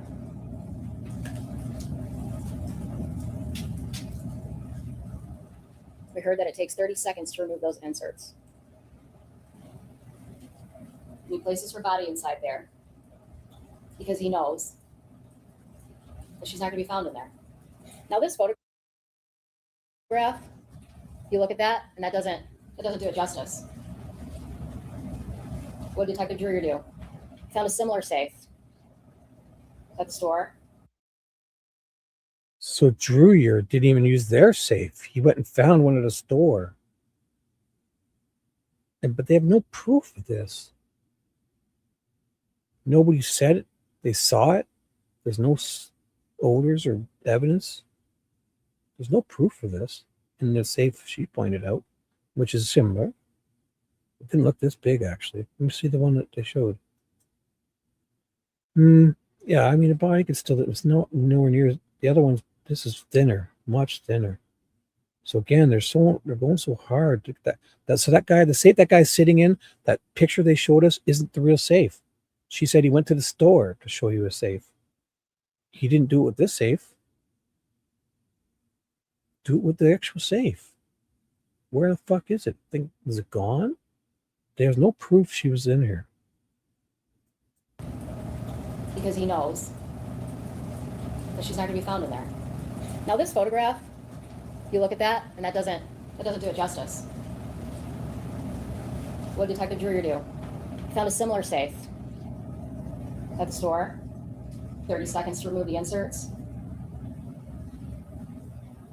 6'7". That photograph shows you exactly. So this is him at the store doing this for some reason. They didn't find any blood in their safe. The other one, they didn't find any evidence she was in there. There's no video of him doing this. Oh my God, nobody's reported this happening. No dogs hit on it. What the fuck? What's, besides their theory, them thinking it fits, it's possible, but what's the evidence here? Yeah. No, it's not the same. It said, she said similar. I don't know. I wouldn't care if it's a different model. It's similar. But the real one, there's no proof of this happening. There's no record of it. There's no in the safe that they have. There's no cadaver dogs didn't hit on it. There's no evidence that there's a drop of blood on the inside of it. There's nothing. It's just a theory. Nobody said this has happened. No witnesses. They don't know if it happened. Yet they're presenting it at trial. That's their theory. But they don't have a single piece of evidence to say that this happened. It's not even a good theory. How much room is inside that safe? Same with that one. Aha. So he got rid of it? Where did it go? Is it disappeared? That would be suspicious. Did that happen? Nothing. They don't have anything. What, did this safe disappear? That's suspicious. Is that why he's going to the store to use one similar? Oh my God. Where did they ask him where it went? Did he sell it? Where is it? This is a safe that big doesn't just disappear. You sell it. Oh my God. Probably sell it on Facebook Marketplace? I don't know. No, it's okay. A couple jokes. We all love it. It's okay.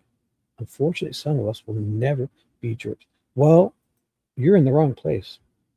Because don't you want evidence? But that's a true crimer wouldn't just overlook this stuff. Are you a true crimer? Because here I question. Don't you question this? Why are they pushing so hard for you to think this happened?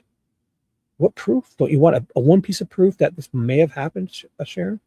Is that unreasonable of me to ask for one piece of proof of evidence? There's the safe. Is there a piece of blood? Is there a drop of blood? Is there a smell? Did the dogs hit on it? The cadaver dog? Anything. Anything to prove that this happened? Or are you just going to take their word for it? Then you're a true crimer that's different than me because I want evidence. Something. Drop of blood. A hair? Is there hair in here? Did the dogs lead up to this? This cadaver dogs? Are there footprints on the inside of it? I mean, are you saying you're just taking their theory and running with it? No, there's no some right or wrong. What do you mean? What evidence this happened? Aren't you questioning that? What do you mean right or wrong? This has nothing to do with right or wrong. They haven't said there's a piece of single evidence that this happened. Oh, maybe, I don't know. If the safe disappeared, that would be, I don't know. We'll find out. We'll find out. Maybe I should stop. Maybe I should stop interrupting. We might find out. Mimi, you're right. I do this. I bet you will find out. But I enjoy this. I'm here to ponder and question. This is what happens here. So it might not be the right place if that bothers you. I'm not telling you to leave. I enjoy you guys and appreciate you, but I question. I want it to fit.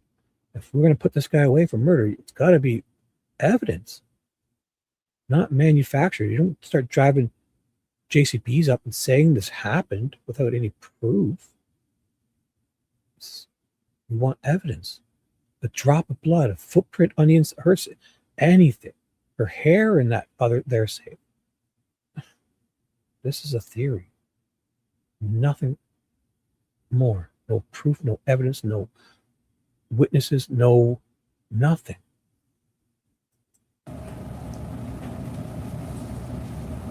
How do we know? Details Raquel, Amy, Amber, and Zach that she's going to talk to Dale that night. She's telling them that they're selling the business and they're divorcing. She specifically had Amy come pick up their minor child so she would not be present for the argument. She Toxicity to the dogs in a safe, or in that where the safe was in that barn. But at this point, to find this safe, you wouldn't need the dogs. If there's some kind of evidence, it's like you'd spray it with luminol, or if there's a drop of blood, that the dogs would hit the cadaver. But again, if there's a safe, they could move it somewhere on the grass where it's safe. The safe would be safe on the grass. I think that the worry was with the dogs that if they were to walk in that area where he was cleaning those tanks with the liquids on the ground and, emptying them out, the residuals, the dogs walking there could get it on their paws and then lick it, But if that's the case, then they got this huge property, they got the forklifts. They could use his forklift and lift it up, bring it to the grass, put it down, and then walk the dogs around it and see what happens. But I see what you're saying, like the toxicity of it, if it was in that area where they were spraying. I don't think it was in that spray bar. That's where he did all the cleaning. That's where the canine guy said he got turned around. But he was doing it in the video. You'll see it. Dale's like, we've had a dog try to come in here and get stuff on his paws a couple of years ago, and the dog died. And he was saying, you don't be careful. He wasn't trying to block a tank. He may have been. He was allowing them to be on his property. Those canine dogs were searching with his permission. And he's like, be careful. There's chemicals here. We've had a dog. And the guy's like, oh, thanks for warning me, and left. It's not him telling him hiding a tank. It's him saying we've had a dog die in just this situation. There's chemicals here. I'm spraying with water. I'm cleaning it. This is dangerous for dogs. Be careful. He's not saying you got to leave. Fucking put some booties on the dog. I don't know. Don't they have a thing for that? Canine searching? has made up her mind. She is tired and she is done. Dee was found in her pajamas. Raquel said, I saw a photograph of the items that she was wearing, and those are her pajamas. Now, that's different. If Raquel is sure those are her pajamas, I don't know. But the ME to the defense says, I can't tell if they're pajamas or a tracksuit. You can't. So, but Raquel says so. But what is the likelihood that she fell asleep with her earrings in? Would she? Isn't that uncomfortable? Unless you lay on your back, I guess. Like, when you sleep, I can never, I'm a side sleeper and front. I can't just lay there on my back, like, sitting on my back looking up. But if she's got earrings in, what type of earrings, they don't say, but Like those little studs, would that be uncomfortable to sleep in? Maybe not. I don't even know, really. You do?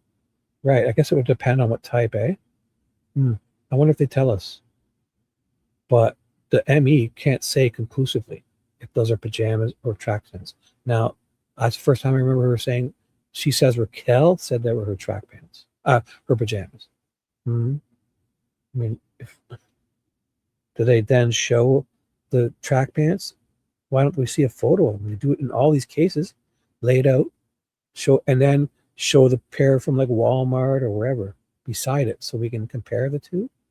Wouldn't that be reasonable? Hey, what's up? Hey, it's Ariel. I could only, yeah, the flat backs. Right. So I guess if we ever find out what type of earrings it was, hello, welcome. Well, I'm just asking questions. But the ME doesn't say what she just said. She just said Raquel said they were her track pants. So show me. I don't need to see her in her body or anything. They would remove them like they do it in all of them. They cut them off at the autopsy and photograph it, put it on something and photograph it, and they put it in evidence bags and then lay it out. And then, for evidence for this case, they could then remove it properly in a sealed, and then even have the purchase the ones that they really are and lay them side by side to show us, or even a photo to say, here, look at, this is the pajamas that she was wearing. And if it even has some, I would go with it. But why aren't they doing anything of that? They don't hire a handwriting analyst to prove that's what we do. We need evidence. I'm not seeing it. Dr. Cho testified that Dee's clothing appeared to be pajamas. Detective Again, he did testify to that. They appear to be. He also testified they appeared to be tracksuits. So that's why I hate this. But then the defense does the same thing the other way. So I just don't like it. It either is pajamas or it isn't. Why are we so blue about this? Just fucking, if they took them off, or they cut them off, Raquel could, they look at, find a picture of the pajamas in the catalog at Sears or Walmart or whatever. Just show me some similarities to the ones they took off of her. And if she was, that's damning. That's good. That's damning evidence that she's sleeping in her bed or on the that's damning. Why aren't we doing harder to prove this? Maybe it's because they just want them to think it, but they really can't prove it. My opinion. Why would you not? Because when they take these clothes off at autopsies, they use a scissors and cut them off, lay them out, record them, take photos of it. Well, you're assuming if it's that cut and dry, Raquel recognized the pajamas. She says Raquel recognized them. Well, if it's so clear to Raquel, point it to us. I don't think it's as clear as she's playing it. Because why wouldn't she include the photos? Here's what we took off of here. Look at pajamas. The exact same ones in the Amazon hit list or Christmas list, whatever. Or a receipt for them even. That she ordered them from. Where did she get them from? If she bought them, if she ordered on Amazon, it would still be in her history. Or eBay. I could prove if I bought pajamas from Amazon. Show us. Why are they so light on this? This is how evidence works, guys. I don't know if you guys, why you're so lackadaisy. Everyone puts people away for murder. If this were you or a family, you want this to be a high bar. And it sounds like it would be pretty easy to do what I'm doing. Yet she knows she can't, in my opinion, and she just wants them to think it. Because why else would you not do that? Where's the photos? They must have taken photos. Why aren't we seeing them? It's clothing.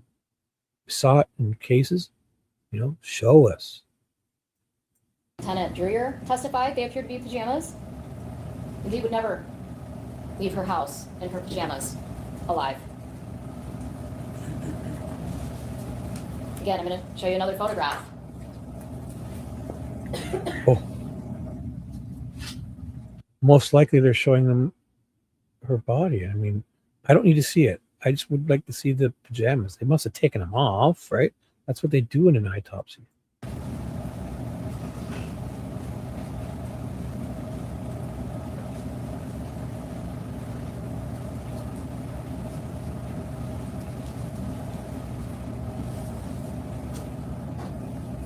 No socks, no shoes, pajamas, no bra. Yeah, that's a good point, Mimi. That's a good point. That's a good point. It would be indicative of sleeping because you would definitely take your bras off, right? Do we? Do you take your bra? That's a good point. I mean, yeah, that is a good point. I'm open-minded, guys. Hey, what's up, Candy? Detective, Lieutenant. Why you keep changing your name, Noodlehead? What's going on? What are you doing? Good morning. Every week you're changing your name. What's up? Are you silly goose? Good morning. I hope it's the real Candy. Lieutenant Dreer didn't find any socks and shoes inside the tank when that tank was open. Remember that? Didn't find her purse, her cell phone, any of those items, but especially not socks and shoes. They opened the tarp up. No phone, no purse, no socks, no shoes, and in her pajamas. Obviously, not everything was caught on surveillance. But Dale Was makes anything? quite a few statements during the course of this, right? Yes. You tried May 3rd, helping. 2021, he makes a statement about what he's doing on the JCB that morning.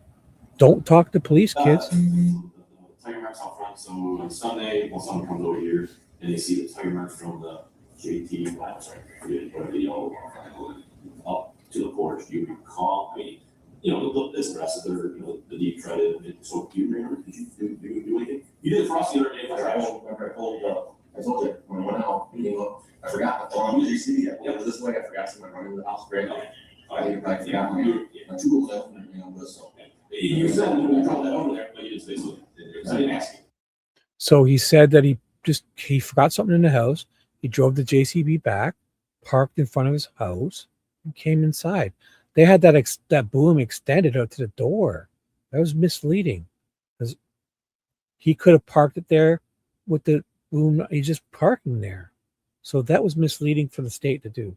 Now, because they had that boom extended all the way out. That was very misleading. I should go back to that, but I won't. I could. That was misleading. Because if you hear him say it, I mean, he forgot something inside, and he's driving that thing around the property all day. He parked in front like a car and went inside his house. They had that extension way out, like as if he's parking like that. As if he's parking like that with the boom. That's very leading to say that he's doing it to put a body in it without any proof of it. I pulled out, gosh, shit, I didn't get this, I ran and grabbed it, went back out, then went back around. So you see him at 7 a.m. when he takes the JCB out of the dry fertilizer barn. But you can't see him on surveillance go up to the house or drive away from the house. Again, every single statement was she was in there on the couch when I came back in. Right. And what?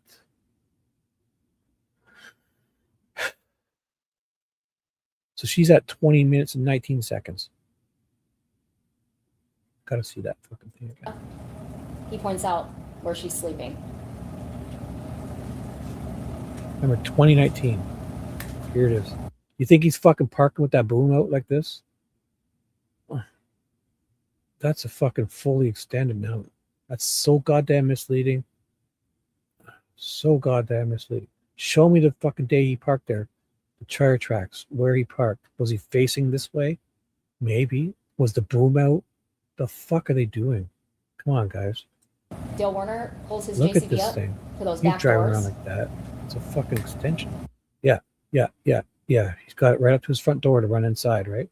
Oh, yeah. This is how you move a ball. No proof of this at all. Fuck these people. you think this is evidence? You're a fucking idiot. And loads his wife's into that bucket. At 7:08 a.m.,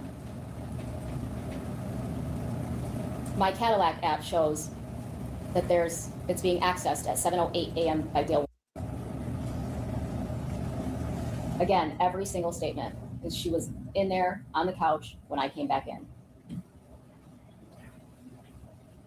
Now remember, after Dale talks about bringing the JCB up to the front, he's asked about the Hummer because Raquel and Dustin saw the Hummer parked in front of the office when they got there that morning, right? Also, I guess we should be paying attention to when the jury, like, I mean, what wouldn't it be within the next hour or two, eh? Jeepers. Mimi, is there any way we can be up? When would we know? What time is it? It's got to be close, right? I don't want to. It's 7:30 a.m. East. So is this for sure in the central time zone, Michigan? Yes. But, so you guys think that's okay for them to take his boom and put his boom and have that boom extended with no evidence he even did that? You think he says he went and forgot something and parked in front of his house with his JCB? You think he's driving around with it, the thing extended 20 feet out like that? No. Is Michigan all east? Oh, okay, good. So I'm in Eastern too. That's good. Thank you. That's good. But I mean, come on. There's no proof he had that. That's fucking annoying the shit out of me. Sorry, guys. That is fucking misleading as fuck. No proof he did this. Sorry. He points out where she's sleeping. Right? He forgot something and went back to the house. Fucking extended the boom out 20 feet. What are they doing?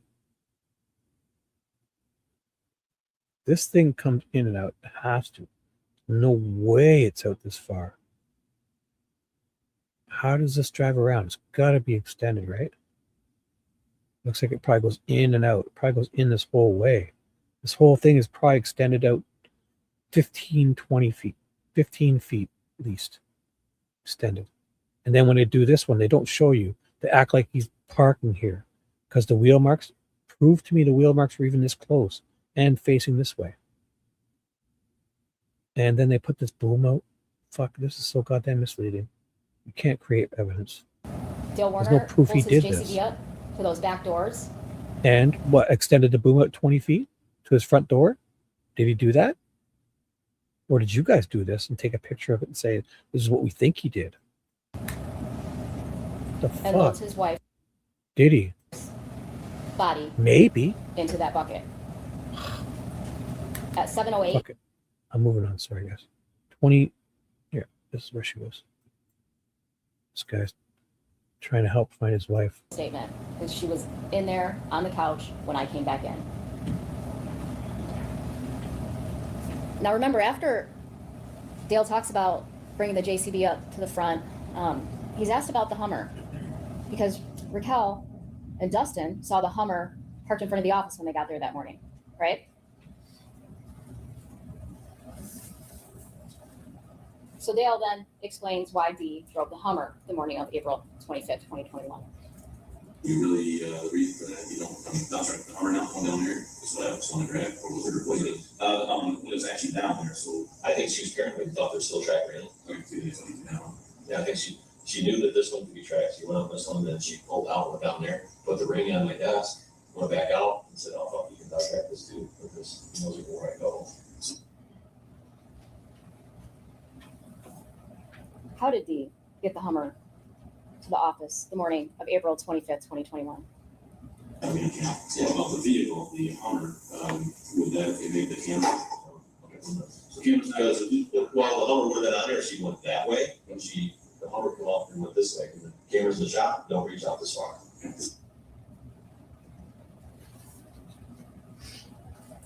Right? So what does that say? That she wasn't seen on camera, just like the JCB wasn't seen on camera. Show us, if it's so easy for her to be caught on camera, and if he's lying about this, then show me him in the JCB doing this. Like, if it, I mean, or he knows these camera angles and is avoiding them. I don't know. Cameras are set up to have not blind spots like this. If you got a security guy or yourself, you want all entrances and most ways are covered. You shouldn't be able to just drive around a property with 6 cameras and just be able to kind of, ooh, if I stay here, here, and here, I'm okay. I don't get seen on cameras. It's not how security cameras work. Why would you want them then? You're missing. Fucking criminals could sneak on your property. You wouldn't even know. What is going on here? I mean, he may have, but he's also maybe trying to help them, and they're fucking doing a Holman, twisting it up because he just said that. The problem with that, well, a major problem with that. Oh my God, what are we looking at? So we're looking down. Okay. So this is the house. We're looking down at the front of it. Or is this the front? Oh, this is where that would be at back here. So this is we're looking down. So they're saying this is here. This is the back of the house, right? This is the front. Is the defendant draws this on the right side of the screen. He draws that X on the north side of the house. And he indicates that that is where the JCB pulled up that morning, where he pulled the JCB up so that he could run back inside. But if the Hummer's parked there and Dee moved the Hummer, but she was sleeping, how can he park the JCB there? Those two things cannot be true. Mm-hmm.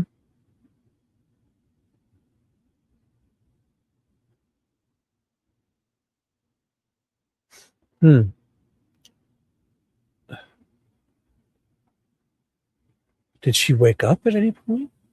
When did he say she parked it there? Oh my God. This is how they're spinning words. I mean, if that's weird. So I'll need more. I'll listen more. At the same time. And he can't pull the JCB up to that door if the Hummer's in his way. What? To that door? How much room would there be to park? Could he park beside it? They're not what? The fuck was that all about?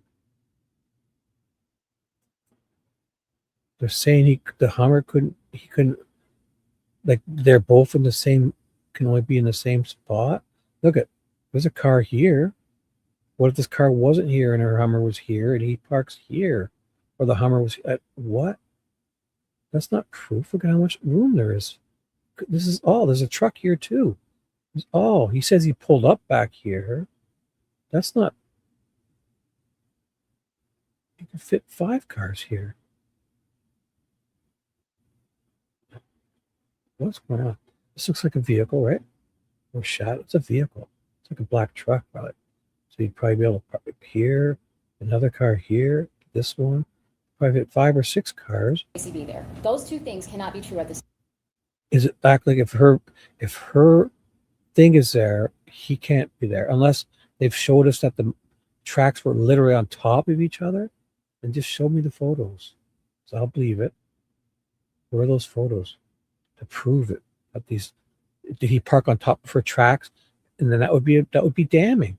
If he's parking on top of the tracks, if her tracks are on top of his tracks, then she couldn't have, because she was sleeping.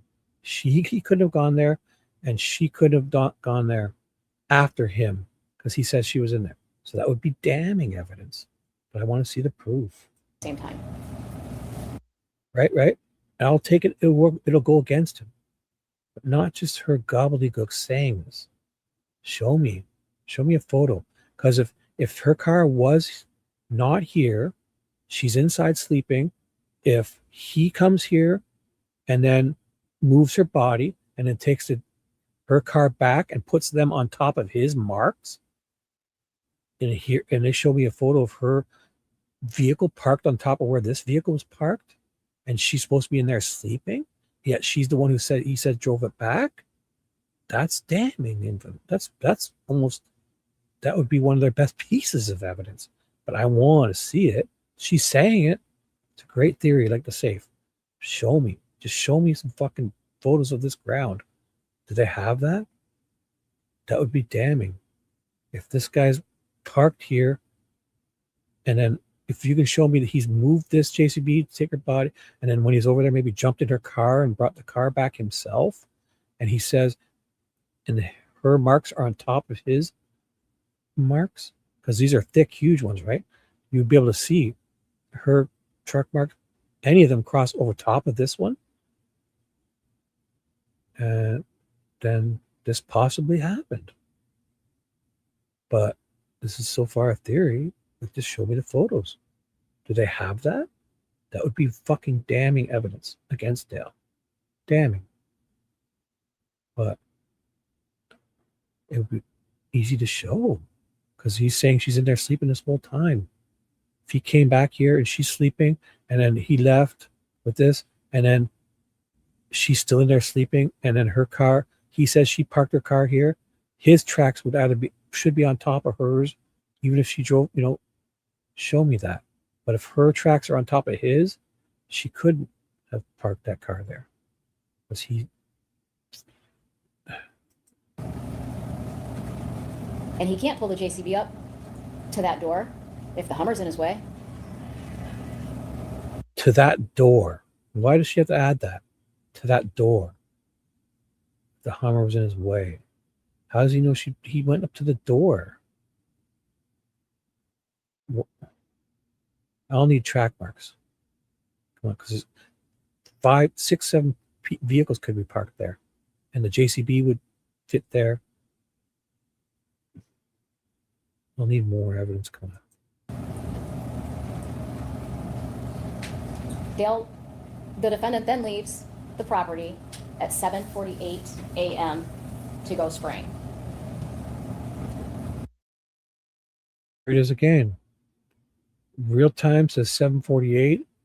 The video starts at 7:21 a.m. The 1 minute and 35 seconds real time starts.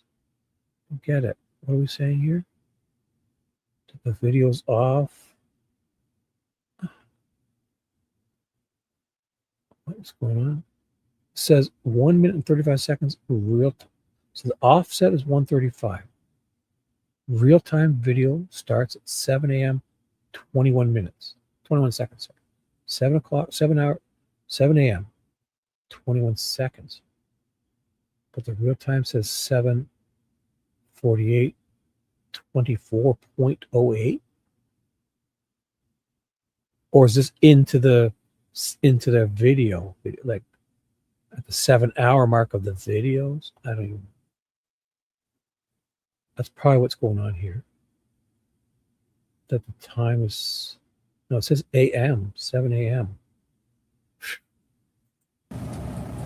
He returns at approximately 8:12 a.m. So the first time he leaves that morning is about 7:46, and he returns at 8:12. 8:47, he leaves the property again. So why hasn't this changed? What's going on? Video start. So the video starts. So I should ignore this then. So that's when these videos start. Now it's 8:47. Real time. Is this in the video? Must, yeah. To go spraying in Brooklyn. Onstead.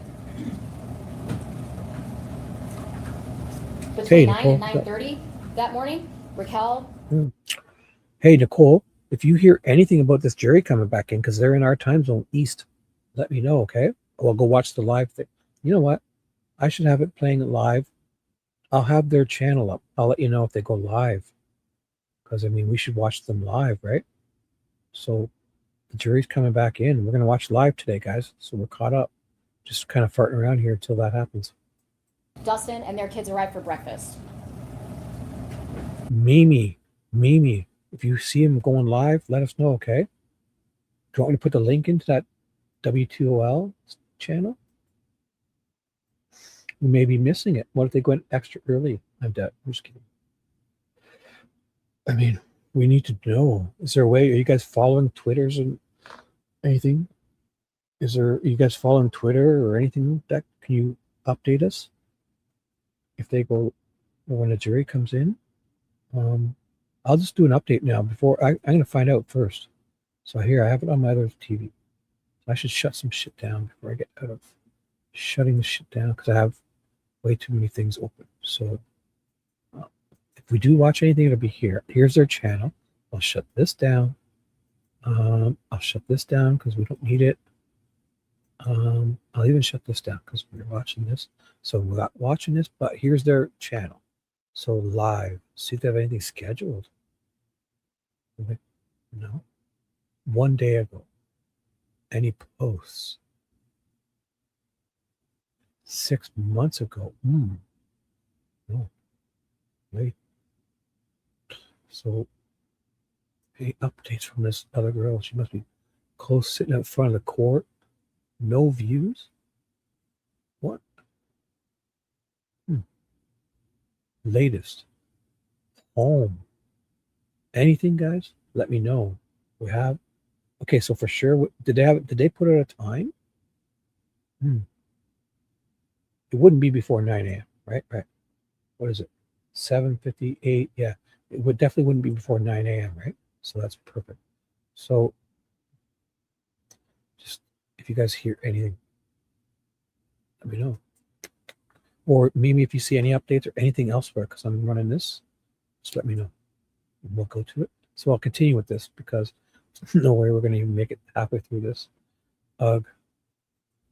It was common for them to show up on a Sunday morning. Again, why Dale had You know, I planned on watching I put it in 1.25 speed to watch the prosecution and defense before the trial started, and I can't even get 26 minutes in, 23 minutes in. I've been pausing and shit so much. I'm sorry. to get her body out of that house right now and hide it. Both cars were there. Both of Dee Warner's cars were there. And they noticed that the Hummer, again, was at the office. They can't find Dee. They make breakfast, they clean up, and Raquel texts around, "Where are you?" No response. So they begin searching for her. Raquel and Dustin go back to their house. They call her. All of their calls are going to voicemail. They return back to the Munger farm around 10 a.m. Raquel looks around the office. She thinks maybe her mom and Dale are down there fighting because she sees the Hummer and she doesn't want Lena to be around that. So they go to the office. No sign of her mom there. Raquel and Dustin then check at the Hardys, Shelley and Greg Hardy. They then go to the Cedar Point property with Shelley. Raquel, Dustin, and Shelley then return to Munger, and they still can't find Dee. Raquel calls Amber, Zach, TJ, and Stephanie, and nobody knows where Dee is. But at 10:31, Stephanie calls Dale. "Where's Dee?" Nobody can find her. He says, "I'm surprised that she's calling. Nobody should be there." But I tell her that she was sleeping on the couch. Again, remember, the last time Dale Warner leaves the property is 8:47 a.m. to go spraying. Milestone. The security surveillance footage app on his phone accesses the cameras at 8:49:08 a.m., 8:49:09 a.m., 8:49:39 a.m., and 9:04:07 a.m. Find My iPhone, 8:48:42 a.m., 10:28:48 a.m. Why is Dale accessing the My Cadillac app, the Milestone, and Find My iPhone? And this was from one of the interviews that was a little bit quiet, and we've got the volume maxed up, so I'm going to try to play this portion for you. And when you access the cameras, what do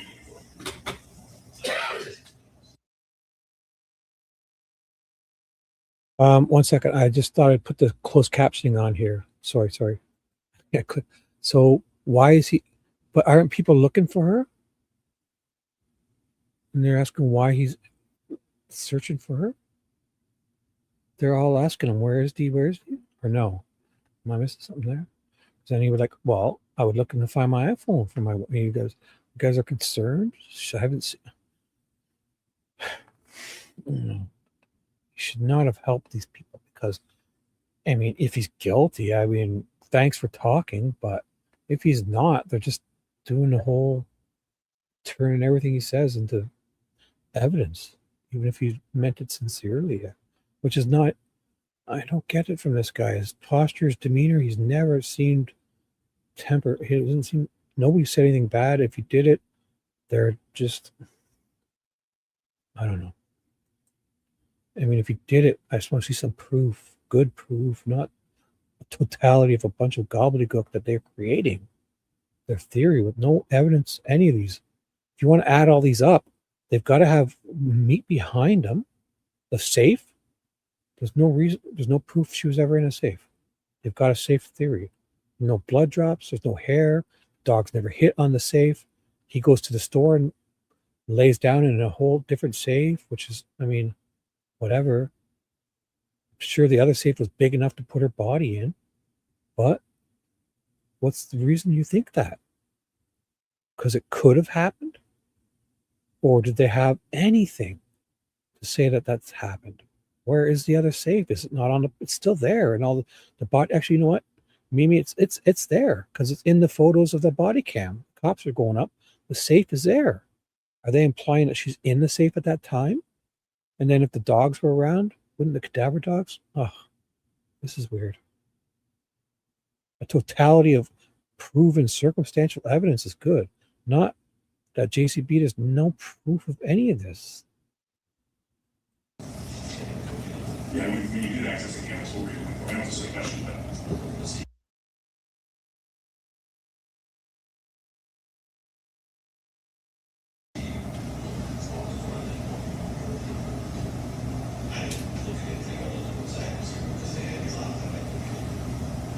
Okay, well, then, there's absolutely no doubt you accessed the cameras that morning. I just asked you what you were looking for. It's a silly, again, we're trying to move the sheriff's department, so we just need you to explain everything as silly as it sounds, you know?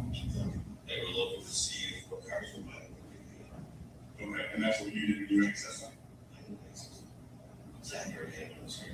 Yeah, we constantly answer each other. Just listen, there's absolutely no doubt you access the cameras. If you're just looking for your wife, then just say you're just looking for your wife. I was looking for my wife, and I didn't access. What do you mean access to kids? His fucking cameras on his home. I look at my cameras constantly. You have access to them on your phone, correct? Yes, it will work. It would not work. Okay, so when you tried to access the cameras, what were you doing? I was looking to see if it was in the office and he was on the cameras. Okay, so you're just looking for deep, that's all it's trying to do. Yeah, Looking for deep. you know, see where she's at. I already figured she's in Zach's house. Okay.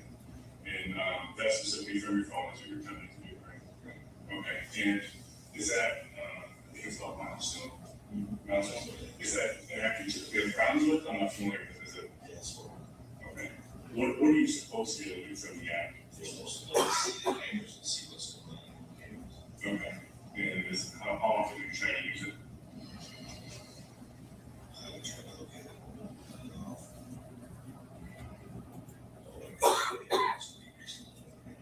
Then what percentage of the time do you think it works? 5%. Not too big of a stretch, right? If you're in the office and you want to look at the camera system in your office, if you're in the house, it'll work. If you're working, it'll work.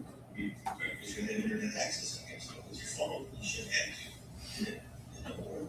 And do you have any other issues with your phone, or is it through that app, do you think? It's the application itself? I don't know if it's what's going to last time it work. But by and large, it's this application gives you issues. Do you pretty much get your phone with you at all times? Most of the time. Okay, so is that Sunday you have your phone with you all day? I'm pretty sure I was Okay. don't think he knows if he dropped it somewhere or I tried to find it. Yeah, maybe both. And that Sunday, do you remember about what time Stephanie called you and asked for details? I was thinking it was around 9 o'clock, 9:30. And until that point, as far as you choose at home, right? Okay. Okay, but until then, things are normally different, right? Essentially. And then, what were you doing? Why did you access the camera at that point? What did you look at that for in the garage?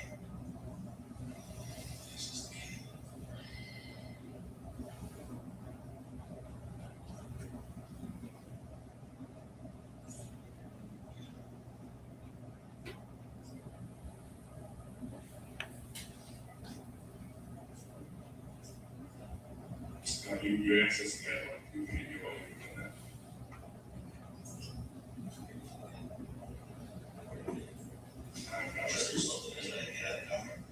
I'm not sure if I have the door yet or not.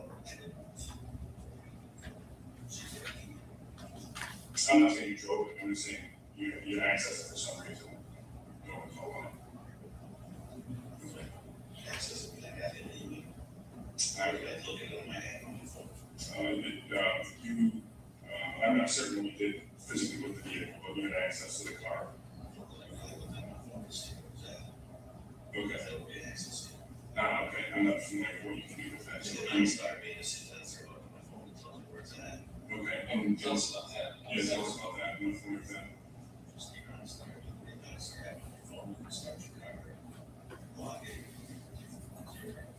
Oh, okay.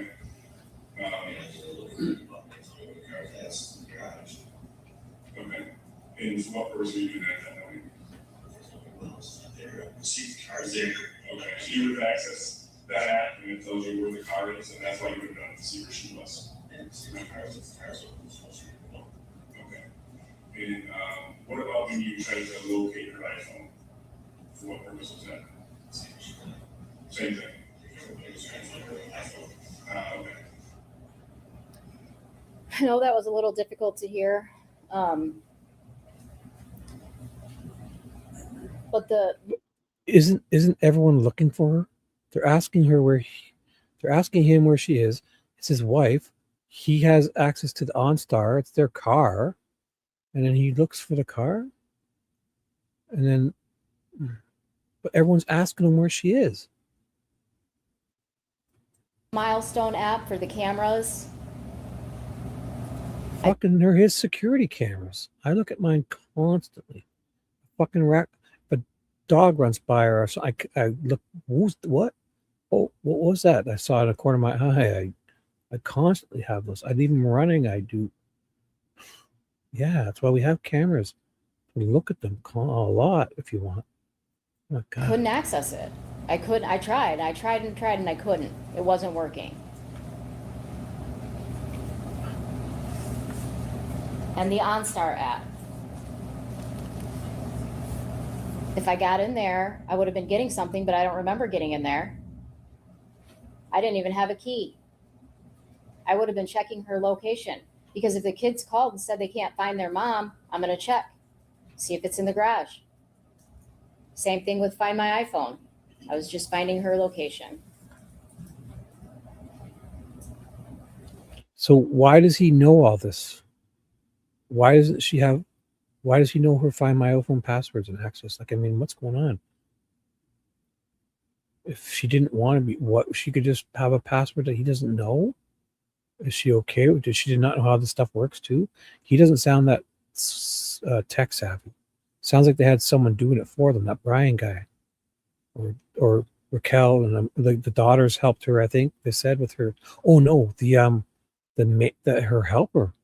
Her help, not the other one, said she helped her with passwords and all that stuff. That's like, she said it. Who was it? Her assistant or something? Or the nanny or whatever it was? Assistant. She said she helped her with all those passwords and stuff. Setting up all these things. She helped her, indeed.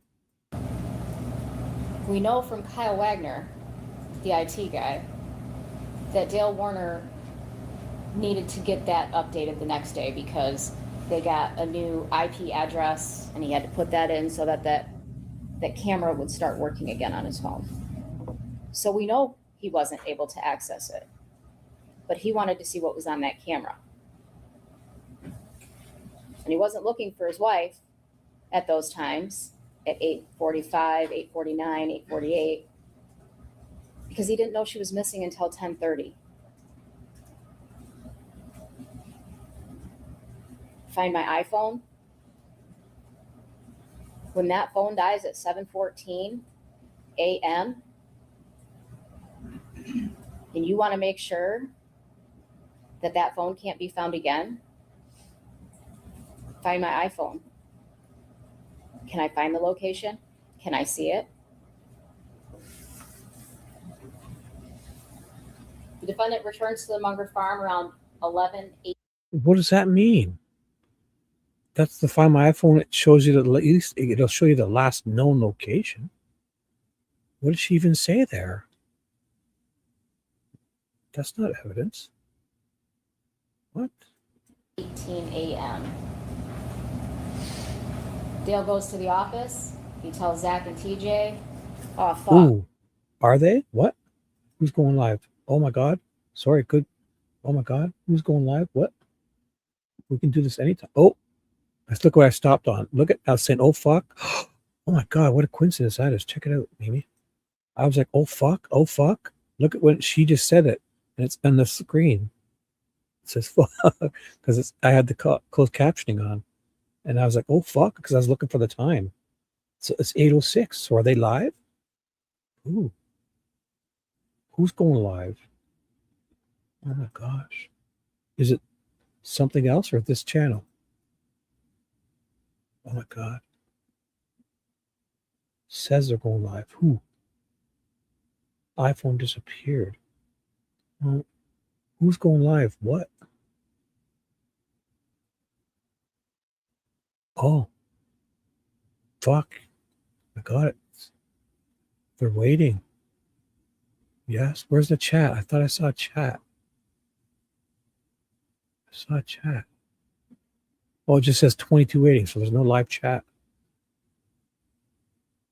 Is there no live chat? I liked it. 22 people waiting, and I'm the second like.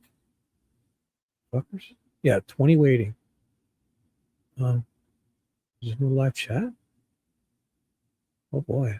Oh, I'll hit this notification, so I should have all. Definitely do now. What's going on? Oh, what is this?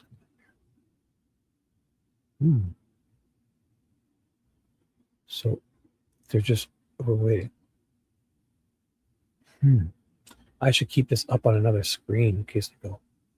So I won't be able to see it because I'm sharing this screen. So I'll put this on my other screen. Once I see movement, I'll bring it back. Actually, I'll leave this here, and I can't keep having a bazillion browsers open. Actually, I do. Fuck it. Fuck it. I got it on another screen, open twice. So it should go up. And it's the same account. So it won't be a different ad number. So there's 30 people now waiting. Oh my God. No notifications yet. Okay, let me know. Do you have your notifications on? If I miss it, I have it on my other screen. I have this up here. So I'll be ready to go quickly. But I have the exact same one up on another screen too. Fuck it. So if I miss it, let me know. I've got it up twice. And I should hear it if they start talking. Unless it's muted. Sometimes it starts muted. So let us know. I think 9 o'clock sounds reasonable, right? Or probably 9:10, 9:15. Who knows, right? She left her ring. And he pulls out a $35,000 to $40,000 ring from his pocket or from his hand. She left this on my desk. Dale then goes into the house and talks to Raquel in the main bedroom. Dale says that Dee's personal items are gone. Her phone, her go bag, her makeup bag, her curling iron, her hairspray.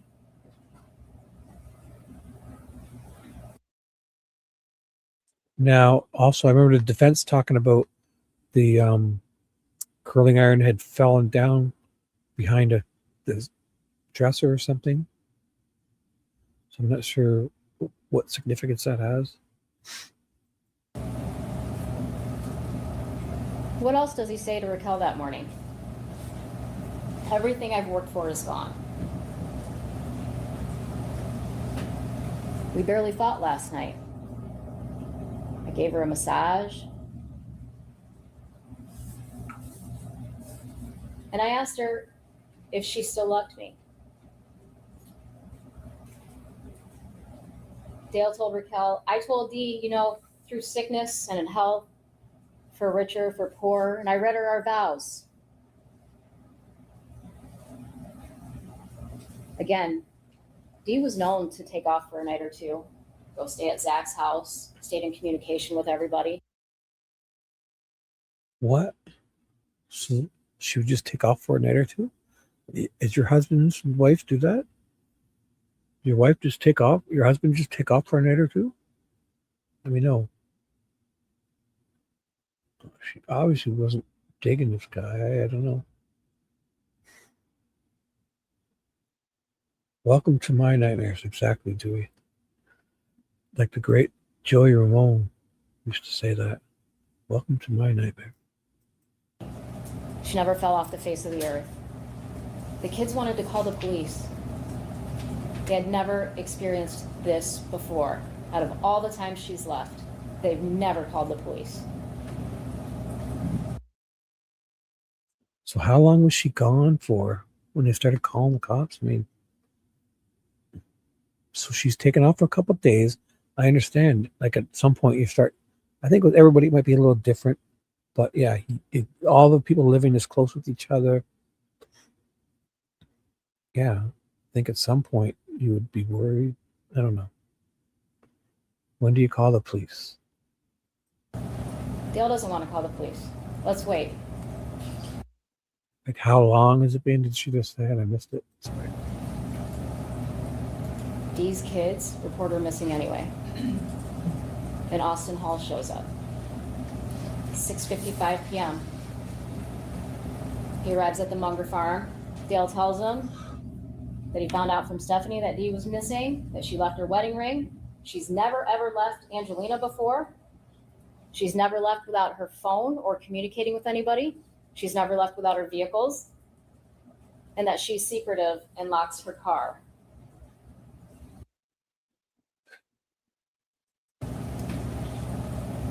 That entire conversation on the 25th is about everybody else.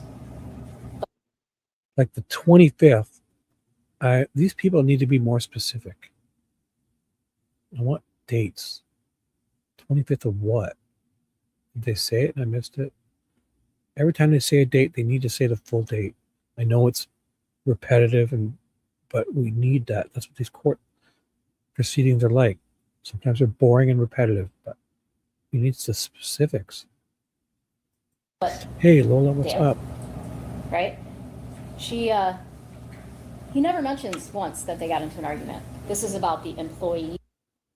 Yeah, you think so? Does that mean like if your hubby just takes off for a day or two? That ain't good, eh? Nicole, have you ever just left your home and slept somewhere else for a day or two and you're not tell the hubby? What would that imply? That shit's bad, right? Or whatever. I don't know.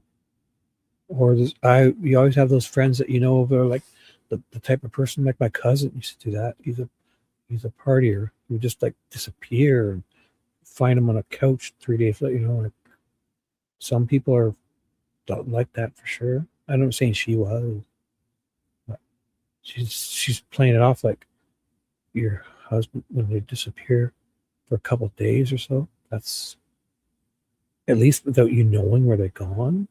She's done it a bunch of times, she said. And she's worried what he doesn't call the cops when she doesn't this time. If he didn't have nothing to do with it and she was dead or somewhere by somebody else's hand, what would he?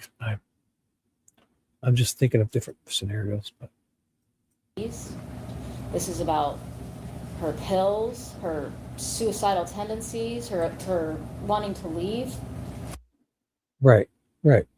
But at this point, if he was the type of guy who left for a day or two, or she was the type, if you were the type that left for a day or two, and then you've done it a bunch of times, sounds like she's done it a couple, and then they say he doesn't call the police. How long did he wait to not, like Raquel and him wanted to call, and I get it, but they need to be specific these days because most likely it's damning to him, and she's just not telling me. I just, the 25th of what? Alright, so I believe your wife is missing? Well, I don't know if she's missing or if she just left, so, okay. That, the 25th of April, 2021. Okay, so interview with the Deputy Hall. Okay, so he shows up, and how long has she been missing at this time?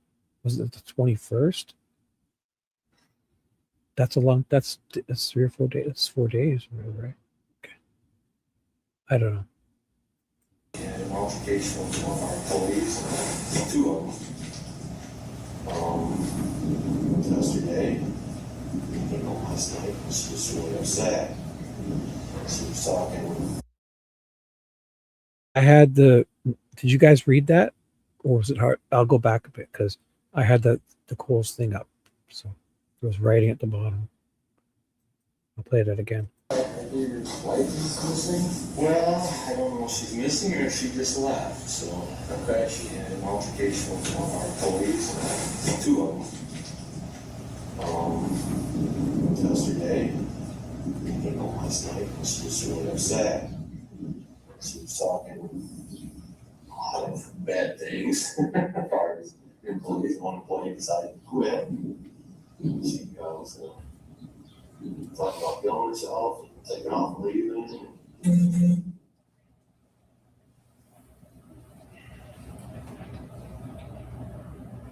Then the following day, Kevin Greca comes to the Munger farm to speak with the defendant.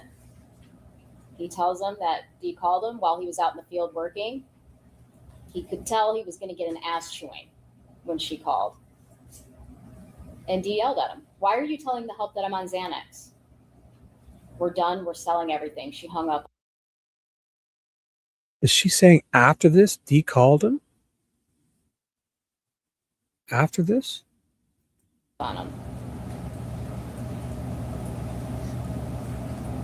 Dale says, "We never had the selling everything conversation. She brought it up. But he told her it's not your decision." And he said they never talked about divorce. She wanted to escalate, but I wouldn't go there. Wait a second. So she told him she wanted a divorce, but did they talk about it? I mean, that's a conversation. I tell you I'm leaving, I want a divorce, and he just fucking walks out or doesn't talk back. But they don't just like that could be like these are semantics I don't like in these trials because then the defense would spin it the other way. Like, we didn't talk about divorce. Like, does he mean sit down and have a lengthy talk and make a plan, or just she told him, he knew, so.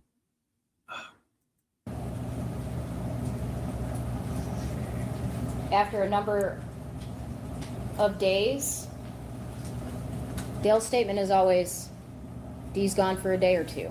She'll be back. She'll be back." Again, on April 26th, he's between, "She does this all the time. She'll come back, but wait, there's so many things wrong."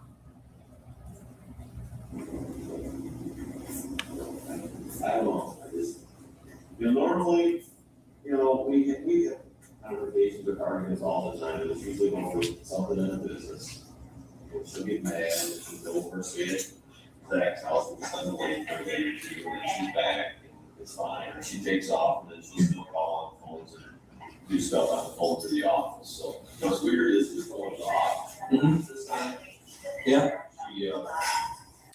I'm just going to run to the washroom and make a coffee.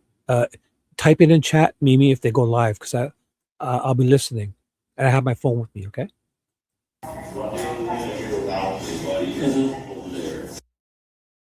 Just so you know, I'm running this on my computer, but I'm going to walk away from it. But I'm listening and I got my phone. So I'll check. I'll be in chat. I'm going to run. So let me know. Okay, Mimi, if you're still here. And she put a ring on my desk. Okay. And that's 3 flags of just like something is definitely wrong.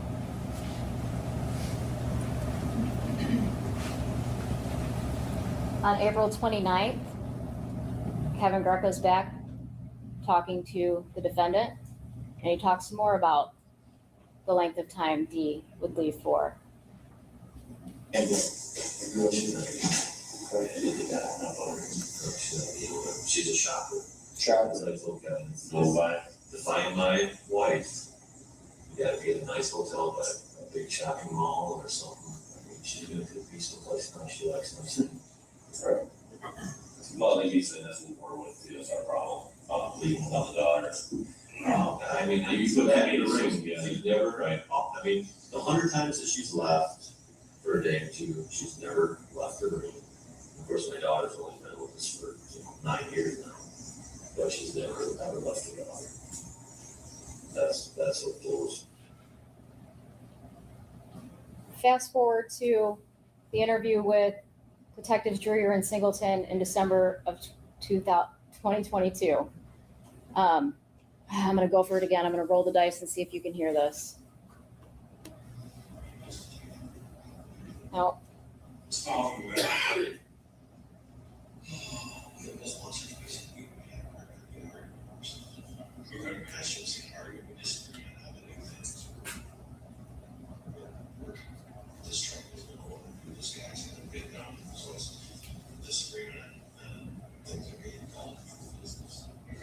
And how often would she, it's my understanding it was when her comments were going to leave for the night, it was facing her how often was that? So if you had to guess, how many times a month? Okay. And that was consistent? It wouldn't be, she would just often leave, and she just wouldn't tell her shop the day. Or if she's really pissed off, she'd take off for Zach's house and stay for a day or two. You didn't know. You didn't ever know how long before she came back. Now by December 20th, 2022, you never knew when she was coming back.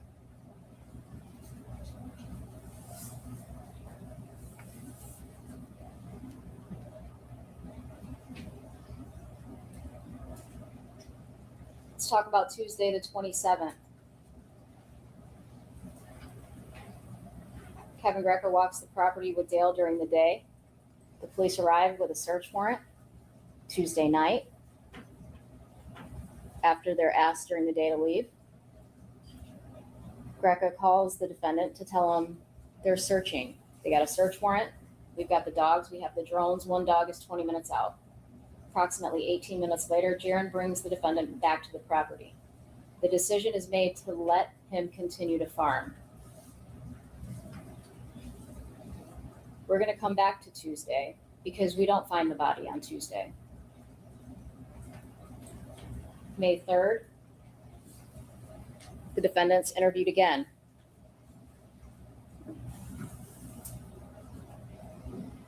Sunday, did you have any help around here? What's going on Sunday when you get back from spraying? So did anybody help you work on Sunday? Was anybody around? I know the kids were after checking for me, but I think after on Sunday. Mm-hmm. Oh, okay. I didn't know Sunday after sprayed.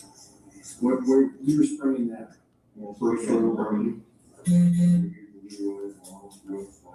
When I came back. I would have to think in my head what I did after that. So it's a blur. Sure.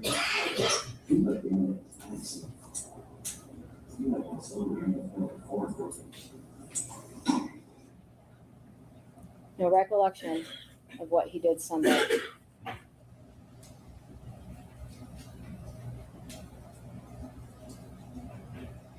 Then he tells Kevin Greco and Austin Hall that his lungs were feeling burnt from breathing in a bunch of anhydrous ammonia. Unexposed it. chemicals in the barn, dust, and you should be looking at it. Yeah. Only a pipe or something, but long as it burns, like really much of it. Yeah. Explaining the coughing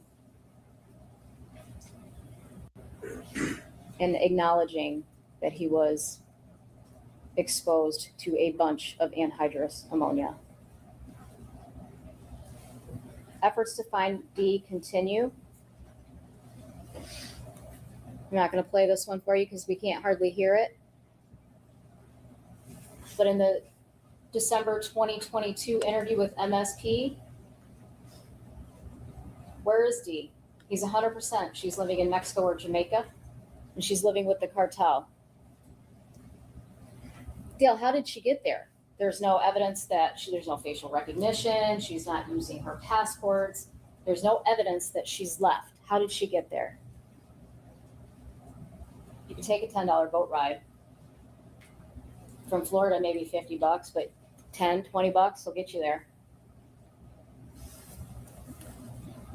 Dee Warner with her designer clothing, her nails, her hair, dressed to the nines, taking a $10 boat ride to live with the cartel in Mexico or Jamaica.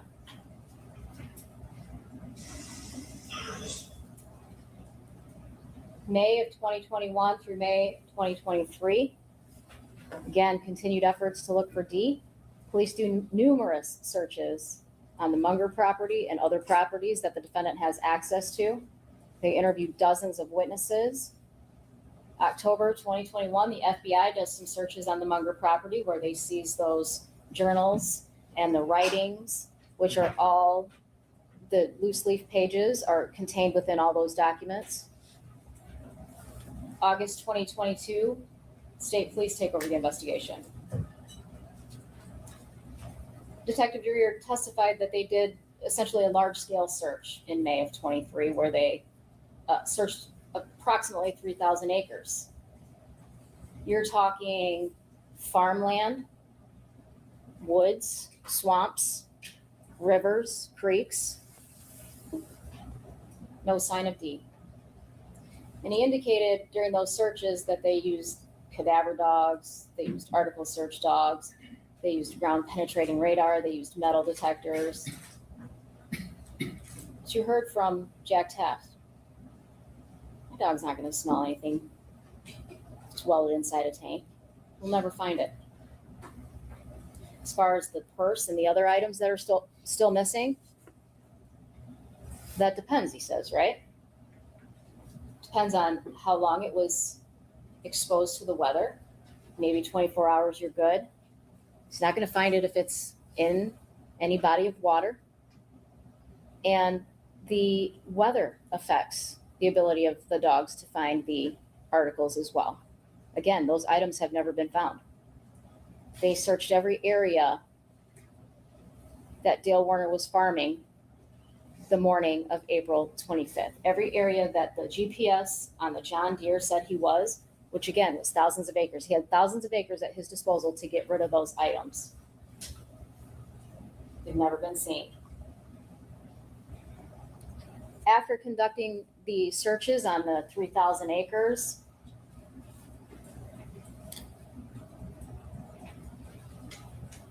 they decided to come back and excavate Paragon Road on the north side of the road. Why do they do that? Because while they're executing searches on the other properties the previous day, Dale Warner returns to Paragon Road. He has to be kicked off the property. They secure the property. Dale arrives the following morning when they're getting ready to set up shop, and he offers to help them dig. He's never offered to help during any other search, during anything else over the course of that 2 years, and he's offering to help dig. Still no sign of D. Detective Dreyer acknowledged that he was focused underground, and that was a mistake.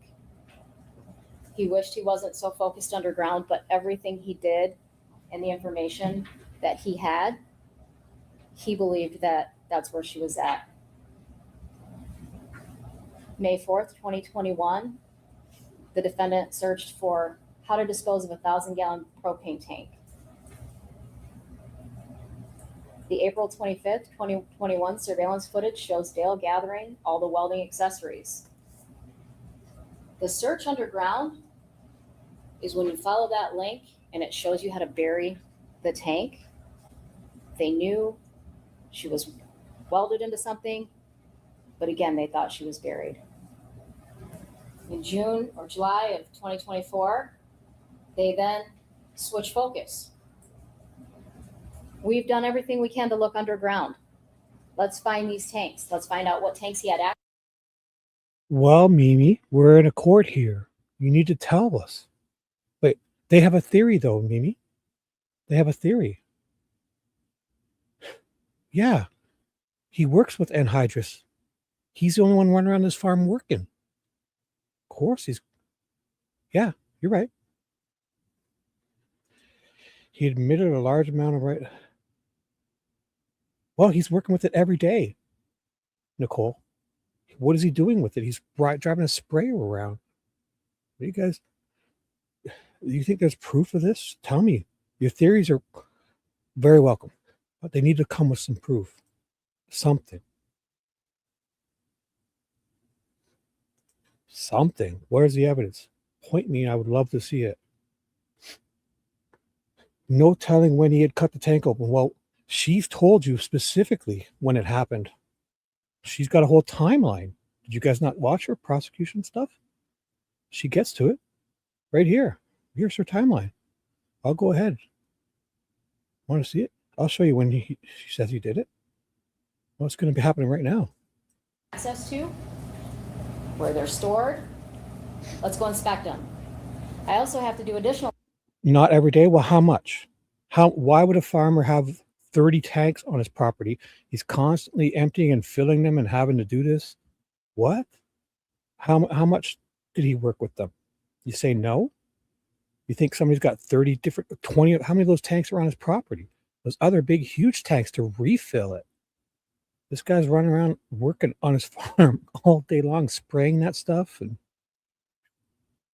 what do they even use it for? I'm not even exactly sure. Is it sprayed on the crops or do they mix it? It's a sprayer, right? So they drive over and spray it on the ground, or I'm not even exactly sure. Research because there's a bunch I've of never heard the prosecution closing statements. Oh. anhydrous ammonia tanks on the property.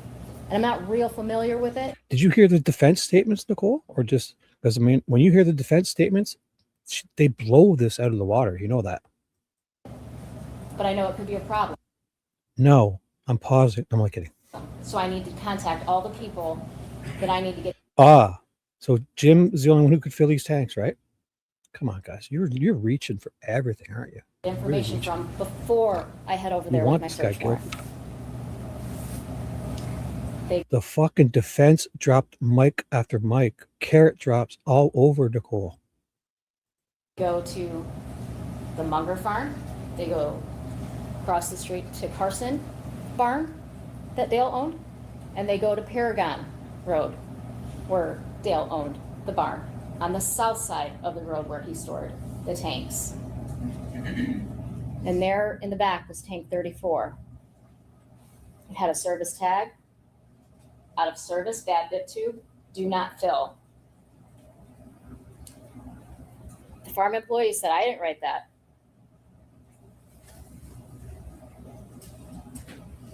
They noticed a weld that looked bad, looked real bad.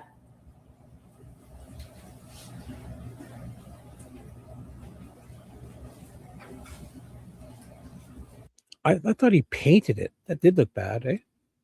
I thought he painted it. Why is it? Why can you see it? Oh my God, because that's how they cut it? I don't know. And he welds it? I thought he painted it.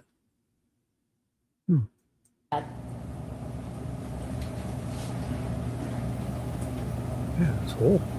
Fucking white. Spray it. And these tags, take note, they're just twisted on. Okay, so he may have wrote this, but there's no. What if they took it off other tanks, out of service? They have to put these out of service all the time. Or, I mean, if it is his handwriting, it's just twisted on. It's not like it's a proof that he put it there. Maybe he did, and this is out of commission. He's working with all these every day, and maybe he did it. I don't know. They haven't This showed it. photograph of the tag. And you guys will have all this evidence if you want to look at anything. When you go back there to deliberate, you'll be able to look at that tag for yourself. Oh yeah, he's a welder. They got 6 welding machines, and they're probably doing it constantly, fixing stuff with welding, different types of welding. On this, Detective Dreer Welders? gets another search warrant to take that tank to the Ambassador Bridge to have it scanned.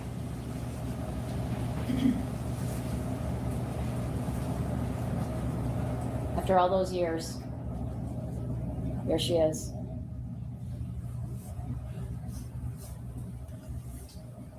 So that's after years. I guess, did it preserve? Because it seems like her shape is like, this isn't her skeleton laying there, right? How long does it take? Being sealed in here. Oh my gosh. She said years. So what does he do? Morning, critter. Morning. Take the tank to Northville, where the lab personnel come out and dust it for prints. Then they take it to the Monroe post, where that end is cut off. And they observe Dee Warner's body wrapped in a tarp.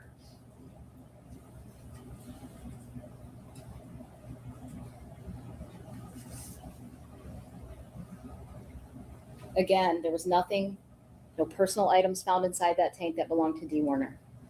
Detective Dreer could not take anything off of Dee Warner's body at that time because the medical examiner has jurisdiction, and they said no.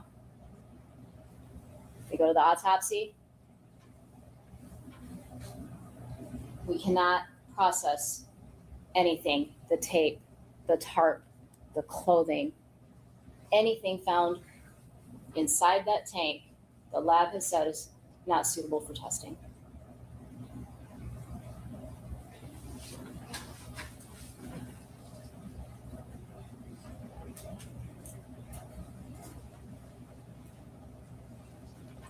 Then we heard from our fingerprint analyst. Defendant's left middle finger is right there on the ammonia sticker. Right. They would do this. They would clean these up. They would paint them and put fresh decals on them. Yeah. It's very likely, even if it's possible he didn't do this and he's putting stickers on these. He's got his fingerprints on probably every tank. He works with them. It's his job. And they have to, with these chemicals in, you have to have everything has to be for the safety stuff clear. And if the chemicals are making these wear out, something's up with this. Sounds like when they're spraying, these tanks are getting the extra spray on them, and therefore the paint, this sounds like a big deal. Like they got a spray barn, right? How often are they doing it? Probably as soon as they start seeing the rust of the tank, they probably have to fix the paint because they can't have the metal exposed. It seems like everything's painted. That's what's going on here. They're probably doing this constantly fixing these up, because when you spray, they're driving and the mist is going on these, especially the front is. Probably have to put these on every other month, new stickers. So just consider that. I got to find out. Yeah, it's his fucking farm. The guy's working with these constantly. Just because he's got farmer's tan on his arms, what if he's out fixing a fence with gloves on? Look exactly like that. They can't look at your arms and say that, oh, even if they can tell it was from welding, was it from welding this tank, or was it from welding something on his farm? They weld stuff. Those machines are used constantly. They're constantly doing it.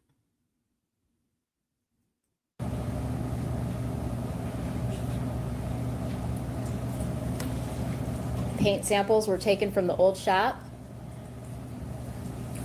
and sent to the lab. It's consistent with what was found on the property. Consistent with what's found on the property. It is consistent. What does that mean? Does it mean he did it? This is weird. Paint is paint. Although it's consistent with a lot of other paints, they were able to exclude paint and say, this couldn't have been used. But this very well could have been used to paint that tank. Yeah, I mean, it happened on his farm. Nobody's denying that. Now, here's good. This is the first. I want to see this because I should pay better attention. Here, I want to see what she says, and I'll try to pause it to see. The tag on the tank, you guys have. So here's the writing. So this is from his notes. The D is not the same, right? It's not his D, is it? He's writing a line. Look at his D. He writes a line, and this person's going down and up. He's doing it different. Right there is one. I can see it here. He's writing D. Here, he writes a line and writes D. Right there. This D is not his. He's going down. I've already found that. Where's an N? Let's go look for a capital N. That looks close. But he's kind of going around it to see if he does it on any other ones. That is a weird N. I'll give you that. He's going up and curving it up. Up, yeah. There, that's weird. But let's see any other number. But the D's aren't. When he does a capital, well, this person is different than this. This is a different. Who is this? I should pay attention. This feels like a different person, right? This is probably. This is too neat. I should have listened. A lot of information from the FBI. There's pages and pages of Dale's handwriting. Take that tag and look at it. See the N's? Compare the M's, compare the F's. Okay, let's compare the F's. F, where's another one? Capital. Uppercase. Show me an F. F. Woman just told me to compare the F's. Okay, let's do this again. F. Where are you? Capital F. I want to compare it. She said, compare the F's. Woman, are you fucking with me? Are you fucking with me, woman? Comparing, I'm trying to. Where's the other F to compare it? Because that's a weird, that's a distinct. It's going. I would never write an F like this. So where's the other one here? Do you see a cap? Am I missing something?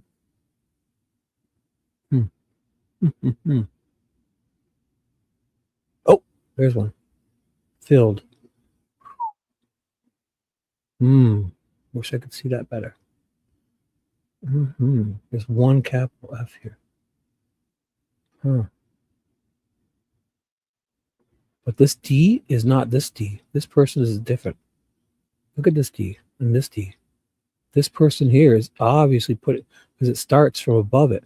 So they're writing a line and going like this, right? This person's not doing that. They're going down and up and over. Right. This one,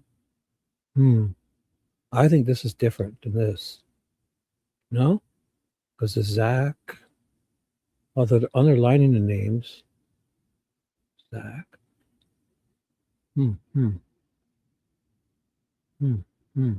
This D. This D. This D's are different for reasons. But these are the same as this. So I have a feeling this is different than both of these. But this is the same as this. So these are all the same, I think, but this here is not. No? Feels different. This feels neater. Like I can clearly see the D's are different. This D is not this D. This person is different because they're writing a line. They're doing it here too. You see there's a line going down and then they're going, right? This person is, and this one almost looks like they're going, who does that? goes up and down. That's distinct. This is not this person. This person's not doing that. This person's writing a line and then a backward C type, you know? This is weird. Feels like they're doing it here. Because this here. But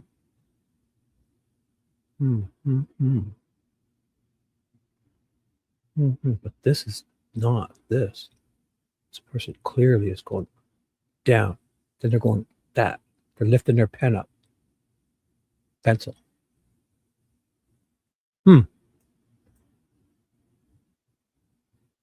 Right. Yeah, You go true. It back doesn't there. even matter because this tag is just twist tied on. So he could have wrote this and they could have taken it off. And the person, if they're setting him up, I mean, it's possible. This isn't, there's no way to say he put this tag on that tank, right? It's just twist tied it on. This is probably used for every tank. Probably got one, you know, why would you make new ones? You just take it off the new one you fixed and put it back on the one that's decommissioned until it's ready to go. Look at it and decide. The next thing that detectives do is consult an expert welder, Justin Schmidt. And we heard from Justin. That tank end was cut off with an abrasive cutoff wheel. How does he know that? Photographs from inside the tank where you saw the shredding. An object such as a hook was welded to the top of the end cap to hold it up. Whoever welded that tank likely attached a chain to the hook. To line the end back up in order to weld it, something would be needed to cradle underneath.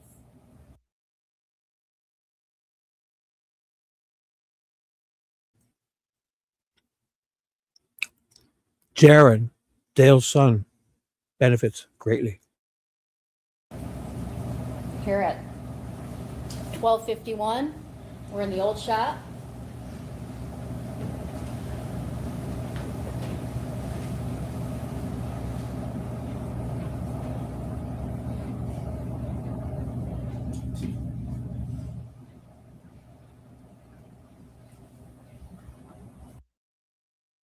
So remember, she said 12:51, okay?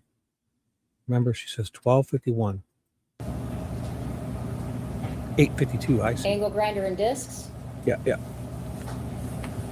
So it's got an angle grinder and disc. Ooh, did we see if it was corded or cordless? 114, the old shop. Sure. Yeah. He's probably walking in here 50 times a day to get shit. Fucking storage shelves. That's the whole point of it. Ah, the hooks.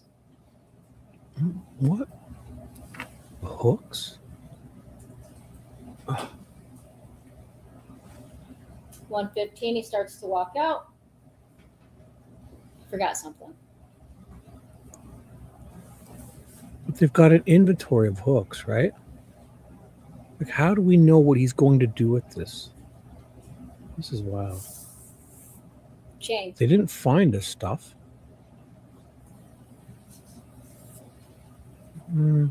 It's plausible. I see what you're saying. But did they ask people what else could he be doing with this? Is this not a normal? The chain's there. Does he do this with that? What is he doing? Is there a reason for him to do this? Did they ask him? What are you doing here? There should be a good reason. Angle grinder and discs. Right. So forget the time. You're about to go put your wife's grind your wife's dead body into a tank. Do you walk past 20 cameras with an angle grinder? What the fuck is going on? Hooks and chains. Okay, so she says that. Apparently they need hooks and chains, right? They have they have tons of them. So is this just, does he have these here in case he has to hide his wife one day? He's got a starge. They've had these here. In case I need to do this, I've got choice to no, apparently they need, apparently they need chains for something. Got a fucking shitload of them. So this is just a ruse for him to have all this here for one day to be able to do this fucking crime?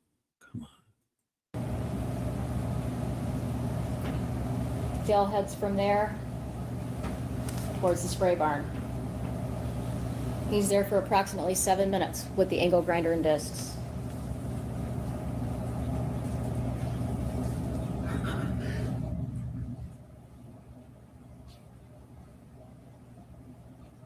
The angle grinder, disc, hook, and chain are from 126 to 146 and 341 to 329.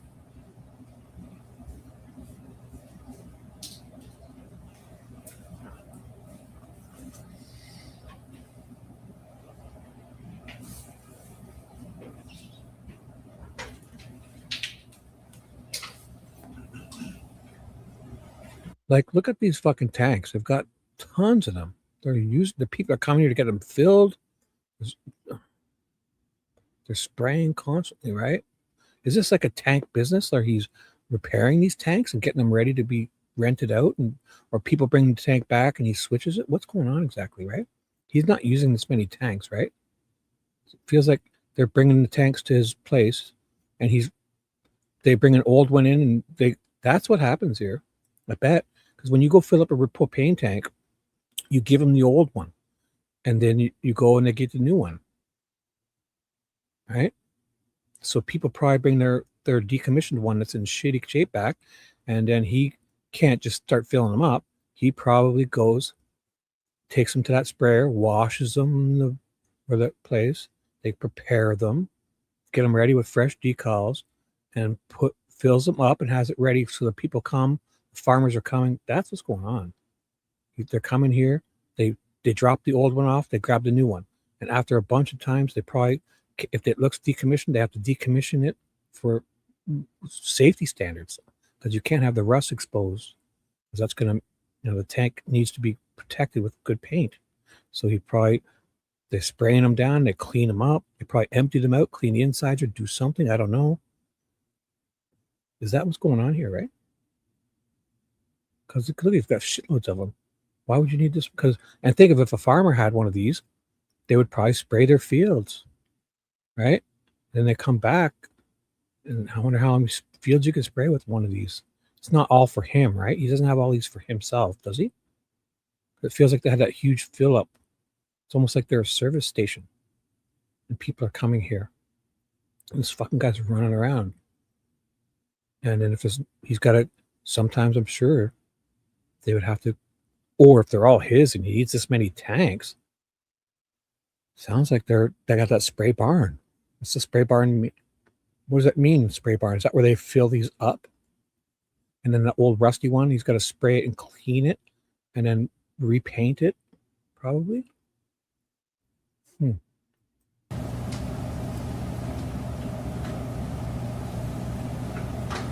This fucking camera angle is garbage, eh? At least with the wind now, it's sometimes. This is weird. This tree probably grew. They probably put this camera here before this tree was here. Okay, actually, that's the first time I've seen something with the wind blowing it out of the way. He drove that thing out. Wow, the wind is helping today.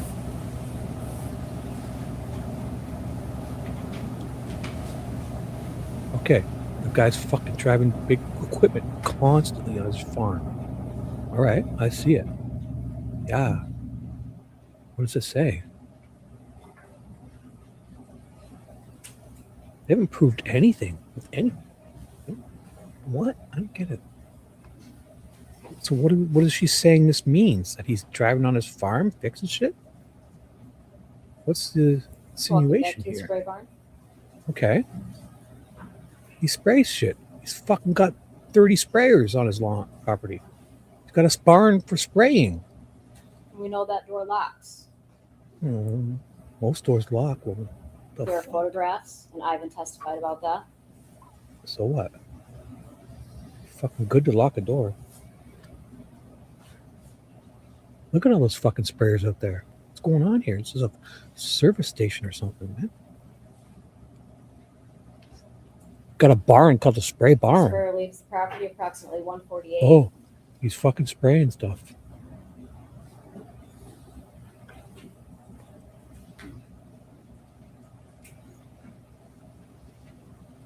but returns by 2:18 up to the office. We heard testimony that Dale was in and out of the office. Dale was in and out of the spray barn. Dale was in and out of the new shop and the old shop. And every time he was in the office, just kind of looking over their shoulders, see what they're doing. He'd say he was going to spray or he was going to go do this, but then he'd come back and it just didn't seem like he was working.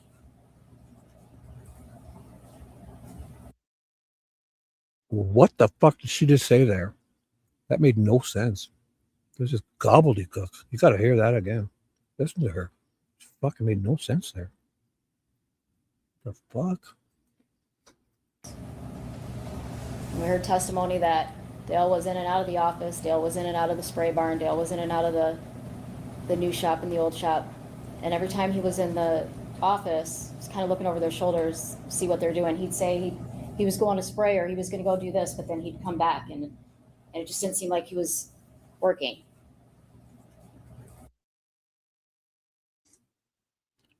What? It just seems like he was working? Oh, so you think he's going there to cover and make it like he's working? Yeah, he's out working.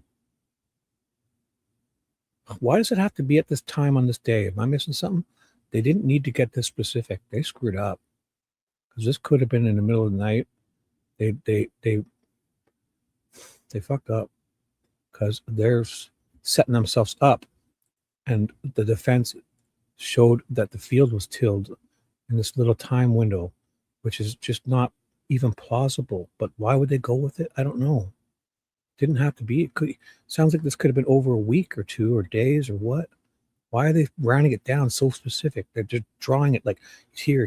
This time 142, 8, 228, 312, 4, you know. Probably did it in the middle of the night. Again.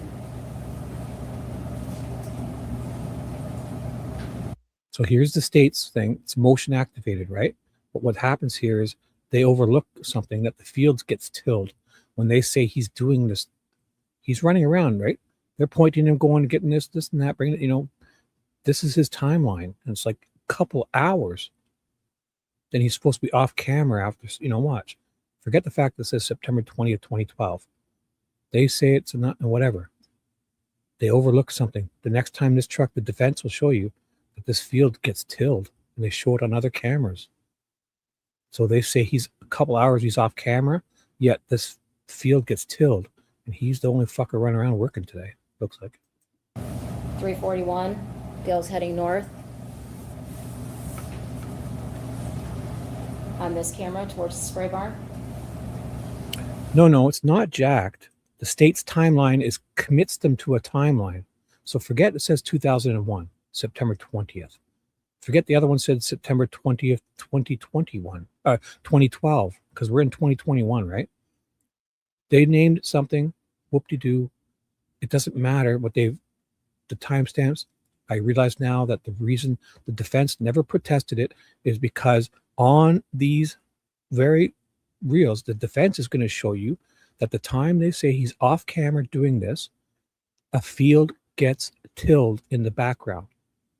A field gets tilled, meaning a guy took the whatever they used to till it, hooked up a fucking one of those tillers with the wheels on it, drove the fucking thing out there, spent time in the field tilling back and forth, tilling. At the same time, they're saying he's not on camera doing this, but it's not caught on camera. The field is not tilled, and then that motion activated. I don't know, it's half an hour, whatever later. They say he's in the barn, but it shows that the field gets tilled when the truck drives by again. So it seems to be motion activated. The one that big red We barn. see the view of the office where we know. So it's not the fact that they're off. It's the fact that what they've committed to, what the judge has allowed, what the defense never protested to. And now it makes sense why they never protested it to it, because they were digging themselves their own grave. Because the defense must have seen that in the background and was biting their tongue this whole trial, not to let them know that that's what they saw. And in closing statements, she drops that. So if he's the only one tilling these fields, you think in 2 hours or whatever the time limit, he's doing the tank, cutting it, and all that, and out tilling the field? Know that the kids have spent a majority of the day looking at the cameras. 4 o'clock is the last time that camera activates in the office for that day. The kids leave the property. Then we see Dale and Todd leaving the area of the spray barn.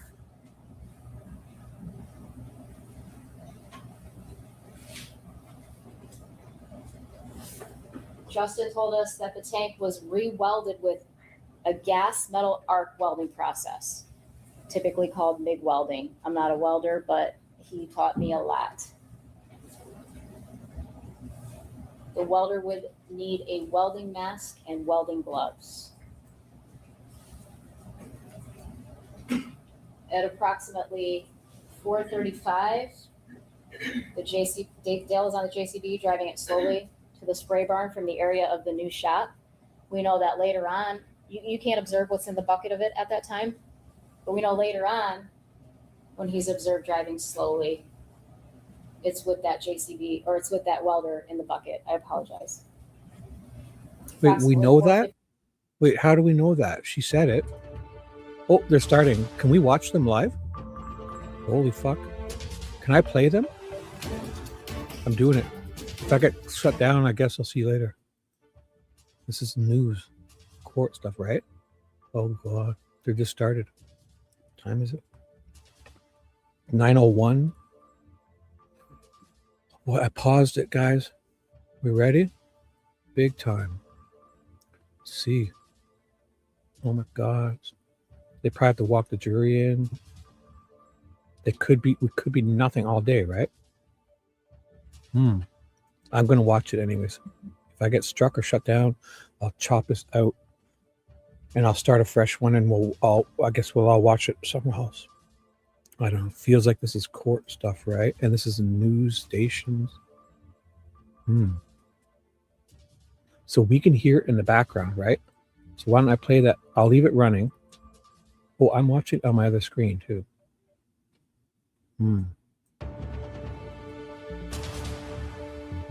I'll just stay with it. They usually wait a few minutes, right?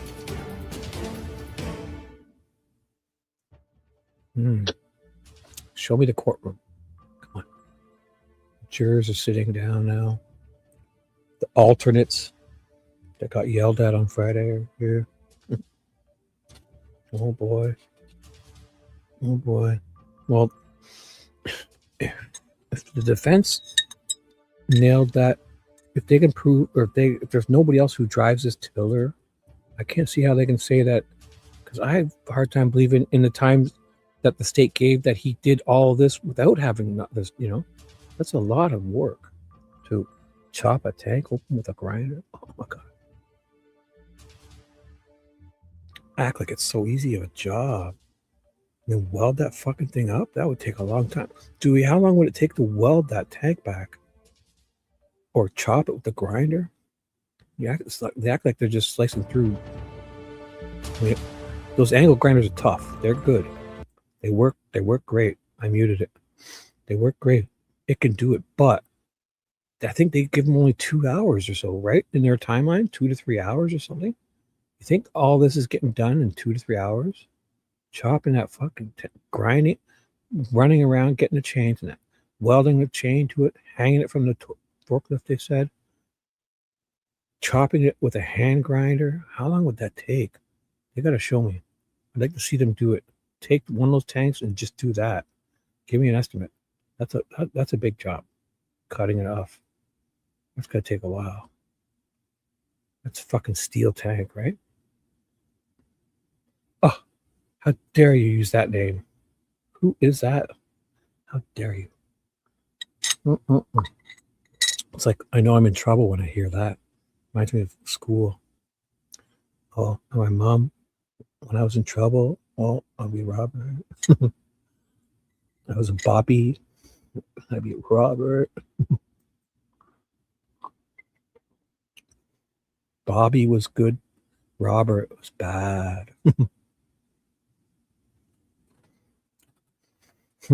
So what are we doing here?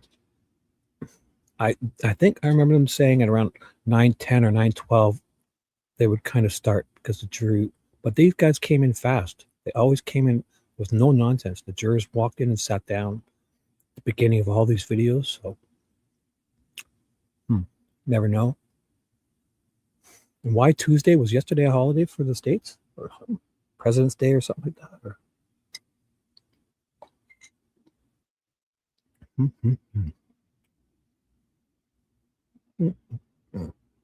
So let's do this.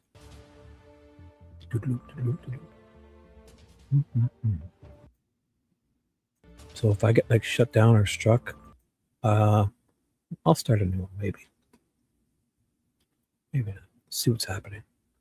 I could be sitting here all day doing this. You know what? I have it playing on my other screen. It's muted here. This is my other screen. Listen, I'm going to unmute it.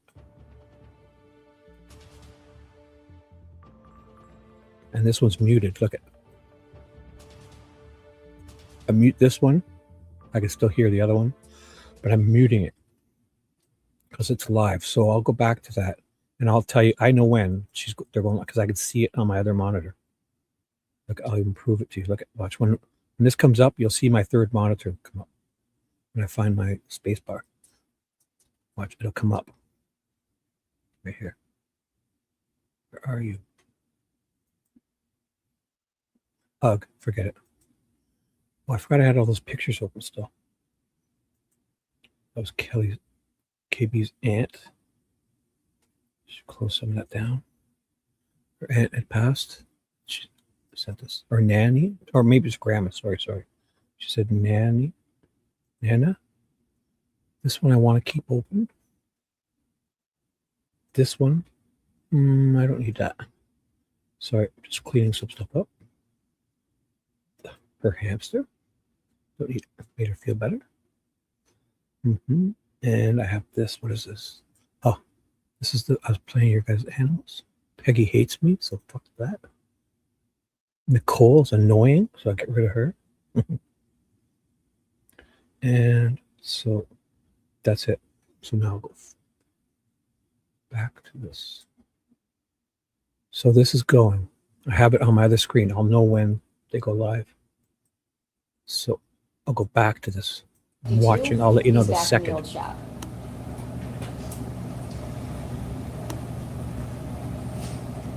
At the welder.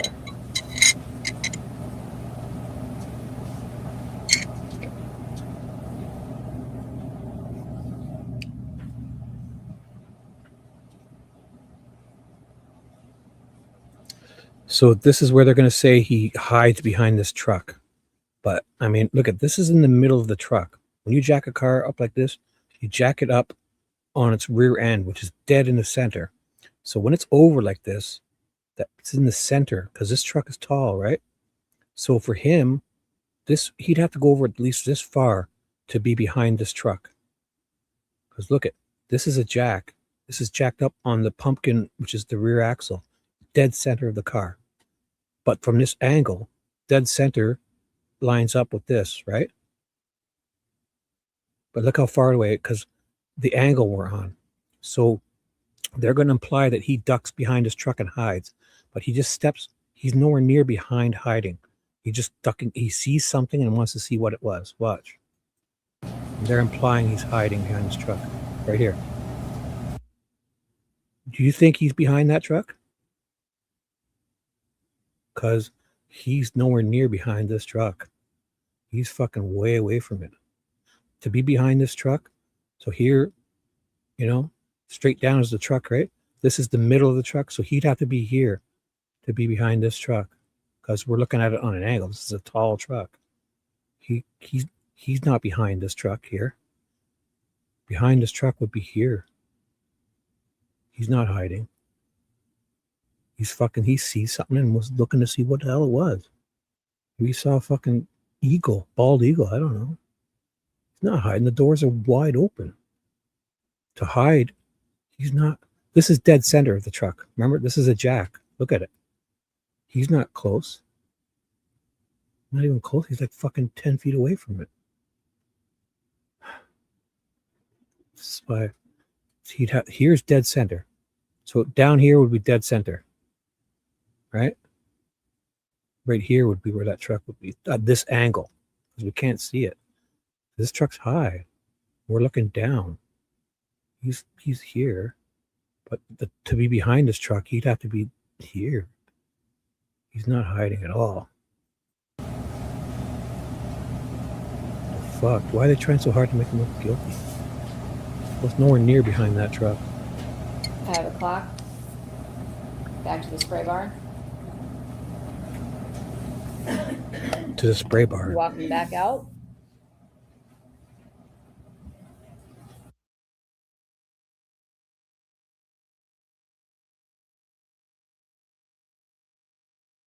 I was muted. The time this is my favorite one because I love it.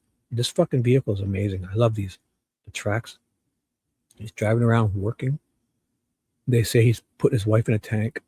Then he goes after this, he's 2 hours missing or whatever they say.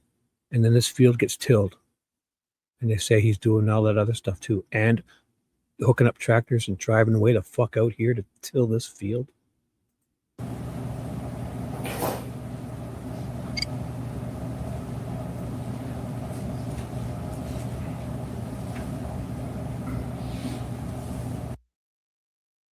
Take note, that's 9 p.m. at night, remember? 9 p.m. at night. Just love that. It's 9 p.m. at night. Watch. I'll let it Walking play. back 9, out. what is that? 9:52 p.m. Fucking sun shining bright as hell. Love it. September 20th, 2012. The sun was bright that day, that night. Heading back to the Maybe it old was a shop. full moon on Jack. 9.5 years before she's murdered. He's murdering her.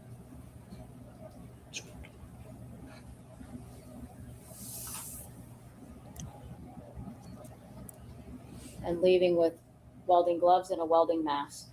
Yeah, he welds shit. They got a bunch of welders. Great fucking tool to use on the farm. We know he didn't take This the one welder she has zoomed in because if you saw the timestamps, they're so fucking way off. from the old shop that was gotten on surveillance footage. The last photograph from the new shop at approximately 3:13 shows that welder just to the left of the green toolbox. And the next time that camera activates, the defendant is walking away, Look at 12:03 p.m. and you now have the welder in front of the toolbox. Is that 12:03 p.m., right? Yeah, it has to be because AM is like 01. Or no, did it say AM or PM? I don't know. This is one of the welders that was It wasn't 3, 4 in the afternoon like they keep saying. Yeah, it's a great tool. They got a bunch of them. There are fucking like 10 of them I've seen around this place. The fucking thing's got all those. They're probably breaking them off constantly. located on the property during the search of the Munger farm. Justin Right. Schmidt said that that is absolutely the type of welder that would Yeah. cause the create the welding Exactly marks it and would. the indications of welding that he observed on the Yeah. tank. There's no denying he's got shitload of welders. Look at them all. We Fucking have well used. a Look at welding these arc mask ones and all these and ones. a couple more 1, 2, welders 3. here, It's a couple. It's like fucking 8. and you've got the welding gloves. Right. Now You this need area, gloves. if you look at the ramp on the left, go up to the top of it on the other side of that is Yeah, where I you're going see to it. find those gloves Oh my and that goodness. mask. Holy fuck. They found welding gloves and a mask. And the guy's got 10 welders around his property. It's a great tool, guys. Dale's back to the spray barn from approximately 5:07. Yeah, meaning that shop is well used. Those things are covered because they're constantly working here. They're probably taking them out to the field, and those are on wheels. He puts them on the Kubota, drags them out to the middle of the field, and probably welds the shit out of stuff. To 6:06 p.m., another 59 minutes.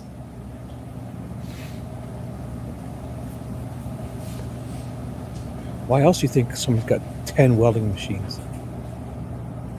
Waiting in leg to fucking bury their wife in a tank?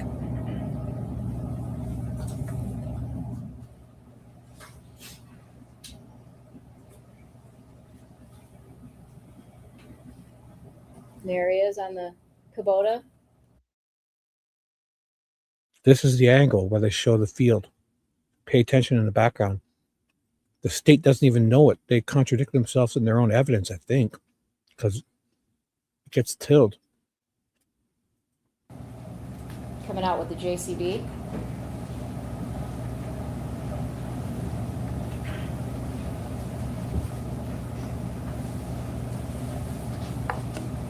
Back to the spray barn. What else does Justin tell us? If you're welding, you had short sleeves on, the next day you would have a Good sunburn. point. How about if you're working on a farm, you'd have, That's the defendant on the 26th of April. Yeah. Okay, so first of all, this proves what? He's got gloves on. He's working out. He may be welding, right? But does this say that he's welding his wife in a tank? Where's that proof? I mean, yeah. This is also what happens when you put gloves on to fix a fence in the field. This fucking guy's running around outside all day. Or there could be the spray from some of the chemical. I don't know. Who cares? I see it. But what made this? How can they're insinuating that this is him entombing his wife in a tank? What? Where's that proof? Where's that link? Except for the fact that it may have happened then. It may have happened when he's fixing the fence. It may have happened when he laid and took a nap in the field and forgot to take his gloves off. I don't know. Let's get real here. Yeah, it's like a fucking super duper farmer's tan. This is, my old man used to get one mowing the lawn so much. You take his shirt off and he'd fucking brown arms and white big hairy chest. You know, that whole farmer's tan. He would wear like those V-neck t-shirts and he had like a farmer's tan. Yeah, he had gloves on in the sun, probably. Or he welded something. Sure, you should wear proper protection, but this fucking guy is getting shit done. That was not on the body cam footage from April 25th, the day before. Right, so what? Because it hadn't yet had time to come out. Or he did it after, or this morning? How much time would you need to get this job done? Justin testified that cutting off the end of that tank would take approximately 50 minutes. Oh, fuck you. I'd love to see you do it 2 hours, buddy. Welding it back on? Yeah, bullshit. Between 21 to 35 minutes. Dewey, how long would it take someone to weld that tank back? 21 to 30? There, that's... Sanding the weld down, another 5 minutes. That's it, eh? Yeah, 5 minutes sand job. On the low end, you could get this done in 76 minutes. On the upper... Holy fuck. 76 minutes? 6,000 pound tank getting chopped open? 76 minutes to do all this. end, you're looking at 90 minutes. My ass. Show me. Show your fucking guy. Take 2 guys. They ain't getting this done in 90 minutes, woman. Fuck you. The hand grinder? Angle grinder? They'll be there fucking half the day. Oh my God. Like using a angle grinder to get that cap off. She's pretty dismissive of the time. Good luck. Good luck. I wonder if we could ever find someone doing an experiment with that. We should raise funds to do that. Get one of those old tanks, decommission it, make it safe, give you fucking 20 grinding discs and the best corded hand grinder or a bunch of battery powered backups and show me to chop that thing off. And whatever she said, get this job done in 70 minutes.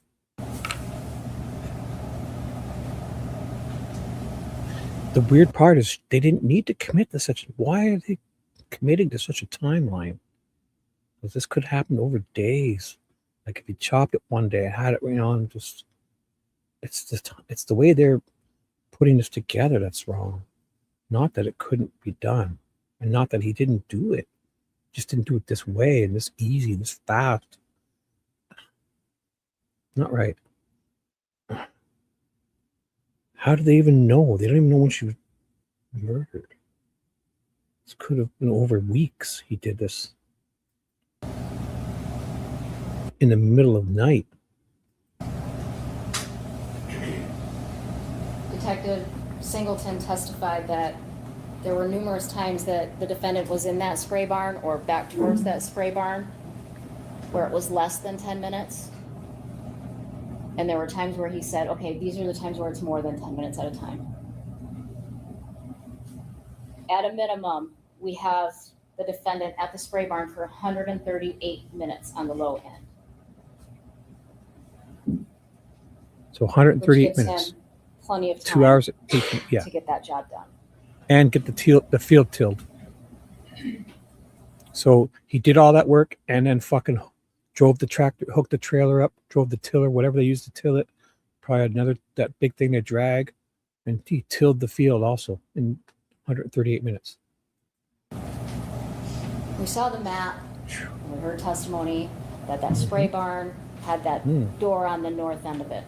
There's a door. Got a lock too. Dale drives out the north door of that spray barn and drops the tank off at the junk pile. Which tank is it? Are they showing tank Look at the 34? tank. I'm gonna zoom in on it really quick. Okay, so this is the one that they walk up on, and so this is probably how they can confirm this is 34 because the body cam footage is this guy. If it's exactly here in his body cam footage, right? But did she just show him put this tank here? No. There's fucking 20 of these tanks all over this property. So this one we know is because the body cam shows the guy walking up and looking in all these trucks and stuff, right? And it's Greca too who does that. The tank, the marks come from the north of the tank and go to the east. Okay, so they've jumped to here. And I don't doubt they probably have the right tank here. But those other ones don't show any of that. Like they just kind of jumped here, right? Show me him coming in this progression of stuff, then taking it out and bringing us here and drop, or whatever. Where's that? Okay, there's the tank. She showed us his every move, right? Didn't he come out of that barn and then put this here? Or did he teleport it? Show me that. It's sideways, so is it on a front end? Like, did he have it? Like, it looks like they brought it in on that loader or something. Dropped it here? Because it's sideways, right? Yeah. So they came in and put this here. How? With like a forklift or whatever? Because you can tilt it back more than likely. I don't know how you move these tanks, but probably they have it worked out, I'm sure. Dale then returns to the spray barn. Okay, so wait, how did that tank get there? Because she say he's doing all this, right? He's got it. Is this him here moving it? Did I miss that?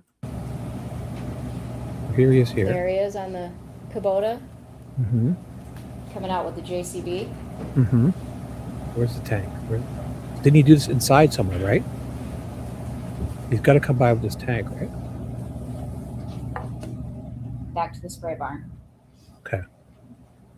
What else does Justin tell us?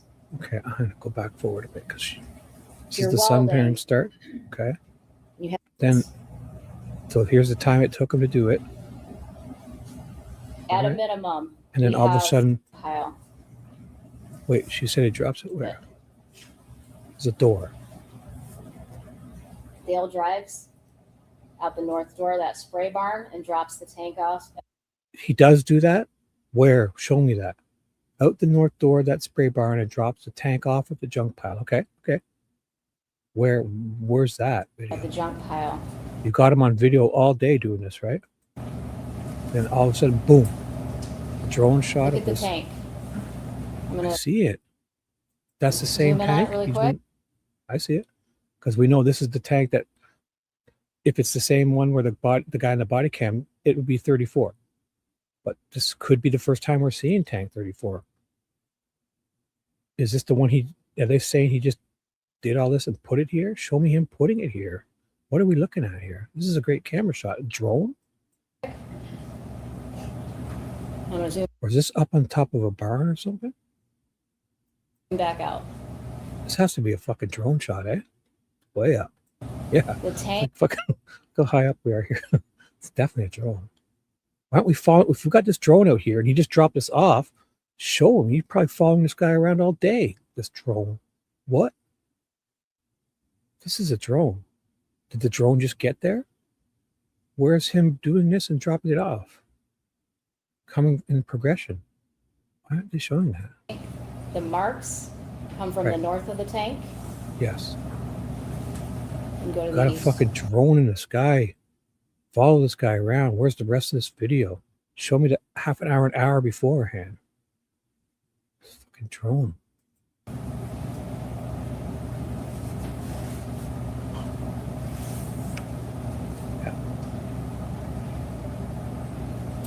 Don't worry, I have it. Oh, something's up. No, I went live. Something's changed. They ended their stream. Stream ended 55 seconds ago. So they ended it. Maybe there's news. Mimi, let's go, guys. Then returns to the spray. They've ended their stream and nothing came on. I had it on the whole time. This is what happened. They ended it. Nothing played, just this logo. And it ended.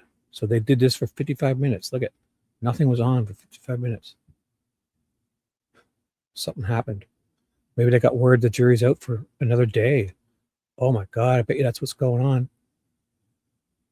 Why would they do that? Because they wouldn't end it for no reason. Mimi's getting updates now. I feel it.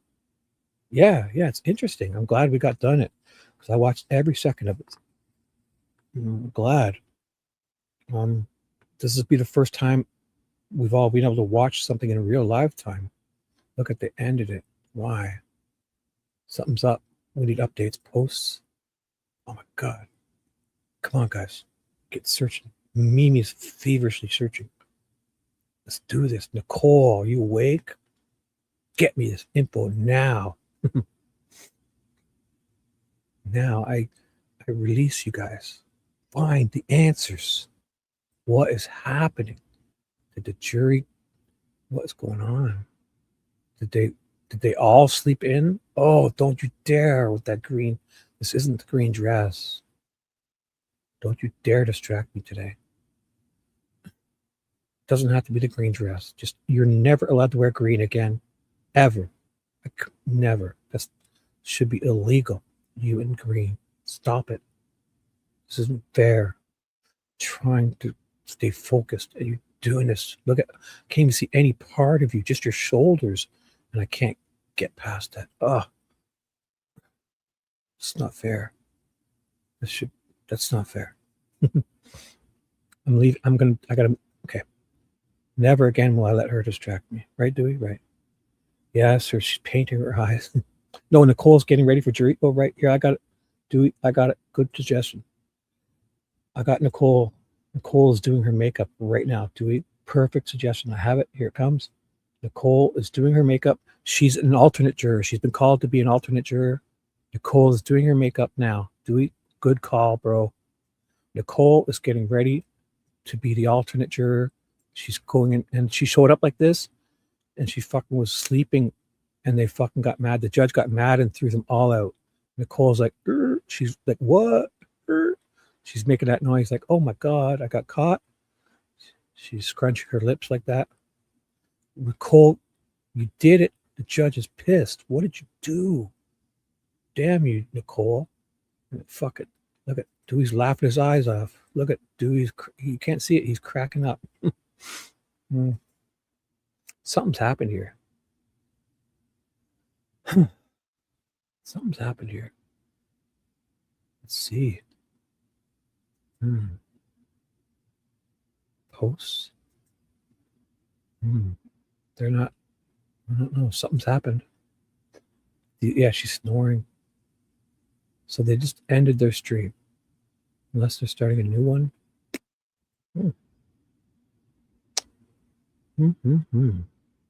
Oh, I should look for other channels to see what's going on. I should check other channels. Or does anybody have another live stream? I'm going to look in my... So I'm here. So I'll keep this channel up. I'll open up a fresh one and I'll search. I don't even have to type it in because it's, oh, I was going to say there's a live stream, but that's me. Ted's live doing Nancy. No, today's Dale's day. Damn you. These people, law and crimes, got verdict watch, so nothing's happening. Look at, they're the same thing for them. They're live, and I just scroll ahead and you can see they're looking at this logo, the moose and the deer.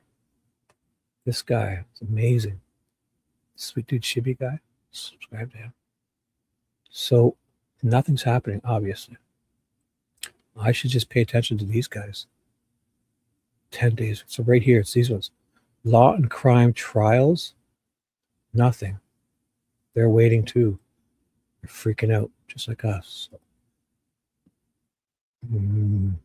let's find us. Oh, let me search. I have a feeling I'll just search Dale Warner and see what comes up. I want the latest, greatest. Nothing. Ooh, I should put lives, right? Because most likely it's going to be live streams today, this month. Where's live? Oh, live. Come on. Nobody's live. I'm just going to get rid of all of this and just go Dale Warner live. Look at this. Delete. Purely just Dale Warner. Live. Did I have live? So look at these guys live waiting. Everyone's doing what we're doing. Wait, look at, we're all waiting. This fucking idiot. This idiot is live. Look at, I'm number 3. I come up. Oh my God, I'm so popular. Or maybe it's because I have this account subscribed to Sweet Dude Chibi. And this is not Sweet Dude Chibi. This is my other account. Look at this. This guy, look at there. I'm watching me. Watch me. Look at, this is me talking about them just now. Watch, we're going to get to this point here. Watch.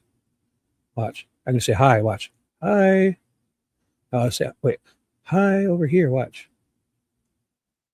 Watch. Here, oh. Here we go. I'm going to say hi. I'm up 10 seconds behind or so. Okay. Oh no, I just switched to, look at, I'm looping into the matrix now because I'm watching myself watch myself. This will get good. This will get good. We're looping into the matrix now. There's a third me. Look at this. I love this. Dewey, we're looping into the matrix. When I watch my own live stream on my own live stream. Look at, there's another one. It's going to pop up, a fourth person. There's 3 shibbies. There's the 4th shibby. You can see the yellow hand? 4 shibbies. Holy fuck. We're looping into the matrix now. Look at, watch. I'm going to keep it here. Oh my God. There's 4 shibbies. Look at, watch. A 5th one's going to pop up any second now. So you're going to see a 5th yellow hand way back there. Look at, here he comes. There he is. I saw him. I saw the 5th shibby. There's 5 shibbies now. Holy fuck, guys. The Matrix. Yeah. We're in it now. Choose red pill, blue pill. Look at, there's another one, just 6 shibbies. 6 shibbies. Holy fuck. See all the little hands? Glad I have this big yellow hand so you can see it. Okay, I'm going to do this. Watch. I'm just going to keep doing this. You're going to see it eventually. On this next one, you're going to see me doing this. Watch. I'm going to keep going. You'll know when it catches up. The second one right there, it's going to do this. Watch. Come on. It's going to be any second now. Experiment time. Come on. You're going to see. There it goes. There we go. There we go. We're in sync. I'll work together with this guy. The tornado. Look at, now the next guy's going to start doing this. We're tilling the field. Look at, here we go. Then the next guy's going to start. Watch. Oh, this is wild. I'm an idiot. There. Wait. I was going to stay with this guy and we'll worry about the other 3 later. There we go. The other one's, there we go. He got the message. He's got the message. We're looping into the matrix as we speak. Here we go. Look at, there's 3 of us going now. We need more shibbies. More. The 4th will start soon. Here we go. 4. We have 3 shibbies on board. 3 are being difficult. Let's go, guys. Let's work together. There we go. 4 shibbies are circling. I see the fourth. I see the fourth. We're in the 4th dimension, guys. One more, and we're in the 5th dimension. The 5th shibby. One more. I see 4. There's only 4. I think we're. Oh, I accidentally clicked it. My finger clicked. I can't watch myself. I'm going back. Damn it! I ruined it. Forget it. I was getting dizzy. So everyone's waiting. Ooh. Still nothing.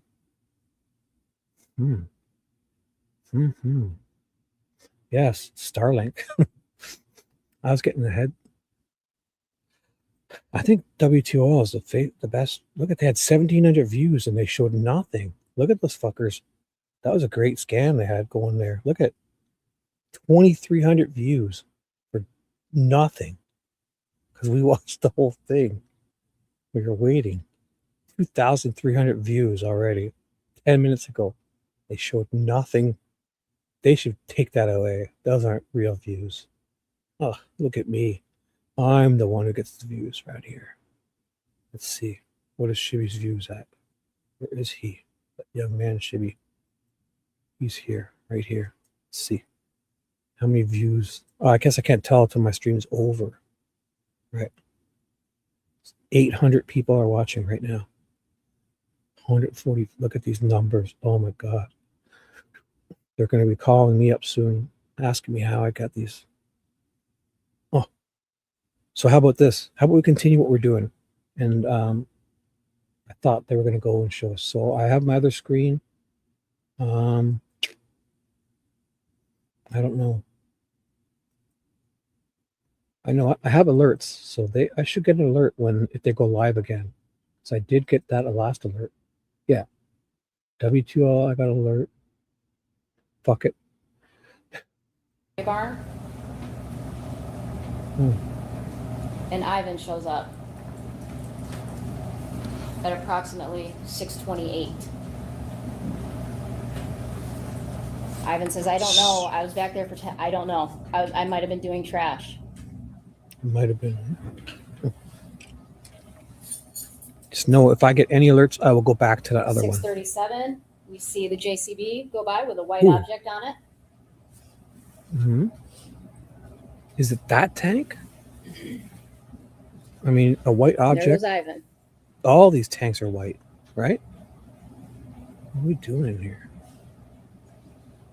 Don't we need more specifics? Now we see the JCB Because in hit the camera this time. This field gets tilled, too.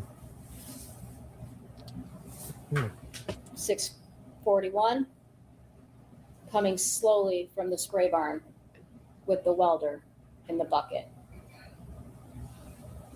Again, 6:43, walking away from the welder. 12:03, he's walking away. 6, whatever, okay. Bandicam, screen recording of Bandicam, free, because they have to have the the watermarks there. So this is a free Bandicam. It's a screen recorder. What screen are Dale they brings recording? the JCB to the old shop where Ivan and his brother are working. Gets out. Ivan does some trash in the old shop.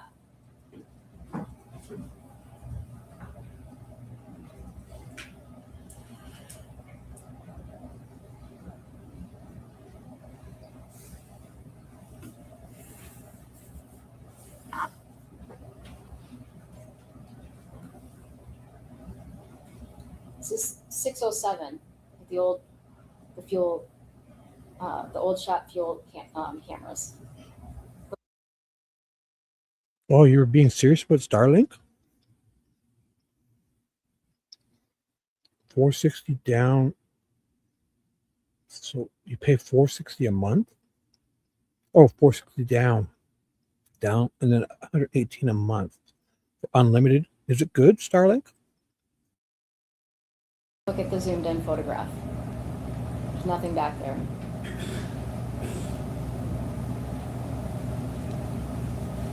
$637. Look at the pile. Not only is that tank to the Okay. I see it back here. what does this imply? Which tank is it? Is it so? This is the one the guy walks up on. This is the tank. So, are they saying it wasn't there, and now it's there? Let me go back. So it's not there, right? How do I know which time this is? There's no stamps, is there? Okay, so there's a shadow here. There's a shadow here. Let's see if this is. It should be reminiscent, right? How far ahead does she say it goes? Let's see. Gosh, there's a shadow here. 6:37. Look at the pile. Okay, that shadow's huge now. How long was it? So the sun must be setting here. This fucking shadow is huge now. How long did she say that was between then and then? So that's a big change in the shadow. Let me see. She must say a time here, right? Oh, it says it up here. What does it say? 6:39. There's a huge shadow. Look at the length of the shadows. So I should go back a little bit more and compare it. So she showed it. I want to see the first one. Okay, this shadow's short. So at this time is what? 6:07? 6:07. So yeah, 30 minutes. That's 6:07. Look So this is 6:07, at the zoomed in photograph. right? 6:07. There's a shadow. And then in 30 minutes, the shadow's way out here. Is that logic? There's nothing back there. No. 6:07, there's nothing there. Well, why don't we show them putting it there? Because we got this camera here, right? Why are we showing still shots again? I hate when they do this. They should be allowed to get away with screenshots. Mullins, that's the plan. That's the game plan, right? Screenshot. Why are we screenshotting videos? Show the fucking video. You should be pulling up, dropping it off. Okay. So is he dropping it off here? Is this so is this him coming back from there? So this is bullshit because look at, they're going to imply that he's driving back, right? From putting it there. Why don't we show him going and putting it there? Because it's in view. Show him dropping it off and then coming here. Because who knows? He goes here all the time. He's fucking constantly going over here for shit. Tanks here. So they show him driving away. What? At what time? It's 6:39. So it's basically 32 minutes later. The tank is now there and he's driving away. Okay. But his shadows are gigantic now. Is that a 32-minute change? Isn't the sun supposed to go this east to west? It seems like it's. So this must be east because it's like it's going farther away and getting lower to make these longer. But that's the game plan. Is to just take screenshots to prove your narrative. When we got video, they're taking screenshots of video. Everyone's doing it. Show me him driving here with this, putting it there. And then this cop is the one who sees this exact tank. Like 6:37. Look at the if he pile. did it, he did it, right? I see it. Now it's 6:37 and the tank is there. And now he's Not only is that tank to the far left over there, but you can now see a pile of white in the burn pit. Where does that? Pile of white. Pile of white. Well, where's all the smoke? How would you show me that? Are they implying that he burnt a bunch of shit too? Show him fucking lighting a fire. Wouldn't that be on camera? Right? We can see the white Here's this ashes. one. And there's what? Where's the ashes? Pile of white. There's The that. fire's out already too, right? Is that what she's implying? So I see the tank. She said a pile of white. What is that? Is she implying he burnt something too? There's that one.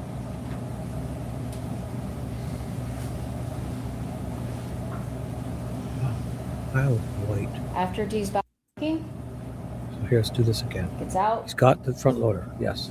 Ivan does some trash in the old shop.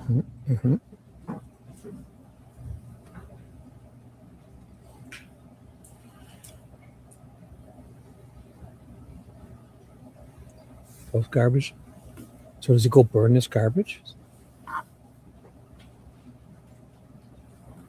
Okay, here he is, bringing the garbage. This is 607. Tank's not there. The old How does the tank get there, fuel, though? the old shop fuel can't. 607. Is everything here in that next photo exactly like this? Remember, there's this truck, this dirty truck. This shit's here. This. There's a truck here. There's something. That thing is here. 2 tanks, something here. 3 trailers. So Cameras. see if it looks the same, okay? So here, the tank is not there. Look at the zoomed in photograph. I see it. There's nothing back there. I see it. There's nothing to see. Okay, so then he's driving away. He's driving away. The tank is there. Who put the tank there? In this thing? That fucking tank was moved with this thing? No way. How are you moving a tank with the front end loader? It's a gigantic tank, not fitting in the scoop. Is that how we move these tanks? He must be moving these. Is he using a front end loader to move these tanks? Maybe he's hooking it underneath and lifting it up high and kind of dangling it? Or aren't they towed like trailers too? They drive behind, like they're trailer things, right? They hook up, they hitch up. 637. Look at the pile. Okay. What? Not only is that tank to the far left over there, but you can now see a pile of white in the burn pit. Okay, a pile of white in the burn pit. So he's had a fire. We don't see any smoke. Can you show me the smoke? That would be a good way to show. The burn pit as a pile of white. This is it here? What's the burn pit? Or here? So they burnt that fire? Show me. Did he use a match and some gasoline and throw a match on it? It goes, pfft. Where's the fire? It's already done, eh? 30 minutes and the fire's done? No, nothing smoking or smoldering? It's fucking quick fire. Where's this fire? So wait, the tank's gone now. Wait. Here's this one. Okay. So wait, what's the difference in this smoke? Where's the fire happen? Now what are the differences? There's white in the burn pile. So he just threw the garbage there and didn't fire. Okay, I'll take that. Sounds like he just put the garbage there, right? So he drove there and put the garbage there, and now the tank is there. And this is all that same day. Let me see what happened there. He went to that place, got garbage. He had garbage in here, and he put the garbage in the burn pile, but didn't burn it. So that was all that white shit. Okay. But the tank just appears. How? Would they show him putting the tank there too? 637. Look at the pile.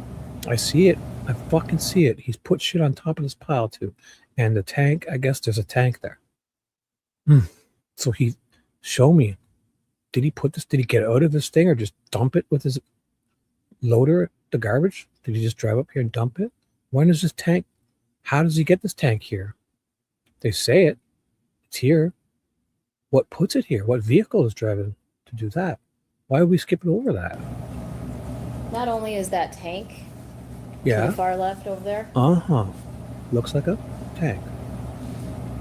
but you can now see a The pile shit of is white in in the burn pile. pit. Stuff that he just had. Wait, one thing. That watch. Did he put that much shit in his thing? First of all, that's a lot. Look at this. Oh, I found an anomaly. Watch this. This fucking guy throws 2 pieces in there. Watch. I'll show you. I specifically watch when he's in that garage in the shed. He throws like 2 pieces of garbage in there. Watch. And then there's a fucking gigantic pile of things ready to be burnt. When I find it, Again, you'll see it. 643, Yeah, here it comes up. walking away from the welder. So he's walking away. And watch, he's going to pull it. This thing's going to pull in, I 646. guess. Here it comes. Shadow. Oh, there it is. I see it. Watch how much he puts in this band. Watch.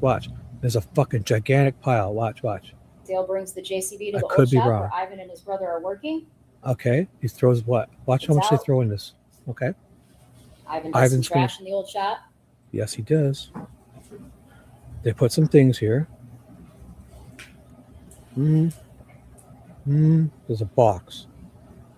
2 pieces. Oh, they cut it. Why did they cut it? There is some stuff. Okay, so there's some reason they did an edit. For some reason they didn't edit there. Why would they edit that? There's an edit. Did you see that? There's an edit. Why did they edit that? Watch. I love this. I'm going to fucking crack this case open before the jury gets in. Watch. Okay, so he throws 1 piece, 2 pieces, and he's about to throw more, I think, and it cuts, and all of a sudden this thing's full of shit.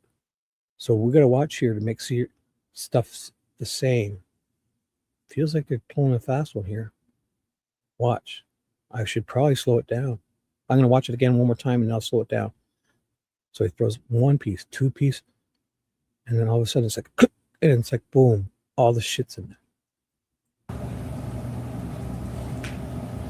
Watch. 1 piece, 2 pieces, then click, poof, right here. Magic. Boom. Holy fuck. What happened there? What did we lose? Did we transport? Did we teleport? Nicole? Did we teleport? I didn't see. I don't know. What happened there? Did we teleport in time and I missed something? Tell me. Did you see anything? Nicole? Did you catch what happened? No, you were sleeping? Fuck it. Go back to sleep. Why are we teleporting in time? Now he's walking here. He came from over here. What happened there? So there's quite a bit of stuff, I think. He's getting more. Okay. So we teleported in time. Why did we teleport time here? Here we go. Is it the same day? No. We just teleported again. Why are we doing that? Why? They finally show us a full video. It has a fucking edit. What is up? We need a screenshot before and after to see what changes. Ooh, I'm going to put it in slow speed and I'm going to mute. So the edit is coming up soon. He throws 1 or 2 pieces, then it edits. So I'm going to put it in super slow speed and see if we notice any anomalies changing in the background. I'll go 1080p, even though it's shitty. Okay. I'm going to go super slow. Where's the slow speed? I got to slow down. Boom. 0.25 speed. Something here. Does everything stay the same? I'm looking with my peripheral too. My Rain Man, Nicole, my Rain Man superpowers are in play. So he's going to 1 piece, 2 piece, then there's going to be an edit, and he's coming walking from over here. Watch. Super slow. Something else? Anything change here? Why are we editing this? Finally get a video, not a screenshot. It's fucking got an edit. What is up? Here it comes. 2 pieces are in there. The 3rd piece, he's picking up a bunch of... Oh, okay, so what changed there? Any differences? Oh my God, the thing is full of shit. This fucking guy is now walking here. What the hell? At 109.08. 109.08. Oh, I can lift this up and do it super slow, right? Where is that? Where is that? Don't I get to lift the thing up? Oh, yeah. So I can do this one by one here. Oh, boy. 109.08, wasn't it? Oh, there it is there. There it is there. See, a bunch of shit's changing here. So he's coming here and throwing stuff and coming back. Why are they editing that? Stuff changes. See that back of that truck? Watch here in the back of this truck. Why are they editing that out? Magic's happened here. Why? What? What? Magic. What's changing here? Just that this stuff is it not exciting enough for her? They don't want to see this guy throw a bunch of shit from this truck? What? So here, we're going to play it all. So now we figured it out. They edited out him coming back to this truck for some reason. Oh, went away. Oh, it's right before this. Here it goes. Okay. So now we know. I'll get rid of the closed captioning too, in case we miss anything else.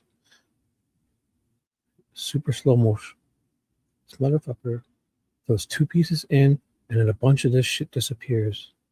So obviously it was too boring for her to show us him coming here. They don't want to show us his face, maybe? Who is this? Ivan Boyd, right? Why? Why are you doing this to me? Nope. This is a beautiful moment, Carrot. Don't you dare ruin this. Don't you dare. One piece. So what happens here? Why did we not get to see this? Ivan Boyd? 2 pieces. And here goes magic. Ready? Watch this. Magic. Second out. This is some shit happened. Here it goes. Feel it. Boom. Why? For what reason would they do that?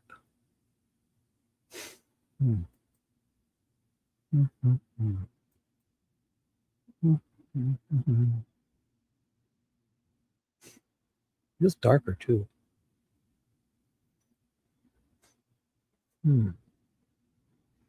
One more carrot for Nicole. Okay, here you go. Does feel brighter out here. If this is all one action, I wish we could see this clock here too. I'd like to see the timestamp. I guess these square 4 point. This is an old camera in 4.3 aspect ratio.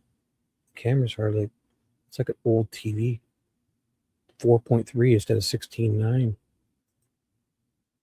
And they're screen recording this on Bandicam. Bandicam's a free screen recorder. Why would they screen record that? Bandicam. I've used it. It's free to screen record. Okay, I see you doing it. Something's got to change here. Seems pretty bright out here. Last time for Nicole. This is the last time. I'll never, ever watch this again. This teleports. Okay, so what changed? Nicole, what changed? Why?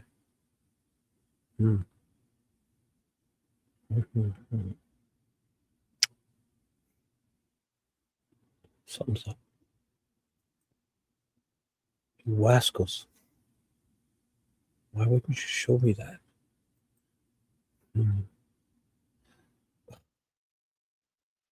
Why would they cut that out?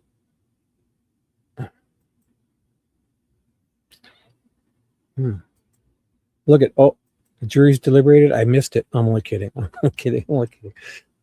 But the jury's deliberated. He's guilty. He's no, I'm just kidding. I haven't heard anything yet. Let me double check on this one.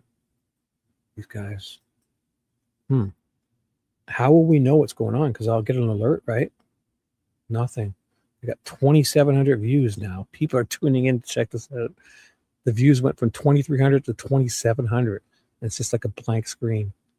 We watched the whole thing for 26 minutes. Look at these fuckers. 2,700 views. And when we were here, it was 2,300. Now it's 400 they've got. People came in to watch the live. I'm sure I'll get an alert because I've subscribed. I have everything on. It'll pop down here and give me a bell. Always does. So, see, so I've checked my notice. So if I get another one, there. See, look at Sweet Dude Shibby went live a day ago and he's still live. Oh my God. He's nuts.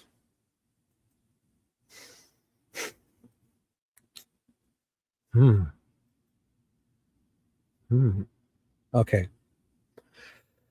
I'm going to move on for Nicole. Actually, wait. So the pile of garbage ends up on this pile, but how does the tank get there? I see it. She says it's there. Let's do it in slow motion for Nicole. Here we go. For Nicole. I hit play. What's going on? Oh, she's pot. I'll go regular speed. Nicole's going to leave. I feel it. She's going to get mad. There you go. Regular speed. Got movement. Got movement. Got movement. So this garbage gets on this. So the garbage, the tank somehow teleports there, and the garbage ends up on the burn pile, but it hasn't been burned. So we're not looking for fire. We're not looking for smoke. We're looking for, no, I'm not going. The verdict, until I get an update, I'm not going anywhere. I'm doing it. Doing it. Watch. The garbage ends on the pile, so he probably drives that loader over there and comes around and puts the garbage, like dumps it just out of the loader. He's not getting out and doing that, right? He would drive over it and just kind of dump the barrel, like the load. You just dump it, right? And then back up. But what vehicle does he put it there with, right? Why aren't they showing us that? Because it gets there. There, okay. So it's there, and he's driven away. And this is the same day? Why don't they show us? Did he use this vehicle to do that? Why don't they show us? Why? Look at the pile. I see it. Okay. So he's brought the garbage here. Now the tank is here too. What's the implication? When did the tank come into play here? When? Did he pick it up? Oh, and a car wash, you're right. But so the tank is there. Who put it there? Was it somebody else? Because he just brought the garbage and is leaving, right? It wouldn't take him, 30 minutes to do that? Wait a second. How long did it take between the drop off and the no drop? Why don't we? So the tanks, how did it get there? Show me. Not only is that tank Uh-huh. to the far left over there, Right, it is. It really looks like a tank. but you can now see a pile of white in the burn Okay. pit. What does that imply? That's the stuff that you just showed me on video magically appeared in his loader? What does that imply? That he took stuff and put it on this pile and the tank teleported there, right? Did he do it? Did somebody else do it? Is he driving away from dropping the garbage off or driving away? Is this the second time he's come back? Because for him to put this garbage and then go and get the tank, why aren't we showing him twice? You're showing him going there. This is a Betsy Blair going to the washroom moment. Because he had garbage. The garbage is there. When did the tank come into play? Because it's there. Did he then drive off to get the tank and bring the tank back? And now he's driving away? What's the implication? I gotta know. Something's up. Here, for Nicole. Real time. She's gonna edit. She's gonna narrate. Dale brings the JCB to the old shop where Ivan and his brother are working. Dale brings it. Ivan It's out. disappeared. Ivan does some trash in the old shop. Ivan just disappeared. Where did Dale go? Where the fuck did Dale go? Dale gets out. It's the first time I thought of that. So Dale. Again, 6:43, walking away For from Nicole. the welder. 6:43, 12:03. So Dale gets out. 6:46. Yeah. Watch, Dale gets out. Then there's a funny edit here. I didn't even notice this first edit. Dale brings Oh the my JCB God. to the old shop He's where getting Ivan and his out. brother are working. He gets out. He's out. It's out. Okay, he's out. Dale's Ivan out. does some trash in the old shop. Dale's out. Ivan teleported twice. Does Dale get back in? Show me. Where's Dale? Show me. What the fuck are they doing here? Okay. Wait, why aren't we showing Dale? Where did Dale go? Dale's not in this thing. How does Dale get back in? Why would they not show us? He took off. He's left. He ran away. Watch. Dale brings the JCB to the old shop where Ivan and Dale his gets, brother and are then working. Ivan, boom, watch Ivan, watch. Gets Boom. out. Okay. What the fuck happened there again? What are they doing to me, Nicole? What are they doing, Rain Man here? Dale gets out and fucks off. Ivan stands here and disappears. And then he comes from down here out. Ivan does some trash in the old shop. He does, eh? What else did he do? What is going on? And why isn't there a time? Wish we could see this fucking clock here. Oh my God. What's with the edits? Why would they do this? Nicole, she knows I have the Rain Man affliction, my Virgo neurotic Rain Man affliction. She's doing this purposely, right? She's fucking with me. Watch. Here goes. 2 things. Oof. Watch. 2 things. Oof. And shit disappears. Ready? Oof. What's with the edits? And where the fuck is Dale? And is this the same stuff that's in that pile? That was a big pile before this. Although it's a big load, I think. What's with the edits? When does Dale get back into this thing? Why? Show me. Right? So is this Dale driving then? How do we know? 607. The old. Is it? The fuel. The old shop fuel cameras. Yeah. Look at yeah. the zoomed in. Okay. Okay. No tank. No shit on the pile. No Photograph. pile of shit. White shit. There's nothing back there. Okay, I see it. And this mystery person in this. So now it's there, and the mystery person. This is a mystery person. Is this it's the same vehicle, right? They've only got one of these. Okay. So do we know this is Dale doing this? Tough question. We didn't see Dale get back in this. I saw him fuck off. 637. Look at the pile. I see it. I see it. I see the pile. The shit was dumped here. That's a lot of stuff. They put that much. That's a big ass box or something. That's a lot of stuff. But that's a big loader. That's a lot of stuff. And the tank is there. And there's a mystery driver who we don't know who put this there. We don't see them put it there. And we haven't seen Dale get even back into this fucking loader. What are they calling it again? Not only is that tank to the far left over there, Looks like it could be, yes. but you can now see a pile See of this? white I in the do. burn pit. I do.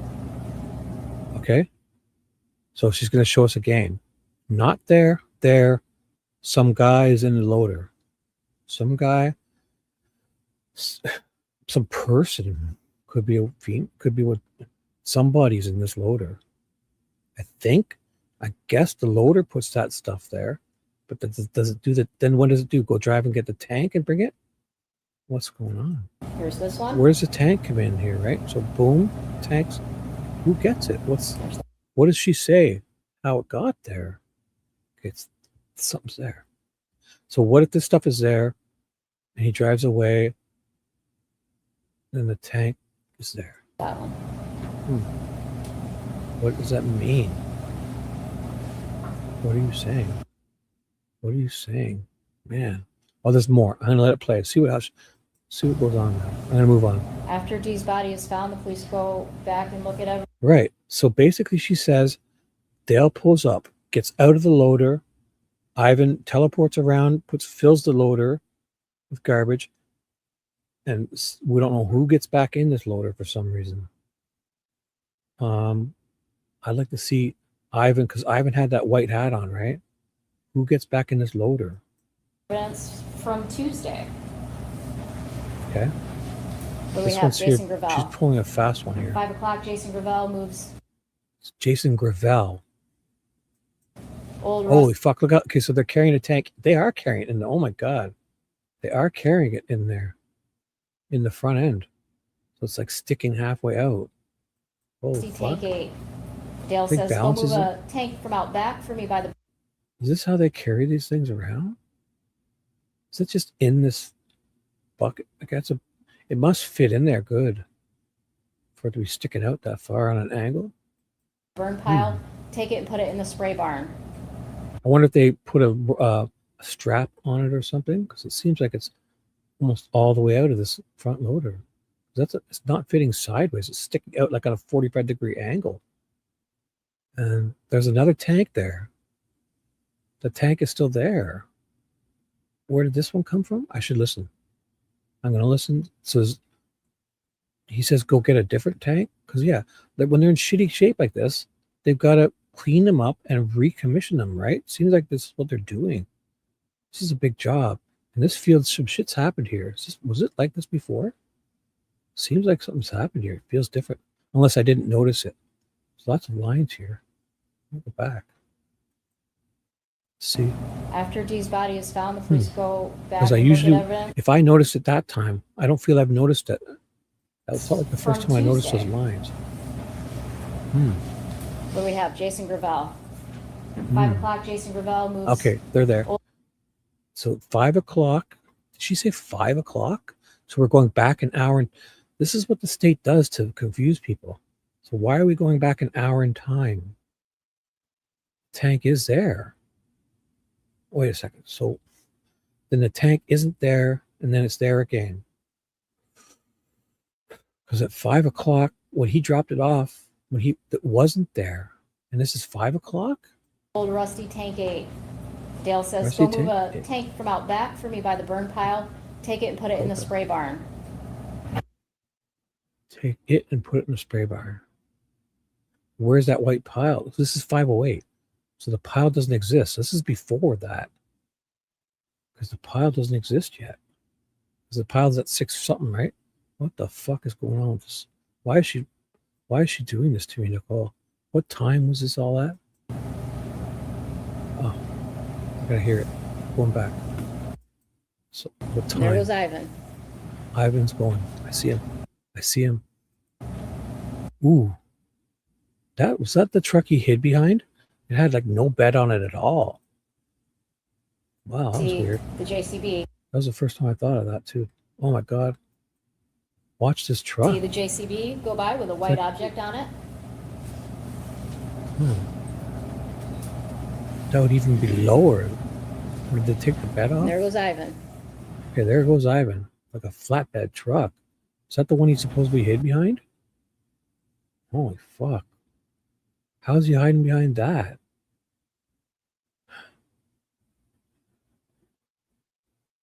He would have had to step away. This is just the same truck that was in that. Oh my God. Nicole, this lady's fucking with me. So remember the time, 108:01. I now have to go back and see. Is this the truck he's supposedly hid behind? Oh, I gotta find it. 108:01. It's here. It's here, right? Truck, here it is. Is this the truck he's hiding behind? What the fuck? It's got nothing on the back. It's like a fucking flatbed. It's just like a nothing there. There's no bed on it. What kind of truck is this? Okay. So this is a flatbed. This is really low. It's like nothing here, right? This is that truck. Looks like it has a jack underneath. Unless that's something else. Huh. Wow. So this bed is like low. So he's not even close to being behind this truck. Like he's beside this truck. If you were to stand beside this truck, your head would be here, right? He's not behind it at all. Because I guess you can still see daylight on him too. They say he's hiding behind the truck there. He's not even close to this truck. Why would they want him to be hiding? They go so hard to make him look bad, right? He's standing halfway between the truck and there. He could straight walk right out, right? Is that how you hide behind a truck? Or is he seeing, he's looking down and saying, oh, fuck, Ivan took my loader. I just parked it there. Maybe, holy fuck, Nicole. Imagine he's like, what the fuck, Ivan? I parked that loader there and you're fucking stealing it on me? What? The loader just drove by? Who's driving it? Oh my God, this lady's fucking with me. So I'm going 5 back. o'clock. The last photograph from the new shot. Mm-hmm. It's way off. Yeah. Oh, yeah. Dale's back One last back time to for the spray Nicole. barn. Okay. You better pay attention. Now, is this that pile we're looking at? No, because we see this. So they're scooping these up. So how does this get here sideways? Because they're scooping it up on a 45-degree angle. So something else put this here, like a forklift. It would be on a 45-degree angle if you used that loader. The way Dale that then other guy returns to the was. spray barn, Mm-hmm. and Ivan shows up Right, it does. at approximately 6:28. 6:28. Ivan says, "I don't know. I was back there for. I don't know. I might have been doing trash." So Ivan's wishy-washy for some reason. What? Why doesn't Ivan know what's going on? He's one of the witnesses, right? Did you ask him? Ivan doesn't know. Ivan's teleported around so much he's confused, like me.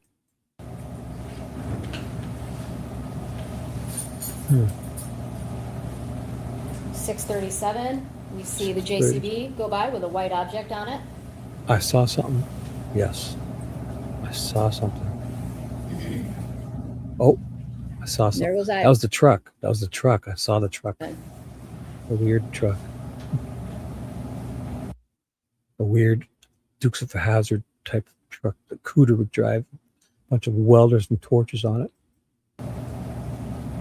And bow and arrows. That Bo could shoot the flamed arrows to set fire to barns. Bo Duke used to shoot them at the window of the General E. Lee. Okay, so here, this thing is doing what? So this is the pile's there. It's driving away. Now we see the JCB I saw hit the it. camera this time. He hits the camera. So he's going to do what? 6:41. What is he going to Coming do? slowly from the spray barn He's slowly with the going welder in the bucket. Okay, he's got the welder in the bucket. Again, I didn't see a welder. Did you see the welder in the bucket? She said that. I heard her say it. Did we see that? 6:43. Walking away from the. So he's got the welder in the bucket. How long? And then he's walking away from what? They're just piecing this together in a go. Wait a second. What did she say there? I gotta write these times down. From the spray barn. 6:37 or in the bucket. so he's got the welder in the bucket. Again, That's 6:43. 12:03. Walking away from the 12:03. welder. So 6:43 is walk. So did he bring the welder back? That's what she's saying. Did we see any of that? Was he walking away or walking past it? She says he's walking away from this welder. Looks like he's fucking coming from way over here. Oh my God! Show me him put it there. If he just put it there, what is this woman up to? Is that the implication that he returns it? 6:41. He's bringing it back Coming slowly from the spray barn with the welder in the bucket. So he's bringing it back. Did he just bring this back? Why don't we see him do that? Looks like he could be walking past here. Is that the implication? Again, 6:43, walking away from the welder. Does that imply that he's walking away from the welder he just put there? And why would she show us them doing that? Does he bring it in? What is this woman up to? Why is she fucking with me? She's fucking. Last time. Yeah. For Nicole. Remember the times. See the JCB hit the camera this time. JCB hits the camera this time. Everything's here now. So now he's got to go back and get the welder and put it back? Is that what she's saying? And why did he go take that garbage out? For who? He's doing all this and then he's going to get the garbage like as an alibi?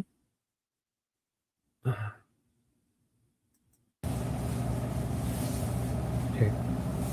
She says she saw something there. So listen to what she says. 41.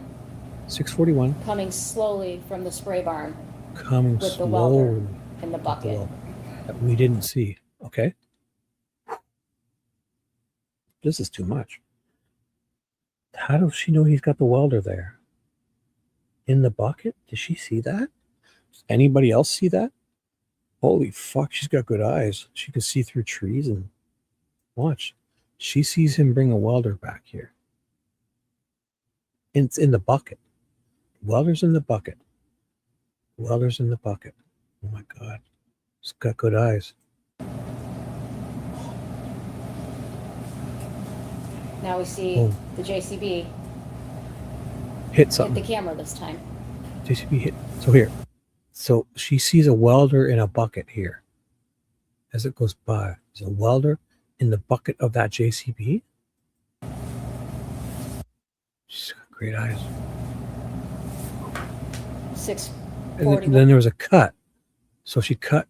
So how long did he? She said it arrived and then cut. See the JCB Hits something. hit the camera this What? time. Watch. Does it? Listen. She saw something. 6:41. So something drove by. She hit her little clicky thing and changed screens or something. Changed to the next one. 6:41. Oh wait, something drove first. Then this came. Coming slowly from the spray barn with the welder in the bucket. With the welder in the bucket. With the welder in the bucket.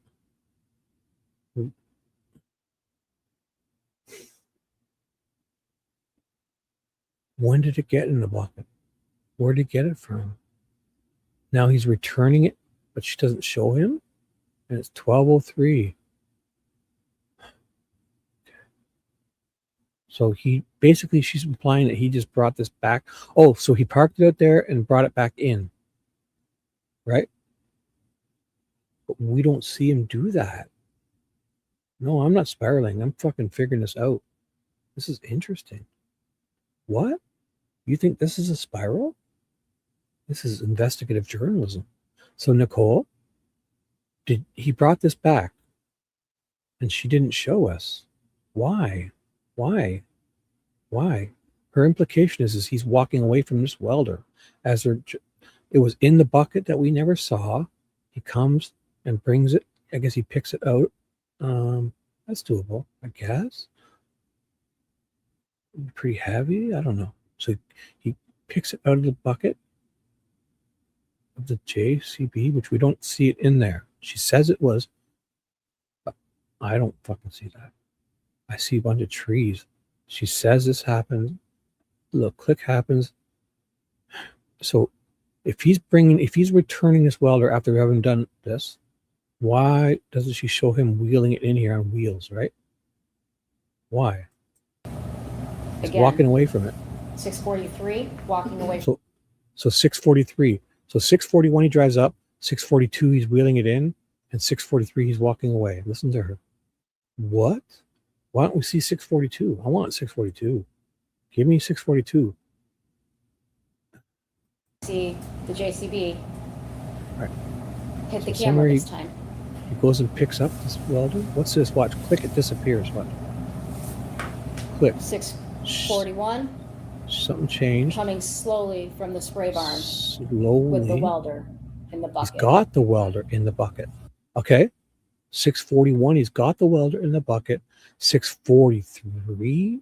He's walking away from the welder. I want 6:42. Does he put this welder here? That would be really neat to see. Again, 6:43, walking away from the welder. Why? Show me him walking with the welder. I haven't seen him with this welder once. She said it was in the bucket. The welder in the bucket. Dear Liza. Dear, fucking show me. It's a great story. It's a great story. I would love to see it. So the pile is there. This tank is here. 6:37, he drives, hits the camera, I guess, to activate it. Long shadows, 6:37, really long shadows. That field, where are those lines? Oh, now they're, okay, fuck, she's fucking with me. So it's is this 6:37? Remember those lines that were bugging me before? They're not there. Something's up. Is this a different day? This woman's fucking, where was that part? Remember that was bothering me before? Yeah, it was here. So something happens here too. What time does she imply this is? This is fucking whack. 6:41, 6:41. coming slowly from the spray barn Fucking, with I the see him. welder. Oh, I don't see that though. I don't see it. You tell me this. Tell me this. Okay. So 6:41, he's coming here with the welder. 6:43, he's walking away from this welder. He put this welder here on camera. Where is that video? I'd really like to see it. I'm sure she'll get that for me soon. Right? So, you guys think I'm spiraling? Dude, she just said this guy returned a tool after welding his wife into a tank. Yet she doesn't show us. She says it. The timestamps, I don't care about them. 6:43. Okay, forget. So 6:41, he drives by a tree and we see a branch. We don't see a welder we don't even know if he's driving it. Is this even Dale? Guy in a gray shirt. Could be Dale for sure. So the implication is whoever got back in that JCB, remember? We never saw him get back in. So let's assume it really is Dale. She sees him. She magically sees it, the welder in the bucket. So we've never seen this welder in the bucket. This was in the bucket of that JCB. He returns it, lifts it out of the bucket. So he's off. What? But where is it? Where does he wheel us in? This door? So he must bring it in the door. And this is the handle. He walks this way because the handle's here. It's tilted like a doll. It's got wheels, right? And this has wheels here. Wheels on it. He probably tilts it this way. Yeah. There's probably some kind of handle or something. And he tilts it forward and he uses his wheels. But so 6:41, he brings it back. 6:43, he walks away. The implication is he just put it there. Where is that? Why would she cut that out? He just brought the welder back that entombed his wife in a tank with. Show me. Why would they skip that? And you guys are okay with that? Oh boy.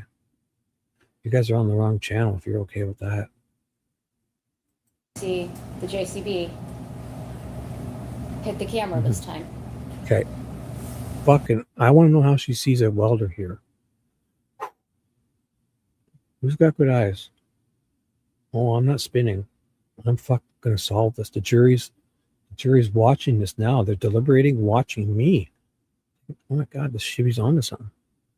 She sees a welder here in the JCB. And okay, if we accept that, then we should see him walk it in there because he's walking away from having just put it there, right? So here it is. She's placed this together so brilliantly. Oh my God. This is a fucking goddamn fairy tale. She sees a welder there's two vehicles here I see. One comes and it clicks and then something else comes. Watch. Here's one. Click. 641. 641 now. Coming This thing slowly comes from the spray barn. slowly with from the the spray welder barn with the welder in the bucket. She saw the welder in the bucket and she knows he's coming from the spray barn, right? Because he just entombed his wife in a tank that we didn't see him come. So here we go. So 641, he comes to this place to return the welder that she says is in this bucket. Watch. Let's go. So boom. So he's 643. He's walking away from. Where's 642? It's really important. Why? Are we out of time? Would it be too much to show him bring this here and put it here? Is that why? He just entombed his wife in a tank, they say. Should show this. Again. 643, walking away right? from the welder. So 2 minutes later, 41, she sees a welder through the trees in the bucket. He yanks it out of the bucket somehow. It's big. He picks it up. He's strong, puts it down, and it's got wheels. He wheels it in here, puts it here, and walks away. Yet, we don't have enough time to see him do that, I think. We only get to see him. Well, how do we know he's even doing that? What if he's walking from the washroom or something? Watch. Now we see the JCB. This woman is wild. Hit the How does camera she- this time. Yeah. And forget about the background, guys, because there's some lines coming up here soon. So remember, so the tilling was back here. This is next level. Watch, because there was some crazy lines here. Nicole, you know it. You love this. Nope. This is my moment. Believe me. The jury's watching right now. I have to help them deliberate. Look at this. See There's the nothing JCB. happening here. But there's Hit the also, camera oh my this time. God. So a magic vehicle comes. She clicks her clicker. This changes. Then she sees the JCB with the welder in the bucket. She sees that. Listen, she sees it. I want to see it. Magic click. Where's 641. she's confused? Oh, Coming there it is. slowly There it is. She from saw. the spray barn Okay. with the welder in the He's bucket. got it. 641. He's got it. He's returning it. Ready? He returns it so fast the camera doesn't catch him. He's not walking from here. He's not doing anything else, guys. He returned it so goddamn fast. She didn't get to see it on camera, but she's insisting he's walking away from this after having just returned it. Perfect. You got him, lady. Oh my God, the jury must be fucking freaking out. If I were on this jury, they'd all be like, what? You guys are okay with this? Forget the timestamps. She literally just implied he brought this back, but couldn't show us for some reason. Why would that be? Again. 643, Again? walking away Oh, from the welder. Oh, he walked away from it. Again, 643. He walked away from it. So 641, he brings it. 642 is so fast, it's not caught on camera. And 643, he's walking this way, coming from this that she says he just put there. Show me, how about this? I'd be happy if they showed me 641 when he's outside and nothing's here. That'd be a good one. That'd be a good one, right? Would you guys accept that? I would. They can show me 639, 630, 640. So basically it would be So 6:43 is 12:03. So basically it was 6:40, 6 hours and 40 minutes. So if they could show me 12:01 or the exact 12, and this is not here because he's just dropped it off. 2 minutes earlier, he's outside bringing it, so that we don't get to see him bring it. Show me 5 minutes ago, 11:58. So it would be like 6:37.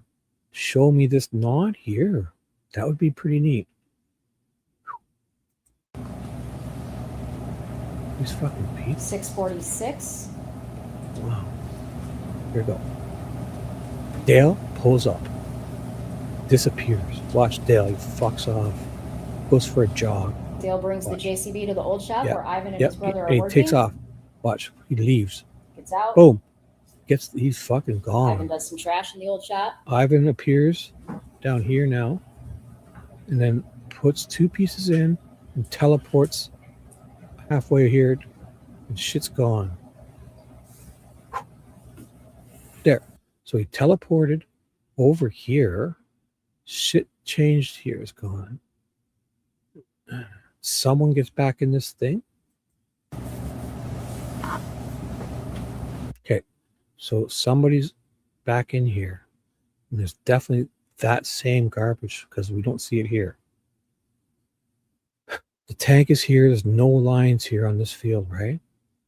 Where do those lines go? Wasn't I just looking at a bunch of lines here?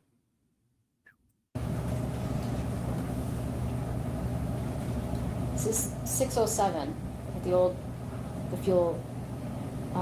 shop fuel cameras. Look at the zoomed in photograph. Nothing. There's nothing back there. I see it. Nothing. Okay. Where do those fucking lines go? Am I seeing things here? Oh my goodness. You guys are loving this. I do too. Where were those lines? What's happened here? He's fucking. Is this the tilling they're talking about? I thought they were talking about stuff back here. Look at this. Somebody's driven back and forth here 1,000 times.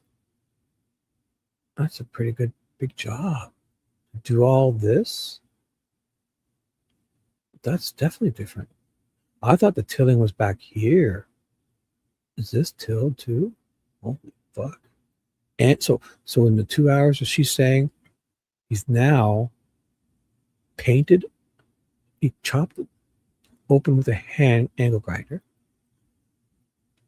Put his wife's body in. First, he supported it with all those chains he went and got. Welded the chains on, supported it with something. Chopped it off, put her in there. Welds it back up, paints it, puts fresh decals on it. Somehow gets it back here.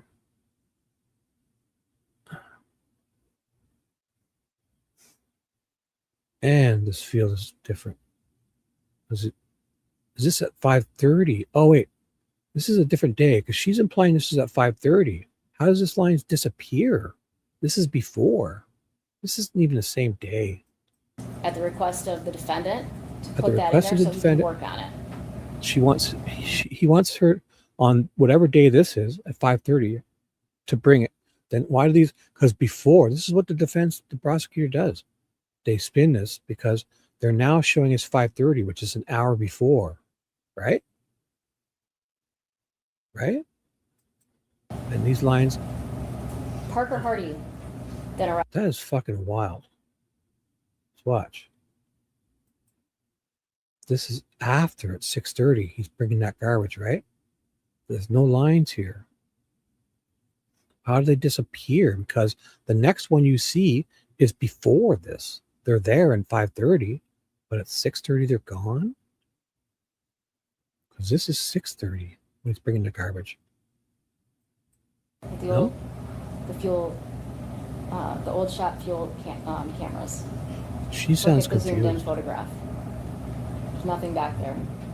What time is this? With no lines. What time is this again? What does it say? I can't even see. I'm going to zoom out. What does that say? 6:39 p.m. on 4/25. 6:39 at 4:25. Look closer.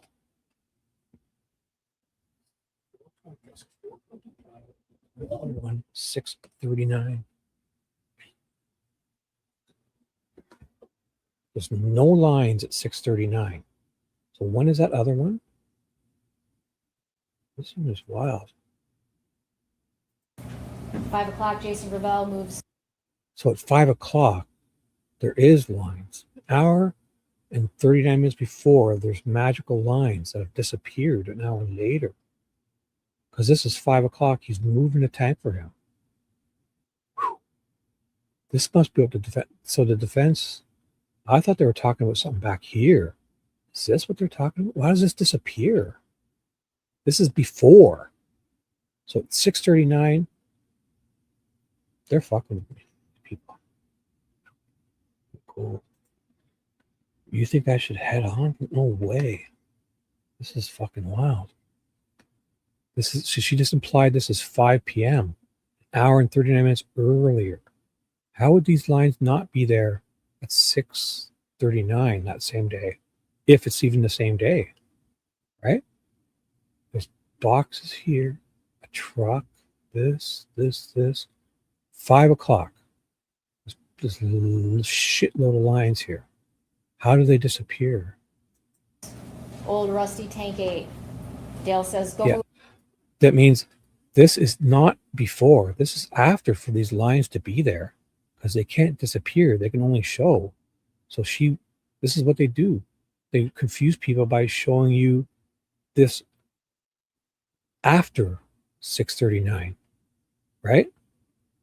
She's gone back in time to 5 o'clock. Move a For him to tank get from out ordered. back for me by the burn pile. Take Yeah, it go and put get it in it. the spray barn. Go get it from the burn pile. There's a tank there. Go get it. We gotta paint this fucker. Look at how rusty. I can see from here. Top is like you can't leave shit like that. You gotta get it covered up in that good trim clad paints. But if this is 5 p.m. said day, for some reason they don't seem to show us. This is them. Why would they not show me the time in that? They don't want to draw attention to this. That's what's going on. The other ones clearly show the time they chose to call it. She just said 5:39. Or she said 5 p.m. So she's got afterwards, she's shown earlier. Same day. Listen, she says it. Tuesday. Wait, did she change a different day? Oh, that could be off. Please go back and look at evidence from Tuesday. After Dee's body is found, the police go back and look at evidence from Tuesday. Please go back and look at evidence from Tuesday. What do we have? Jason Gravel. 5 o'clock, Jason Gravel moves. How? So Tuesday. Is this a different day? They go back to Tuesday. What are they saying this happened on? Wait. Why does she say they go back to Tuesday? If they're going back here, and it's a Tuesday, why aren't we seeing the date? Why are they confusing people here? Old rusty tank 8. Dale says, go move a tank from out back for me by the burn. It's almost like this camera guy's instructed not to show their. Why are they not including it? They always have included what they've named it. It's gone. Burn pile. Take it and put it in the spray barn. So this is the day it's happening, right? Or the day before. Because these lines disappear. So whatever it is, they're going back to in time to a Tuesday.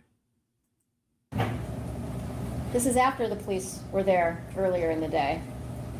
This is after the police were there earlier in the day.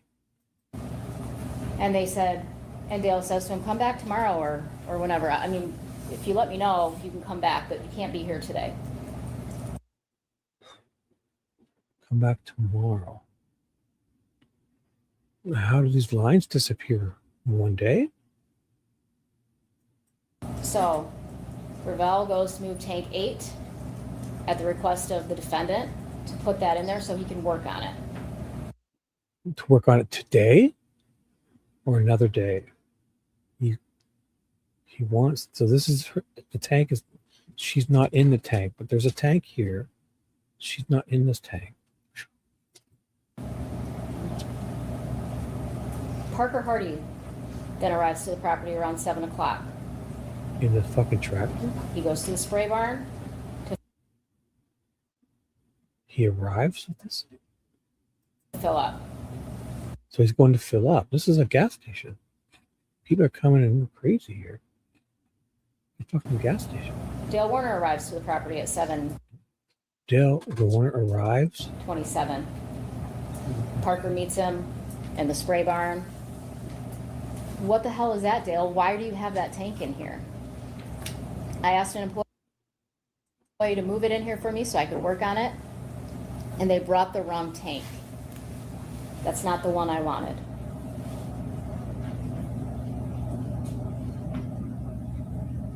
This is 427, a combination of the body camera, the drone footage, and the surveillance footage.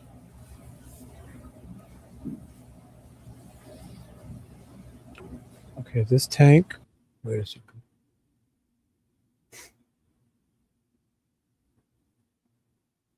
This is the tank we were looking at.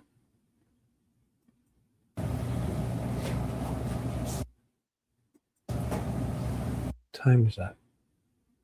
Sorry, let's see the time. 12:35. 4:29.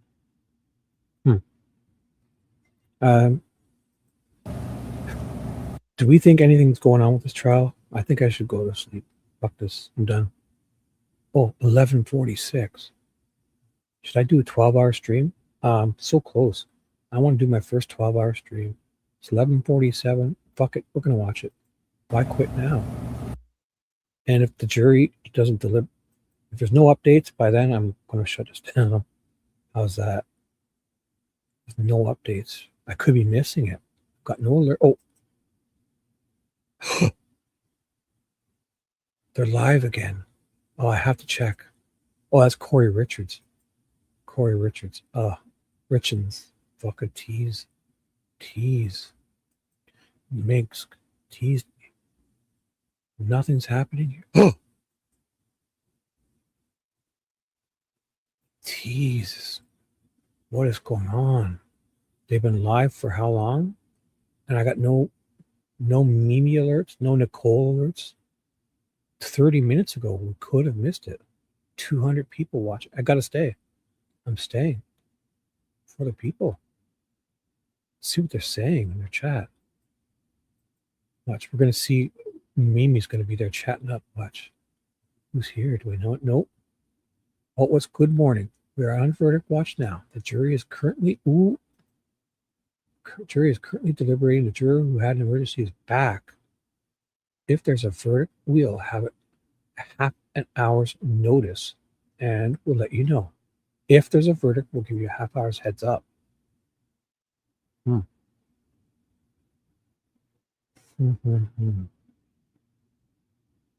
good morning. We'll stay focused on the seal until we can bring you the action. So they're going to show the seal, the moose, and the doe, the deer. The moose and the dodo bird. If you saw his head, he's a dodo bird. I think something is going to happen. I do. I mean, I believe you. I got to stay. I can sleep later. Fuck this. I'm staying. But you guys got to do better because I could have missed it. How bad? This is our first time together on something live, and I almost missed it. I should stay like this, right? Can I put that other one in front? So I can only share one screen at a time. What's a boy to do? Can I split screen this and still fuck around? Yeah, I can, right? I don't usually do this, but I see it happen all the time. When I go to take this, no, not this one. Wait. Oh, I just did it. Wait. I got to put this back in there. There. It's this one. I want out. So if I do like a halfway jigger-migger, oh, see? I can do a halfway thing. And which one was I watching here? See, these are all my this is pretty neat because this is my stream. I should be careful because I could have had something else on my other screen. Luckily, I didn't. I still have her Nana up. Sorry, and I had these photos up. So this is my StreamYard. This is the screen I'm working. This is I got to choose. I don't want to show this is my folder of photos. So here I have 3 screens. I got to decide. I don't want to share this one because I'm on StreamYard. I want to share the one not this one, it's this one.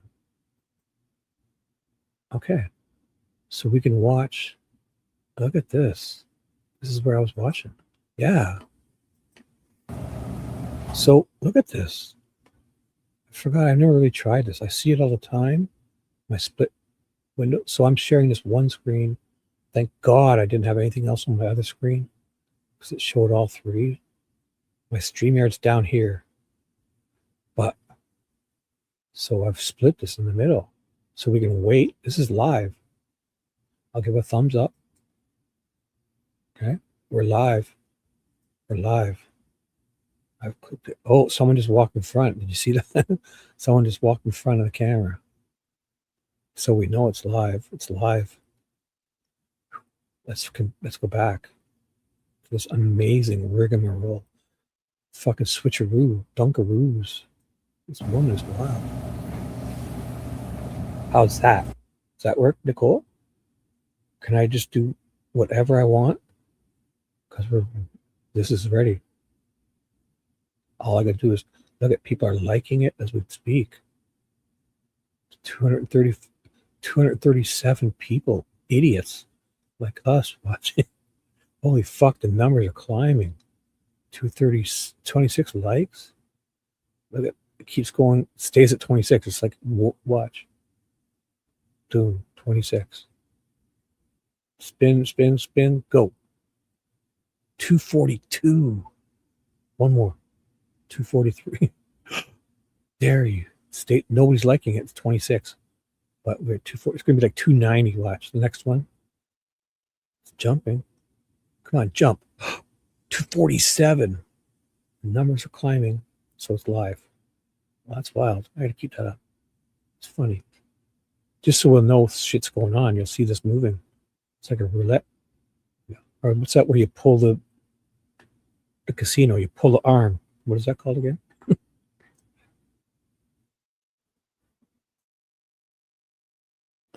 Oh, they lost 2 people. 240. They went down.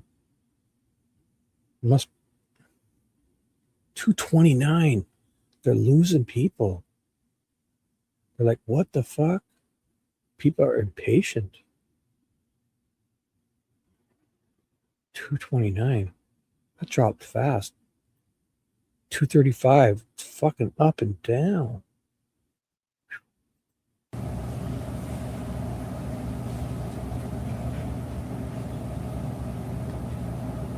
You